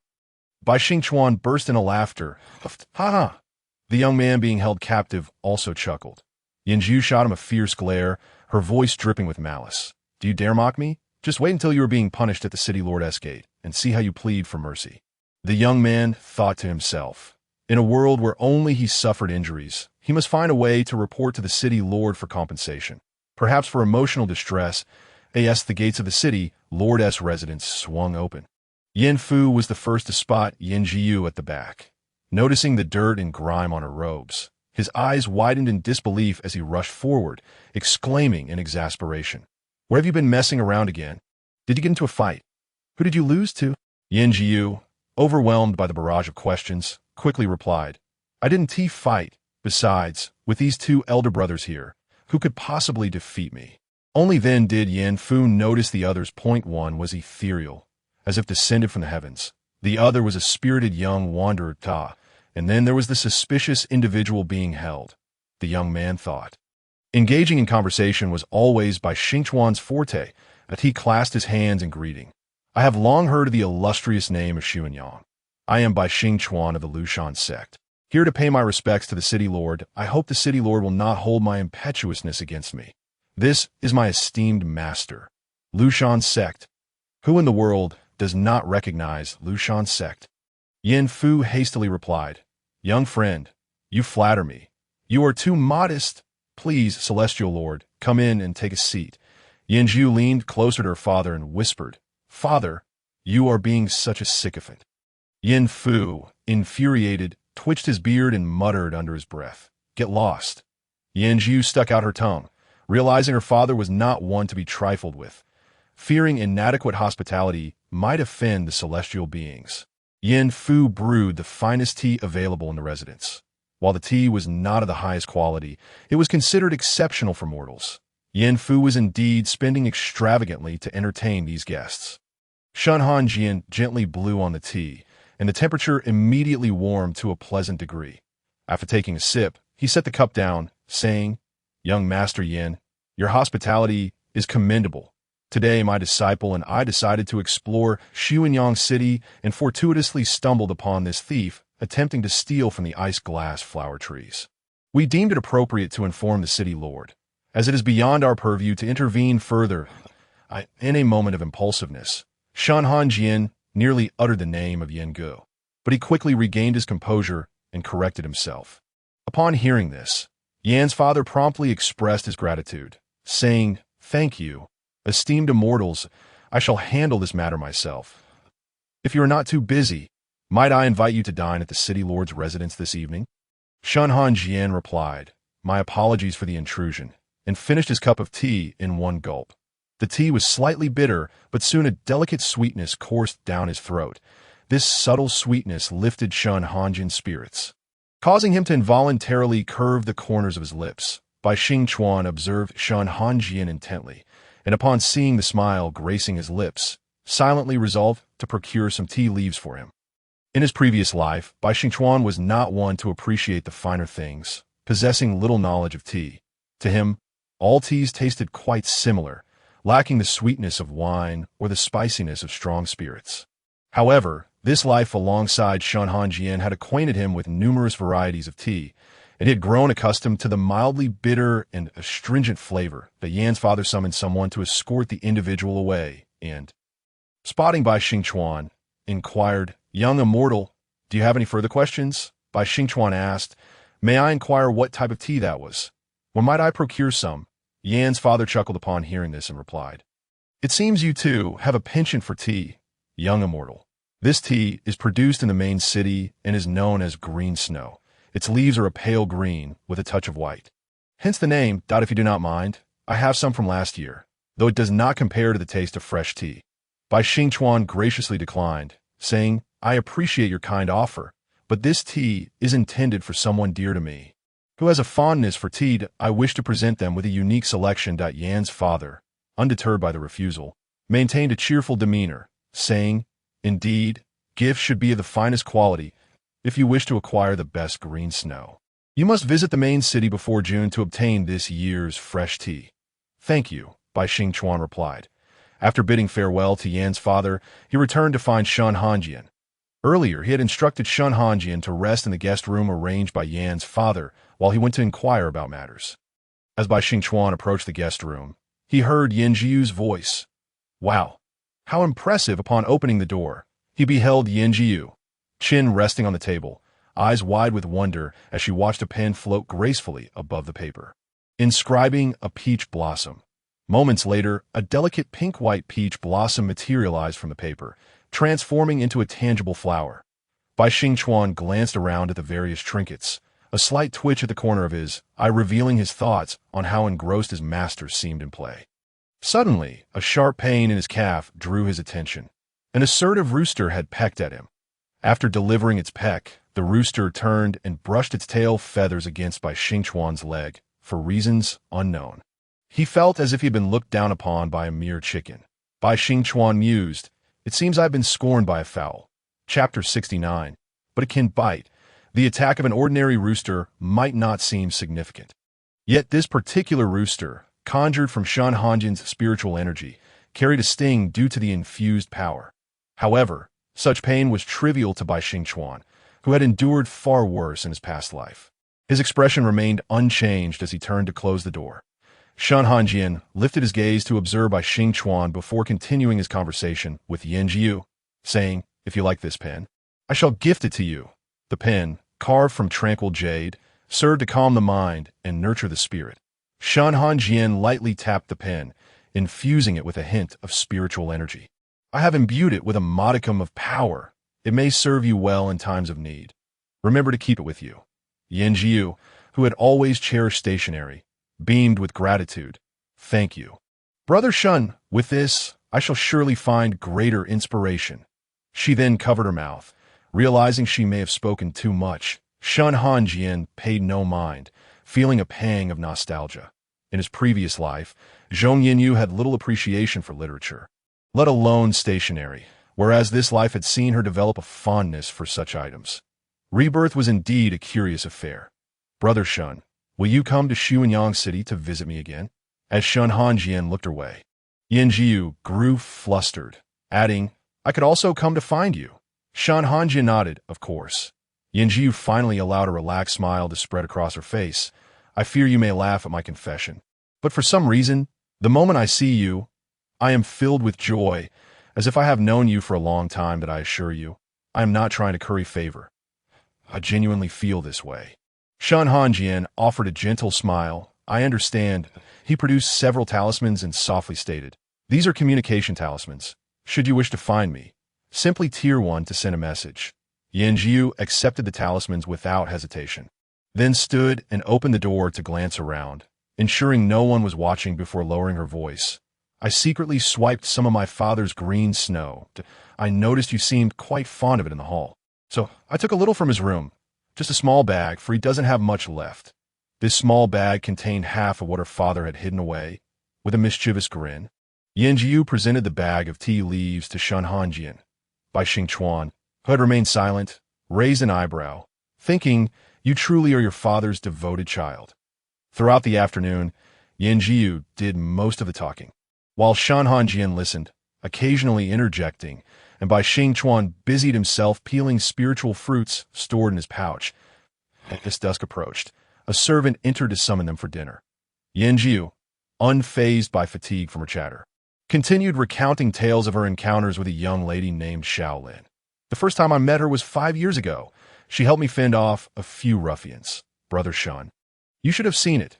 Shaolin appears delicate, yet her fighting skills are remarkable, absolutely impressive." While Yin Jiu seemed invigorated, Bai Xingchuan felt his ears growing weary from her incessant chatter.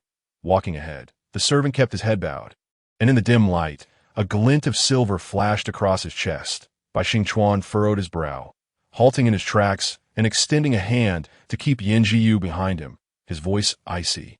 "This is not the direction to the dining hall, is it?" Yin Jiu suddenly realized, "Oh, isn't this the path to the back door?" The servant, realizing his cover was blown, drew a dagger from his chest and lunged at them, aiming directly for Yin Jiu. Had Bai Xingchuan and Shen Hanjian not been there to protect her, he might have had a chance. Unfortunately for him, Bai Xingchuan's hand swiftly grasped his sword, and the servant, filled with terror, found himself immobilized. Bai Xingchuan narrowed his eyes and deftly adjusted the servant's clothing near his collarbone, revealing a familiar pattern etched into his skin.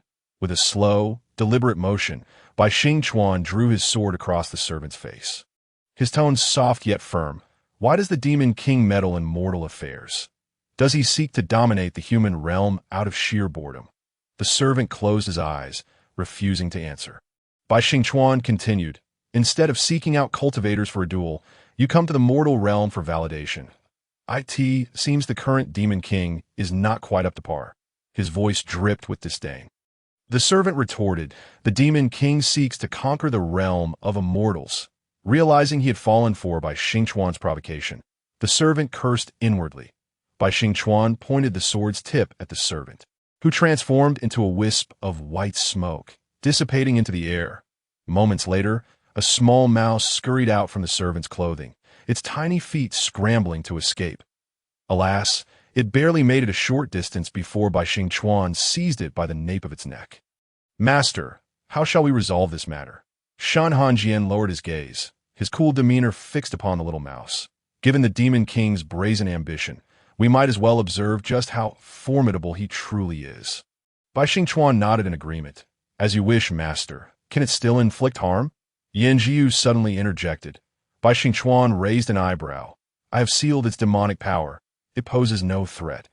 Yanjiu's eyes sparkled with excitement as she reached out to poke the mouse's plump cheeks.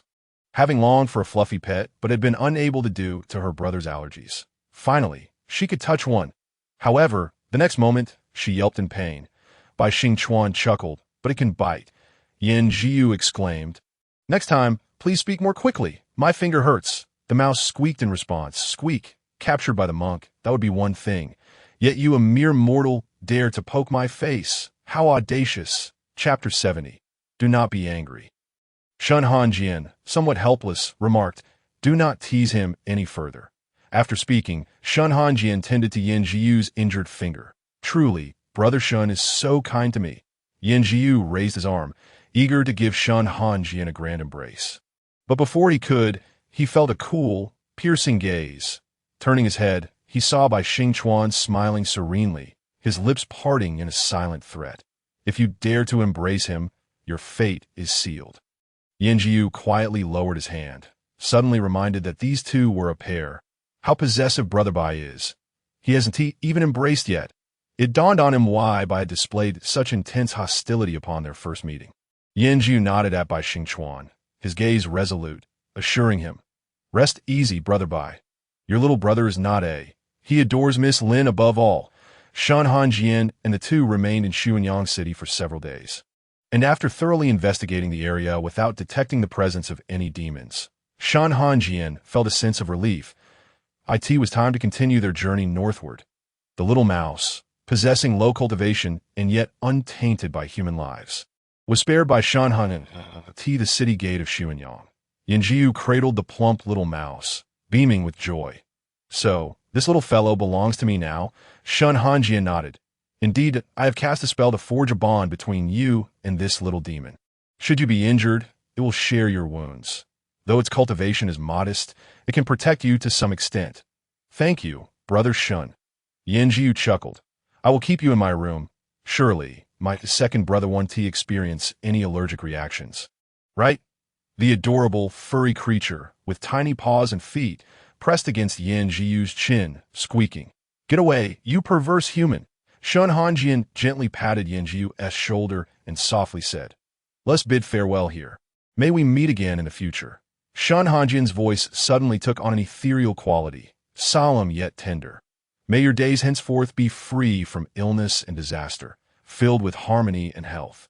As Shen Hanjian's words faded, a faint golden light infused Yanjiu's being as a mortal. Yanjiu could not perceive this golden glow, yet Bai Xingchuan saw it distinctly. This was the light of a wish. Those who reached a certain level of cultivation could manifest their wishes. Shen Hanjian, as high cultivation allowed him to fulfill this wish with a single utterance. The golden light was the acknowledgement from the heavens following the successful wish. Interfering with the karma of others incurs a cost to one's cultivation. Once the two bid farewell and could no longer see Xuanyang City, Bai Xingchuan finally inquired. Did that wish place any burden on Master's health? Shen Hanjian merely coughed lightly before replying.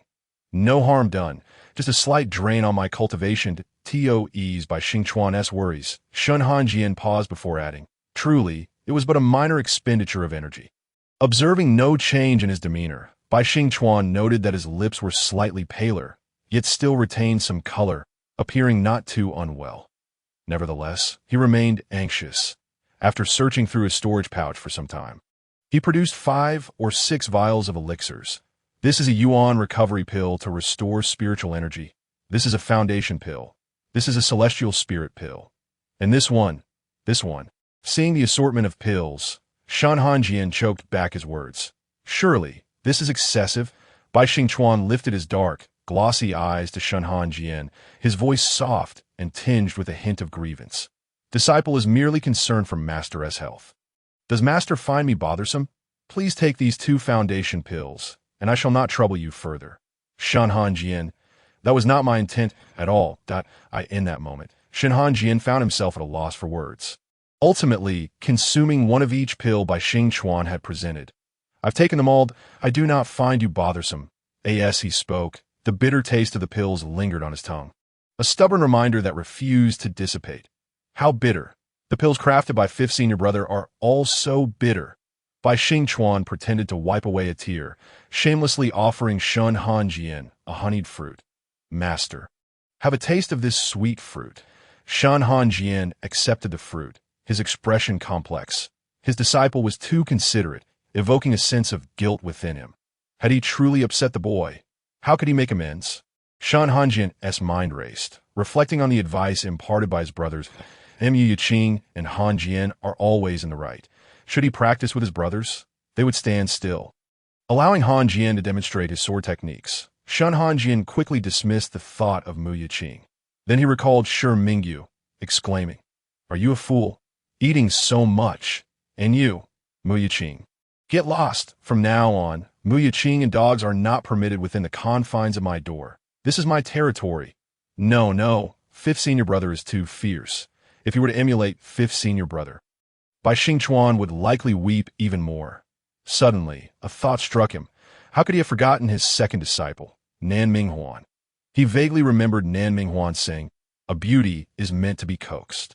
With soft words and gentle means, Shen Hanjian paused, abruptly halting his steps. Bai Xingchuan, who had been closely observing Shen Hanjian's actions, immediately stopped and looked up at him. "Master, Xingchuan." Shen Hanjian called out to him. Bai Xingchuan responded, "Master, what is it?"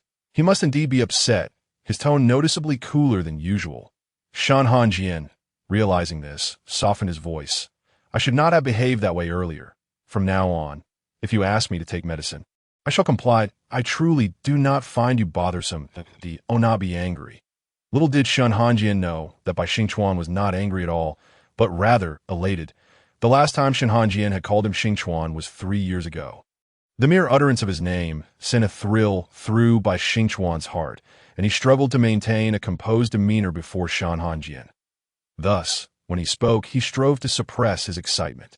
Hearing Shen Hanjian's concern that he was indeed upset, Bai Xingchuan finally realized that Shen Hanjian had misunderstood. Just as he was about to clarify, he heard Shen Hanjian's string of affectionate words. Indeed, Bai Xingchuan felt that it was a display of affection, light and soft. What else could it be? He finally understood the joy Mu Yiqing felt when Shen Hanjian spoke a few extra words to him.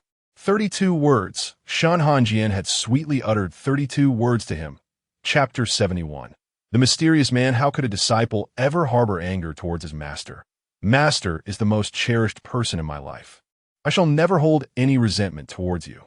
Bai Xingchuan, aware of Shen Hanjian's misunderstanding, immediately transformed into a docile, clingy pup, much like he had been in the past years.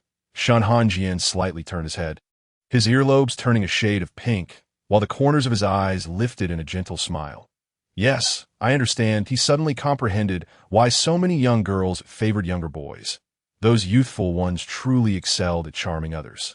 How adorable! In Xuanyang City, a shadow materialized from the darkness, taking on human form as it approached, kneeling on one knee and reporting respectfully. Master, the demon abyss has sent word. The figure spoke of a recent escalation in the audacity of that individual. Lady Yujia inquired what you intend to do about it. We shall return. The man lowered his gaze slightly, absent-mindedly playing with several spirit stones in his hand, his fingers brushing over a tiny mark upon one of them. The spirit stones produced by Lushan's sect bore their unique insignia. Lushan's sect, that I wonder if that peak still blooms with peach blossoms as it once did. By the way, Master, Lady Yujia has another inquiry. Lady Yujia asked why you were disguised as such a grotesquely plump human shopkeeper. I simply prefer this form. How did she come to know about my disguise? The Shadow-esque gaze became resolute. Lady Yujia once stealthily visited Xuanyang City to observe you. The man exclaimed, Yujia. The Shadow beamed with pride. He was the most loyal subordinate of the Master and would never conceal anything from him. That I in the demon abyss. A woman trembled, causing grapes to tumble to the ground. An inexplicable chill enveloped her heart, and she felt something amiss. What is happening? This feels ominous. Suddenly, her eyes widened. Could it be that second fellow has gone to burn my limited edition feathered garment again? That scoundrel burned one the last time he retaliated against her. Fortunately, she had the foresight to purchase two that surely he wouldn't know she possessed two. Would he? No. She must go check. This marks the fifth demon causing chaos among mortals. Bai Xingchuan hoisted a large tiger, the several hundred pounds of feline seeming as light as a mere sheet of paper in his grasp. The tiger demon, having just had its heart shattered by a strike, perished instantly. Bai Xingchuan, undeterred, swiftly extracted the demon's core. Demon cultivation is no easy feat. As long as they do not wreak havoc upon the world, the cultivators of Lushan's sect would not resort to exterminating demons. Bai Xingchuan cast a cleansing spell to preserve the demon core carefully. Shen Hanjian furrowed his brow. The frequent appearance of demons was undoubtedly linked to the Demon King. The two masters exchanged glances, and Bai Xingchuan voiced what Shen Hanjian had been pondering. Shall we obliterate the Demon King's lair directly? Shen Hanjian replied. According to the little mouse, the Demon King has commanded the lesser demons to create chaos among mortals to target us cultivators. Thus, we must strike before his plans come to fruition. Bai Xingchuan readily agreed. The adversary commands tens of thousands of demon cultivators. We must rally our fellow cultivators to ensure an even playing field. Shen Hanjian retrieved a communication jade tablet, summoned the sect leader. Upon receiving a transmission from Shen Hanjian, Mu Yaoqing had just brewed a pot of freshly arrived spiritual tea. He poured himself a cup, inhaling the fragrant aroma, and had just taken a small sip when he was interrupted by another transmission. Upon glancing at the source, he was pleasantly surprised to find it was from Hanjian. Overwhelmed with joy, Mu Yaoqing choked on the tea, coughing repeatedly until he finally regained his composure. After listening to the transmission, his expression grew slightly serious as he responded, Senior brother is aware. Hanjian, refrain from taking action for now. I will dispatch someone to assist you as swiftly as possible. With that, Mu Yaoqing rose, brushing off the wrinkles from his robe, and hurriedly exited. Suddenly, he paused, turned back, and hastily drank a few more sips of tea. He could not let the tea he had brewed for so long go to waste. He had to at least savor its flavor. Meanwhile, Shen Hanjian, having concluded his communication, said, Then let us proceed to the location of the Demon King. Bai Xingchuan inquired, Does the master know where the Demon King's lair is? Shen Hanjian, upon hearing this, shook his head in confusion. I do not know. Bai Xingchuan, feeling somewhat helpless, remarked, The demon abyss lies to the south, while the Demon King is to the north. We are fortunate. It is conveniently along our route. Did not the sect master request that you refrain from acting hastily? Therefore, we need not rush. The sect master requires time to gather people, and those cultivators will also need time to arrive.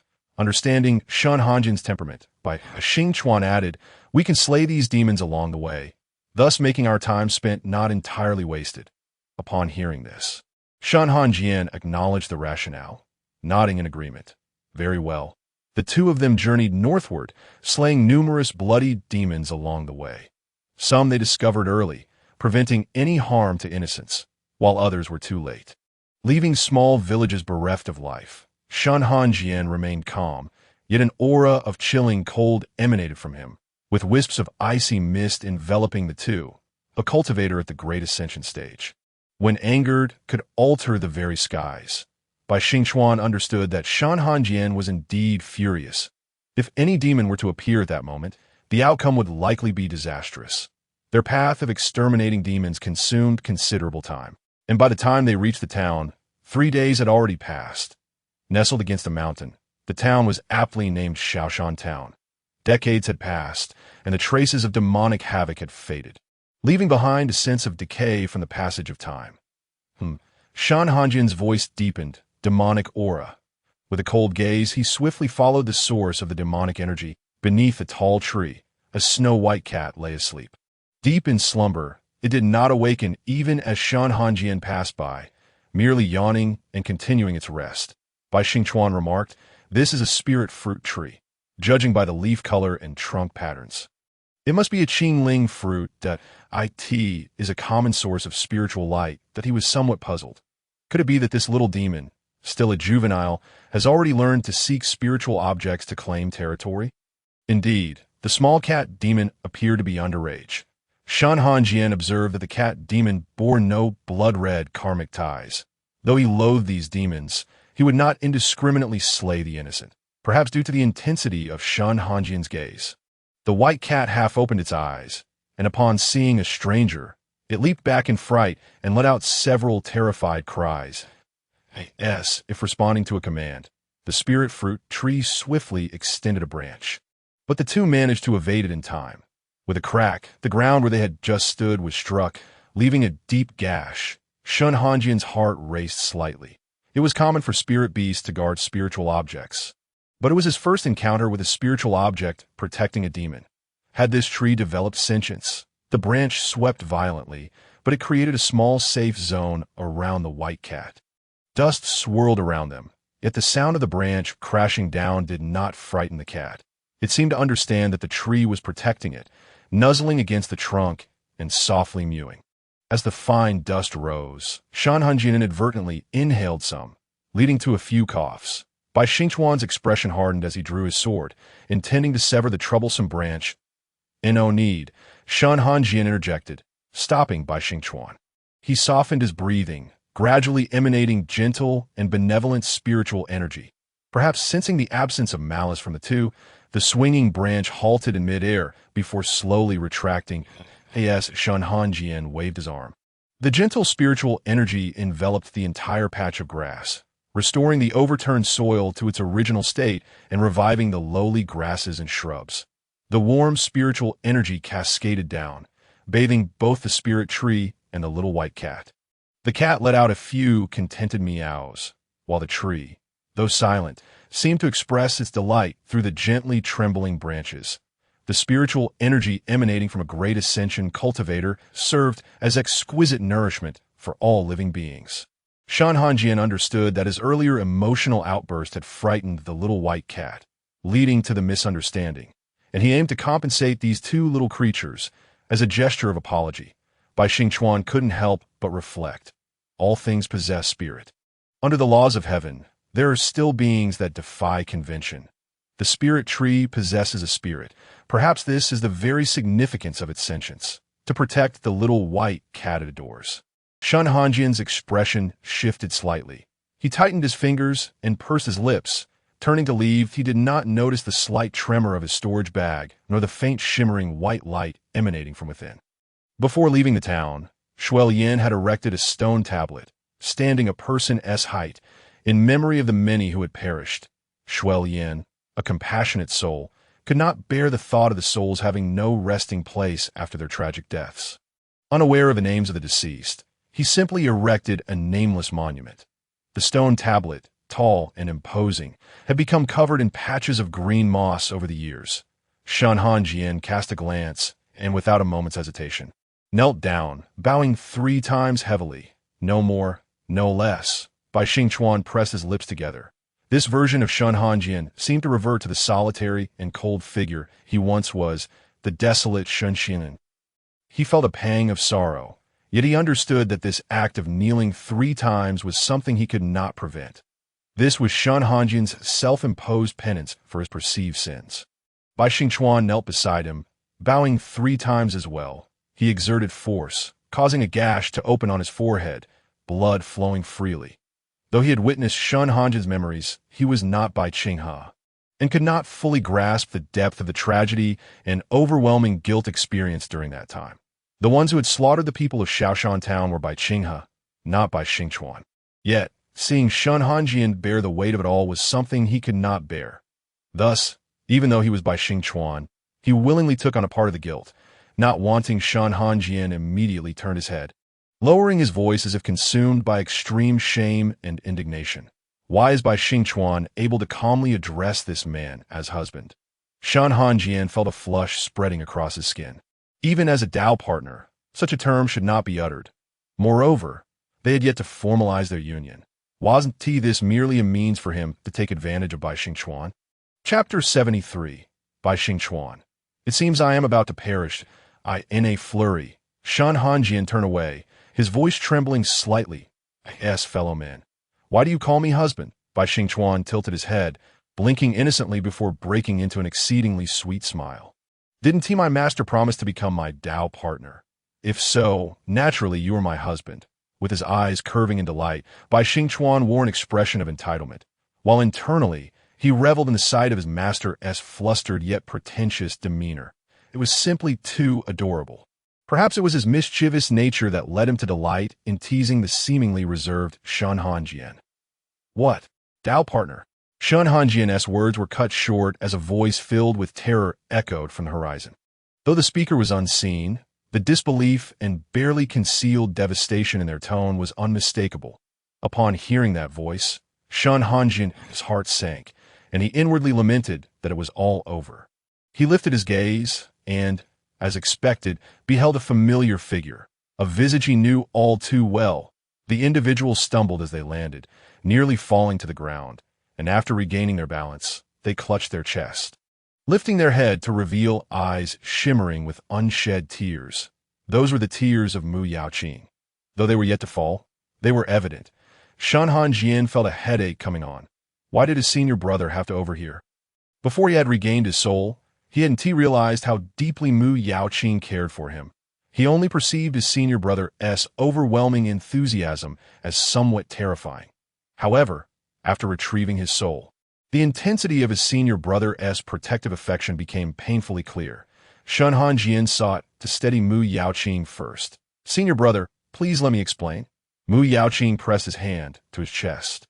Heartbroken. Hanjian, just tell me. Do you have a Dao partner? Shen Hanjian hesitated, sort of that he had made a promise, but the formal ceremony had yet to take place, and Mu Yaoqing was devastated. Why? Why has my innocent, unblemished little junior brother found a Dao partner? He is still a child. Wiping his tears with his sleeve, Mu Yaoqing lamented, the child is grown up and has someone he wishes to cherish, Shen Hanjian, Bai Xingchuan. He should hold his tongue for now, lest he be struck down by the senior brother. The senior brother had instructed him to look after his master on the journey, not to bring him home under false pretenses. Shen Hanjian found himself speechless. Senior brother, I am nearly a century old. I am not a child. Mu Yaoqing continued to weep. Woo, junior brother has started to rebel. Each of you is raised by me, though you are not raised by the senior brother. To him, you will always be children. Shen Hanjian was momentarily at a loss for words. Unsure of how to respond, it seemed that anything he said would be inadequate. After crying for a while, Mu Yaoqing managed to suppress his tears and remembered to inquire about the identity of this supposed Dao partner. With exasperation, Mu Yaoqing asked, Who is that person? Shen Hanjian, speaking without thought, pointed. It's him. The one pointed at Bai Xingchuan. Seems I am about to perish. It's Bai Xingchuan. Mu Yaoqing slowly turned his head, his face, gentle and refined, radiating a warm, innocent smile, but the redness around his eyes and the involuntary twitching of his lips clearly expressed. You are in trouble, young man. Unbeknownst to them, Shen Hanjian added, Junior brother has taken liberties with Bai Xingchuan, making a promise. As a disciple of Lushan's sect, I always take responsibility for my actions. Having taken liberties, I must give him a proper title. Furthermore, Xingchuan is quite a good person. Shen Hanjian's face flushed slightly. His last remark was intended to improve Mu Yaoqing's impression of Bai Xingchuan. After all, Bai Xingchuan was indeed his Dao partner. Even if they had yet to hold the marriage ceremony, a Tao partner was still a Tao partner. One could consider it akin to a betrothal. As Shen Hanjian thought of this, his cheeks grew warmer. Little did he know, his words struck Mu Yaoqing as akin to a wealthy daughter infatuated with a poor young man, all too naively proclaiming how wonderful he was to her father. Mu Yaoqing's fists clenched tighter. Bai Xingchuan, Master, if you wish for my demise, you need only say so. There is no need to be so subtle. In a fit of rage, Mu Yaoqing, though not as skilled as Shen Hanjian, still possessed far greater power than Bai Xingchuan. He drew his sword, aiming it at Bai Xingchuan. As the cloud of white smoke dissipated, Bai Xingchuan caught a glimpse of the sword slicing through the edge of his robe and corked his lips. Thank you, Master, for your restraint. Mu Yaoqing withdrew his sword. His gaze I see why not misunderstand. I merely do not wish for Hanjian to lose a Tao partner at such a young age. Initially furious, he began to cool down, realizing that this Tao partner was not entirely unacceptable. After all, Bai Xingchuan was a disciple of Lushan's sect, possessing commendable talent and character. Most importantly, he was from Lushan's sect, which meant Shen Hanjian would not have to wander far for the sake of his Tao partner. Mu Yaoqing darkly contemplated that since Bai Xingchuan was within Lushan's sect, if he dared treat Shen Hanjian poorly, it would be easy for him to intervene. How infuriating. He had to keep a close watch on the other junior brothers to prevent them from being deceived by other treacherous individuals. Bai Xingchuan secretly sighed in relief, having narrowly escaped death at the hands of the master. Yet, this was also advantageous. It meant he could no longer conceal his relationship with his master, at least. Within Lushan's sect, it was so. Bai Xingchuan, with a mischievous glint in his eye, imagined how his third senior brother would react upon discovering the relationship he shared with his master once they returned to Lushan's sect. The thought alone was amusing.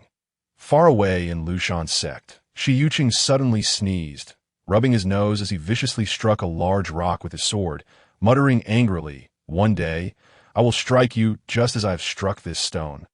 Bai Xingchuan, in the distance, He Lu trembled in fear. Third senior brother has been like this for several days. It's so terrifying.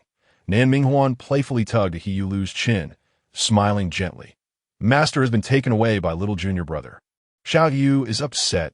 Be good. Second senior brother will take you to have some fun. He Lu's face flushed, stuttering. I don't want to go to those places. Nan Minghuan narrowed his eyes, smiling lightly.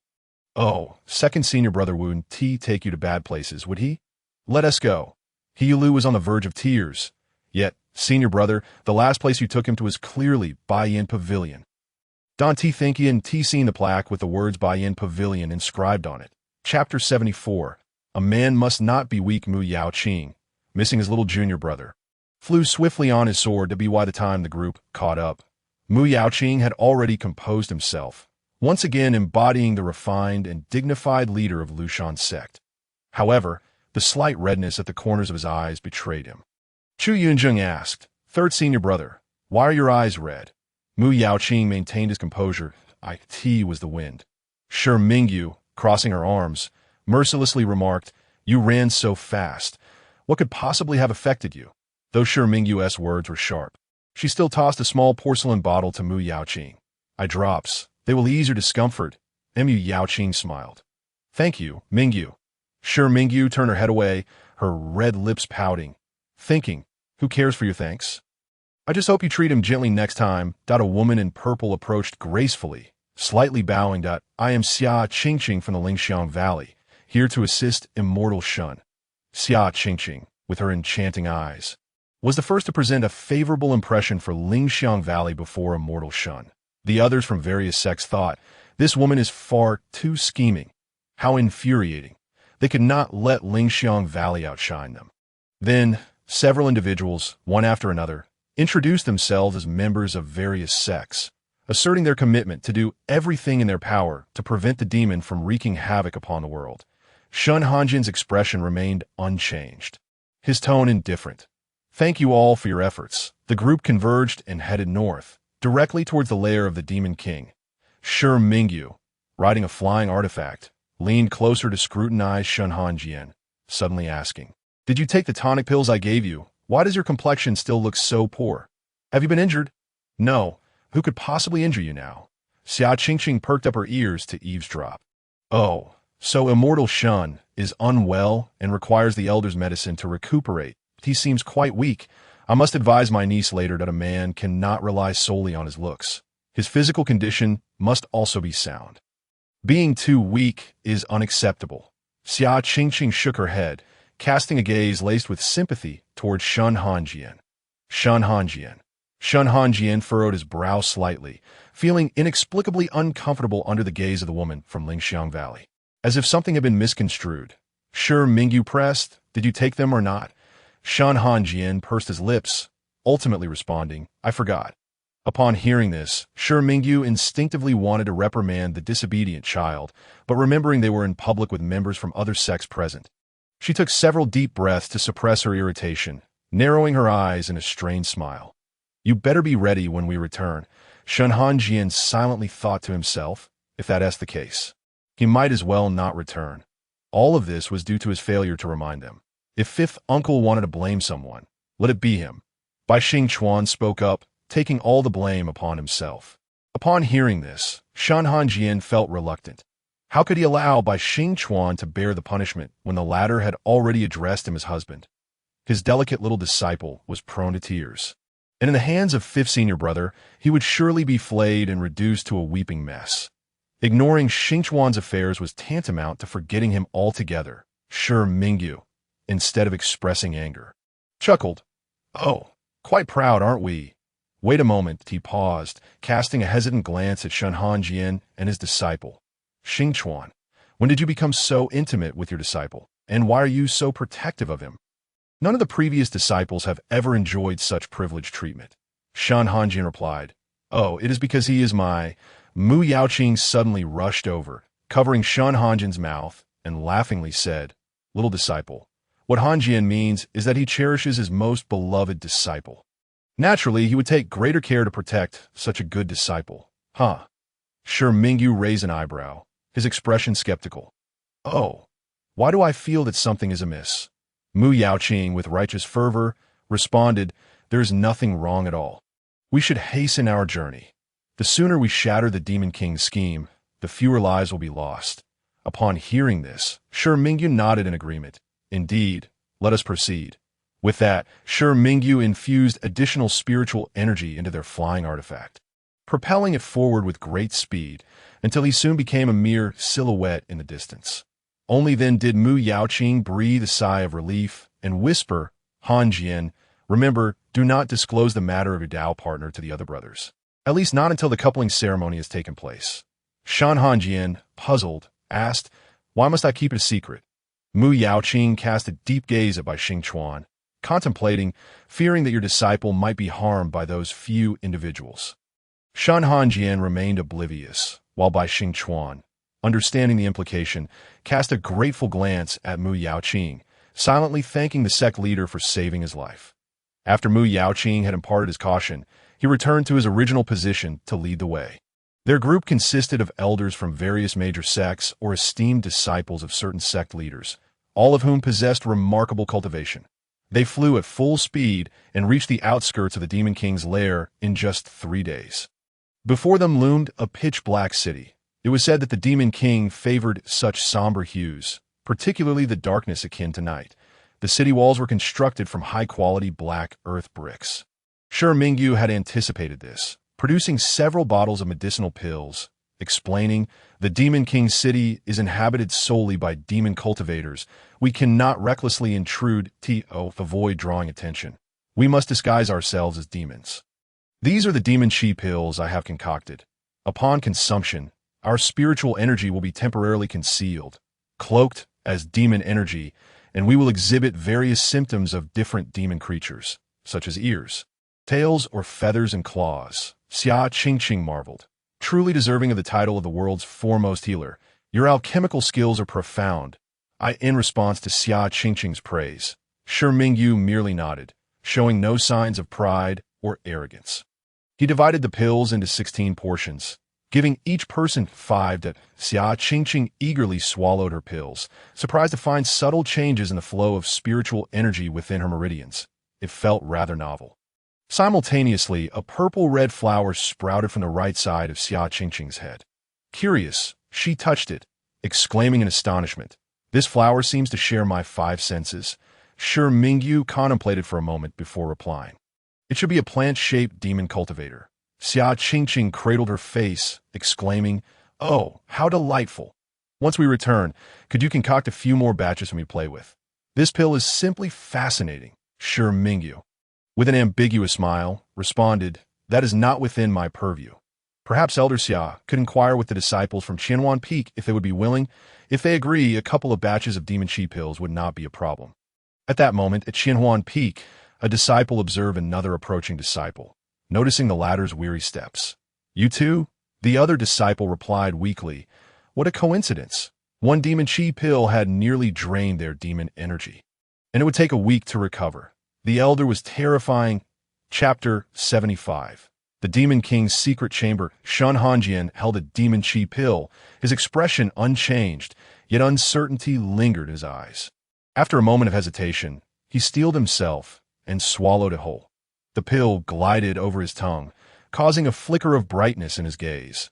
There was no bitterness upon swallowing the demon chi pill. A warmth radiated from his neck, prompting Shen Hanjian to instinctively reach up to touch it.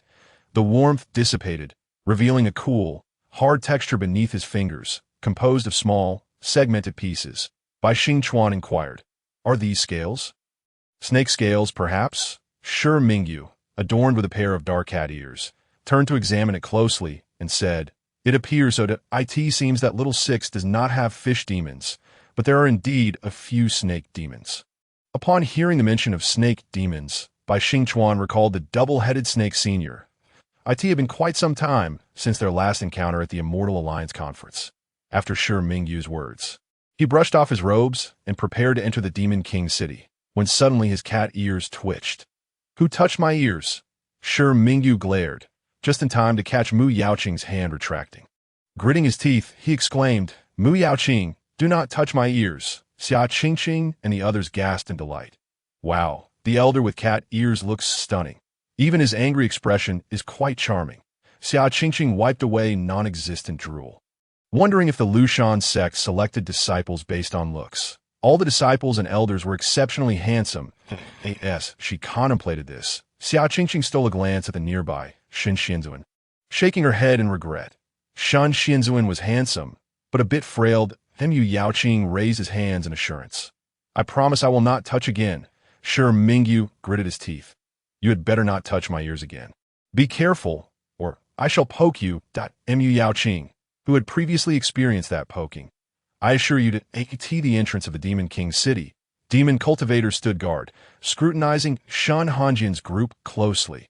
Once confirming they were all demon cultivators, one asked, "Are you companions? Did you come together?" Xia Qingqing stepped forward, swaying her alluring form, tracing circles on her collarbone with her finger, and sweetly replied, "They are all my male companions. I have heard that the Demon King possesses unparalleled beauty and remarkable cultivation, and I came here to pay my respects.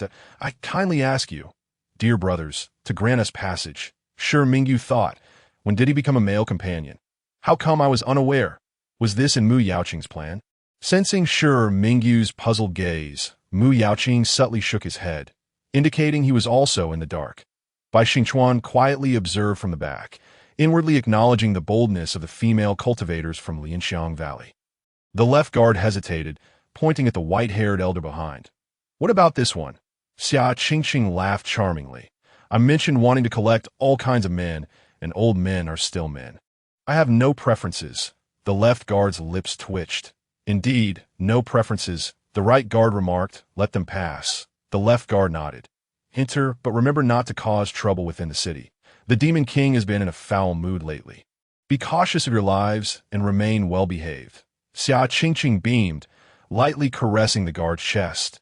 "Thank you for the reminder, dear brother." She waved her hand, impatiently urging, "What are you waiting for? Hurry up and follow. If you anger him, you might not get another chance for a year and a half." The two guards exchanged glances, astonished. Wow, it seemed the fate of these male companions was quite dire, noticing a snake demon among the male companions. The guards felt even more sympathy. Snake demons were known for their lewdness. This one would likely have an even harder time competing with so many other demons.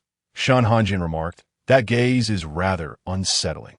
Sensing Shen Hanjian's displeasure, Bai Xingchuan gently patted the back of Shen Hanjian's hand to soothe him. Once they successfully entered the city, Xia Qingqing covered her mouth in apology.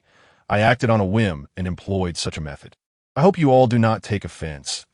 Mu Yaoqing smiled warmly. It was merely a verbal jest, and Elder Xia resorted to this strategy for the sake of our mission. We certainly do not blame you. Elder Xia, we must thank you for facilitating our entry into the Demon King's city. Xia Qingqing smiled. You flatter me, sect leader. It is merely my duty. Mu Yaoqing continued. Now that we have entered the Demon King's city, we lack any information and do not know if there are any formations or traps within the Demon King's estate. For today, let us refrain from acting rashly and instead split up to gather intelligence.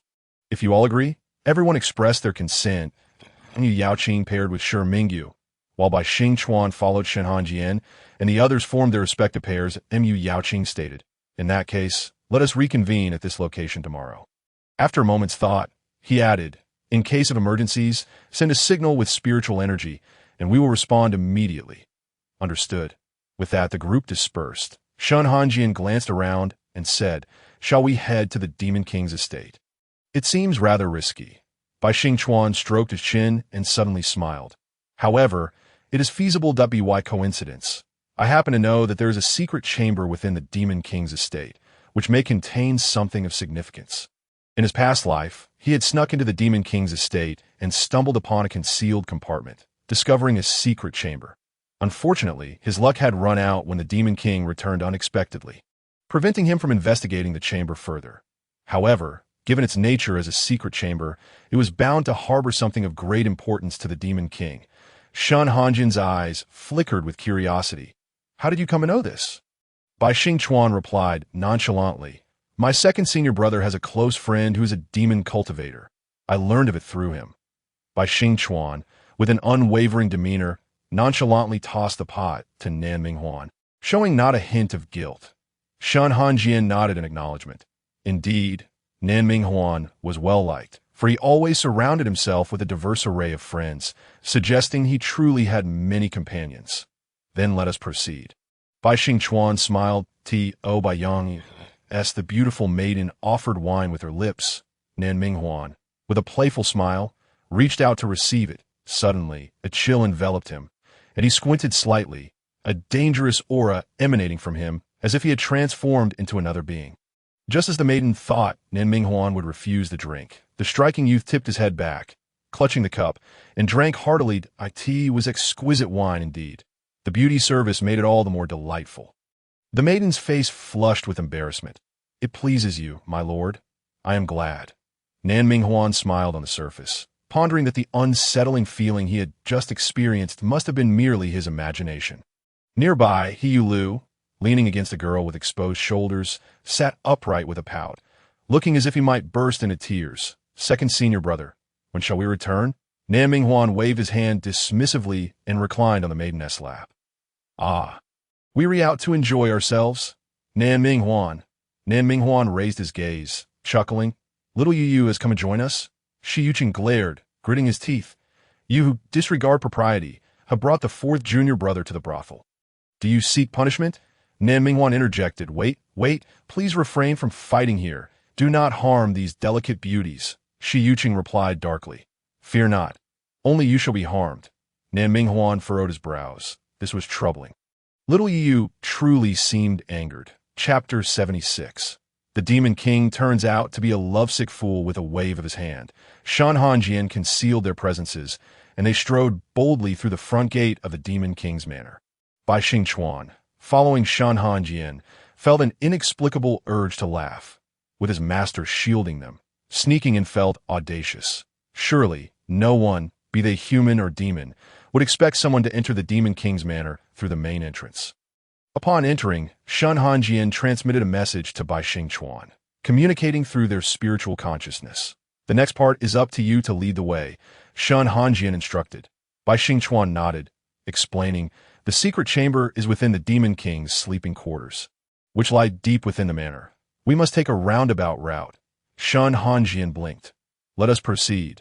The Demon King's manor was bustling with enchanting maidens, each one exquisite as they moved gracefully, engaging in light-hearted conversations and laughter. "Ah, is that day approaching?" one maiden mused. "What day?" Another replied. "Ah, it seems it's the day after tomorrow. How can the king endure? For over a millennium, he has not sought a female demon to share that day with. Had it been any other demon of weaker will, they would have acted out long ago." One maiden giggled behind her hand. "That is precisely why he is the king. His cultivation is profound. His will unwavering point. One wonders what sort of demon could be worthy of our noble king." Another maiden, blushing, clasped her hands. "If only I could be fortunate enough to win the king's favor. He is so handsome." Enough of such fanciful thoughts. Let us focus on our duties. Curious, Shen Hanjian inquired. "What are they speaking of?" Bai Xingchuan cleared his throat. "It's nothing, master. It is perhaps better that you remain unaware." The cyclical mating periods of demon cultivators need not be so explicitly discussed. Shen Hanjian stared blankly. "What?" With Shen Hanjian covering their tracks, the two slipped into the Demon King's sleeping quarters without incident. Upon entering, Shen Hanjian grasped Bai Xingchuan's belt and, closing his eyes, released a subtle thread of spiritual awareness deep into the chamber. Moments later, he opened his eyes. "The Demon King is not within." Bai Xingchuan replied. "Then let us enter." Yet a familiar demonic aura lingered within. Bai Xingchuan's expression shifted. A familiar demonic presence. "The only one who could evoke such familiarity for you, master, must be someone from the Lushan sect. Could it be a disciple of Qianhuan Peak?" Bai Xingchuan pondered, bewildered. What could a disciple of Qianhuan Peak be doing within the Demon King's city, particularly in the Demon King's quarters? While Bai Xingchuan hesitated in thought, Shen Hanjian, with an impassive expression, pulled him forward. "Fear not. We can handle this." Bai Xingchuan responded, "Of course, I am aware of your capabilities." Having visited this place in a previous life, Bai Xingchuan navigated the depths of the chamber with ease. Accurately locating the hidden compartment, as he pressed it, the wall trembled slightly, revealing a hidden door. In his past life, Bai Xingchuan had not had the opportunity to open this door, and he was uncertain if there were any concealed mechanisms within. "Master, please wait a moment. I shall investigate for any traps." Bai Xingchuan approached, meticulously examining the door. Upon confirming there were no traps, he pushed the door open with force. As it swung ajar, a life-size stone sculpture came into view, depicting a young man who was half human, half serpent. The craftsmanship was exquisite, with finely detailed features that brought the figure to life. High cheekbones, a slight smile gracing the lips, and an overall air of gentleness. Gazing sideways, Bai Xingchuan noticed the walls adorned with various paintings of this figure, showcasing him in different states, sleeping, drinking, and displaying a myriad of expressions that Shen Hanjian gasped softly, prompting Bai Xingchuan to swiftly turn. Following Shen Hanjian's gaze to the indecorous images on the walls, instinctively, Bai Xingchuan raised a hand to cover Shen Hanjian's eyes. "You must not look. You must not." How could his innocent master behold such lewd imagery? What kind of lovesick fool was this Demon King? The stone statue and the paintings captured the essence of that individual, even depicting his fanciful imaginings. These paintings, if it was indeed worthy of a serpent demon's nature. Could such postures truly be achieved? Is the human body that supple? Shen Hanjian, shrouded in darkness, remained silent for a prolonged period, eventually questioning. "May I open my eyes now?" Bai Xingchuan replied. "Be good, master. These sights are unclean." Shen Hanjian asked, "Why can you see?" Bai Xingchuan explained, "I have my eyes closed." Trusting Bai Xingchuan's words, Shen Hanjian responded mildly. "Very well, if we cannot look, then we shall not." Shen Hanjian then queried, having refrained from viewing. "There is no need for the concealed individual to spy either, is there?" A soft voice replied respectfully. "Indeed, it is as expected of Elder Shen. I am Qi Yinyu. Pleased to meet you." Bai Xingchuan's brows lifted in surprise. "Senior brother Qi?" Qi Yinyu waved. "What a coincidence, Bai Junior brother. What brings you here?" Shen Hanjian's cold voice interrupted their pleasantries. Hearing that icy tone, Qi Yinyu realized the gravity of the situation and quickly explained. "A few days ago, the demon cultivators were restless, prompting my master to send me here." As he spoke, Qi Yinyu lowered his head, concealing the fleeting glimmer of darkness in his eyes, while he claimed to be sent by his master. He harbored his own ulterior motives. Shen Hanjian inquired. Elder he? Qi Yinyu affirmed. Indeed. After a moment of hesitation, Qi Yinyu finally spoke. I wish to plead for the Demon King. His recent actions are not of his own volition. With a deep breath, Qi Yinyu continued. The Demon King is my brother, formerly a two-headed serpent. After his transformation into a flood dragon, the two consciousnesses vied for control, leading him to madness as his elder brother. I wish to save him. Shen Hanjian's gaze grew complex. He had not anticipated that elder he would even take the Demon King as a disciple. The Lushan sect was indeed a place of hidden talents. Yet what are the innocent mortals harmed during this turmoil? Were they not blameless? Shen Hanjian's voice turned cold. And what are the innocent mortals harmed by the demon cultivators? Qi Yinyu promptly replied. In recent days, I have dispatched my avatars to rescue numerous mortals, and for those I could not save in time, I will ensure their souls are safeguarded, intending to guide them into reincarnation once this matter concludes. Without a hint of hesitation, Qi Yinyu added, I shall commit my own fortune to this endeavor. Chapter 77. Qi weeps for cultivators. Both cultivation and fortune are indispensable. The two-headed serpent, a creature born with innate intelligence, possesses an extraordinary fortune from birth, unmatched by other beings. Bestowed with favor from the heavens, their fortune is exceptional, making their cultivation easier. Should this fortune be divided, one cannot predict the adverse effects it might have on future cultivation. Aware of the fortune's significance to their two-headed serpent lineage, Qi Yinyu offered his own fortune to atone for his brother. Qi Yinyu lifted his gaze to Shen Hanjian, his expression earnest, though it may diminish my cultivation. For my brother and the innocent soul's suffering, I am willing to bear the corresponding cost. No matter the difficulties, I shall have no regrets. Shen Hanjian observed Qi Yinyu, whose determination was tinged with a hint of anxiety. Suddenly, he recalled the elder brother who had once shielded him years ago, who, like Qi Yinyu, had not hesitated to sacrifice his own fortune to forge a sword. Perhaps this resemblance sparked a flicker of sympathy within Shen Hanjian. He offered a concession. The Lushan sect cannot allow the Demon King to continue wreaking havoc. However, I can promise to spare his life, provided you fulfill your end of the bargain. Upon hearing this, Qi Yinyu's expression brightened, and he quickly replied, Thank you, Elder Shen. Having passed this hurdle with you, dealing with the sect leader will be easier. After the two had concluded their serious discussion, Bai Xingchuan could no longer contain himself. Senior Brother Qi, I have a question that in a good mood. Qi Yinyu's eyes sparkled. Yes? What confounds you, Bai Junior Brother? Bai Xingchuan pointed to the stone statue and paintings within the secret chamber, inquiring, Why is it that all the artwork in the Demon King's secret chamber depicts this individual? Bai Xingchuan mused to himself, Perhaps this individual is the key to the Demon King's recent descent into madness. Qi Yinyu's expression suddenly became somewhat complex, and after a moment's hesitation, he spoke up. In truth, he ought to be the current Demon King. His name is Chongling, and his true form is that of a black serpent. Ever since Qi Kuka hatched, he has been raised by Brotherling. So who would have thought that Qi Kuku would develop such feelings for him? Reflecting on what he had just seen, Qi Yinyu silently thought to himself that Qi Kuku indeed possesses this rather peculiar attribute. Those illustrations made even a serpent demon like him blush. Wait, Elder Shen surely didn't see that. Did he? Qi Yinyu cautiously stole a glance at Shen Hanjian's expression and, seeing him remain unfazed, he let out a quiet sigh of relief. Elder Shen must not have noticed. Otherwise, he wouldn't be so composed. Even he himself felt a bit unsettled after viewing those images. Qi Yinyu was already contemplating how to discipline Qi Kuku later on. Qi Kuku, Bai Xingchuan stifled a laugh, never expecting that the renowned Demon King would have such a name. Yes, as soon as he mentioned his younger brother, Qi Yinyu immediately became intrigued. My younger brother cried a lot as a child. Both of his personalities enjoyed weeping, so we eventually started calling him Qi Kuku, which became his nickname.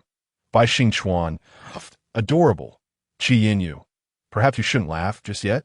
Shen Hanjian cleared his throat and said, Since there is no significant information in the secret chamber, let us exit to avoid alerting the Demon King and disturbing the situation. Once again, It was Shen Hanjian who cast a spell to conceal their figures and presence. Along the way, he inquired, "Where is the esteemed Chongling currently? Since your brother is so fond of him, having him around should yield great results." To his surprise, Qi Yinyu struggled to speak. "Brother Ling has been missing for 500 years, and now we know not his fate." Shen Hanjian suddenly recalled something and asked, "What is the demon form of Lord Chongling like? Could you elaborate?" Qi Yinyu pondered for a moment, describing the black serpent. "Its scales pure black, without any impurities. As for its size, it was nearly 5 times my height 500 years ago, and if it has survived these years, it must have grown even taller and larger. Oh, and Brother Ling's eyes are deep green, like gemstones." Shen Hanjian exchanged glances with Bai Xingchuan, who nodded slightly, prompting Shen Hanjian to say, "We may have encountered Lord Chongling before." Qi Yinyu exclaimed in delight. "Where?" Shen Hanjian, "In the Xuanyo secret realm." Bai Xingchuan quietly added, "The secret realm is currently closed and won't be opening anytime soon." Qi Yinyu felt somewhat disheartened. "Ah, I see." Yet Shen Hanjian remarked, "Given his strength, he may very well have found a way out." Moreover, once a demon cultivator surpasses the blood-drinking phase, their power is significantly enhanced. Lord Chongling was already formidable back then, subtly surpassing Mu Yaoqing. After overcoming the blood-drinking phase, he would only grow stronger. It is not impossible for him to break free from the secret realm on his own. Shen Hanjian suddenly felt a surge of interest. He truly wished to spar with a demon cultivator nearing the great ascension stage. Qi Yinyu silently prayed for Brother Ling to return to Demon King City soon.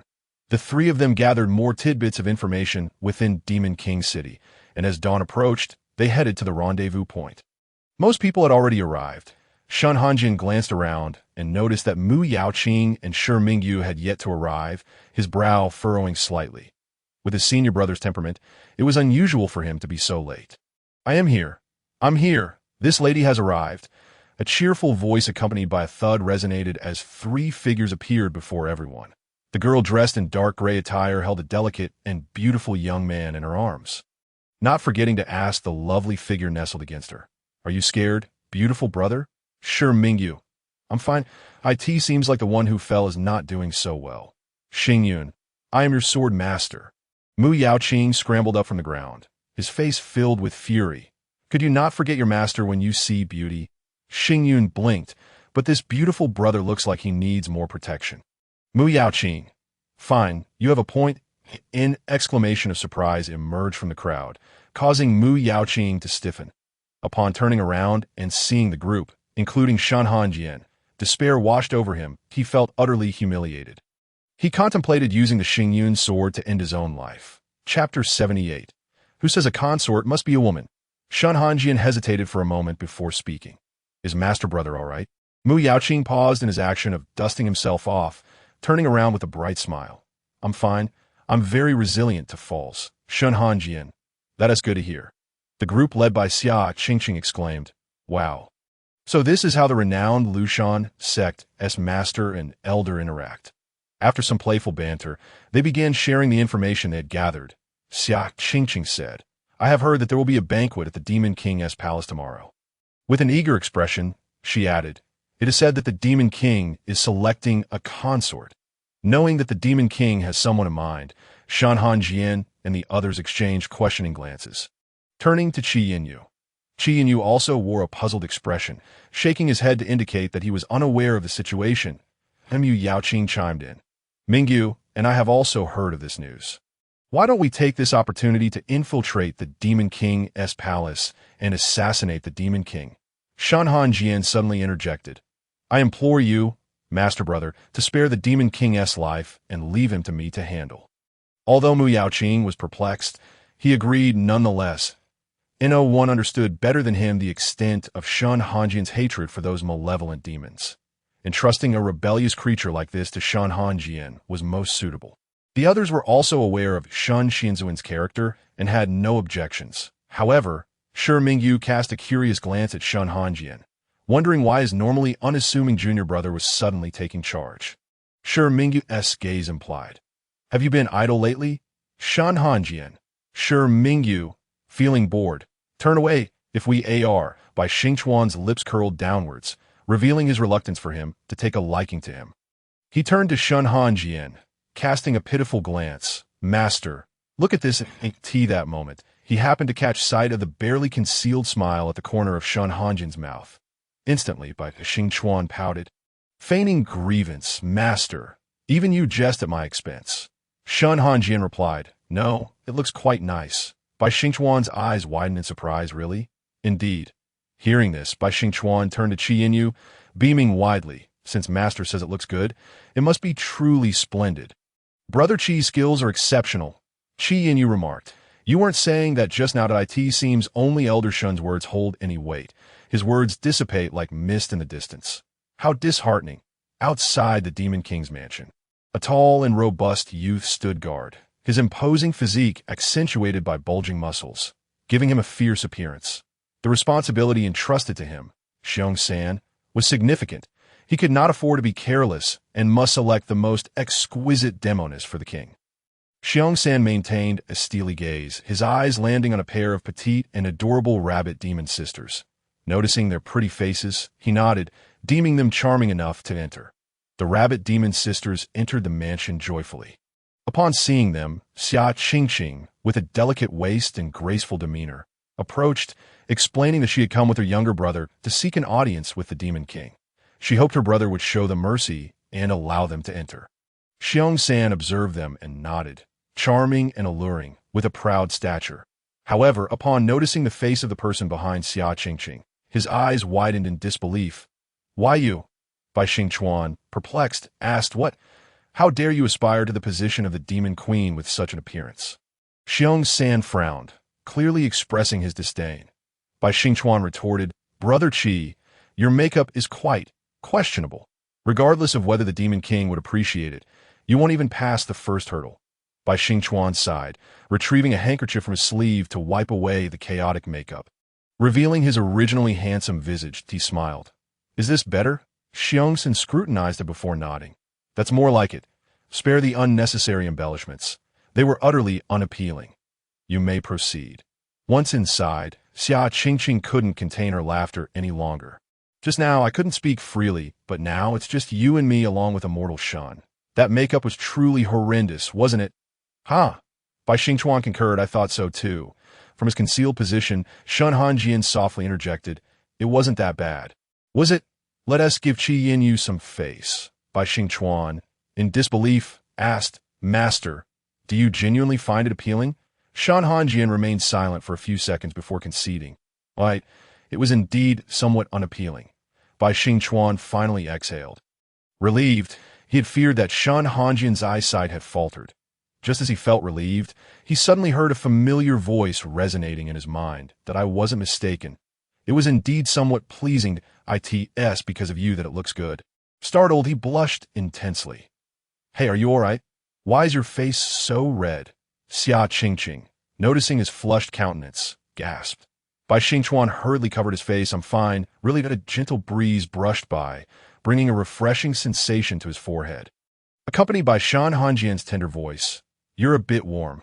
Are you truly all right?" Bai Xingchuan's face grew even hotter, hastily assuring him that he was unscathed, inwardly thinking how cunning Master was. How could he so effortlessly tug at his heartstrings? Shen Hanjian furrowed his brow, seemingly about to say something more, when a maid approached. "Please, follow me." Shen Hanjian pursed his lips and quietly followed beside Bai Xingchuan. The maid led the way, reminding them, "There are many demons in the mansion today. Please refrain from wandering about." Xia Qingqing smiled sweetly. "No worries. Thank you for guiding us." The maid responded with a gentle smile. "It is my duty." Xia Qingqing took the maid's hand and discreetly slipped her a hairpin, saying, "Not at all.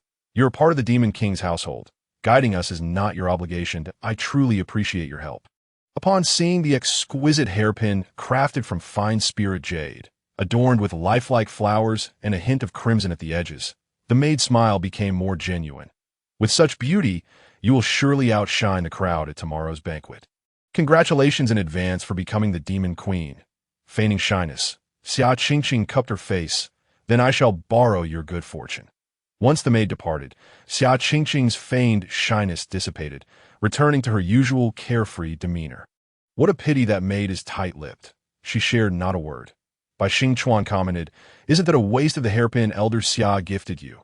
Xia Qingqing chuckled. "That hairpin was conjured using illusion magic. It will revert to its original form in 3 days." Her smile was sweet as she continued, "I merely took a little trinket from that maid, intending to coax some information from her. But alas, what a shame." Bai Xingchuan remarked, "Elder Xia possesses great skills." Xia Qingqing covered her mouth in laughter. "Taoist Bai, you too are a youth of great talent.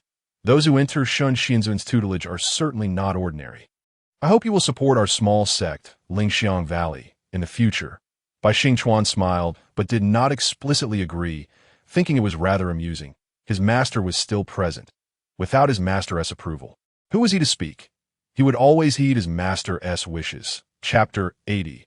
His heart in turmoil, Mu Yaoqing and his companions dispersed outside the Demon King's mansion, awaiting a signal to act. Unexpectedly calm, the night passed and the mansion was adorned with festive red decorations. The maid led Bai Xingchuan and Xia Qingqing to the reception hall, where small tables were neatly arranged, some already occupied by various enchanting demon cultivators. The maid arranged for Bai Xingchuan and Xia Qingqing to sit next to each other, bowing respectfully. "Please, take your seats." Xia Qingqing smiled. "Thank you." Bai Xingchuan merely nodded before sitting down. The table was set with tea, alongside several plates of candied dates. Bai Xingchuan casually picked up a teacup and, in a hushed tone, said to Shen Hanjian, "Master, would you like to try the candied fruits from the Demon King's mansion? I could sneak a few for you." Despite his lowered voice, Xia Qingqing overheard. Shen Hanjian felt somewhat embarrassed, tugging at Bai Xingchuan's hair with a hint of annoyance, no with the pull causing slight discomfort. Bai Xingchuan let out a soft gasp, feigning grievance. "I only wanted Master to taste something different, yet you're pulling my hair. Tea hurts." Not knowing if Xia Qingqing heard his playful tone, Shen Hanjian's ears turned slightly red as he quietly admonished, "Behave, don't cause trouble." Bai Xingchuan pouted, "All right." Xia Qingqing, observing from the side, was taken aback. She dared not look directly, fearing Shen Hanjian might catch her eavesdropping. She had not anticipated that Shen Hanjian and his disciple shared such an intimate relationship. Bai Daoist's tone was more delicate than the young ladies from her Lingxiang Valley. No wonder Shen Hanjian took a liking to him.